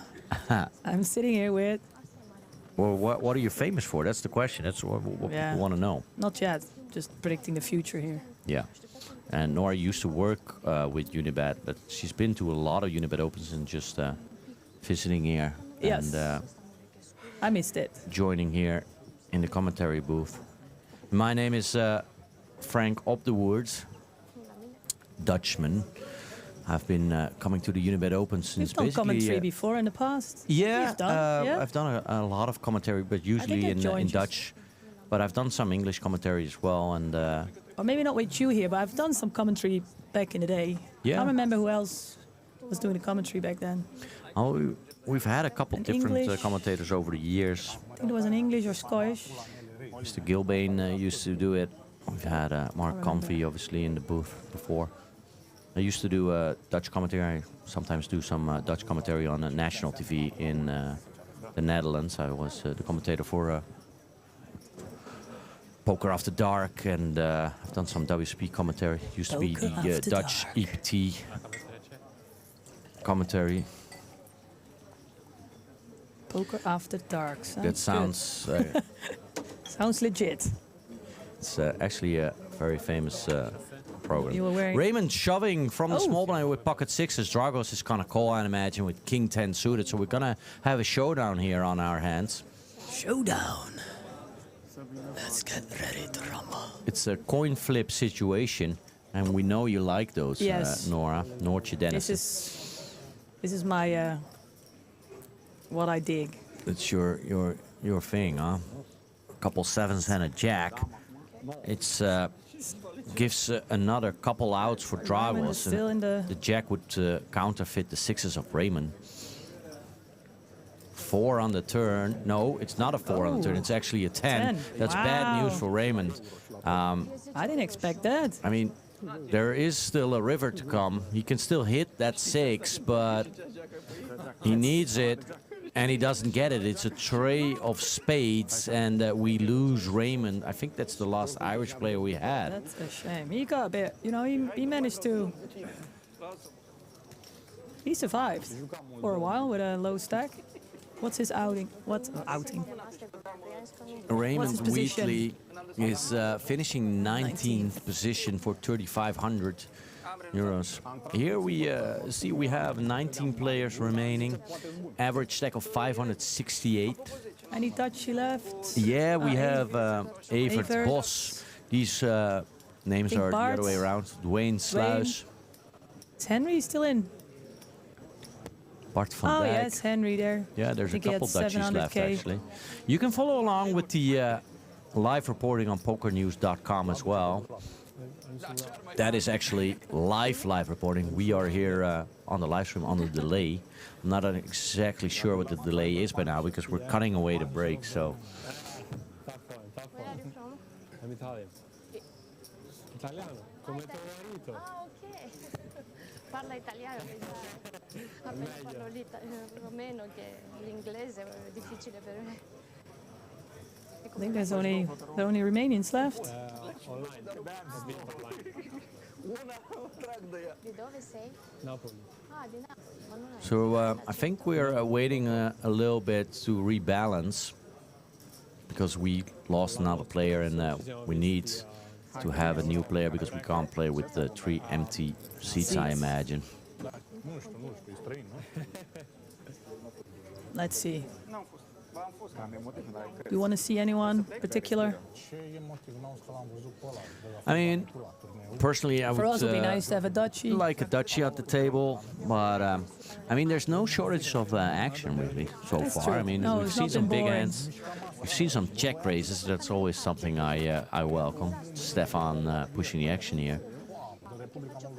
This was easy. We didn't have to talk too much about non-poker stuff, right? To keep it, to maybe not make sure people fall asleep at home. There wasn't Yeah. enough action going on to We saw keep it a entertaining. big bluff. That was interesting. was very- Turning the queen into a bluff and having Stefan fold a set of 4s. That was interesting. I might actually brushed up some of my skills now. Yeah. When is there another next? Because Well- Unibet usually has always a ladies' event, right? There was a ladies' event. Unfortunately, missed it, Delia yeah. Played, bubbled right? it. Yeah. Yeah. The lady who won it was actually incredibly nice. I was standing here in the hallway, and she came up to me and said, "Like, I won the ladies' event, and I don't want to bother you, but do you think I can get a hoodie?" Because she was, really nice. over the moon, winning the ladies' event, and I love obviously- this one as well because it has the. I like it now to have the country, or well, not country, like Bucharest, and then the year 2023. So it's a nice souvenir, right? Yeah. Especially if you won. Yeah, definitely. I think hoodies were always people loved it. In high demand. Yeah. Yeah. That's some good goodies. I still wear the hoodies. I was forced to wear this hoodie. No, I wasn't. Well, it's good to have XL then. Yeah, come back in a couple months and I'm asking around for a small one. So, hey, look at that! There's a new Bart. player, and that's definitely a Dutchie. And I think it's let Bart, me see. no? Yeah. And he's a really strong player. Yeah, I think he was chip leader in the morning. Yeah, this at one morning. point he was one of the biggest Yeah. stacks in the room. I'm not sure how much he's bringing right now. I don't know. We'll find out soon enough, as soon as he plays a hand. I think he's Who else? wired up already as well. Okay, there we go. I mean, Unibet is organizing more than just the Unibet Opens. There's some other live events. So Yeah, check out true. the Unibet website, check out the Unibet client, the poker section, Unibet poker section. Yeah, they will announce everything there, right? Yeah. You can always follow them on Twitter. Twitter, Sorry. X, Yeah, oops. I'm so old. Bart Anything else? brings 577,000 to the table. A little under Ooh, average okay, right under now. average, yeah. But Well, he's a solid player, so Yeah. I think he can change that fairly quickly if he gets into a nice hand. Bart is raising the cutoff, but I think it's the button actually, because the button is Oh, Edward, gone. that's a So six. pocket sixes from the cutoff. Edwards. Edward, 6-4 suited. Probably just gonna call. Yeah, there it is. I think that was the biggest bluff we've seen. Yeah, definitely the last few by a hours, country right? mile. What is it? Sixes versus 6-4, but there's both 2 hearts and the 4. Edward's gonna be really happy. I mean, we can tell that Bart still has a slight lead, but he has no way of knowing that. And if he's gonna try and do a continuation bet, Edwards should definitely check raise. No, it's gonna check here. Gonna take a free card. It's not an 8 on the turn. It's actually a 4. So Edward improves massively. The graphic is wrong. It's Edward now with 3 of a kind and a flush. So Bart has really. Poker 6. I think he has 1 out. Just that lone 6 he can hit Just for a full joined like house. straight into the action. Yeah, I mean, What he is he could gonna get do? away here against the bet. There's 3 overcards. Obviously, those cards favor his range more than they favor Edwards. But little does he know, Bart is in a world of trouble. He has only 1 card he can hit. That 4 of spades is not the river. It's the 3 of diamonds on the river, actually. That changes nothing. Edward has 3 of a kind, and he's gonna value bet. But how much? That's the question. There's 118 in the middle, and what is Bart gonna do? I mean, we've seen. What does he think Bart has? That's the question. Well, Bart called on the turn, so he has something. He has some sort of showdown value, and other than that, he probably doesn't really care. He just wants to get called because he knows he has the best hand. True. Bart Tries figured to- this one out, I think. Tries to lure him in, right? Yeah. What kind of hand does he beat now? You know, obviously a complete bluff he beats, but not a lot more than that. Let's see what Bart does here. Big amount to call now compared to what his stack. Yeah, it's basically Edward betting pot. Obviously, that's a polarizing bet. Now, I've not seen Bart at the table yet. What type of player is he? We haven't seen him on the live stream just yet. I just know from other people I've Previous- talked to that he's a really good player. A bet that big is it's not an 8. It's like a big hand or a complete bluff, and Bart figured it out. All right, so we have 4 Romanians, Italian. Gianmarco's been on the table for a while, and a Dutchie. Yeah. Bart with a medium stack, a couple big stacks, and a couple shorties. This is 6-handed. I know Bart will like that. I imagine him playing online, and 6-max is a format that a lot of young players welcome. I don't know how old he is. I don't know how long he's playing for, but I think he I've looks definitely he's seen quite him before. experienced, right? Yeah. He seems to be knowing what he's doing. That is Tambet Kask, the Unibet Open photographer, been there for a long time. You can check out the photos. I think they're on the Unibet Open website, and Yeah, he makes beautiful shots. PokerNews.com has some of Tambet's photos, and I think there's an He's been there for a long time. yeah. You can on Flickr.com. There's a Unibet Open profile as well. He knows how to capture the emotion, which is Yeah, that's really cool. It's not an easy job because, to be honest, we find it very exciting, but it's mostly people sitting still there on the table. It's Well, you not get like the you're funny doing sports shots. photography or something. So I've seen some funny ones with Max, and no one's dressed up. Sometimes we have someone dressing up, no? No. Not really any. Well, Jan had a dress shirt on, but that's about it. But even sometimes like Mateus would dress like a donkey or Yeah, or dressed up like that. dressed yeah. up like in a funny way. Yeah, there was a time where we had like a bunny or someone in a banana suit. Or something like that. I need to dress up as Santa Claus in a couple weeks for my son's school. Yeah, they talked me into it. Well, you got the belly, that's fine. It's a flush draw for Stefan here, but he missed, it seems, if that's the river, yeah. Dragos is gonna take this one down with King Queen. It's unimproved, but it wins. Have the same amount of chips, so If he checks, Stack. he wins. I don't speak Romanian, but I'm pretty sure he said Jack high. And King high wins it. Both big stacks. Obviously, you don't want to tangle with the other big No. stack. That's the only one you can who can bust Really you. lose a lot, right? You'd rather fight it out with the smaller stacks. Are you going to dress up as Santa Claus or our Dutch Sinterklaas? Santa Claus. Our proper yeah. Santa Claus. I wouldn't dare Sinterklaas to do Sinterklaas. That's too big responsibility. Big shoes to fill. Yeah. Yeah.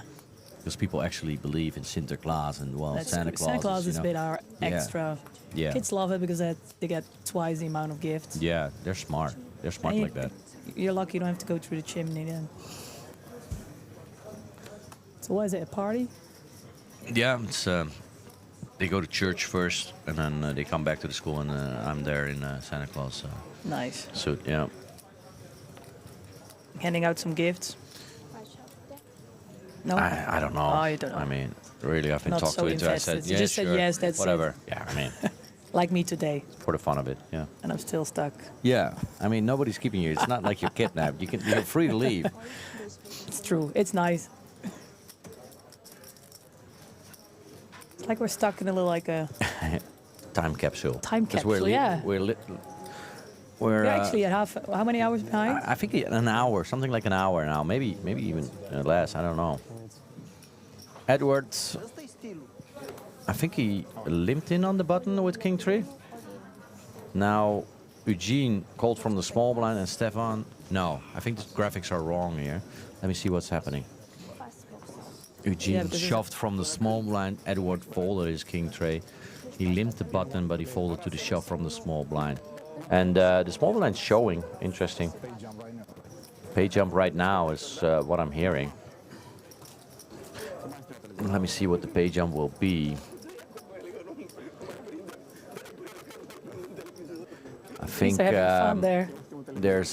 they're making 3,500 and one more player bust. They're earning 4,000, so it's a 500 pay jump.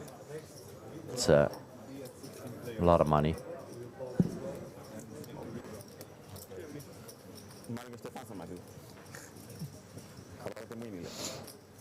Stefan is enjoying life.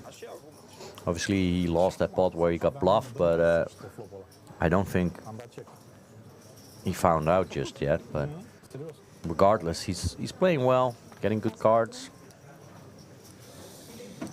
Dragos in the hijack with ace-4, racing to 25k. Reminder, we're playing 6k, 12k with a 12k big blind ante. Eugene now with King, Queen offsuit on the button. You will call it? He's playing at 232,000 stack. I mean, it's a little bit of an awkward stack. He's folding. Not happy about it, but... Oh, Jamarco even has less, so... Yeah. We'll call. Think he's gonna raise? 25. Pocket sevens for Gianmarco in the big blind.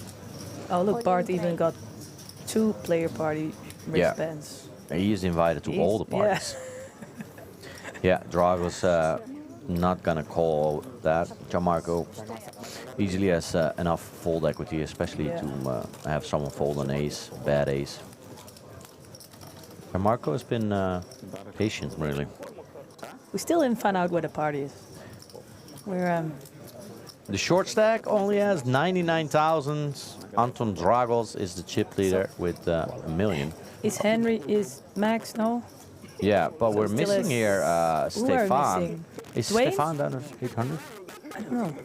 Can we go? Oh, that's too fast too. Actually, I didn't see. I don't Dwayne think either, that chip stack is correct because Stefan has more than 800k. I mean, he has 500, 600, 700, maybe a slight 800, delay. 900. He has easily 900 over here, so I can tell that by just the chips I can see from here.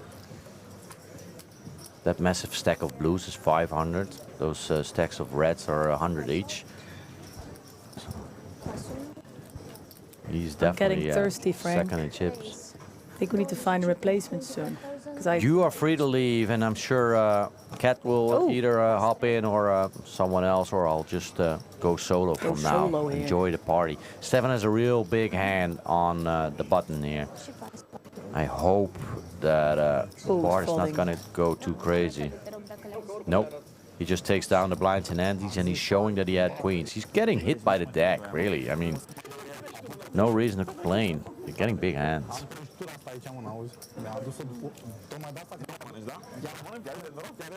Cred că de asta a durat să mi fac așa mult. Gen, a pus în ea acolo ingredientele.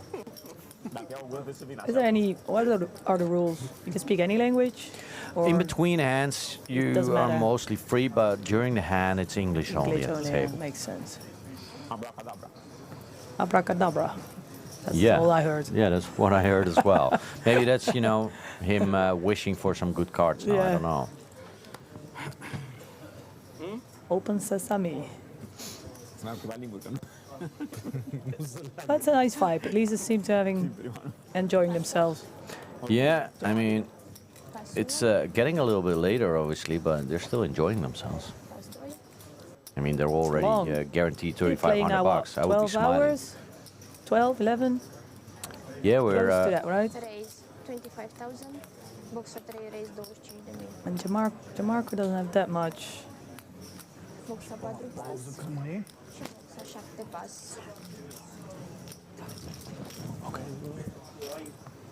Jumătate de oră până la pauză. Nu, dar mai trebuie să iasă unul și face... Dacă nu se iasă în jumătate de oră, asta zic. You're leaving us, Nora. I think so. I think I'm ready for gonna join them at the players' party. All right. You enjoy yourself. Thanks for hanging out with me. No worries, I enjoyed it. Maybe see you at the next one. We'll see. Or if you finish early. I might drop Maybe at by, the but bar. I think this is going to take a little bit because the big money is getting handed out now, so they're not. They got to be a little bit careful. I hope I won't miss my flight, otherwise I see you tomorrow. Otherwise, I'll see you tomorrow. Otherwise, I'll see you soon.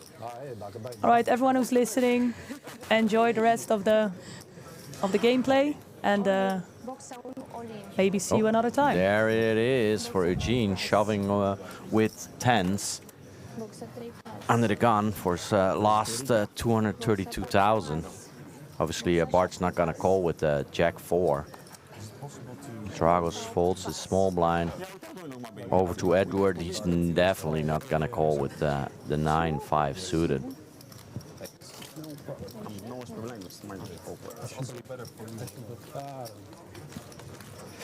And Big shante, te rog. Nu prea vreau.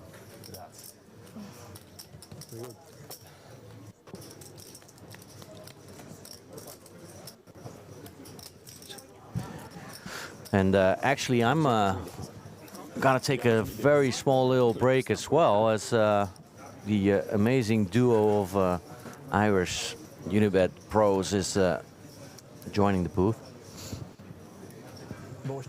Raise 25,000. Boxa 2 25,000 raise. Boxa 3 pas. Boxa 4 pas. Boxa 7 pas. A very good evening, ladies and gents. My name is David Lappin. I will be taking you through Și boxa 1 call. this endgame coverage for the foreseeable future. I'm going to give Frank a decent break. He has been in this Faraday cage of ours in the Unibet Open Excuse main me, room. this is a state-of-the-art commentary booth, David. The voice you are hearing are the dulcet tones of Dara O'Carney. Indeed, yeah, and I'm sad to see the two empty seats in the middle of that table. One of those was occupied by my student Ray, who bussed in 19th. 50,000 boxa 1. Looks like meeting this hand in progress. Eugene going to look for some value from this boat. Not going to get it from the ace king. No, pretty scary board for the ace king in the end. Now, taking our seats properly. Și 20 să-ți o fac. Mai e o gură, stai.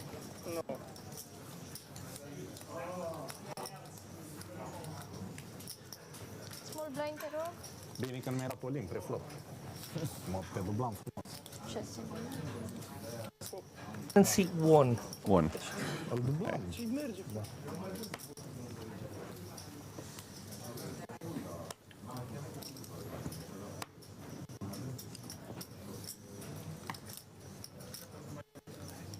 Boxa 3 pas.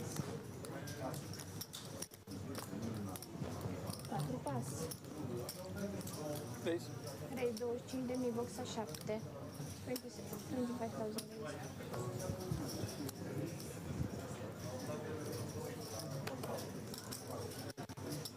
Those change.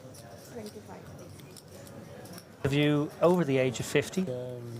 Well, I think it has to be King Jack off, though, doesn't it? Because he was Plain clothes. Plain clothes policeman. Very good. I was actually teeing you up for that. As an old classic of ours, we've used that one before. It was, yeah. Yeah, I actually coined that phrase, I believe. Edward, It didn't catch on, though. Edward 3-betting the ace-10 suited here. Going to get the call from Dragos. They're going to go heads up here. Yeah, two competitive hands.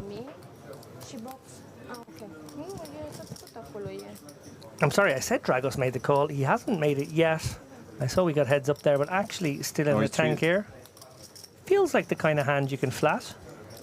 Yeah. But also the kind of hand that you can use for its blocker effects and go for the light 4-bet here. Very interesting, Dara. Yeah, two big stacks, and he is the covering stack, so he gets to put maximum pressure on here. And that he will. Very tough for Edward. Now, going to have to go with his hand or fold it, one suspects, to this size.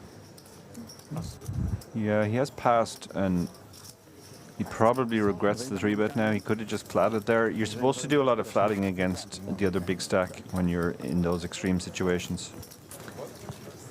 Yeah, I like that line better. Obviously, flatting the suited ace-10. Good visibility there on the button. You keep in some weaker holdings, some inferior 10x, some inferior ace-x. I like that line, Dara, a lot better. Also kind of a way to effectively play small ball against one of the other bigger stacks. Just play small ball, yeah. A lot of the time the opponent will fire at least one street, and you can call one street, and then the hand effectively starts on the turn. As we zoom out there to see our leaderboard, 17 players remain from this 360 strong field. Obviously the guys are thinking just ever so slightly in the distance about that 66k up top, but right now very much thinking about making it to our final day. We are going to play down to 9, I believe, unless it gets egregiously late. Yeah, that's the plan anyway. Try and play down to a final table.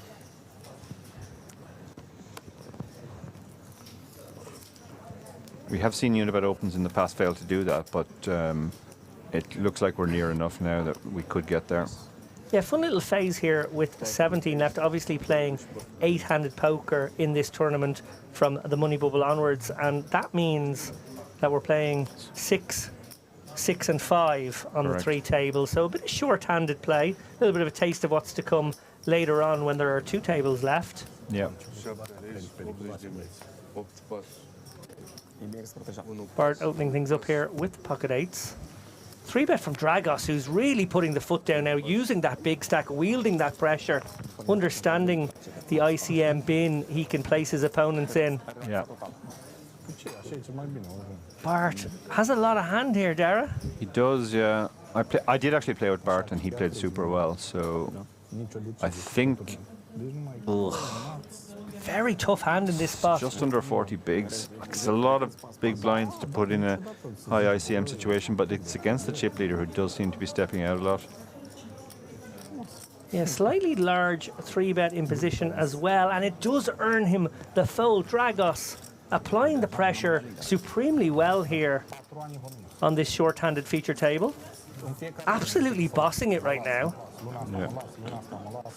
Shout out to everybody watching in Twitch chat. I have got you loaded up on my iPad now, so if you have any questions, fire them in for us.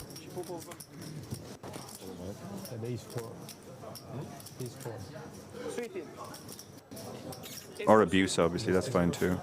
Yeah, we take a certain amount of abuse. I think Donna is out there with the ban hammer. She Yeah. don't use it too liberally on our request. It's great to see Donna back from retirement, modding the chat. Absolutely is. Donna, the godmother of UK poker, as she has come to be known. Fairy godmother.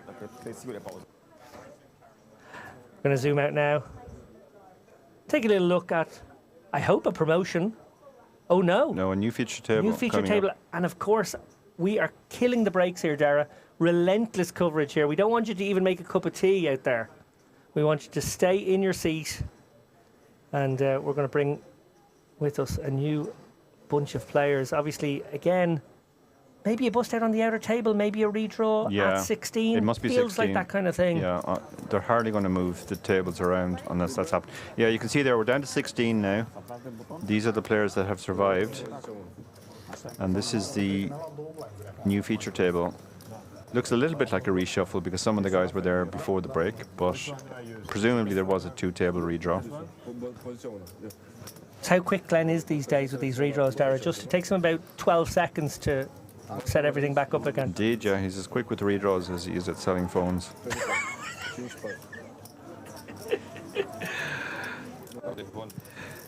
Stefan's going to open things up under the gun here. Loosey-goosey with the Queen 9 suited. He is one of the bigger stacks, obviously looking to do. Yeah, this is a nice hand to open. It has some blocker qualities and it plays well if called, but it's a fairly easy release to a 3-bet. And this is a case of him using the big stack here, almost 100 big blinds. Indeed. It's actually a better open than a hand like pocket 4s or pocket 5s in this spot. But this, I mean, against under the gun, you don't necessarily love king queen. Obviously, you're not folding, but yeah, calling and just playing a flop seems like the best option here. Yeah, I like that line as well. We see here that he does happen to dominate his opponent. He won't know that. He does get a favourable flop here. The Jack 7-6 monotone here. 3 clubs. He has the Queen of Clubs in hand, 2 overcards, certainly going nowhere just yet.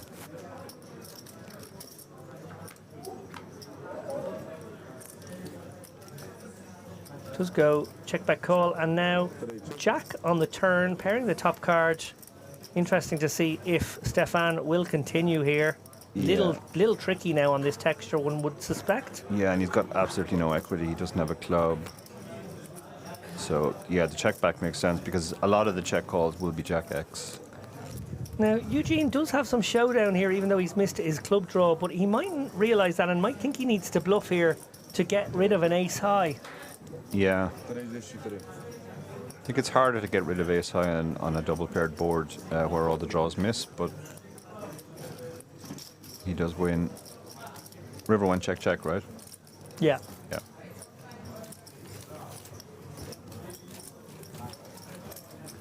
So we have a look at the chip counts there. 4 Romanian flags.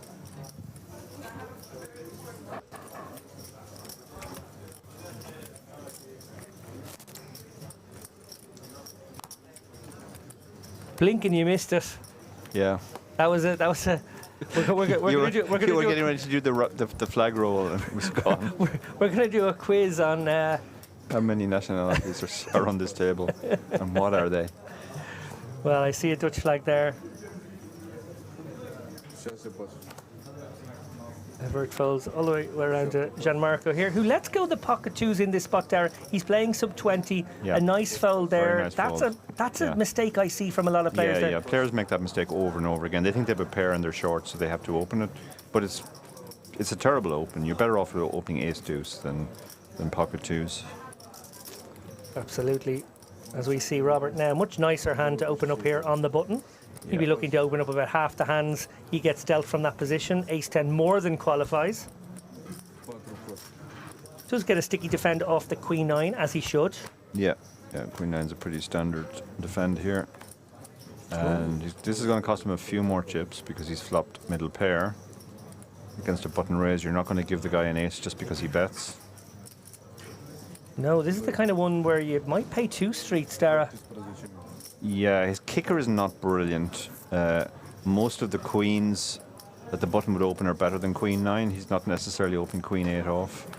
Oh, disaster card for Robert. Oh my goodness, this is unfortunate. This is very unfortunate. It looks innocuous as well. Now, if Robert can find the check, we see there the ace of spades has been put on our graphic. That is incorrect. We saw it was the 9. Yeah. So ignore that on screen. Yeah, we've had a few of those today earlier when I was in commentary as well. So keep your eye on the board rather than the graphics. He's going for the second bet. You can't blame him at all because there's so much he can get value from. A queen, and then there's a lot of gut shots as well. All the broadways that don't have a pair have a gut shot. Oh, and it's a big bet as well, Dara. It's an over bet of the pot. Oh, I don't like this. I don't like this sizing at all, I have to say. This doesn't make sense at all. Like, this is going to fold out everything worse and nothing better. Yeah, I don't get this here, particularly on a 3-colour flop as well. Just doesn't really make any sense. Hopefully, now that he gets called a second time, when you bet that big, you really narrow your opponent's range to very strong hands. So maybe the river goes check, check now. Yeah, he's got to snap check back that river. Oh, well, now he doesn't actually. He's improved. Oh, my goodness. And this is a nasty run out. This is nasty for the big blind, yeah. Oh, it's such a tilting one now. If the Queen 9 does find the call, he may not though, Dara. Remember, he's facing overbet and he's probably about to face another big bet again. It's not a comfortable position for a second and fourth pair. No, definitely not. Definitely not. You could even be up against stuff like Queen 10 as well, so. On King Jack, obviously, as well, gets there. Here we go. Robert with the check mark. It's been checked over to him as well. And here he comes. Lots of soldiers on their way into the middle. Yeah. Well, no, they're not. They're falling over instead. Now here they come. Nope, falling again. And he's pushed a lot of soldiers. Now they are. Is it effectively all the soldiers? Does it cover? It's basically all the good ones. This is gross spot now. Absolute filth here. Only beating a bluff. And now Stefan knowing that he only has a bluff catcher at this point. Yeah. We'll be thinking about that overbet on the turn and whether that was polarised enough to have some bluffs in it, and would those bluffs continue now? Yeah, and this probably isn't a great bluff catcher. You'd rather have an ace blocking, obviously, the 2-pair combos that have an ace in them. Ooh, be a little bit careful there, those chips coming forward. Or a king or a jack blocking the straight. Those chips very close to being committed. It's a little worrisome to count them in this fashion. I don't think they're going to be ruled as over the line in any way, shape or form. As he sits back and will probably treat us to quite a long tank here, as well he should. This is a sort of tournament-defining moment. Yeah, you can see he's very uncomfortable. He's got to the river with 2-pair in a wide-range situation, but he really doesn't feel good about this. Yeah, importantly now, guys, as well, we don't have the right cards. The 9 of spades came on the turn, and the 10 of clubs came on the river, and I'm pretty sure the flop was 3 colours and not 2 spades. Yeah. Yeah, I don't think there's a flush possible. We can get a glance back. It's a big overbet as well. At the actual board. That would be We've got great. 2 overbets, like 18k went in on the flop, 132k on the turn, and 505k on the river, so you can actually fold a lot of very strong hands here and not have to worry about getting exploited. This, even though it's 2-pair, it's one of your weaker strong hands. You're going to have sets. He makes the call, Dara. And he's absolutely sick. Disaster. Yeah, it looks like it's nearly all his chips. Wow, and that is a body blow, as we see. Indeed, yes, it was. Heart, diamond, and spade on the flop. 9 of spades turn. Remember, that made the 2-pair for the Queen 9. That's why he stuck around to the river, and then the cruel 10 of clubs. And the monotone board as well makes it less like there are less obvious bluffs in the buttons range. He doesn't have any missed flush draws. They're making up turn cards. onda po planeta fulla. Wortje onda salad. Zelfs met zo'n ripper zou het niet heel comfortabel schrijven. Nou, Stinky heeft een paar keer met gespeeld.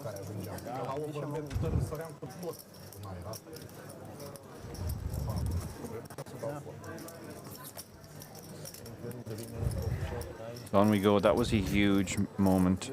You can see the player there lost most of his stack.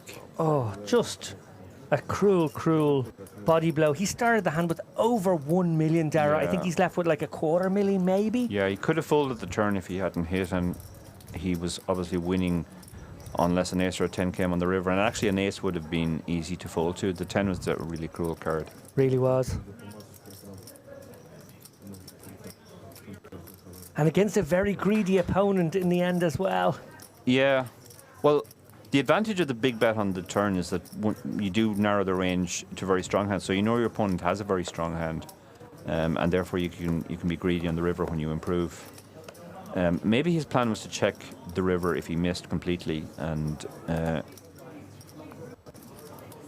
not have to face a lead himself. But in any case, huge pot for him, huge momentum shift.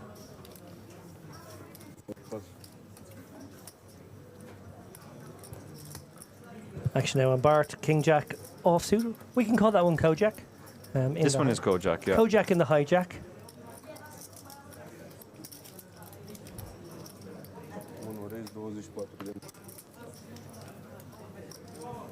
And Robert now up to 1.4 million we see. Huge stack at this stage. Absolutely monstrous. Eugene now ace queen. Interesting to see what he does here. I think it's very player dependent there, this exact spot. I think you'd sometimes against some kinds of players, maybe sometimes 3-bet this one to fold, but I think hijack versus button, you might 3-bet it to induce, to be honest, especially with the looseness we've seen here. Or you can just shove as well. Or even just shove, 27 bigs, yeah, not out of the question. No, you don't have to give yourself that difficult decision. Does elect to go for the small 3-bet. I think he's inducing here. This is the kind of table we've seen a lot of action from already. Yeah, Bart's not one of the bigger stacks either, so it's not like Bart can blast off here. Yeah, and I think he actually has a pretty nice hand to release here. Just let this one go. Yeah, no, King Jack is one of the worst hands he's going to be opening, so he doesn't really have a big decision there. I've noticed on commentary, Frank Obdivor doing a great job, by the way, it must be said. I feel like that was a long slog last night, and he put in already a big stint today. Yeah. Credit to him for that.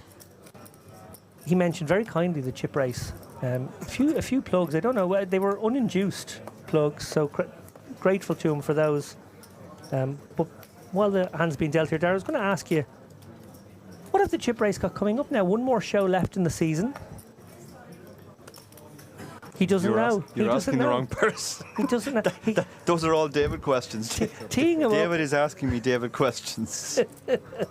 I feel this was a setup to display my complete my complete and utter ignorance about what we're going to be doing for the rest of the year. I'm going to do a leaky lap here. We have a show. I think we have an anniversary show or something coming up. We do have an anniversary show in the new year, our 150th episode. Some very special guests lined up already for that one. Our guests, and I'm going to do my leaky lap in here. I was going to announce this on Twitter during the week, but you know what? For those who are tuning in, they deserve the leak. Donna will help us spread the word here. Rampage, Darragh. Ethan Yao, the man better known as Rampage, maybe the biggest shining star in poker in the last couple of years, really broke out in a big way. Yeah, we've already done that interview. It was a really fun interview. That's definitely going to be a highlight. It certainly will. And Adam Pliska is going to make an appearance on that same show as well, Darragh. WPT, President, CEO. He's got a lot of titles. Yeah, Adam's the man behind the WPT. Obviously the big tournament coming up in the win, the 40 million guarantee that everybody's talking about. We've also got Sven McDermott on strategy, Darragh. Do you remember doing that one, or is that too long ago? I do remember that one with Sven. Yeah, that was a super interesting one, actually. That might be the most interesting strategy hand from my perspective. because Sven is very, very knowledgeable on the current state of the metagame online. It was a brilliant piece, and I encourage you to check that one out. The fourth guest on that episode is going to be KL Cleaton. You might remember KL, he's a former guest of the show. He might have been on twice before. Yeah, we've had KL on a few times before. KL will be coming on to talk about poker apps in general, but specifically his poker app, Range Trainer Pro. Yeah. As we check out this pot now, it's developed a little bit here, Bart, continuing his story on a board that would favour him. King 7's obviously whiffed for the most part, has that gutter. Everett also with a gutter, but importantly does have a pair. That pair has improved to a pair, an open-ender now. And I guess double gutter now for Bart on the 9. Interesting, kind of hard to see it there, but there it is. 8 or a queen now. May feel like it's a card he can actually barrel. He wouldn't have had too many barreling cards, but that might be almost the only one. Yeah, it's the only card that doesn't give him a pair that improves him very significantly. The 7 is a little bit meh though, because if you did hit your set, you know, the 8 to make your straight, it's not a great straight. And we see it would be a devastatingly bad straight to make right now. Yeah, you always have to think about, you know, you see people hanging on with draws, but you always have to think about the strength of your draw. Yeah. You know, if you're hanging on the flop because you've got backdoor flush draw, backdoor straight draw, but your backdoor flush draw is 4 high and your backdoor straight draw is to the idiot end of the straight, you're not going to feel thrilled if you get there and a lot of money goes into the pot. Well, he has elected to use it as one of his barreling cards. As we mentioned, he wouldn't have had many target hands here, Dara. He's going to hope to maybe push would the 8-9 feel a little bit struggling here in this spot? I think 8-9 would be okay. I think it'd be like a bear 10 or a bear jack.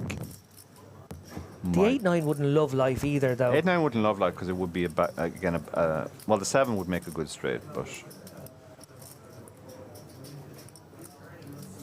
Jack's an interesting river as well. I think it definitely favours the defender. And we see it absolutely does favour him. He has tripped up in a innocuous sort of way here. Bart, well, he has got to the river with one of his worst holdings. I'm not sure. Yeah, but the problem is Jack X makes up a very large part of the check call range. It's a really good card for the out of position player here. Yeah, I feel like, you know, King Jack, Queen Jack, Jack 10, Jack 9, all very much a big part, and they would slide it over to you, wouldn't they? They'd throw you the rope. Yeah, absolutely. But you can maybe go for a small bet here and just try and fold out. Maybe, well, even the brick spades, you're beating most of them. Yeah, it's struggling to think what hands you're hoping to fold now. Yeah, like maybe the 9-8 of spades, something like that. There's not too many. Yeah, I think you can fold out 9x. I think you could certainly fold out the 10x as well, but not too many 10x hang on in there. Maybe the Queen 10. A lot of the 10x has something else too, apart from the Queen 10 or King 10. Well, Bart, with an interesting spot here, he has about 3/4 pot. Yeah, he's given a lot of thought, which is a good sign. And he does have nut advantage. I suppose that's the kind of thing that might be in his mind as well. He can obviously have the ace jacks, the aces, the pocket 10s. The opponent can't really have too much of that. Could maybe have an ace jack. Yeah. He has gone for it, Darren. My God, what a spot this is. I think if you're going to bet, you have to go big, and that's what he's done. And he's put his opponent in the blender. Even with the trips here, you don't love this because you're only beating a bluff. Now, Darren, you have the queen in hand here, and king queen, obviously a hand that might go 3 streets in this spot too. How relevant is that card? Queen of spades as well, remember. It's not that relevant, I don't think, because the board is paired now. You know, normally blocking, obviously the nut straight is helpful, and it's the Queen of Spades, so it also blocks some of the triple barrel bluffs. Here's my main question, Dara. Yeah. even though Queen Jack is such a strong hand, having trips is always a strong hand. Is it really just a bluff catcher now? It is just a bluff catcher for sure, but then it's very hard for your opponent to have a house when you have a jack and that's the paired hand. Like he has to either have a pocket pair like aces, or he has to have jack or a jack, obviously jack 10, jack 9, ace jack, and there's only one jack left, so. Yeah, and that is the Jack of Hearts. So I guess the Ace Jack of Hearts is a thing. Yeah, it's a horrible spot for him now. So tens, aces, Ace Jack of Hearts all being represented here. King Queen as well. I think King Queen would certainly go 3 streets in this spot also. Yeah. You do have relevant blockers, as Tara mentioned there. The Jack blocking a lot of the boat hands. The significance of the Jack mostly is not the fact that it strips. It's just the fact that it blocks so many houses. He's representing a house here. He's not representing a straight, really, I don't think. Would a hand like King 10 of Spades ever take this line? He could do, yeah. Or Queen 10 of Spades. But again, because we have the Queen of Spades, yeah, he's let it go. What a fold. Everett lets it go. Part some scallywaggage there with the King 7 of Diamonds. Yeah, he found a great bluff up there on the river. I think he took a very long time, and I think during that time he was probably thinking, can I get a jack to fold? And he eventually decided he could, that if it was just a bare jack representing a house, his opponent would find it very hard to call. Well, there we see an updated chip counts. 15 players remain. We know that there's a player with 1.4 million out there, so there has been a little movement since that. What we can say is that with 15 left now, everyone guaranteed a little over 4K. Our objective for this evening will be to get us down to the final 9, where everyone will take home just shy of 7,000, 65K up top. Average stack right now is 720K in the tournament. We see there quite a few stacks beneath that number. There are some big stacks about.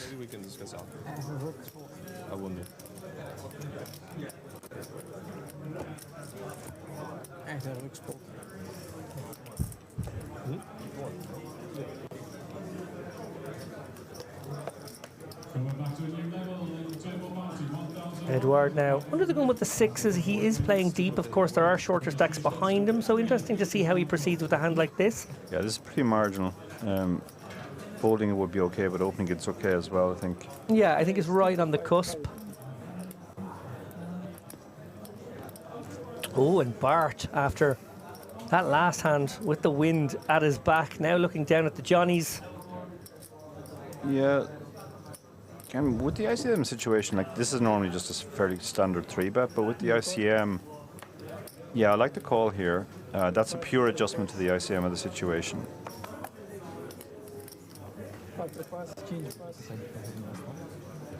Oh, and Everett with the 10s in the small, likely to come along for the ride, might even decide it's a squeeze spot. Yeah, he's only got 22 big blinds, less than 22 big blinds, so this is a very tempting spot to just shove, hope they fold, but you know, you could be up against ace-king, you could be in a race when you're called. What a horrendous double punch this could be from Bart. Obviously Everett, if he makes the call in the last hand, has about 1 million chips and he sends Bart home. Instead he's shoving the 10s into Bart's jacks. This is a disaster. Yeah, this is one of the advantages of the flat call as well. You induce worse hands in behind. This is an absolute disaster for Everett. Remember what happened just 5 short minutes ago. If he clicks the call button, he has 1 million, and instead now he's going in with 16, 17%. Oh, he's got 2 live suits. No, he doesn't even have 2 live suits, but he's got 24% on our graphic for some reason. Maybe a jack has been folded. Perhaps a jack has been folded, and we're adjusting for that.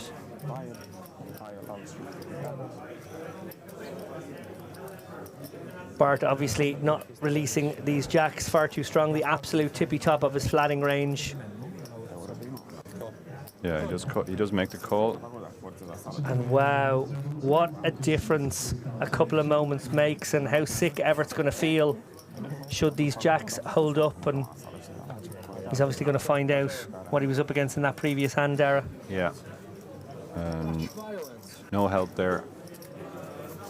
2 hearts, but they both have a heart, so that doesn't improve Everett's situation. And that ends it, Dara.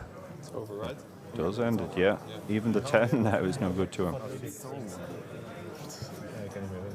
That's very unfortunate. 2. Oh, and he hits his 10 and it's no Well, good. that is the most disgustingly needly river card. Our Yeah. dealer obviously loves dishing out the pain. Yeah. Cruel one. Ja, je gaat het toch zien, dus ja. As we zoom out now, obviously with that bust out, we might be doing a little bit of a reshuffle, might have to rebalance the tables. That's often something we have to do at this stage in the tournament.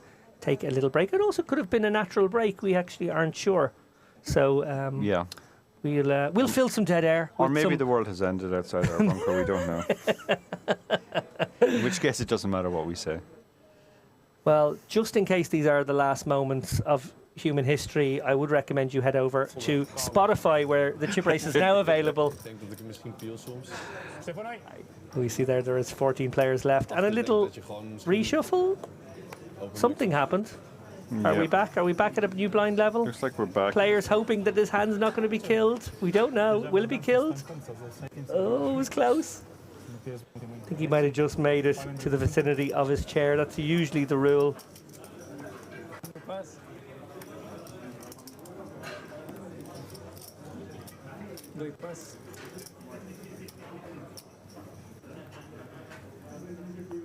Eugene. What are the language rules, Dara and David? They can talk Romanian and English at the table. Strictly speaking, it's English only at the table, and that has been repeated several times, but it's certainly not being adhered to. No, I think the dealers are pretty good at both. So the dealers will generally call out the action in both languages. So if a player does announce his bet size or whatever in Romanian, I guess you could just say that there's a bit of translation going on and no one's making a big deal about it. Yeah, nobody really cares. Like when you're playing in Romania, it seems a little bit churlish if you're at a table full of Romanians to insist that they speak English. Top 5 favourite Romanian players, Dara? My favourites. Tudor Parais. Nice. I'm sure I butchered his name. Luciana Manolea. Oh, love Luciana. Former chip race guest. Mihai Nista. Oh, beast. Absolute beast. Florian Dutin. Oh, another beast. And Romanian-based Irishman, Mircea Rus. Mircea Rus. Nice pick, Dara. We're claiming him as a plastic paddy, though, surely. Yeah, and he actually talks with a very Irish accent these days as well. I'm going to throw another one in there. Dan Moraru, former double Unibet Open winner. Yeah, absolutely. Yeah, there's so many great Romanian players. Yeah. They really punch above their weight.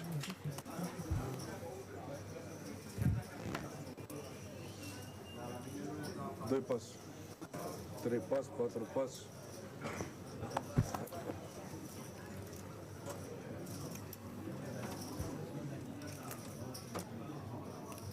Vreau să mă schimb de tricou. 5. Microfonul ăsta prins. Vezi, 30. Da, nu, el 7 la pas. mașină, aveam la mașină tricou. Îmi pare că aveam idee că nu stai chiar așa tot. Nu, stau la Mihai Brau. 8 pas. It was in English. So we see a little battle here between cutoff and potentially small blind. Dwayne has raised it up with the 9-7 suited. Sexy little one-gapper. Edward contemplating whether to get involved here with the King-9. Looks like he's released. And Bart releases the 9-6. So a little raise and take it. Allows us to catch our breath after a few very big pots. Yeah, certainly a lot going on in the last few hands. Tara, we've seen 2 monstrous hands. They might be the 2 biggest hands of the tournament in a space of about 15 minutes. Yeah. Some absolute setups, sick run-outs. We can do all river 2 pair every time, you know? Sometimes you are lucky. 3 pas. Nice river for you as well, right? 4 pas. 5 pas. A few quick folds here. Action round to Gianmarco with the 8-6. He's going to bin this one as well, presumably. He's playing a stack now of just over 10 bigs. Going to have to get busy soon. Edward with the ace-10. Very openable here on the button. 7 reis. 35.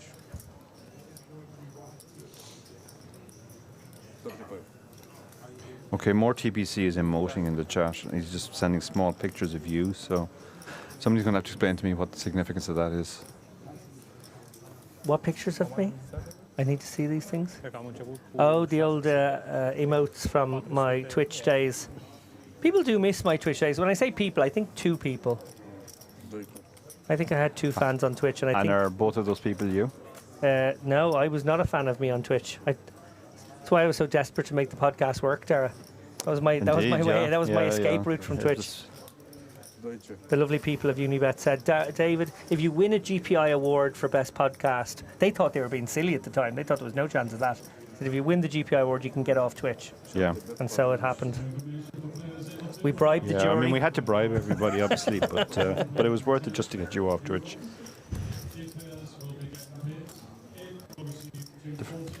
Shout out to more TBC. Obviously, Andy Payton there. Friend of Unibet. Friend of Unibet and friend of my wife as well. I don't know why she rates him so highly. Absolute tosser.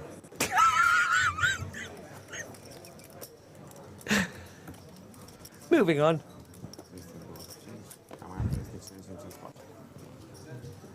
Now, big love to Andy, Shannon and Esme. I hope Esme's tuning in. I don't know what hour it is in Scotland. I assume Scotland has its own time zone. Yeah. I also have YouTube chat up now, so we can read abuse across 2 platforms. That's good because the YouTube people don't hold back. They definitely don't. I was very scared opening up YouTube. Joe Carey asked, any Irish left in the field? Unfortunately not, Joe. The last man to fall was Ray Wheatley, who fell in 19th. Ray Wheatley, an in-form Irishman, it must be said. Dara, I know he is under your tutelage, under your guidance from time to time. I know he puts a lot of time in with the solvers. I know he loves the game. My God, I've never met a man who loved the game more. And he's had some serious results, actually, on Unibet soil. Yeah, he final tabled Unibet Malta last year, which was his sort of breakout result, if you want, at least in recent years. And then he final tabled the Unibet sponsored IPO recently in Dublin, and he's followed that up with another deep run here in the Unibet Open in Bucharest. So incredible consistency from Ray.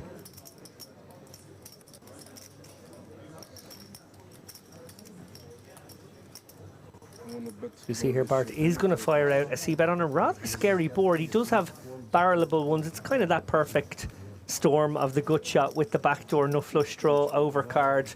They make for good C-bets even when the board's a little bit ugly and you've whiffed. Absolutely. A question from a CFO.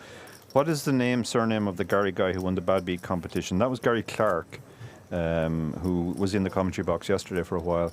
Gary is on his way back to Ireland now, having bussed the main event, but he had a great time, and we're intending to have him on the chip race soon as well. Gary's somebody I've known all my career. My very first big result, European Deep Stack, we were first and second, and I've known Gary ever since then, 2008, I guess it was. So talk to me about that, Dara. Obviously, it can be almost a bonding experience when you get heads up. Very much so, yeah. You are manu at the end and you're battling it out, but at the same time... We weren't really, though, because we did a 5-way chop. I wasn't going to bring that up. I wasn't going to mention that. There was no mano. It was just, this is your share of the 5-way chop. This is your share. But what I was going to say was, though, you're battling away maybe on the final table, shall we say, but actually, you know, it's almost like wrestlers or boxers after they've been battling out. I think it was a bonding experience for everyone on that final table, because for all of the Irish, at least, it was their first big result.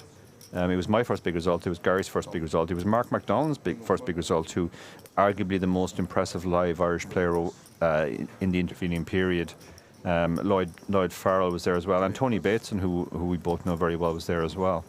Yeah, shout out to Tony. He is the content manager, the head of content for Vegas Slots Online, who pay one of our other checks, Dara. Unibet obviously paying our big checks, but, you know, Vegas Slots Online, Slots Online, paying per word. Yeah. More TBC is a very important question. Which one out of the two of you is the most out of form Irishman? Actually, I think it's probably Dara Davy, but... No, Dara Davy won a tournament in Marrakesh like a month ago. Yeah. He has fired about 60 bullets since then, though. I think in Bucharest, he doesn't have a Romanian flag yet. We both have a Romanian flag. So. Well, that's true. I probably have about 5 or 6 Romanian flags. I could loan him one, I suppose. Yeah. Unfortunately, Ray is out now. Ken Crowley says, best of luck, Ray. Hi, Ken. Played with Ken deep in the IPO this year. Well, not deep. Shortly after the money, but Ken went deep. I didn't. Fun pot developing here. Hijack opens Edouard. Bart, who has obviously chipped up significantly in the last 20 minutes or so, flats the Queen Jack suited. Gets a kind of fun board here. Yeah. He gets the 2-heart board. Bart's going to be a very dangerous player if he gets a really big stack together. As I said, I did play with him and I was super impressed.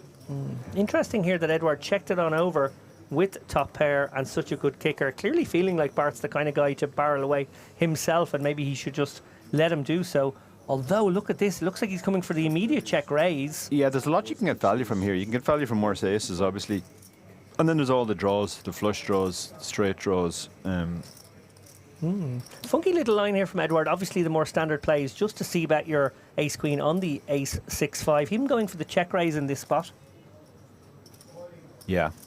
Bart now in a very funky situation where his opponent representing a lot of strength, but clearly he has a lot of hand. Yeah. Yeah. Edouard's out of position, so he should be doing a decent amount of checking, and I think he figured the best way to get value from worse hands here was to check. Well, it looks like he's going to try and make his hand for now. Flats it in position, basically getting the right direct price here, so if he makes any more chips down the line, that's all gravy. I mean, it doesn't help Edouard, or Bart rather, but one of the hands that he might be worried about is 7-8 suited. Yeah, interesting now. Stack to pot ratio 1.25 to 1. And he's marching some troops into battle. Let's have a look at how much that is. Looks like a chunky bet. Yeah. Might be most of his remaining stack, in It does fact. seem like most of his remaining stack. It looks like he's just one column of chips behind, so... May have just outmaneuvered Bart here. No real way for Bart to continue, I feel, if this is a... Oh, it's an overbet, in fact, I was going to say. It's an overbet, and now you do have to fold your flush draw. Yeah, so he won the absolute maximum there, going for the check raise and then pricing his opponent out in the turn. Yeah, a lot of gears here being shown by all our players.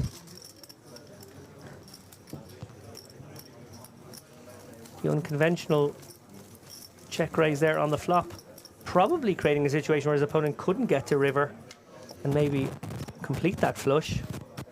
Getting more chips in.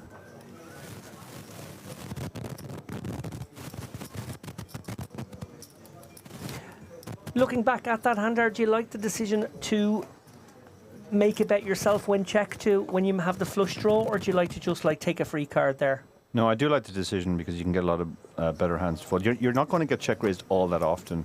A lot of players will actually just check call their entire range. So taking the initiative, folding out some better hands, and also building a pot for when you hit as well. They're all good reasons to bet. It just, unfortunately, in this exact iteration, it worked out the worst possible way. He had to put more money in, and then he had to fold on the turn. But I still like to play, though. There we go. Well, Robert's turn now to open things up with the Queen Jack offsuit here in the cutoff. Action round to the blinds already. Yeah, 2 high cards is going to be enough to open, especially when you have his stack. Oh, and Dwayne with an interesting one here. Obviously, a mandatory defend at minimum. Could consider a raise. Decides on the defend. I like it. Yeah, I think you want to raise some weaker, maybe offsuit aces and some stronger aces for value. This kind of fits just into the middle. Robert has flop best here on the Jack 5 deuce. Yeah, two diamonds. I think Dwayne can check fold here. He's got so little here. He's got no backdoors or anything. Yeah, puts a little bit of pressure on the ace highs if he literally min bets or min pluses, but anything bigger than that, and I agree with you, Dara, I don't think he can really hang on in there. Looks like he's going to be sticky at least once. He's calling one. It is a small bet, so he's putting his opponent to the test. One improves to 2 pair. Now he's trying to decide what he's targeting for value. Yeah, he could have Jack 10 dead to rights here. Yeah, could be up against diamonds. Could be up against a flush draw, which I suppose he wants to charge now at least a decent price. Yeah, or gut shots as well. I think another small bet here kind of makes sense. to try and keep those hands in. Give me a sizing here, Jar. What you like? Maybe 55, 60? Something in that region, yeah. If you go bigger, you're targeting much stronger hands. He went for an overbet, I think. So clearly an overbetter, Robert. We saw it earlier on. Yeah. The The problem with the overbet is like, what's going to call you there? The guy has to have a set or two pair to call. Yeah, I got to agree with Dara there. It didn't make a huge amount of sense with the ace-10. Obviously worked out tremendously well for him in that previous hand. Didn't make a huge amount of sense in that spot either. No. There are spots where those overbets are very powerful when deployed correctly, but I just don't feel like neither spot was the one. It's usually more on boards that are fairly dry and your opponent check calls, and then boards that are very dynamic, and your opponent check calls, and then a brick comes on the turn. It's a good spot to go for an overbet. But there, like, you wanted to keep in gut shots, flush draws, that sort of stuff. We see here Edouard going to open things up with the Kojak. And Eugene now with ace-jack in the cutoff. Could consider going with his hand there. All comes down to what you perceive Edouard's range is, and I think maybe the perception is that Edouard's a little on the tight side.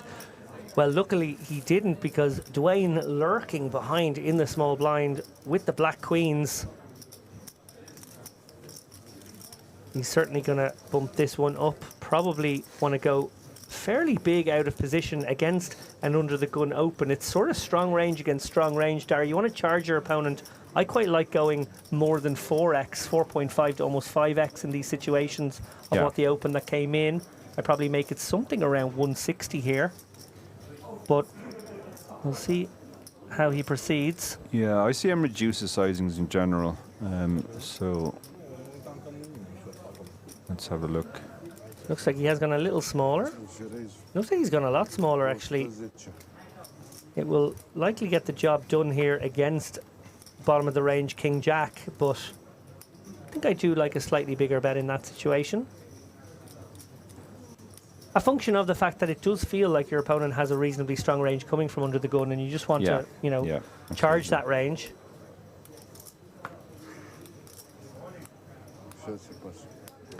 Easy fold for Gianmarco, and easy fold for Edouard, who had opened a light one there under the gun.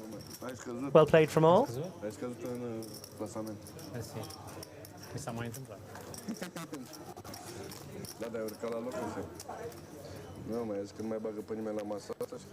We haven't had the opportunity to do too much sightseeing yet, Dara. It's fair to say we've been fairly relentlessly firing bullets at all the tournaments we could. But we have spent a fair bit of time in the Romanian capital in years gone by. We also had a trip to Sinaia, so we know a bit about the kind of offering that a trip to this beautiful city has. Yeah, Bucharest is a beautiful city, but we have done a fair amount of sightseeing on previous trips. And we do have Monday off as well. We have quite late flights on Monday. Yes, we'll have a lovely afternoon taking a look around the old town here. There's some Christmas markets, I know, as well. I saw a Ferris wheel in someone's photograph. Looks like Dara's found some abuse online that he's going to share. More TVC. ICM reduces sizing, so your 5x is dog shit.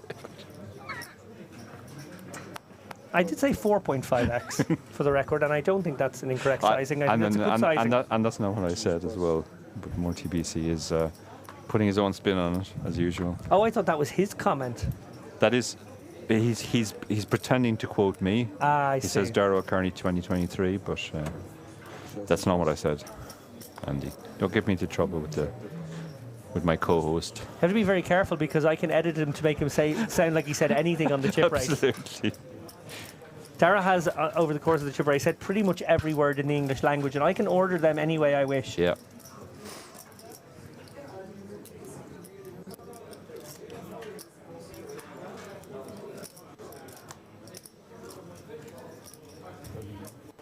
So, players waiting for the next hand. They'll be keeping an eye on the other table as well, wanting to see if there are any bust outs.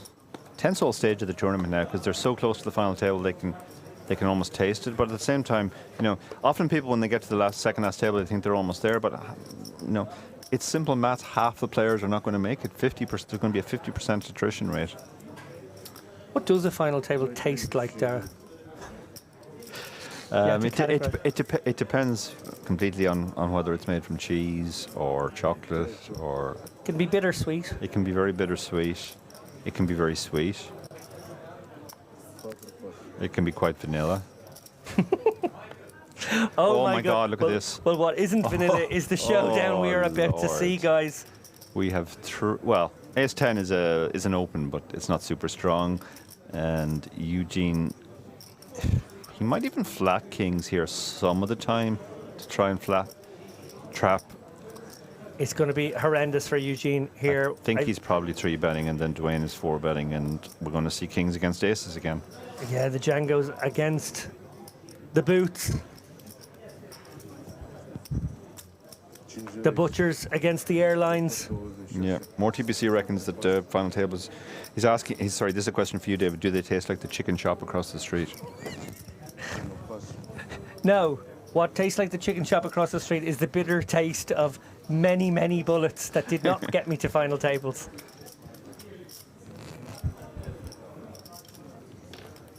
Although I don't know, maybe if I won, I would also celebrate with the chicken shop across the street. It would both be my celebration dinner and my comfort eating location. Yeah, and here we are. The aces have moved all in. A disgusting cooler late in the day here. Dwayne has his opponent covered. Eugene absolutely distraught right now. It's cooler. But the kings can get there. It's harder now. He doesn't even have runner straight flush draw rather. Needs a king, and a king only, one card to come, 6%. Guess that means all the kings are live. And no king. Crossbar queen. It means that there's an extra king in the deck, I think, Dara, with 6%. I don't know. Can we get a deck check there? Yeah, some of these percentages are a little bit. I mean, maybe the maths has changed recently. They are coming up with new maths all the time. But we are seeing numbers that we don't normally see. The graphics team keeping us on our toes in the booth here. Yeah, we have to keep our eye on the board. We have to keep our eye on the numbers. We have to do the numbers in our head.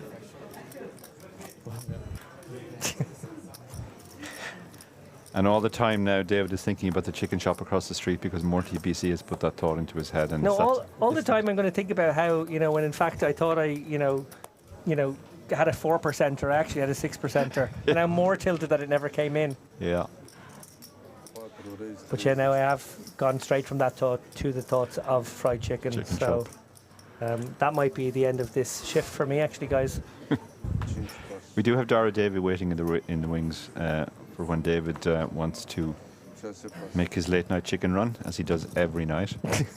I've been once. For the record, for anyone out there monitoring my chicken consumption, I did go the very first night, and I haven't been since. You brought Gary Clark, actually. Well, that was part of the contest prize.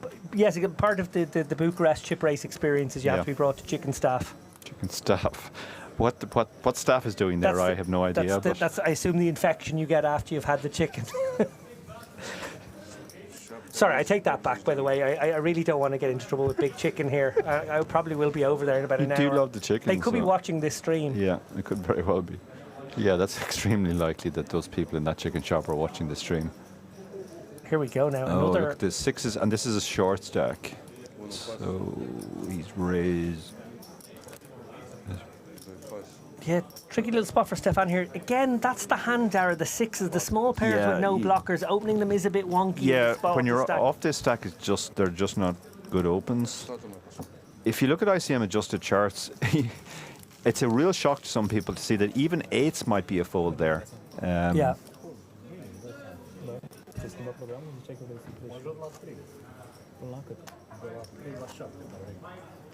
Down to 6-handed now. I suspect we may have lost someone on an outer table. Yeah. So at the most, there's 13 players left at this point. It might be as few as 11. So we're getting closer and closer to a final table. There is hope we might get this one done by... And cross to the chicken shop. Still today.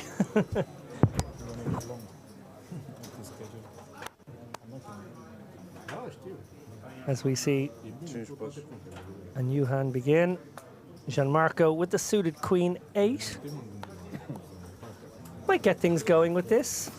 Maybe a little cheeky shove here for his 145k. Playing just 9 bigs, 9.5 bigs right now, looking for a spot. Queen 9 suited, I'd definitely shove. Yeah. Don't know about Queen 8. It just feels a little bit under the range, and yeah, he does go for the fold. It's tough though when you're short stacked and you're short handed as well, and there's a big blind ante in play.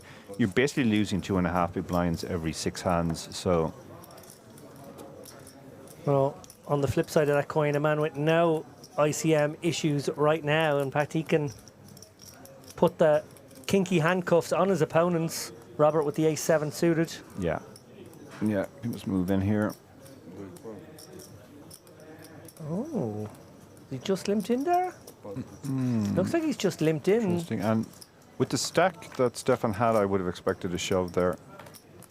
Yeah, one wonders if he was actually limp trapping a hand like ace-7 suited. I'm surprised he didn't just jam it himself, given the stacks. Yeah, I don't think we're limp folding it. So I guess he was trapping, but now he doesn't get any value for his hand.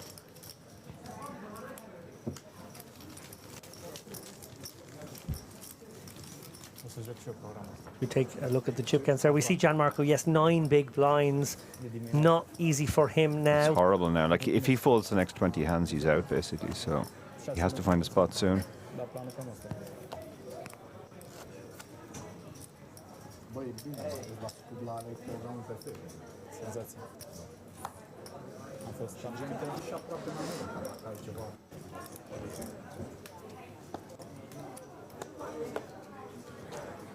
What are your life plans coming up, Dara? Obviously, in past conversations, you've spoken about your tendency to plan the beginning of your year all the way up to the World Series and then not plan too much after it. And then once the World Series has happened, sort of plan the second half of the year. Yeah. Obviously, coming towards the end of that, there is still some poker to be played in December, but maybe, just maybe, you've got a sense of the January, February Yeah, stuff. no, I kind of have an idea already what the next 6 months, the first 6 months of next year are going to look like. There's a big IPT in Galway, which always kicks off the year. That's always an amazing festival at the start. Then at the end of January, start of February, there's Irish Poker Festival in London, of all places. But that's actually, Unibet are running online satellites for that currently. Bleaky O'Carney. Or are they actually on the client They're already? actually on the client Okay, already. that's fine, that's fine. I played one on Sunday, so I feel Cat's out confident of the leaking bag. that one. Yeah. And then obviously we'll be into the Irish Open, which is always an amazing festival as well. And yeah, and that'll pretty much bring you up to WSOP. Okay, a very funky play here. Gianmarco has raised to 35k, a 2.3x off a stack of just 9 bigs with a pure steel Dara 6-5 offsuit. This is interesting to say the least. I just wonder if that's actually his hand. I just kind of am gobsmacked here.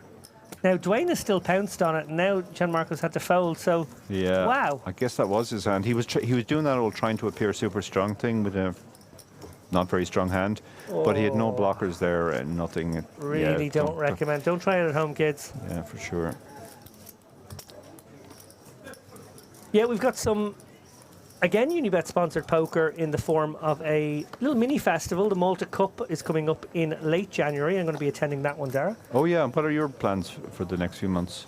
Well, of course, we're both heading off to the Win. We'll be making a very good episode of the Lock-In. I hope from there we made a classic Lock-In episode I think from it's there last probably year. my favourite Lock-In episode of all time. Yeah, you did an incredible job on the edit. It was very. Who's that director who does those? Scorsese. It wasn't Scorsese. No, it was. I thought it was more. P.T. Anderson. That's exactly That's who the I'm one. thinking of. Yeah. The long tracking shots. Yeah. Sort of slightly surreal cartoon quality in places. Yeah, we had a bit of fun with that one, it's got to be said.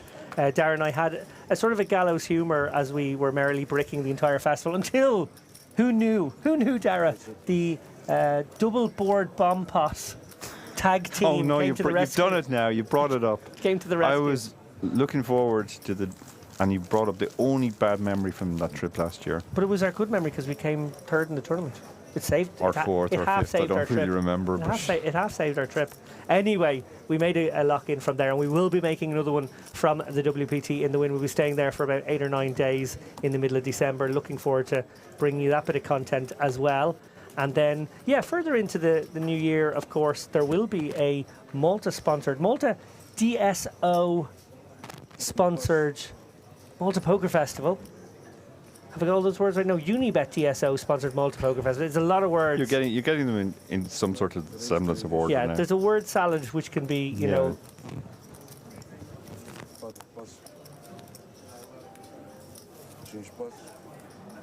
That one will be very much to look forward to. Ivan Montilegre obviously does a great job with that festival, ably assisted by our own Alex Henry. There are also going to be plenty of satellites in the Unibet client for that one, so keep an eye out for those as well. You can win those generic Unibet DSO packages, the 1500 Unibet Live packages, and you can use them for that. You can also win the 550 seats, and you can use them just to buy in directly. 3 ways to the flop. No, not 3 ways to the flop. Sorry, we lost the threes in the end. I thought we were going to get a call from the threes as well. Both players with a piece here. Ace-10 in the lead. Robert, top pair, good kicker, backdoor, straight draw. Edward, second pair, good kicker, backdoor, straight and flush draw. So this one is far from over. Indeed. Yeah. Not an action card. No, not the most interesting of turn cards for sure. We see Edward obviously went for the check raise last time. I wonder if that's why Robert has taken a checking line, maybe fearing the loosey-goosey check raises of Edward from before. Obviously taking a street out here and is playing a bit of pot control as well. He can definitely pursue value on this street. Yeah, it's the kind of hand you're not going to get value from 3 streets, so you need to choose 1 street not to bet. I think he's gone for another overbet, Dara. Yeah?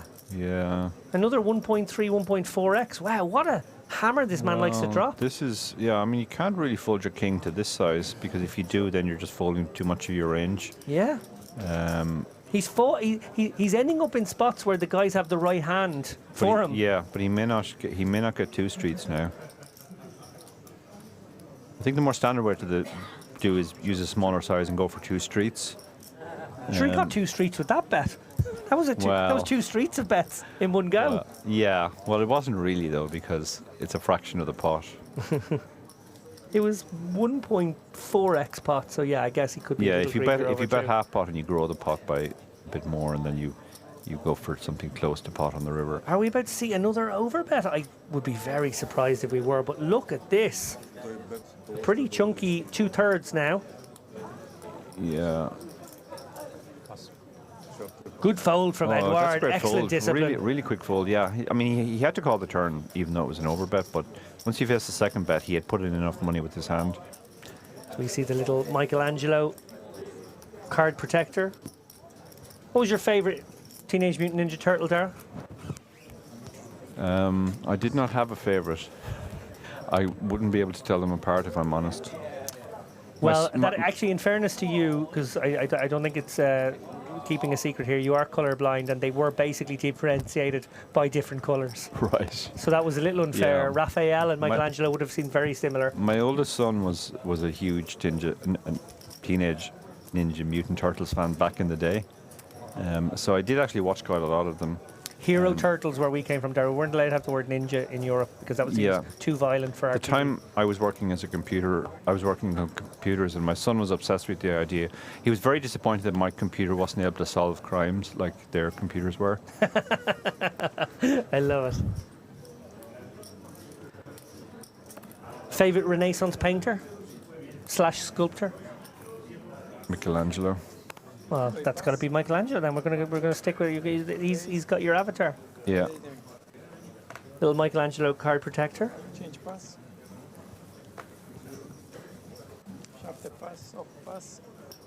Favorite era of art in general, Darren? Were you a Renaissance man? You are a Renaissance man, obviously. But Yeah, I do like the Renaissance, I have to say. I also like the Impressionists.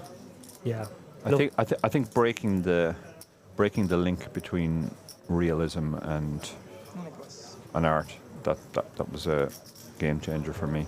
a little Edouard Manet, little Monet. Yeah, Van Gogh. Degas. Oh, now you're into the neo-impressionisms. Yeah.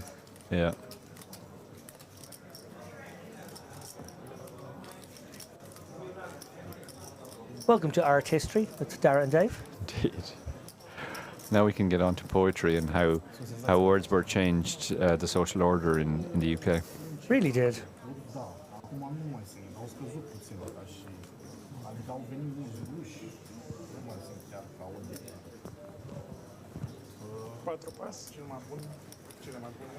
So some familiar faces in the chat. Obviously the poker baffers trying to keep manners on them all. Sifo, the poker tourist himself. Hey Sifo, hope you're well. God knows where you are at the moment. Where in the world is he now? That'd be a good little game. Yeah. Where's the Sifo? We need it in a Sifo tracker. Sifo has attended quite a few Unibet Opens, if I recall, over the years. Yeah, yep. I remember one in London. I remember him being in London for sure. He was in the commentary booth in London. Yeah, he was indeed. Robert with the Djangos, in the big blind no less. Oh, what a place to pick up kings. Unfortunately, it's only 10-5 suited he's against, so... and Edward has just under 50 bigs now. Yeah, I feel like... 3-betting coming, for sure.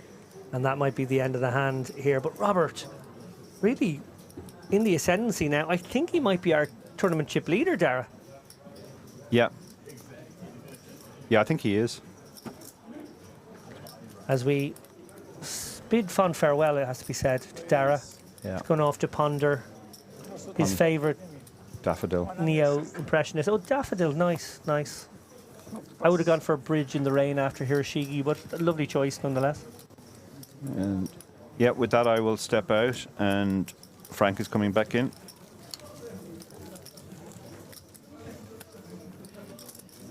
The web joker himself, Frank of the Word. Back in the Hizay, I want to say, but it's actually more like a garden shed. What did I miss? You missed carnage, Frank. The moment you left the booth, we saw 2 million chip pots. Oh! It was absolute carnage. Between who? As soon as their names appear on screen, I will know. I guess it wasn't John Marco, who's sitting on 70k right now in the hijack. No, Pearl Gianmarco is wearing his frustration on his sleeve and face right now. Bart, my Dutch key. Here's the man, Robert, who has been an absolute card rack as well. Robert has been the benefactor. Kind of reminds me of Felix Stevenson. Oh, yes, I see that. He finished runner-up in WSB main event to Martin Jacobson.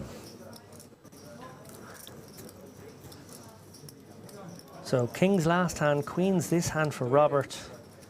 And we've seen, interestingly from Robert, he loves an overbet. A lot of overbetting. Flops and turns. And rivers. And he's 3-betting big here as well. I mean, it's from the small blind, so I can understand why. Obviously, Edward with the King 8 suited, not too eager. Yeah, Edward has shown good discipline. Lets it go again on this occasion. We've seen, I mean, I don't know how it's been for you in the last like half an hour or so, but I've seen a lot of big hands. Kings, queens, aces, ace-king suited, and whatnot. I mean, there's no shortage of action, really. Well, that trend has certainly continued. How was your night? Did you? How was the tournament, the chip race sponsored tournament? I tried twice. I gave it 2 goes in the chip race. Unfortunately, wasn't to be. I jumped in around a level 3. Took a couple of nasty ones, but you know we won't tell our bad beat stories on air. And then did a last-minute late reg bullet and sort of cockroached my way into the bounty portion. But I was the shortest, so I wasn't eligible for bounties, and I certainly wasn't after my King 5 ran into aces. Fair enough. Bart's here with a real hand, ace-king in the cutoff. Bart is also the man who's picked up a lot of chips. There he goes, Stefan. Oh, when I left, Stefan was actually one of the biggest stacks in the room. I guess, I imagine he was the one losing that massive pot. Okay, okay. Yeah, that's the all-in. Obviously, Bart's calling. Yeah, he's getting the bad news here. Wow. It's almost 500k pot. Bart, massive favorite.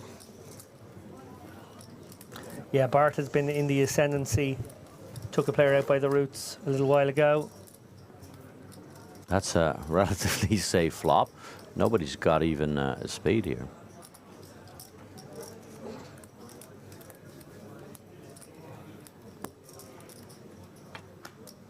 That's another safe card, really, right? And should Bart fade a river 10 here, he will pretty much join the million chip club. It's 4 spades. Nobody's got a spade. Bart almost doubles up, and well, that not quite yet, but he's indeed up to the million. Yeah, Stefan losing his chips. Wow. I mean, half an hour ago, he was one of the chip leaders of the tournament. I think he had 1.3 million when we sat down 30 minutes ago, and yeah, some pretty monstrously big hands. A pretty tough spot, it must be said, where he made a very good call on turn, facing an overbet with Queen 9 on Ace, Queen 3 9, and then his opponent Ace 10 went for the overbet, which we thought was a bit funky, but it was a river 10, and he paid off the big river bet as well. So a nasty little spot. I think we're balancing again. It's just 5 players remaining here. Yeah, so I think we're down to maybe 11 or 12. My assumption is if we're going to balance and bring someone, we're down to 12, and we're going to send someone over from the outer table. Stefan George finishing 13th place for 5,010 euros, down to 12 players. And on a small little money bubble, next player to exit still gets that 5,000 euros. Right after that, 5,690 euros. 2 Dutchies here at the table. Bart in the 1 seat and Dwayne in the 5 seat. Talking Dutch now. You seem like a good man for this question. Tell me a bit about the regulatory sort of issues in the Netherlands. Obviously, it's not an easy place, both for the online sites to, you know, there's a sort of a licensing issue there which prohibits some sites, but also when it comes to the live stuff, the Holland Casino sort of control everything and make it hard for all the different tours to maybe have stops. Well, yeah, I mean, we have a regulated market since October 2021. So any website really can try and obtain a license. There's a couple license holders, Unibet being one of them. So, but for live kind of stuff, Holland Casino does have the monopoly. But they have worked with GG in the past on tournaments, and the WPT has an event in the Netherlands as well. So there are options, but Holland Casino does have the monopoly for live poker. So if you want to have a live poker tournament in the Netherlands, you do have to work with Holland Casino. Got to snuggle up with the government there. No. I mean, but they are relatively solid. I mean, there was a WSBC event in Venlo, and that was organized by Holland Casino and GG Poker together. Really, you could qualify on both sides. Unibet has never been active on a tournament, but I mean, we could possibly, theoretically. Yeah, it's a wonderful place to play. I've only ever played in Amsterdam, in the Holland Casino there in Amsterdam. In the Masterclass of Poker? Yes, it was the Masters of Poker, yeah, a long time ago actually. I think I played in 06 and again maybe in 2010 or 11. That was the last time I played though. 06 I was there, so I mean, yeah, I mean, I'm a little biased, but it's one of my favorite tournaments in the world still. Oh, it's amazing. Very special event alongside the Irish Open. I think obviously the oldest events ever in Europe. They obviously are a little younger than the World Series of Poker in Vegas, but after that they might be the next two, and it's wonderful that we have those two tournaments still on the calendar. Yeah, and I organize the Dutch Poker Hall of Fame every year, and I do that in cooperation with Holland Casino. All the big names in Dutch poker like Marcel Lusk, Noah Boeken, Rob Halling. This year, Jans Arends, one of the big online players from the Netherlands, he joined the Dutch Poker Hall of Fame. So, no, I mean, it's still around every November. It's very popular in the Netherlands. And are you on the jury, or are you? So I'm the one who set up the Dutch Poker Hall of Fame as well. I never wanted to be included, but somehow there was like a little coup, and they made sure that I was in there. So I am now on the jury. But half of the jury is a public voting system. The other half is the existing members. So I'm part of that.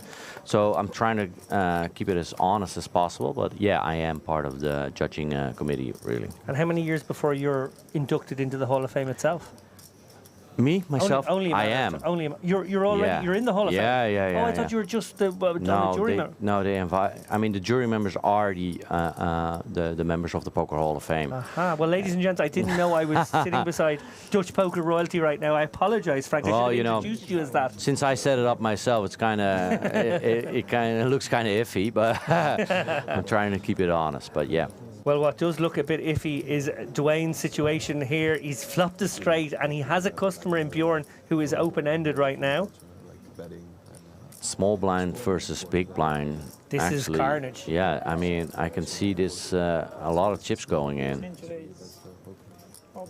Dwayne check raising the bet of 25k to 85k. I mean, Bjorn has been. I've seen him around. He's been on the feature table a couple times actually the last 2 days. He's not gonna fold, no. Very impressed with Bjorn. I played with him during day one, and yeah, super impressed by how he carries himself at the table as well. Incredibly composed individual. The king really is a blank here, of course. Dwayne still with a commanding lead with the flop straight. Yeah, just interesting now, Bjorn, with position, will he still find a call to some bet sizes here? We'll have to see what Dwayne comes with. I expect it to be large now, given that he knows he has a customer, and there is diamonds lurking out there, and hands like 10-7, 10-jack, maybe even a queen-jack sticks around already. So, you know, he won't be loving all rivers. 7-9 maybe, I mean. Yeah. So I think we're going to see a fairly large bet here. Something in the region of 3/4 pot would be my expectation. Like 150? Yeah, like something along that line. All right. Dwayne is... Here he comes. That doesn't look like 150 though. Let's see. Oh, maybe. Yeah. 140. Good read. Yeah, it's a really nice bet sizing here. Obviously, he doesn't want to chase away his opponent, but does want to charge those hands that have equity. Has this ever happened to you, deep in a live tournament, flopping a straight in a blind battle? This is... I've never seen this before. It feels so good, right? It's dreamland for sure. Yeah. Very interesting now for Bjorn. Obviously, you know, has a semi-bluffable one, but shows tremendous discipline there. Realizes his opponent is very strong. You know, not all his outs are clean either. If he was to hit a jack of diamonds, he wouldn't be necessarily loving life. Dwayne up to 1.4 million, still trailing Robert with 1.7 million, but up in the higher echelons. Oh, yeah, like you're pointing out, Gianmarco, 4 big blinds. He needs to get something going here. Yeah, and it has been death by 1,000 cuts for Gianmarco. He's been bleeding and bleeding. He, in fact, took a little spot with 9 bigs. He opened the 6-5 off under the gun, took a little min raise off his 9 bigs, hoping to look really convincing and get it through, but it didn't get through. King Jack just put it in his eye, and he's been just, left in the danger zone ever since. Edwards first to act with pocket sevens. Gonna raise it up. 35,000. The blinds are 10, 15,000? Correct. Yeah. A little over a min raise. Obviously, Robert's going to let the 9-3 go. Oh, Dwayne, there is some money to be made. Pocket fours on the button. What would you be doing? I think you're going to flatten this spot. You know, you're not closing the action. You'd be a little bit concerned about that. I'm not sure if it's Giancarlo who's in the big. If it is, then I'm a little bit worried about flattening my fours because he can reopen the action with his 4 bigs. Yeah, but he doesn't have any fold equity, the big blind, obviously. So, I mean, I don't even think he can raise, right? He mightn't even have a legal raise in his stack. That's an interesting little wrinkle to this hand. We'll have to obviously going to let it go. Let's see. And a lovely spot to set 9. No, he doesn't have a legal raise, no. It's just 40k. I mean, he's got queen to 4, yeah. bad news for Dwayne because one of his force is gone. But so we see Gianmarco take a little bit of time here. Clearly, we're on a ladder bubble, so you know he's thinking to himself, okay, maybe if I just sit here for something not too unreasonable, 30 seconds or what so. is before unreasonable? flicking 30 in. seconds? I think you could maybe even stretch it out to a minute. People would certainly know what you're at that point.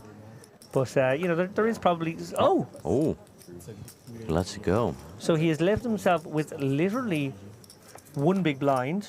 Yeah. Now, he does have, I think he posts half of that in the next hand. So, he's going to be half a big blind for the next orbit.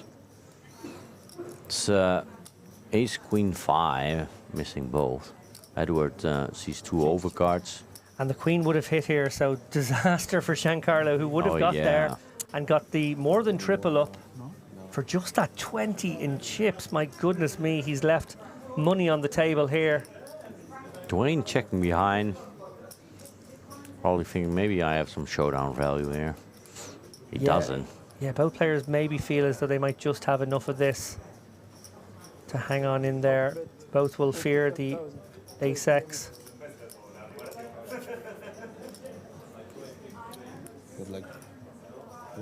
Should Dwayne have turned his hand into a little bluff on the flop by betting or taking a stab? And I'm not sure. I think you might feel like you're being pot controlled in that spot. Looks like, did Edouard take a little stab just to deny some equity? must He did.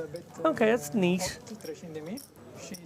But my goodness me, the real story of that hand is Gianmarco's decision not to flick in just 20 chips in this spot. 20,000 left behind, and he would have 3.5x his short stack. Instead, he's left with sub 1 big blind now for an orbit. Although, looking at his stack, just eyeballing it myself, it looks like he has slightly more. So I don't know if we have an incorrect count on him. If I had to... Those are just the red 5K chips, no? So. No, I'm pretty sure there's a blue at the bottom of them. So I think we might have a miscounted They have stack been there. off every now and then. Yeah, maybe he has 3 or 4 bigs, and that more explains the queen 4 fold. Yeah, apologies there, guys. We definitely gave you a graphical error that last hand. Folds to him now in the small blind. No, it was raised, sorry, by Robert in the hijack with king tray. Yeah, I think we have hearts. 45k in Giancarlo's stack left now. So. Yeah, definitely. Okay, that makes a lot more sense. So 3 big blinds and the button. Certainly on the lookout for any sort of equity spot he can find over the course of the next 5 or so hands. If he can get a ladder jump, that is a huge bonus at this moment. I think they get an extra 650 euros between 12th and 11th. That's half a buy-in. Is Romania playing? Is Romania? Yeah, it's qualified. Finally. After years of waiting. Don't raise. Tracing limit. 35,000. Change pass. Robert already raised, I think, with the 10-7 of clubs. No. Yeah, Robert really stepping out now with that big stack, looking to put pressure on these guys as the ICM implications increase as we head towards... Who folded the 9-8 of hearts over there? Must have been Bjorn, huh? Must have been. As we head towards the final table bubble, where of course ICM is at its absolute highest point in the tournament.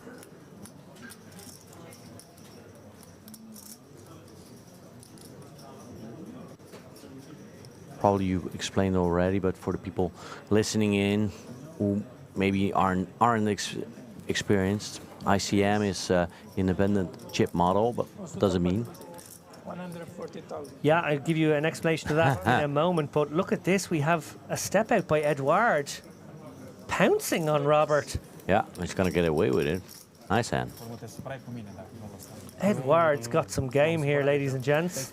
Before you guys entered the booth, Edward turned a hit top pair versus a set into a bluff, and he got away with it on a 4-club board against Stefan. Was the first showcase that he knows what he's doing, because that was he could have easily checked behind and hoped for the best, but he didn't. He put out a massive bet and got away with it. I think Edward is an experienced player.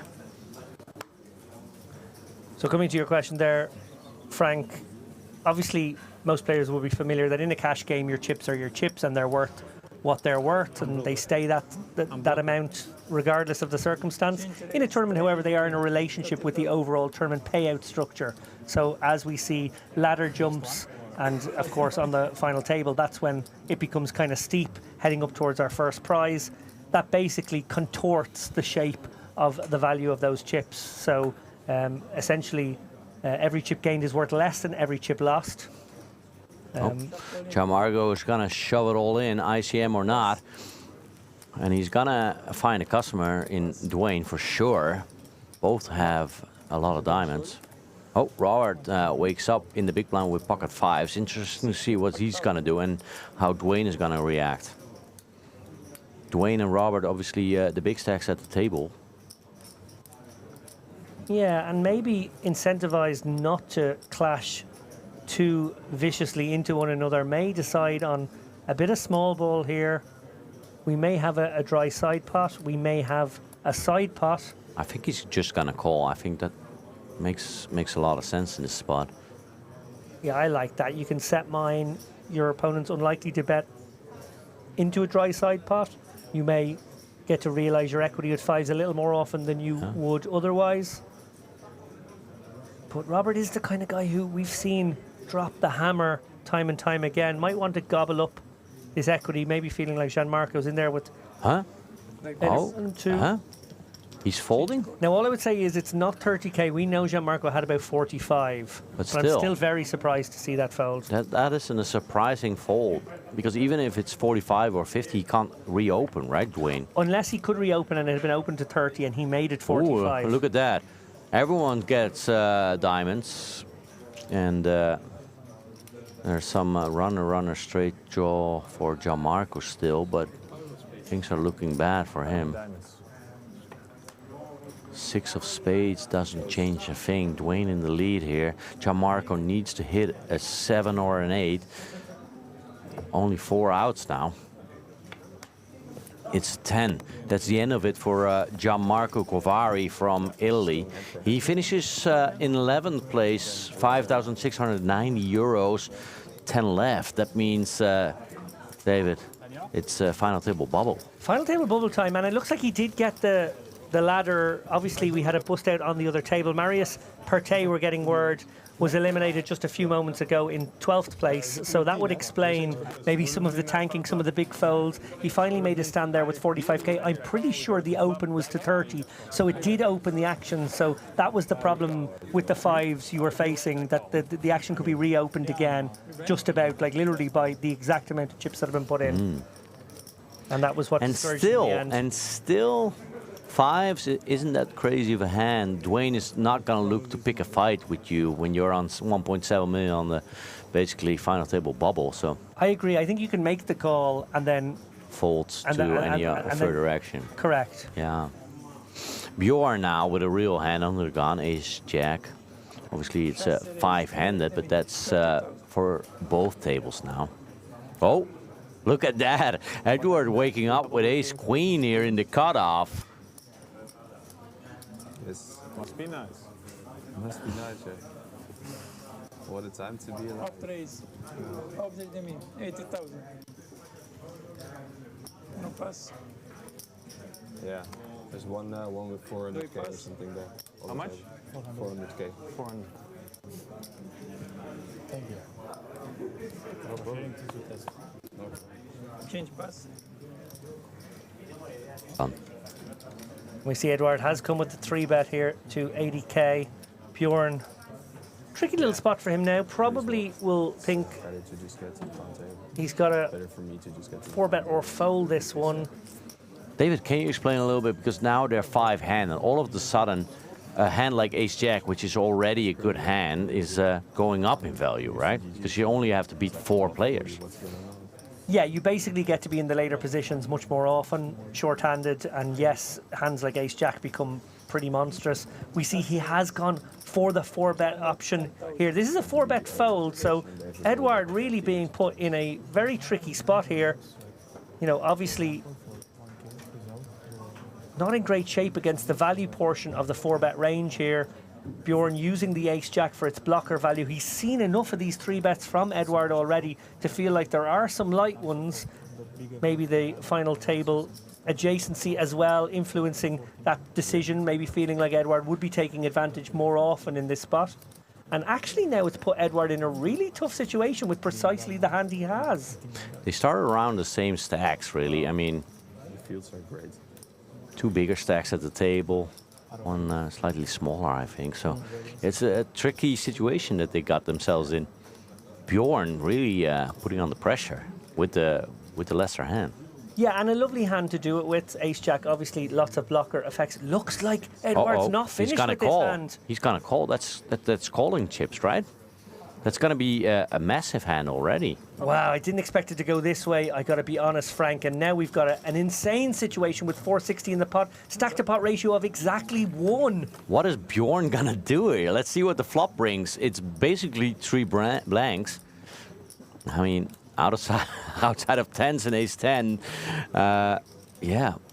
What is Bjorn gonna do here? If I am Bjorn, I am absolutely petrified by the flat. I think he felt like he'd put his opponent in a leverage situation where he would shove or fold. Was not expecting the flat. Can't be loving this board texture either. And now maybe feels compelled to fire out some kind of c-bet. Small? Because he is the 4-better, remember? Small bet, you know, hoping Edward will fold. I mean, check folding seems so weak. Oh, it's a real quick check behind from Edward. Interesting turn card as well. Both of them, by the way, have a gotcha to the nuts. Now, I'd be very scared of that instant check back that was maybe a pocket tens that had decided to take this line. What I would say is this king much more representable by Bjorn. He knows that Edward would have shoved ace-king pre-flop and maybe wouldn't call with king-queen. So therefore has a really good opportunity now to represent this card and actually target precisely the hand he's up against. Also can put some pressure on maybe hands like nines who might feel indifferent or discouraged at this point in time. We'll have to see what he does. Oh. He does fire the 130. I absolutely love this bet from Bjorn. Incredible recognition of exactly the spot he finds himself in. His opponent did not bet this flop. It's a very weird situation here. 4-bet pot, so shallow. But he's recognized that this king is really good for his range and not really good at all for his opponent's range. And it's the card he needs to represent. He looks like he's got ace-king right now. Edward really, the only card he beats is ace-jack, right? In this situation. I mean, what is Edward beating with ace-queen here? Nothing, right? Yeah, I mean, the complete bluffs. Yeah. And this goes to show the skill of that man, Bjorn. This is not a newcomer to the game, I feel. Is he calling? Hang on a minute. Is he calling? What are we seeing right now? This is pure street from Edward. He doesn't want to let go. I mean, he's a 97% favorite.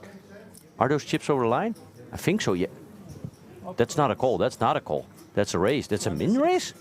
Wait a minute. He's min-clicked He's min? He clicked it back to 260K. This is amazing. He's not shoving. I mean, he's basically shoving, but... Oh, you love to see it, don't you? This is Come an insane on. hand. Bjorn has been ultimately outmaneuvered. I didn't think it was possible. I love this bet by Bjorn, but now Edward is basically repping tens. There's nothing he can do, right, Bjorn? I mean, if he shoves, beautiful. King, queen suited and tens may be the holdings Edward can plausibly represent with this line. It's a very funky situation. Problem is, Bjorn can't do a thing about it. What a hand did we just witness, ladies and gents. Bjorn, I thought he played the hand tremendously well, but Edward up to the test.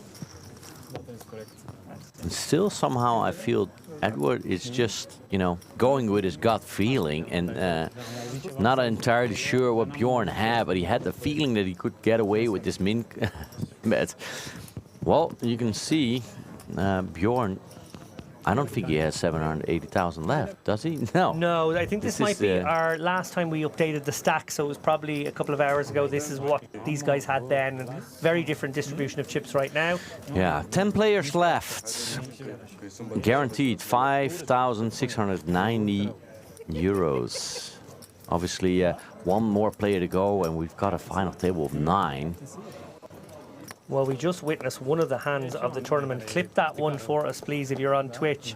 Send that out into the ether. We just saw some absolute gangster stuff from Edward.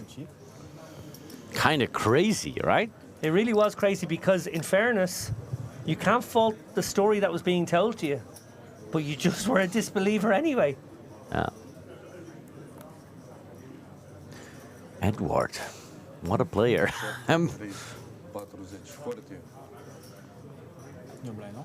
Another couple real hands here. I mean, it's 5-handed. They're still finding all these face cards. Edward raising to 40,000 under the gun with Queen 10 off. Bart waking up in the cutoff with Ace King suited, actually. And that's definitely going to be a 3-bet, right? I mean, he's seen it now that Edward is creative and kind of crazy, maybe, but oh. All of the graphics are gone. I'm pretty sure Bart still has the Ace King, though. Yeah, I don't think that's been let go just yet. We really did just witness a bonkers hand. Yeah. I mean, you see Ace Jack squaring off against Ace Queen, but I could not have told you how that would play out the way it did. Kind of crazy. They went all post-flop action. Check, check. Bet, min-raise, fold. Kind of crazy. You love to see it.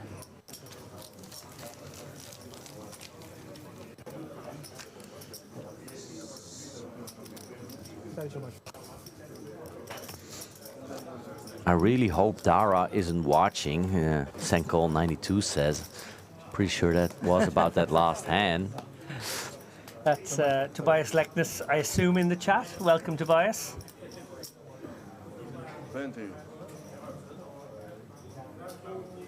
Eight deuce. Bart's gonna let it go, showing the 8 of clubs by accident.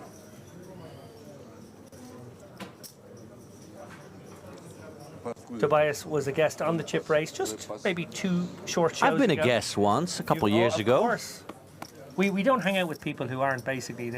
You're in the inner circle when you're invited on the show. Oh, that's a huge Tobias honor. only a recent addition to that club. All right.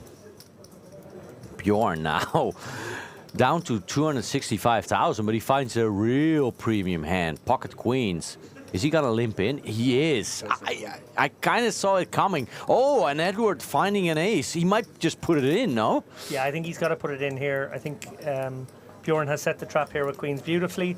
Edward with one big card. No reason to slow play this one. It's not the easiest hand to play out of position. May come with just a raise rather than a shove, which is interesting in and of itself. But he's now going to be faced with the check jam, presumably, unless Bjorn really sets the trap. I mean, Bjorn got to pull the trigger now, right? I mean, in most cases, he'll just shove all in. And I wonder what Edward does with the ace-7 if he shoved upon. It's certainly an uncomfortable spot. Yeah, there it is, all in, and insta-call, no doubt about it. I mean... Turned it over like it was aces. Yeah, and he's pointing at the ace like he's gonna hit it. Let's see what's happened. There's 5 community cards away. I mean, it could just be a final table. Oh, hello. 3, 4, 5. Gut shot for Edouard. Yeah, the double belly buster. Now there are... Oh, yeah, double belly buster. Oh, my God. Oh, there it is. Oh. We need a heart or it's final table time. Or a 7 for the chop. Well spotted, Frank. It's a 10. Oh, Bjorn with the resuck out. I mean, there's plenty of action. There's no lack of big heads. And there's no sign of emotion. He's Scandinavian, huh? This guy. Oh. He's like the new Patrick Antonius, I guess. It is cold blood running through that man's veins. I played against him on the first day here during this festival, and he took one of the worst beats I've seen in a long, long time, and he did not move a muscle.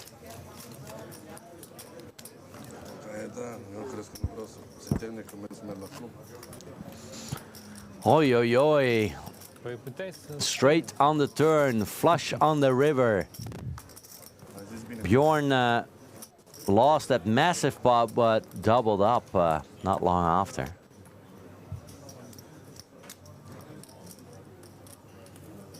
Bart now in the back blind. Robert first to act, folding queen tray off. Dwayne probably gonna send his 6 deuce suited into the muck. Bjorn 7-3 suited. Oh, I mean, you could see someone opening, but maybe not in this stage of the tournament. Edward definitely gonna do something with his 10-9 though, right? I mean, if I come to know him a little bit, I wouldn't mind seeing a complete here and just limp in, but that doesn't seem like Edward's plan. No, I totally agree with you, Frank. I think this is a slam dunk limp in, and you can call a raise as well with the 10-9. It's got enough connectivity and enough, playability to navigate. But yes, you're absolutely right. Edward just loves piling on the pressure. Yeah. He didn't read that whole book on small ball poker, I think. Bart is kind of cool, I imagine, with ace-5. Or put in some more pressure. No. Yeah, interesting one here, whether he chooses to just flat the ace-5 here. You do want to have some ace-x in your flatting range so that you can't just be purely exploited on ace-x boards. These sort of ace-6, ace-7s maybe work the best. The ace-5 maybe is quite a nice 3-bettable one.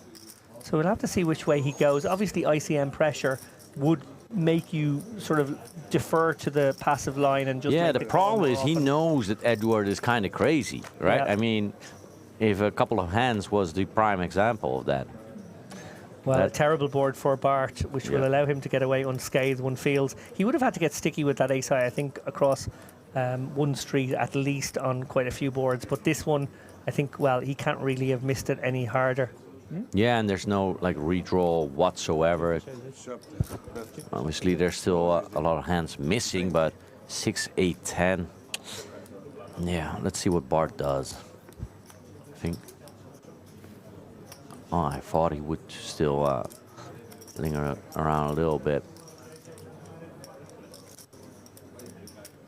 He does have a redraw to straight, obviously, with the sucker end of it anyway. Yeah. It's very hard to make a call there with ace high and no real prospects against a blaster, against the kind of opponent you know is going to, pile more chips in on turns and rivers, even if he doesn't have it. Yeah. He's been doing a lot of advertising, this Edward, with his play. But you love to see it, right? He's making action. It worked out for both of us. I mean, you wanted me to shove, to raise. I wanted you to shove. So bear in mind, guys, obviously we are down to 10 players, 5 and 5 on the outer table. I'm not sure if we're playing hand for hand or if these guys are sort of on their honor. It's been fairly brisk, I got to say. I don't know which it is. TD Glenn will be monitoring things. If either table plays a lot slower than the other, I'm sure he would switch that up. But there is another table of 5 playing, and we will be keeping an ear on those guys through our producers and let you know if there's some carnage over there. Well, nobody's been slowing down play at this table, that's for sure. I mean, there's plenty of action and nobody's really taking their time so far. Bart limping in with the 6-5 offsuit. Robert checking king deuce. Bart pairing up his 6. Robert missing. You want to take a stab here with your 6. It needs a bit of protection. You've got the 5 of diamonds in hand, so some backdoor possibilities as well. But mostly you just want to deny some equity of 2 overcards. Yeah. I like this bet. Small little bet. Robert with the king, obviously a good sum of the times, but we can see he's far behind.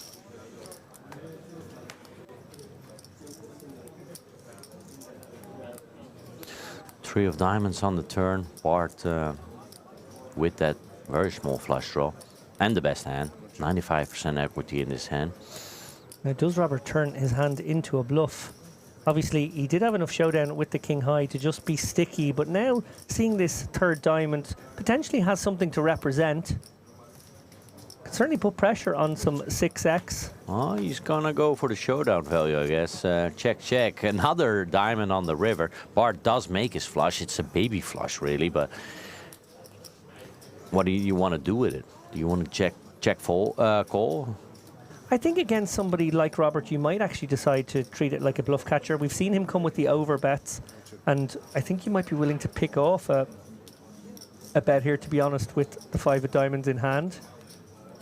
I feel as though you would have heard from your opponent if he had the king of diamonds or queen of diamonds in hand on the turn. Definitely. So I think you actually have a really nice bluff catcher, and you have an opponent who may well go big.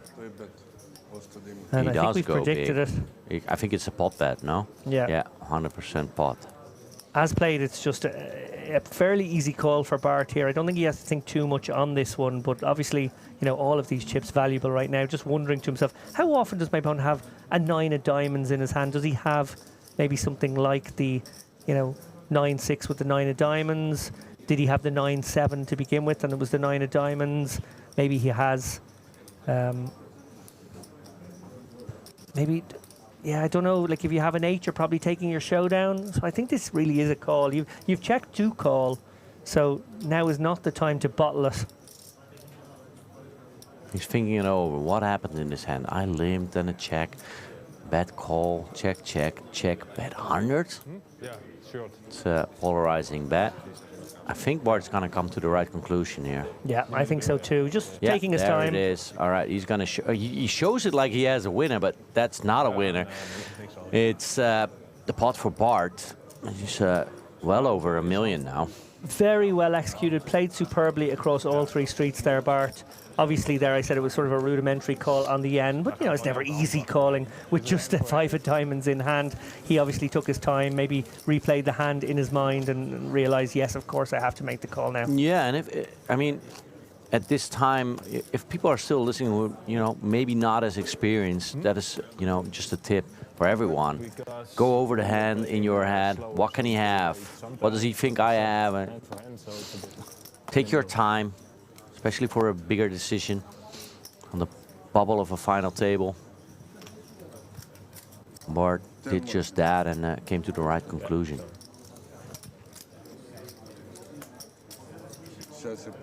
With us seeing all the cards, it's so easy. When you're in the hand, sometimes it's tough. Yeah, just after 1 o'clock now, local time here in Bucharest. So these guys have been put through it. In fairness, some may have played day 1A, but if they did play 1B, that's back-to-back 13-hour days. Now, the good news for them is they are going to get to a final table. We hope in the near future, of course. We've all been there when it's been 10-handed for hour after hour after hour. Hopefully, for our sakes and theirs, that doesn't happen. And they do get a decent turnaround here, a decent rest before their final table tomorrow. Yeah, it's going to be heartbreak for one of them not making the final table, going this deep and just coming up short. It's better for the structure if it doesn't take too long either. There's at least some play left tomorrow. Jack 9, Bart raised it up from the button with the suited semi-connector, I guess. Dutch on Dutch action. Dwayne, massive favorite here, flopping top pair.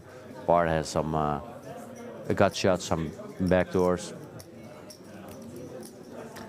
Yeah, I like this decision to c-bet on balance from Bart. We see is not going to work in this instance, but he has some barrelable cards, as you alluded to there, Frank. Obviously, you know, a heart, he can go again. He can just, you know, drill that 10 ball. That's always a nice feeling. Yeah, that would work. That would work. Yeah. That would do. And Dwayne obviously just, I imagine, calling, right? Yeah, check calling, not check raising, not queen on the turn, pairing the board. Yeah, Dwayne won't love that card. Obviously, Bart would have c-bet a queen as well as a king, I think, in this situation always.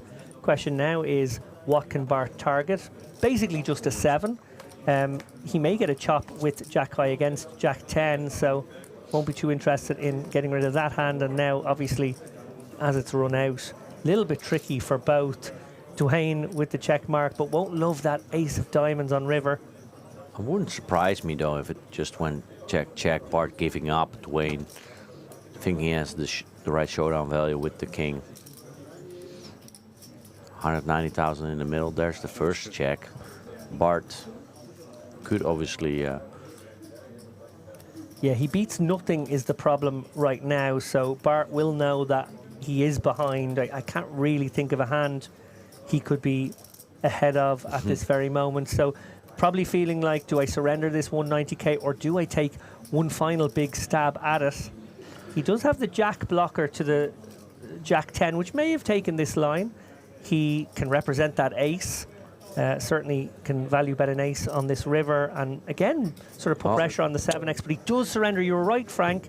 Does decide this maybe isn't the one that I can tell the most consistent story with.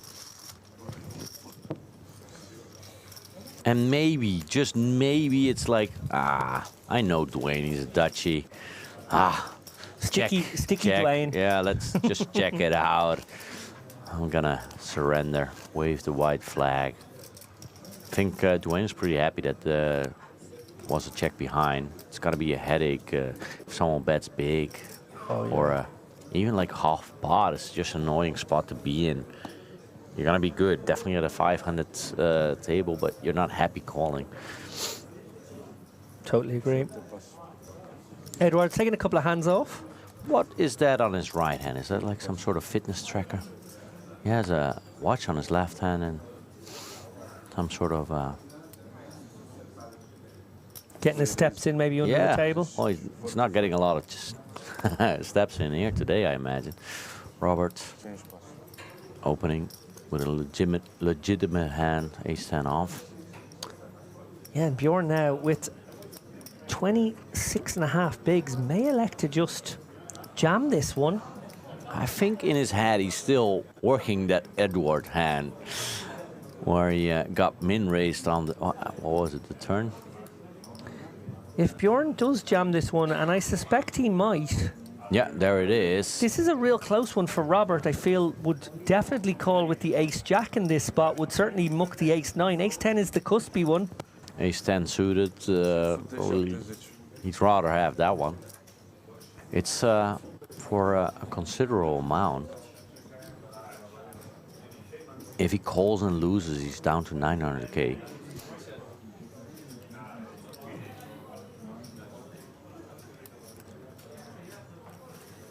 Robert's thinking, is Bjorn pushing ace-9? Is he pushing ace-8? Is he pushing 9s? Probably. Yeah, maybe a couple of those pushing 8s, wheel-suited wheel 7s, stuff as well. The cheeky ace-4s and ace-5s we see people go with as well these days. King-queen suited maybe, I don't know. Yeah, king-queen suited That's all goes through Robert's head. No, that's a great point. I think king-jack suited, king-queen suited definitely can be in here as well. Well, if that's the case, he would be a small favorite probably against that range. If all of those hands are in there as well, and the smaller pocket pairs like 7s, maybe 6s, I don't know. Would Bjorn push with 6s? I don't think so, but... I think he would. I think he would go with 6s, but then, as you say, that's not necessarily the hands you want to be seeing because they're the flips. I think in this spot, I'm going to go out on a limb here and say Robert lands on fold for one very important extraneous reason, which is that his current position with 1.4 million probably sits him second or third in chips. A really nice place to be heading into a final table tomorrow. If he takes this spot, yes, he could go chip leader in the tournament, and that's an even nicer spot. But if he was to lose it, he would be dragged right back into the pack and have a very different sort of experience. Especially on this 5-handed table right now, even before the final table, because then the other stacks can kind of, push him around maybe a little bit. So, yeah, no, I agree. I would also put it out there that Bjorn might be our most sophisticated player. Like we saw him get owned by Edward there a moment ago, but I think he's a really top player, Samuelson. I agree. Bjorn, or Bjorn Samuelson, I should say, and I think he is one to watch on this final table should he make it tomorrow. Obviously, he's going to have to do it from one of the shorter stacks, but not particularly short. For sure, he's the one to watch, maybe. Fold around to Dwayne on the button. He's already seen his cards. He's opening. We don't know what it is. I mean, They are right there on the RFID reader. He's opening 10-6 suited. Gets it through. Picks up the blinds and ante.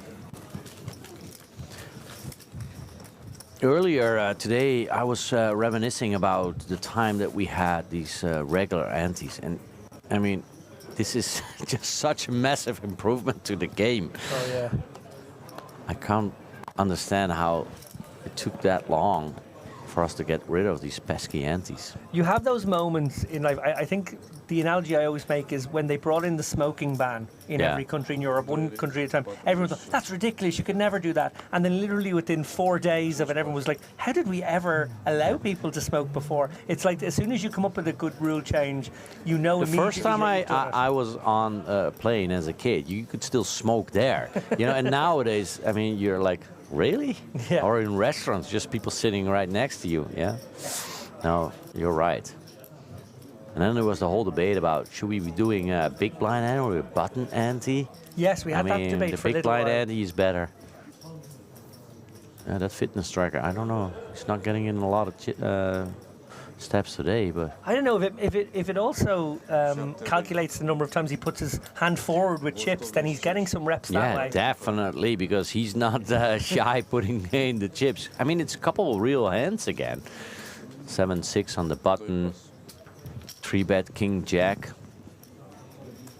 You're absolutely right, Frank. The distributions have really given us a lot of reasons to have these, even medium-sized pots every single pot. Like we're seeing so much confrontation.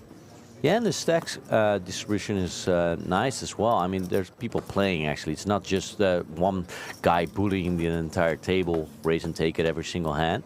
There's some action, there's some post-flop poker. I like it.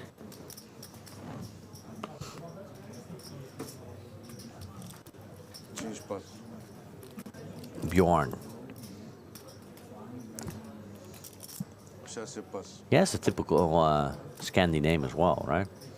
Fits the profile. Edward. I know he likes these kind of hands. 5-3 suited. Small little raise there on the button. I think Bart's gonna let go of the jack tray. Yeah, not much you can do. Well, look, you live by the sword, you sometimes die by the sword. Edouard is clearly one of the most loose, aggressive players I've seen in a long time, I gotta be honest. I wonder whether that will pay dividends for him both in the remaining play of this evening and tomorrow, or will it be his undoing in the end? Robert with the slightly better hand, but I would say Edward has a likelier chance of winning this spot if he c-bets here. It looks like he's gonna do it. Nice watch. I mean, I don't even know what kind of watch that is, but it looks expensive. It looks too expensive for me to know if it's expensive or not. I didn't have you down as a watch guy. You like a watch? Yeah, I like watches, but I'm no expert. I have no idea about watches.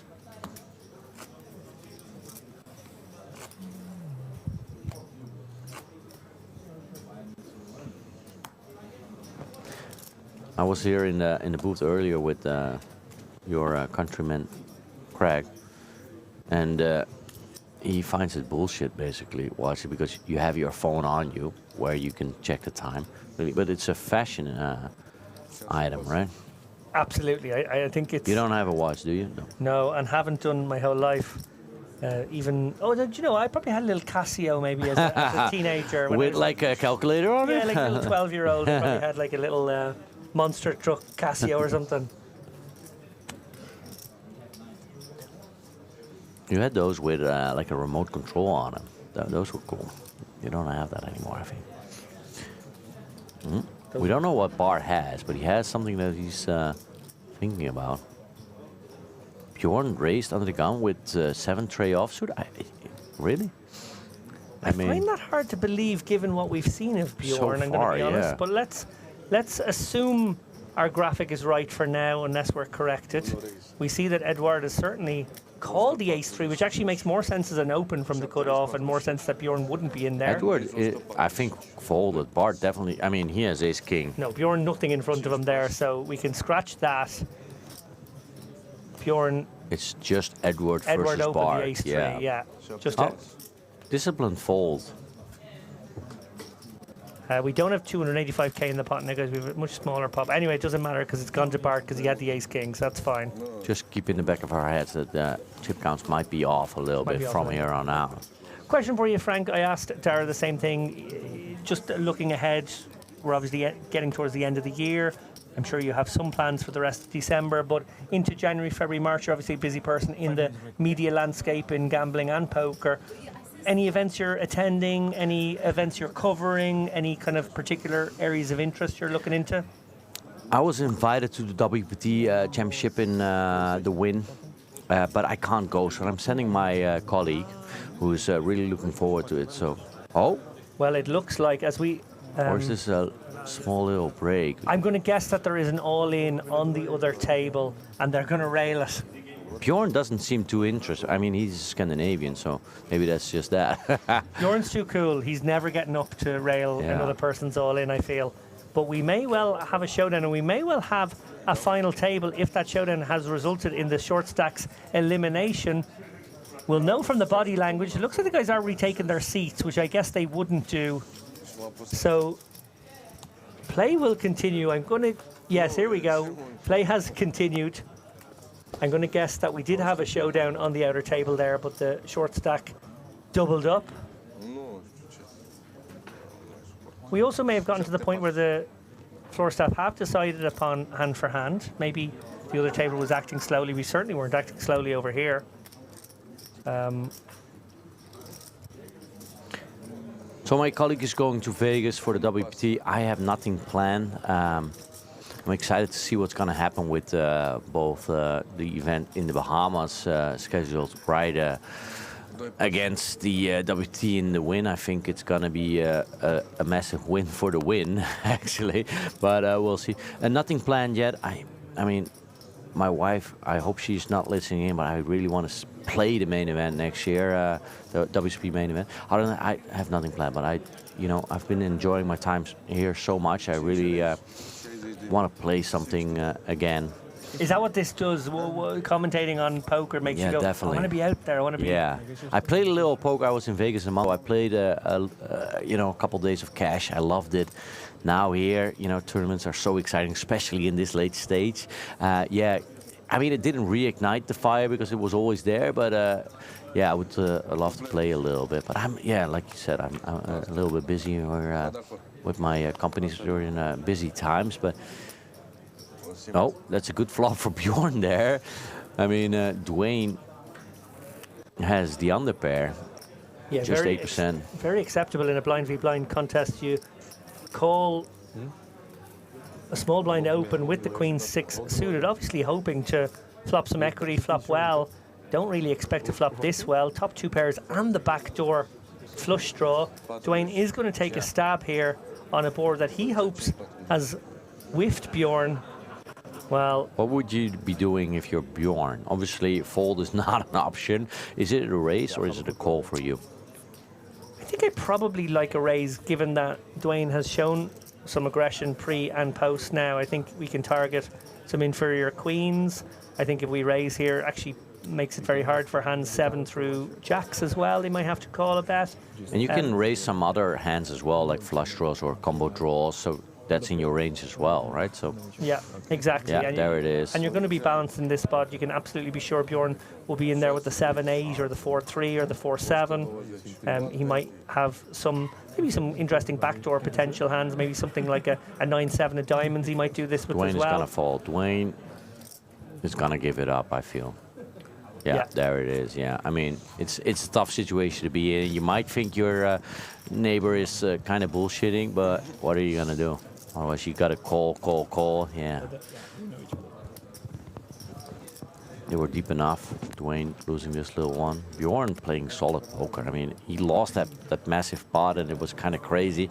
But I feel he's like one of the more solid players at the table. On the other hand, I mean, Edward is really the only player that's kind of like an oddball, really. He's playing a different style. The other one's kind of solid. Yeah, I think we've seen quite a few different sorts of styles from these guys. As I mentioned there, Bjorn Samuelson is really impressed. You know, he obviously came out the wrong end of that clash with Edouard. Sort of got owned in the end, but I actually like his line much more than I like Bjorn's. Or sorry, more than I like Edouard's. Yeah. Edouard is playing street poker, it must be said. He's out there with the rule books out the window, and he's going to try and put these guys in awkward spots. To put it in modern parlance, he's going to take them out of the game tree really early in the hand and basically force them to play good street poker. It's kind of wild card. Bart raising it up. King 10 suited. Easy raise, obviously, under the gun. Sitting on a 1 million stack. Dwayne, pocket deuces. I'm not a big fan of deuces, to be honest. I mean, it's 5-handed. Even if you flop a set, it's not definitely not a given that you're gonna, you know, double up or anything. Yeah, the fact that he's not closing the action and he has two dangerous players behind is the reason to maybe not call with the twos. But on the flip side, he is pretty deep with Bart here. And by calling, he's, you know, inviting the other players to join as well, which, you know, you don't mind at all. And no. in fact, you kind of want people in there with some kind of hands, more chance that they catch, you know, top pair or second pair when you make bottom set. Yeah. Bjorn getting in there. Oh, wow, and we do have a squeeze for Edouard. Oh, yeah. I think actually Edouard's going to get away with it if he squeezes here. Yeah, I think it all depends on sizing here, and it's very important for Edouard to recognise the fact that there are 3 players in the pot and he has to go a bit bigger. So, you know, ordinarily if someone had made it 40 in your heads up, you might go about maybe 150, 160, but I think he has to go to about 210, 220 because he's multi-way here. You don't want to invite the king-queens of this world in, remember, when you've got the pocket jacks. Jack's not an easy hand to navigate necessarily, certainly not easy to navigate multi-way. There it is. But how much is it? Oh, right on the money. 235, I think I heard the dealer say. I like that bet. I like that number from Edouard. I think it sort of forces opponents to have strong hands. He's obviously inducing against the original opener.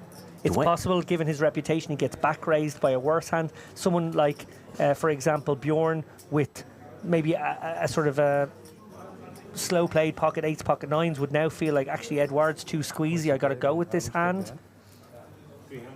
Let's hope for Dwayne he doesn't get too creative with the deuces. Yeah, because Dwayne in exactly the same boat would flat hands maybe all the way up to 8s and 9s here against his opponent, just because he doesn't want to play a huge bloated pot with a marginal hand and would rather navigate, and would have some back raises, I think, with those hands against someone precisely like Edouard. Very squeezy, very loose, very aggressive. So, oh my goodness me! Oi. Bart's shoving all in for 1.1 million, and the insta call by Edouard. Oi. This is a massive pot. 2.1 million in the middle. Bart, yeah, I mean, he's seen Edouard play. Obviously, Bjorn and Dwayne are out of the way. I mean, Bart still has some equity. He does. He has a dangerous amount of equity. Not anymore. No, this is a terrible flop for Bart. No connection whatsoever. He needs that king, really. Queen would kind of, you know, get him 2 more outs, but that's about it. Oh, it is the queen, actually. So, it's just the one? No, it's the 2 jacks. He needs a king or a jack, and that's it. Otherwise, Bart is down to the short stack, and that's what's happening. Edouard, massive pot, 1.9 million. Bart is incredibly short now, 175,000 left.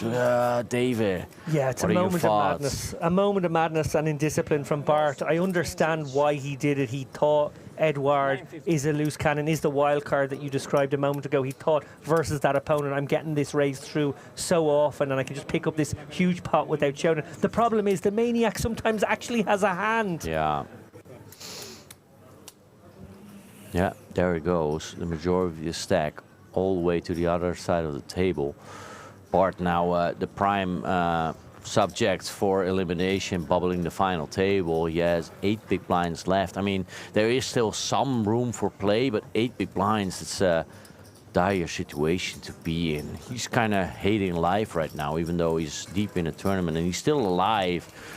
Make no mistake about it, but Clearly, this man has put people off their game. Clearly, his brand of street poker has made people's brains fry, because that was a catastrophic moment, an ICM disaster. Risking it all. Obviously, you feel like you're on top of everything when you get it through with the King 10 suited, but Edouard had a big hand, insta-call with the jacks, and really no problem on flop turn or river. Wow. 1.9 million pot. I said a moment ago, you live by the sword, and sometimes you die by the sword, and that is sometimes what happens when a player like Edouard steps out. But sometimes you just get to stab people with that sword over and over again, and that's a nice feeling. Oi, Bjorn, Queen 7 on the button. He's thinking about it.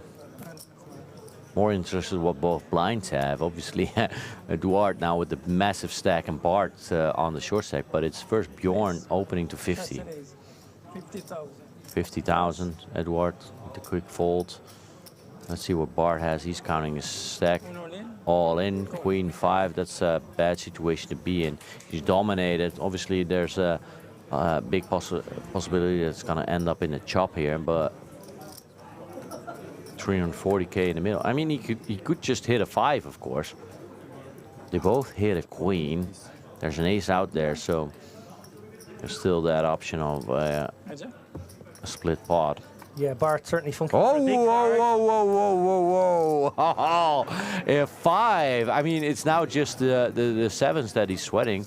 I guess, or an ace. Or an ace. Yeah, or an ace. Or for the win, sorry. No, for the win, yeah. It's a deuce on the river. He doubles. Kind of lucky. I mean... 60,000. Very lucky indeed. It's only 60,000, actually. I think...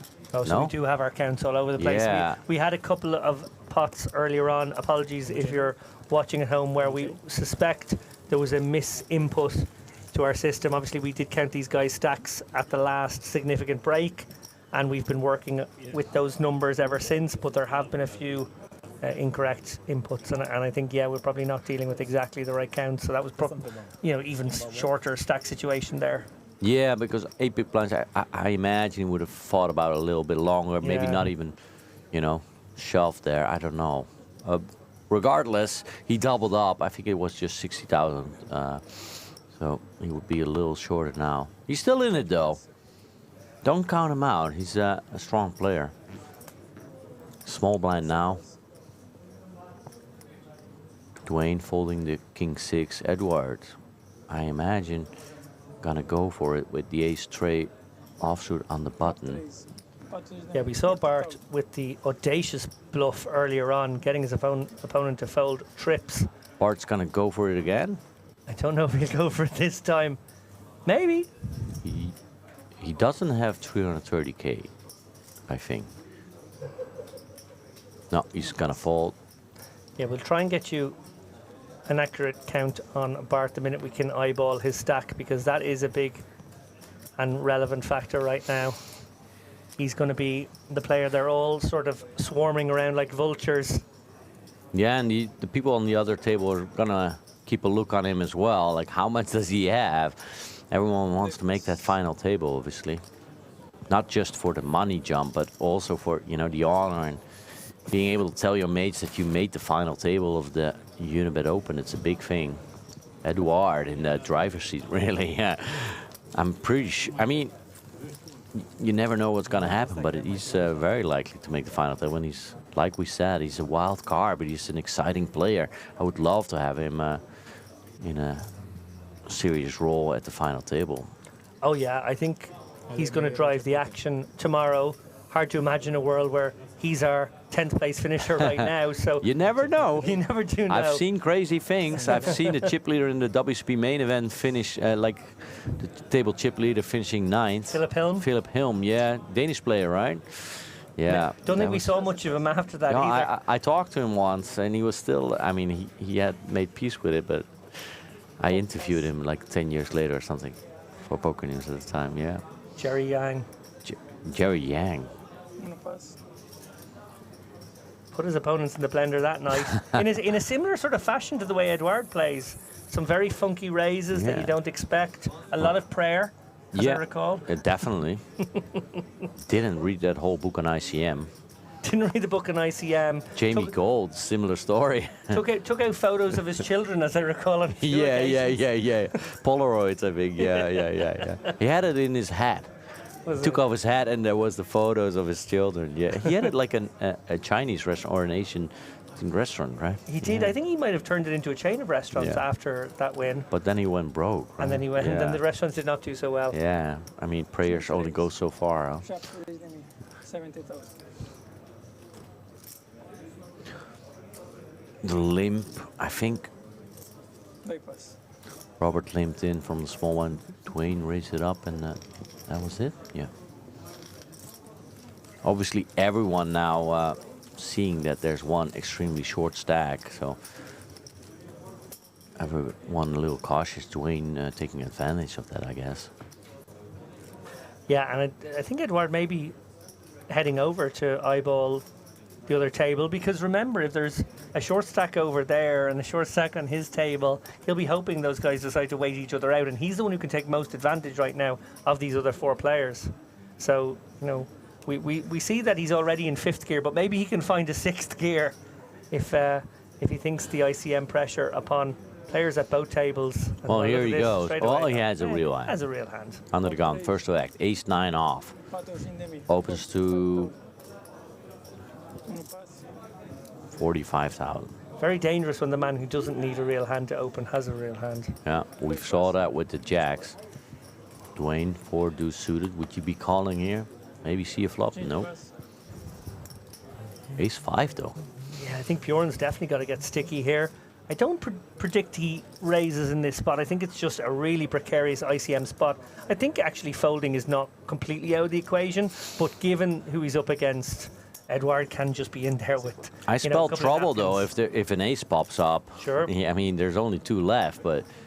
I mean, what did you do? I didn't. What did you do? I didn't Frank? know. I mean, you know, it's very hard to fold against a guy like Edouard here with top pair. We see he's in trouble. I mean, he still has 26%. Check. Oh, wow. Another queen. He's let Bjorn off the hook there. Another queen opens some possibility for a chop, I guess. I mean, that is an incredible check behind. Huh? Wait, what? They're checking? So we're somehow watching a very small pot, as Edouard assumed Bjorn didn't have much of this flop, when indeed he had quite a bit of it. Bjorn is pretty sure at this point that he has the best hand, right? I mean, and Edouard, can he raise if Bjorn bets? I don't know, right? I think don't it depends know. on size. I think if Bjorn goes very blockery, you can raise, but I think Bjorn much more likely to go pretty Bjorn's big, kind actually. of, no, that's a small bet.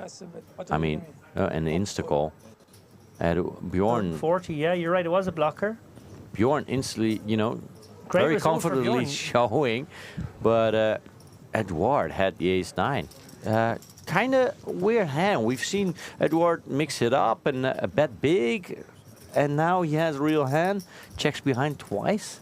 Yeah, Bjorn knows well that he would have paid pretty much any bet on the flop, and then, okay, it probably checks on the turn, but then he probably pays a big river bet as well. So had Edouard taken the more conventional route, I think he would have taken at least another couple of 100k off Bjorn in that spot. Bjorn aware of that fact, why we saw maybe the first bit of emotion, the wry smile on his face there at the end of the Bjorn hand. got away cheap there.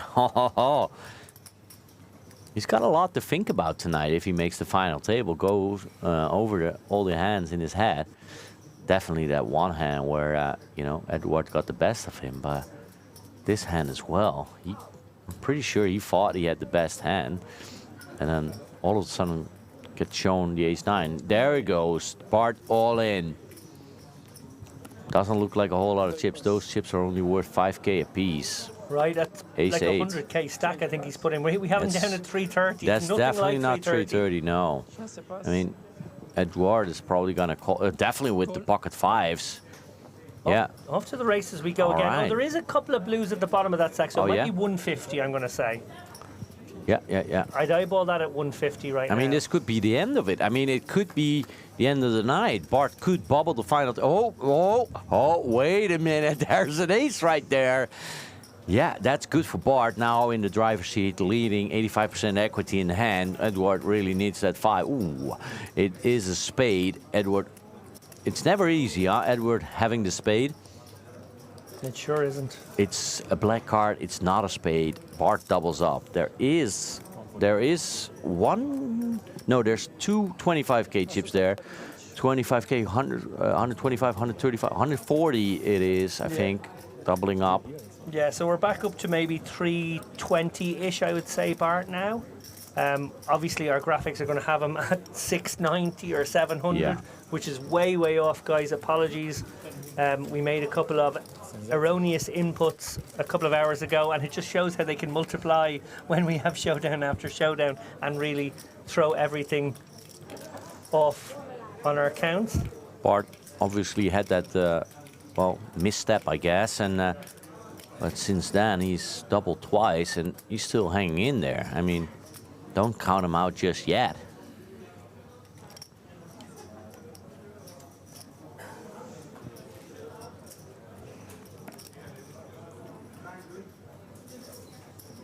They pass. You have a card protector, David? No, never have done. Generally will cap my cards with the chip because I do still have the genuine concern that a dealer might swoosh my cards away. But no, never brought any little trinket with me to the table. Do you? I do not, but it always looks cool and it makes for great photos, and maybe I should start doing it. Maybe I should find one. Of course, very famously, maybe one of the most famous card protectors in the world is the little Mario trinket of Espen Jorstad, which he brings, which he obviously had on his cards at the World Series main event when he won the main event a couple of years ago. Owned, by the way, by our very own Monica Vaca, Unibet, friend of Monica. He stole that from her. Oh. It became his iconic card protector, but it's actually Monica's, and he's never given it back. Did he give her a piece of the main event? Well, one would assume any decent man would. Yeah. I believe not. The most famous card protector, though, is Greg Raymer's Fossil. Yeah, right? I have played with Greg once. Didn't pick up a Fossil on that occasion. He, of course, gives you the Fossil to take home with you if you do. I mean, back in the day, that would happen, and if you busted Barry Greens, and you would get that book, you know. But those days are long gone. He still does the Fossils. Yeah, he does. He still hands them out after every turn. To a bemused player who has no idea who he is for the most part these days, he starts handing the guy something. There are people around that don't know who Greg Raymer is. Absolutely, Come on. there are. Lots of newbies to poker, Frank. Oh, fair enough. But they should all be checking out what is it, 2004 WSP main event. Lots of newbies who get very confused when the man they just eliminated is handing them a rock. What am I gonna do with this? Keep your rock. Then he has to explain that he's Fossil Man and that was his nickname, and he has to tell me he won the main event. And Oh, look at this. Bart is waking up with queens in the small blind. I mean, that's the dream scenario. What a spin back from Bart. If he was to somehow get another double up, he would have what he's being credited for right now, the 640 or so. But yeah, he's put a little bit of daylight between himself and the felt. Is he counting, or is he going to raise and not shove? I assume he's going to limp or raise. I think they're the two options of the stack. He's counting, yeah. I do like a limp. We saw it a moment ago from Bjorn, of course, setting the trap. I think it's the perfect hand to do it with. Just toss in the... Yeah, there he goes. Lovely from Bart. Robert, 6-4 suited. I mean, he might do it. Because, like we said... I think if you had a hand like maybe the 8-4 suited or the 9-4 suited, that's just a bit uglier, you might use it in the raising range. But actually, 6-4 suited, a bit too pure, and he actually flops quite well, and it's very playable. Oh, there's a 4 in the window. Definitely might do. No, I mean, there's... we got the sweat there with the 4 and the 10 of clubs. There was a little double sweat. If it was a little bit, lower or anything, or some sort of other connection than the 4, I thought he might take it around. Oh, Bart's really trapping. I mean... Well, this is interesting because it does open the door now. Robert should probably bet this. He's got the 4 to protect. He's also got a back door. Oh, no, he isn't. Oh, wow. Does he smell a rat? I mean, that would be an incredible sense of smell, I guess. I mean, I'm pretty sure Robert thinks he has the best hand. I mean, the jack, pairing the board, very tough for your opponent to have a jack. 10 probably, no. Bard in a really wonky spot where he knows it's kind of weird for him to bet now on this turn, having checked flop, but he really wants to start getting money into this pot somehow. You want to get paid when you find queens 5-handed as the absolute short stack. The good news is he will find a caller in Robert with the 6-4 here. Definitely can't go away, certainly not to this sizing. Yeah, 60k bet. I'm pretty sure if I would be in this spot, you could easily tell from my face that I'm having a big hand or that I'm, you know, Wow, that is above the rim right there. My goodness me. We've seen Robert with some really big bets of his own, really aggressive play, but showing an uncanny read on his opponent there to let that one go. Not raising it up pre-flop, not betting the flop, not doing anything on the turn, just folding, heads up. Okay, it looks like we have an announcement from our TD. At what time? We're going to happen the same to tables 12 o'clock. I think the dealer is telling them that they need to show up at 11:15. Okay, so I think the TD has made the ruling that we are going to end at the end of this level regardless. If we get there, great, and if we don't, we'll just come back with 10 because, you know, we just don't want these guys to have to stay up too late today. Fair enough, yeah. I do understand that decision, and I think based on which thing happens, it'll be a different start time. Yeah. The reason for that, I assume, is because pre-final table, we want to do a little bit of interview, a bit of media with these guys, give them a bit of love, whereas that won't just happen if they come back with 10. You want to give them some time to sleep and gain some strength, I guess. Bart. And yeah, folding, obviously, it looks nice. Looks kind of nice. 10-6. Oh, Robert with a real hand here. Ace Jack from the small blind. You can't fault Edouard for opening 7-5 suited, but Robert's gonna have something to say about that. Yeah, and the advantage for Edouard here is that, you know, Robert very much compelled, being kind of big stack against big stack, to take a passive line here and allow Edouard to realise his equity with a hand like 7-5 suited.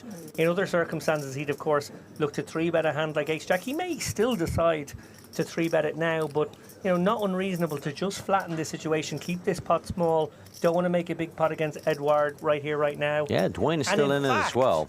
What are we seeing? We're sort of seeing him shut down for the night. He's folded the Ace-Jack. I don't like that. Yeah, I mean, we can see that Dwayne has the better Ace-Jack, but I don't know about this. I mean, the last hand kind of surprised me with the 6-4. I would expect him to put in at least a couple chips. Now folding Ace-Jack pre-flop. I mean, yeah, he's checked out, right? It's like he's mentally checked out for the day, and I'm putting it out there right now. Edouard has fear factor. Yeah, definitely.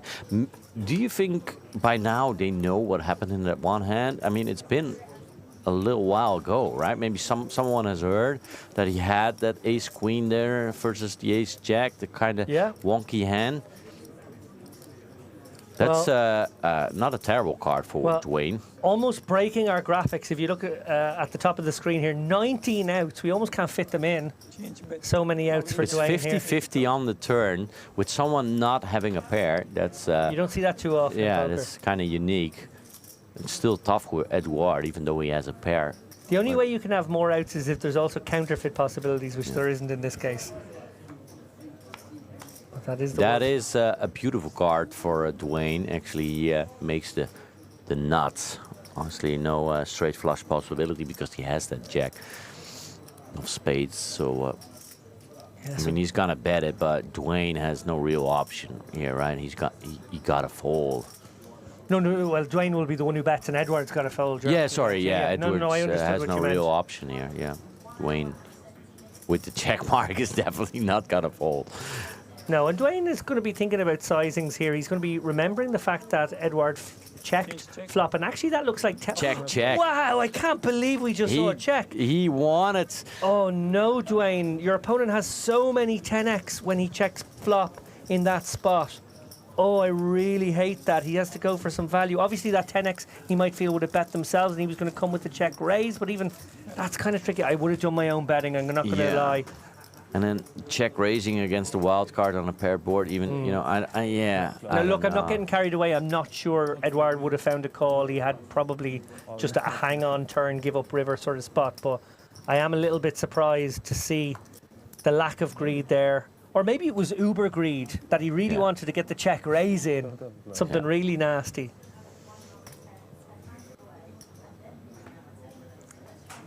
Hoppas. Bart, King 7. Letting this one go. Next hand, he's in the big blind, I think. 45. 2 days. 45,000.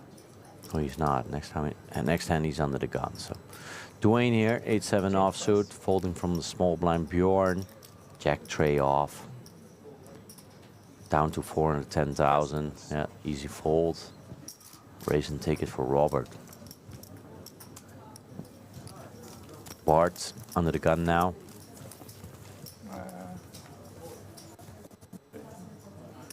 Aveți 10 lămuriri? Pauză. Lasă. Da, lasă.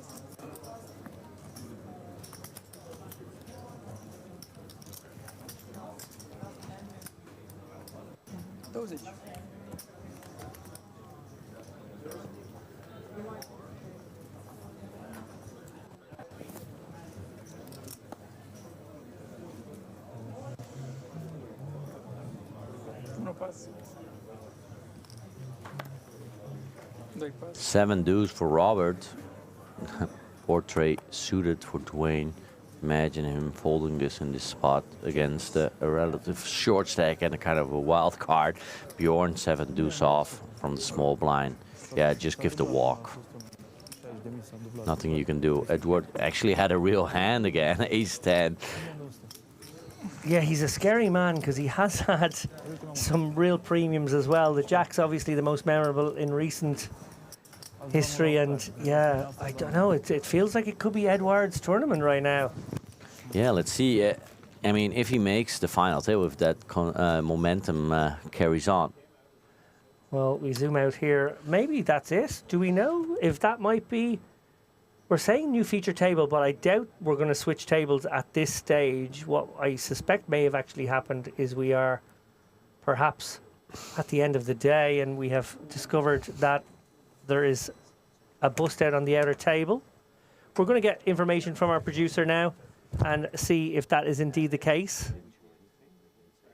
I am getting information actually right now that indeed that is the case. Toward the end of level 21 we were, and it turns out that Joseph Hedgie has actually been eliminated on the outer table. Agony for Joseph, going out in 10th place for 5,600. Looks like he was eliminated at the hands of Max Broens, who, whoa, has chipped all the way up to 1.8 million. So he's right up there with Edouard going into tomorrow. And yeah, we wish those guys all the luck when we restart play. Frank, what is the restart time of the stream? I assume we're going to be there from pretty early on. I think these guys were told by the TD to be back at 12-ish. I don't know what our delay will be, but it will be sometime fairly early tomorrow afternoon. Yeah, live stream should be back at 1:30. EET, I'm hearing here. Final table of 9. Max Bruns indeed up to 1.7 million and a little bit.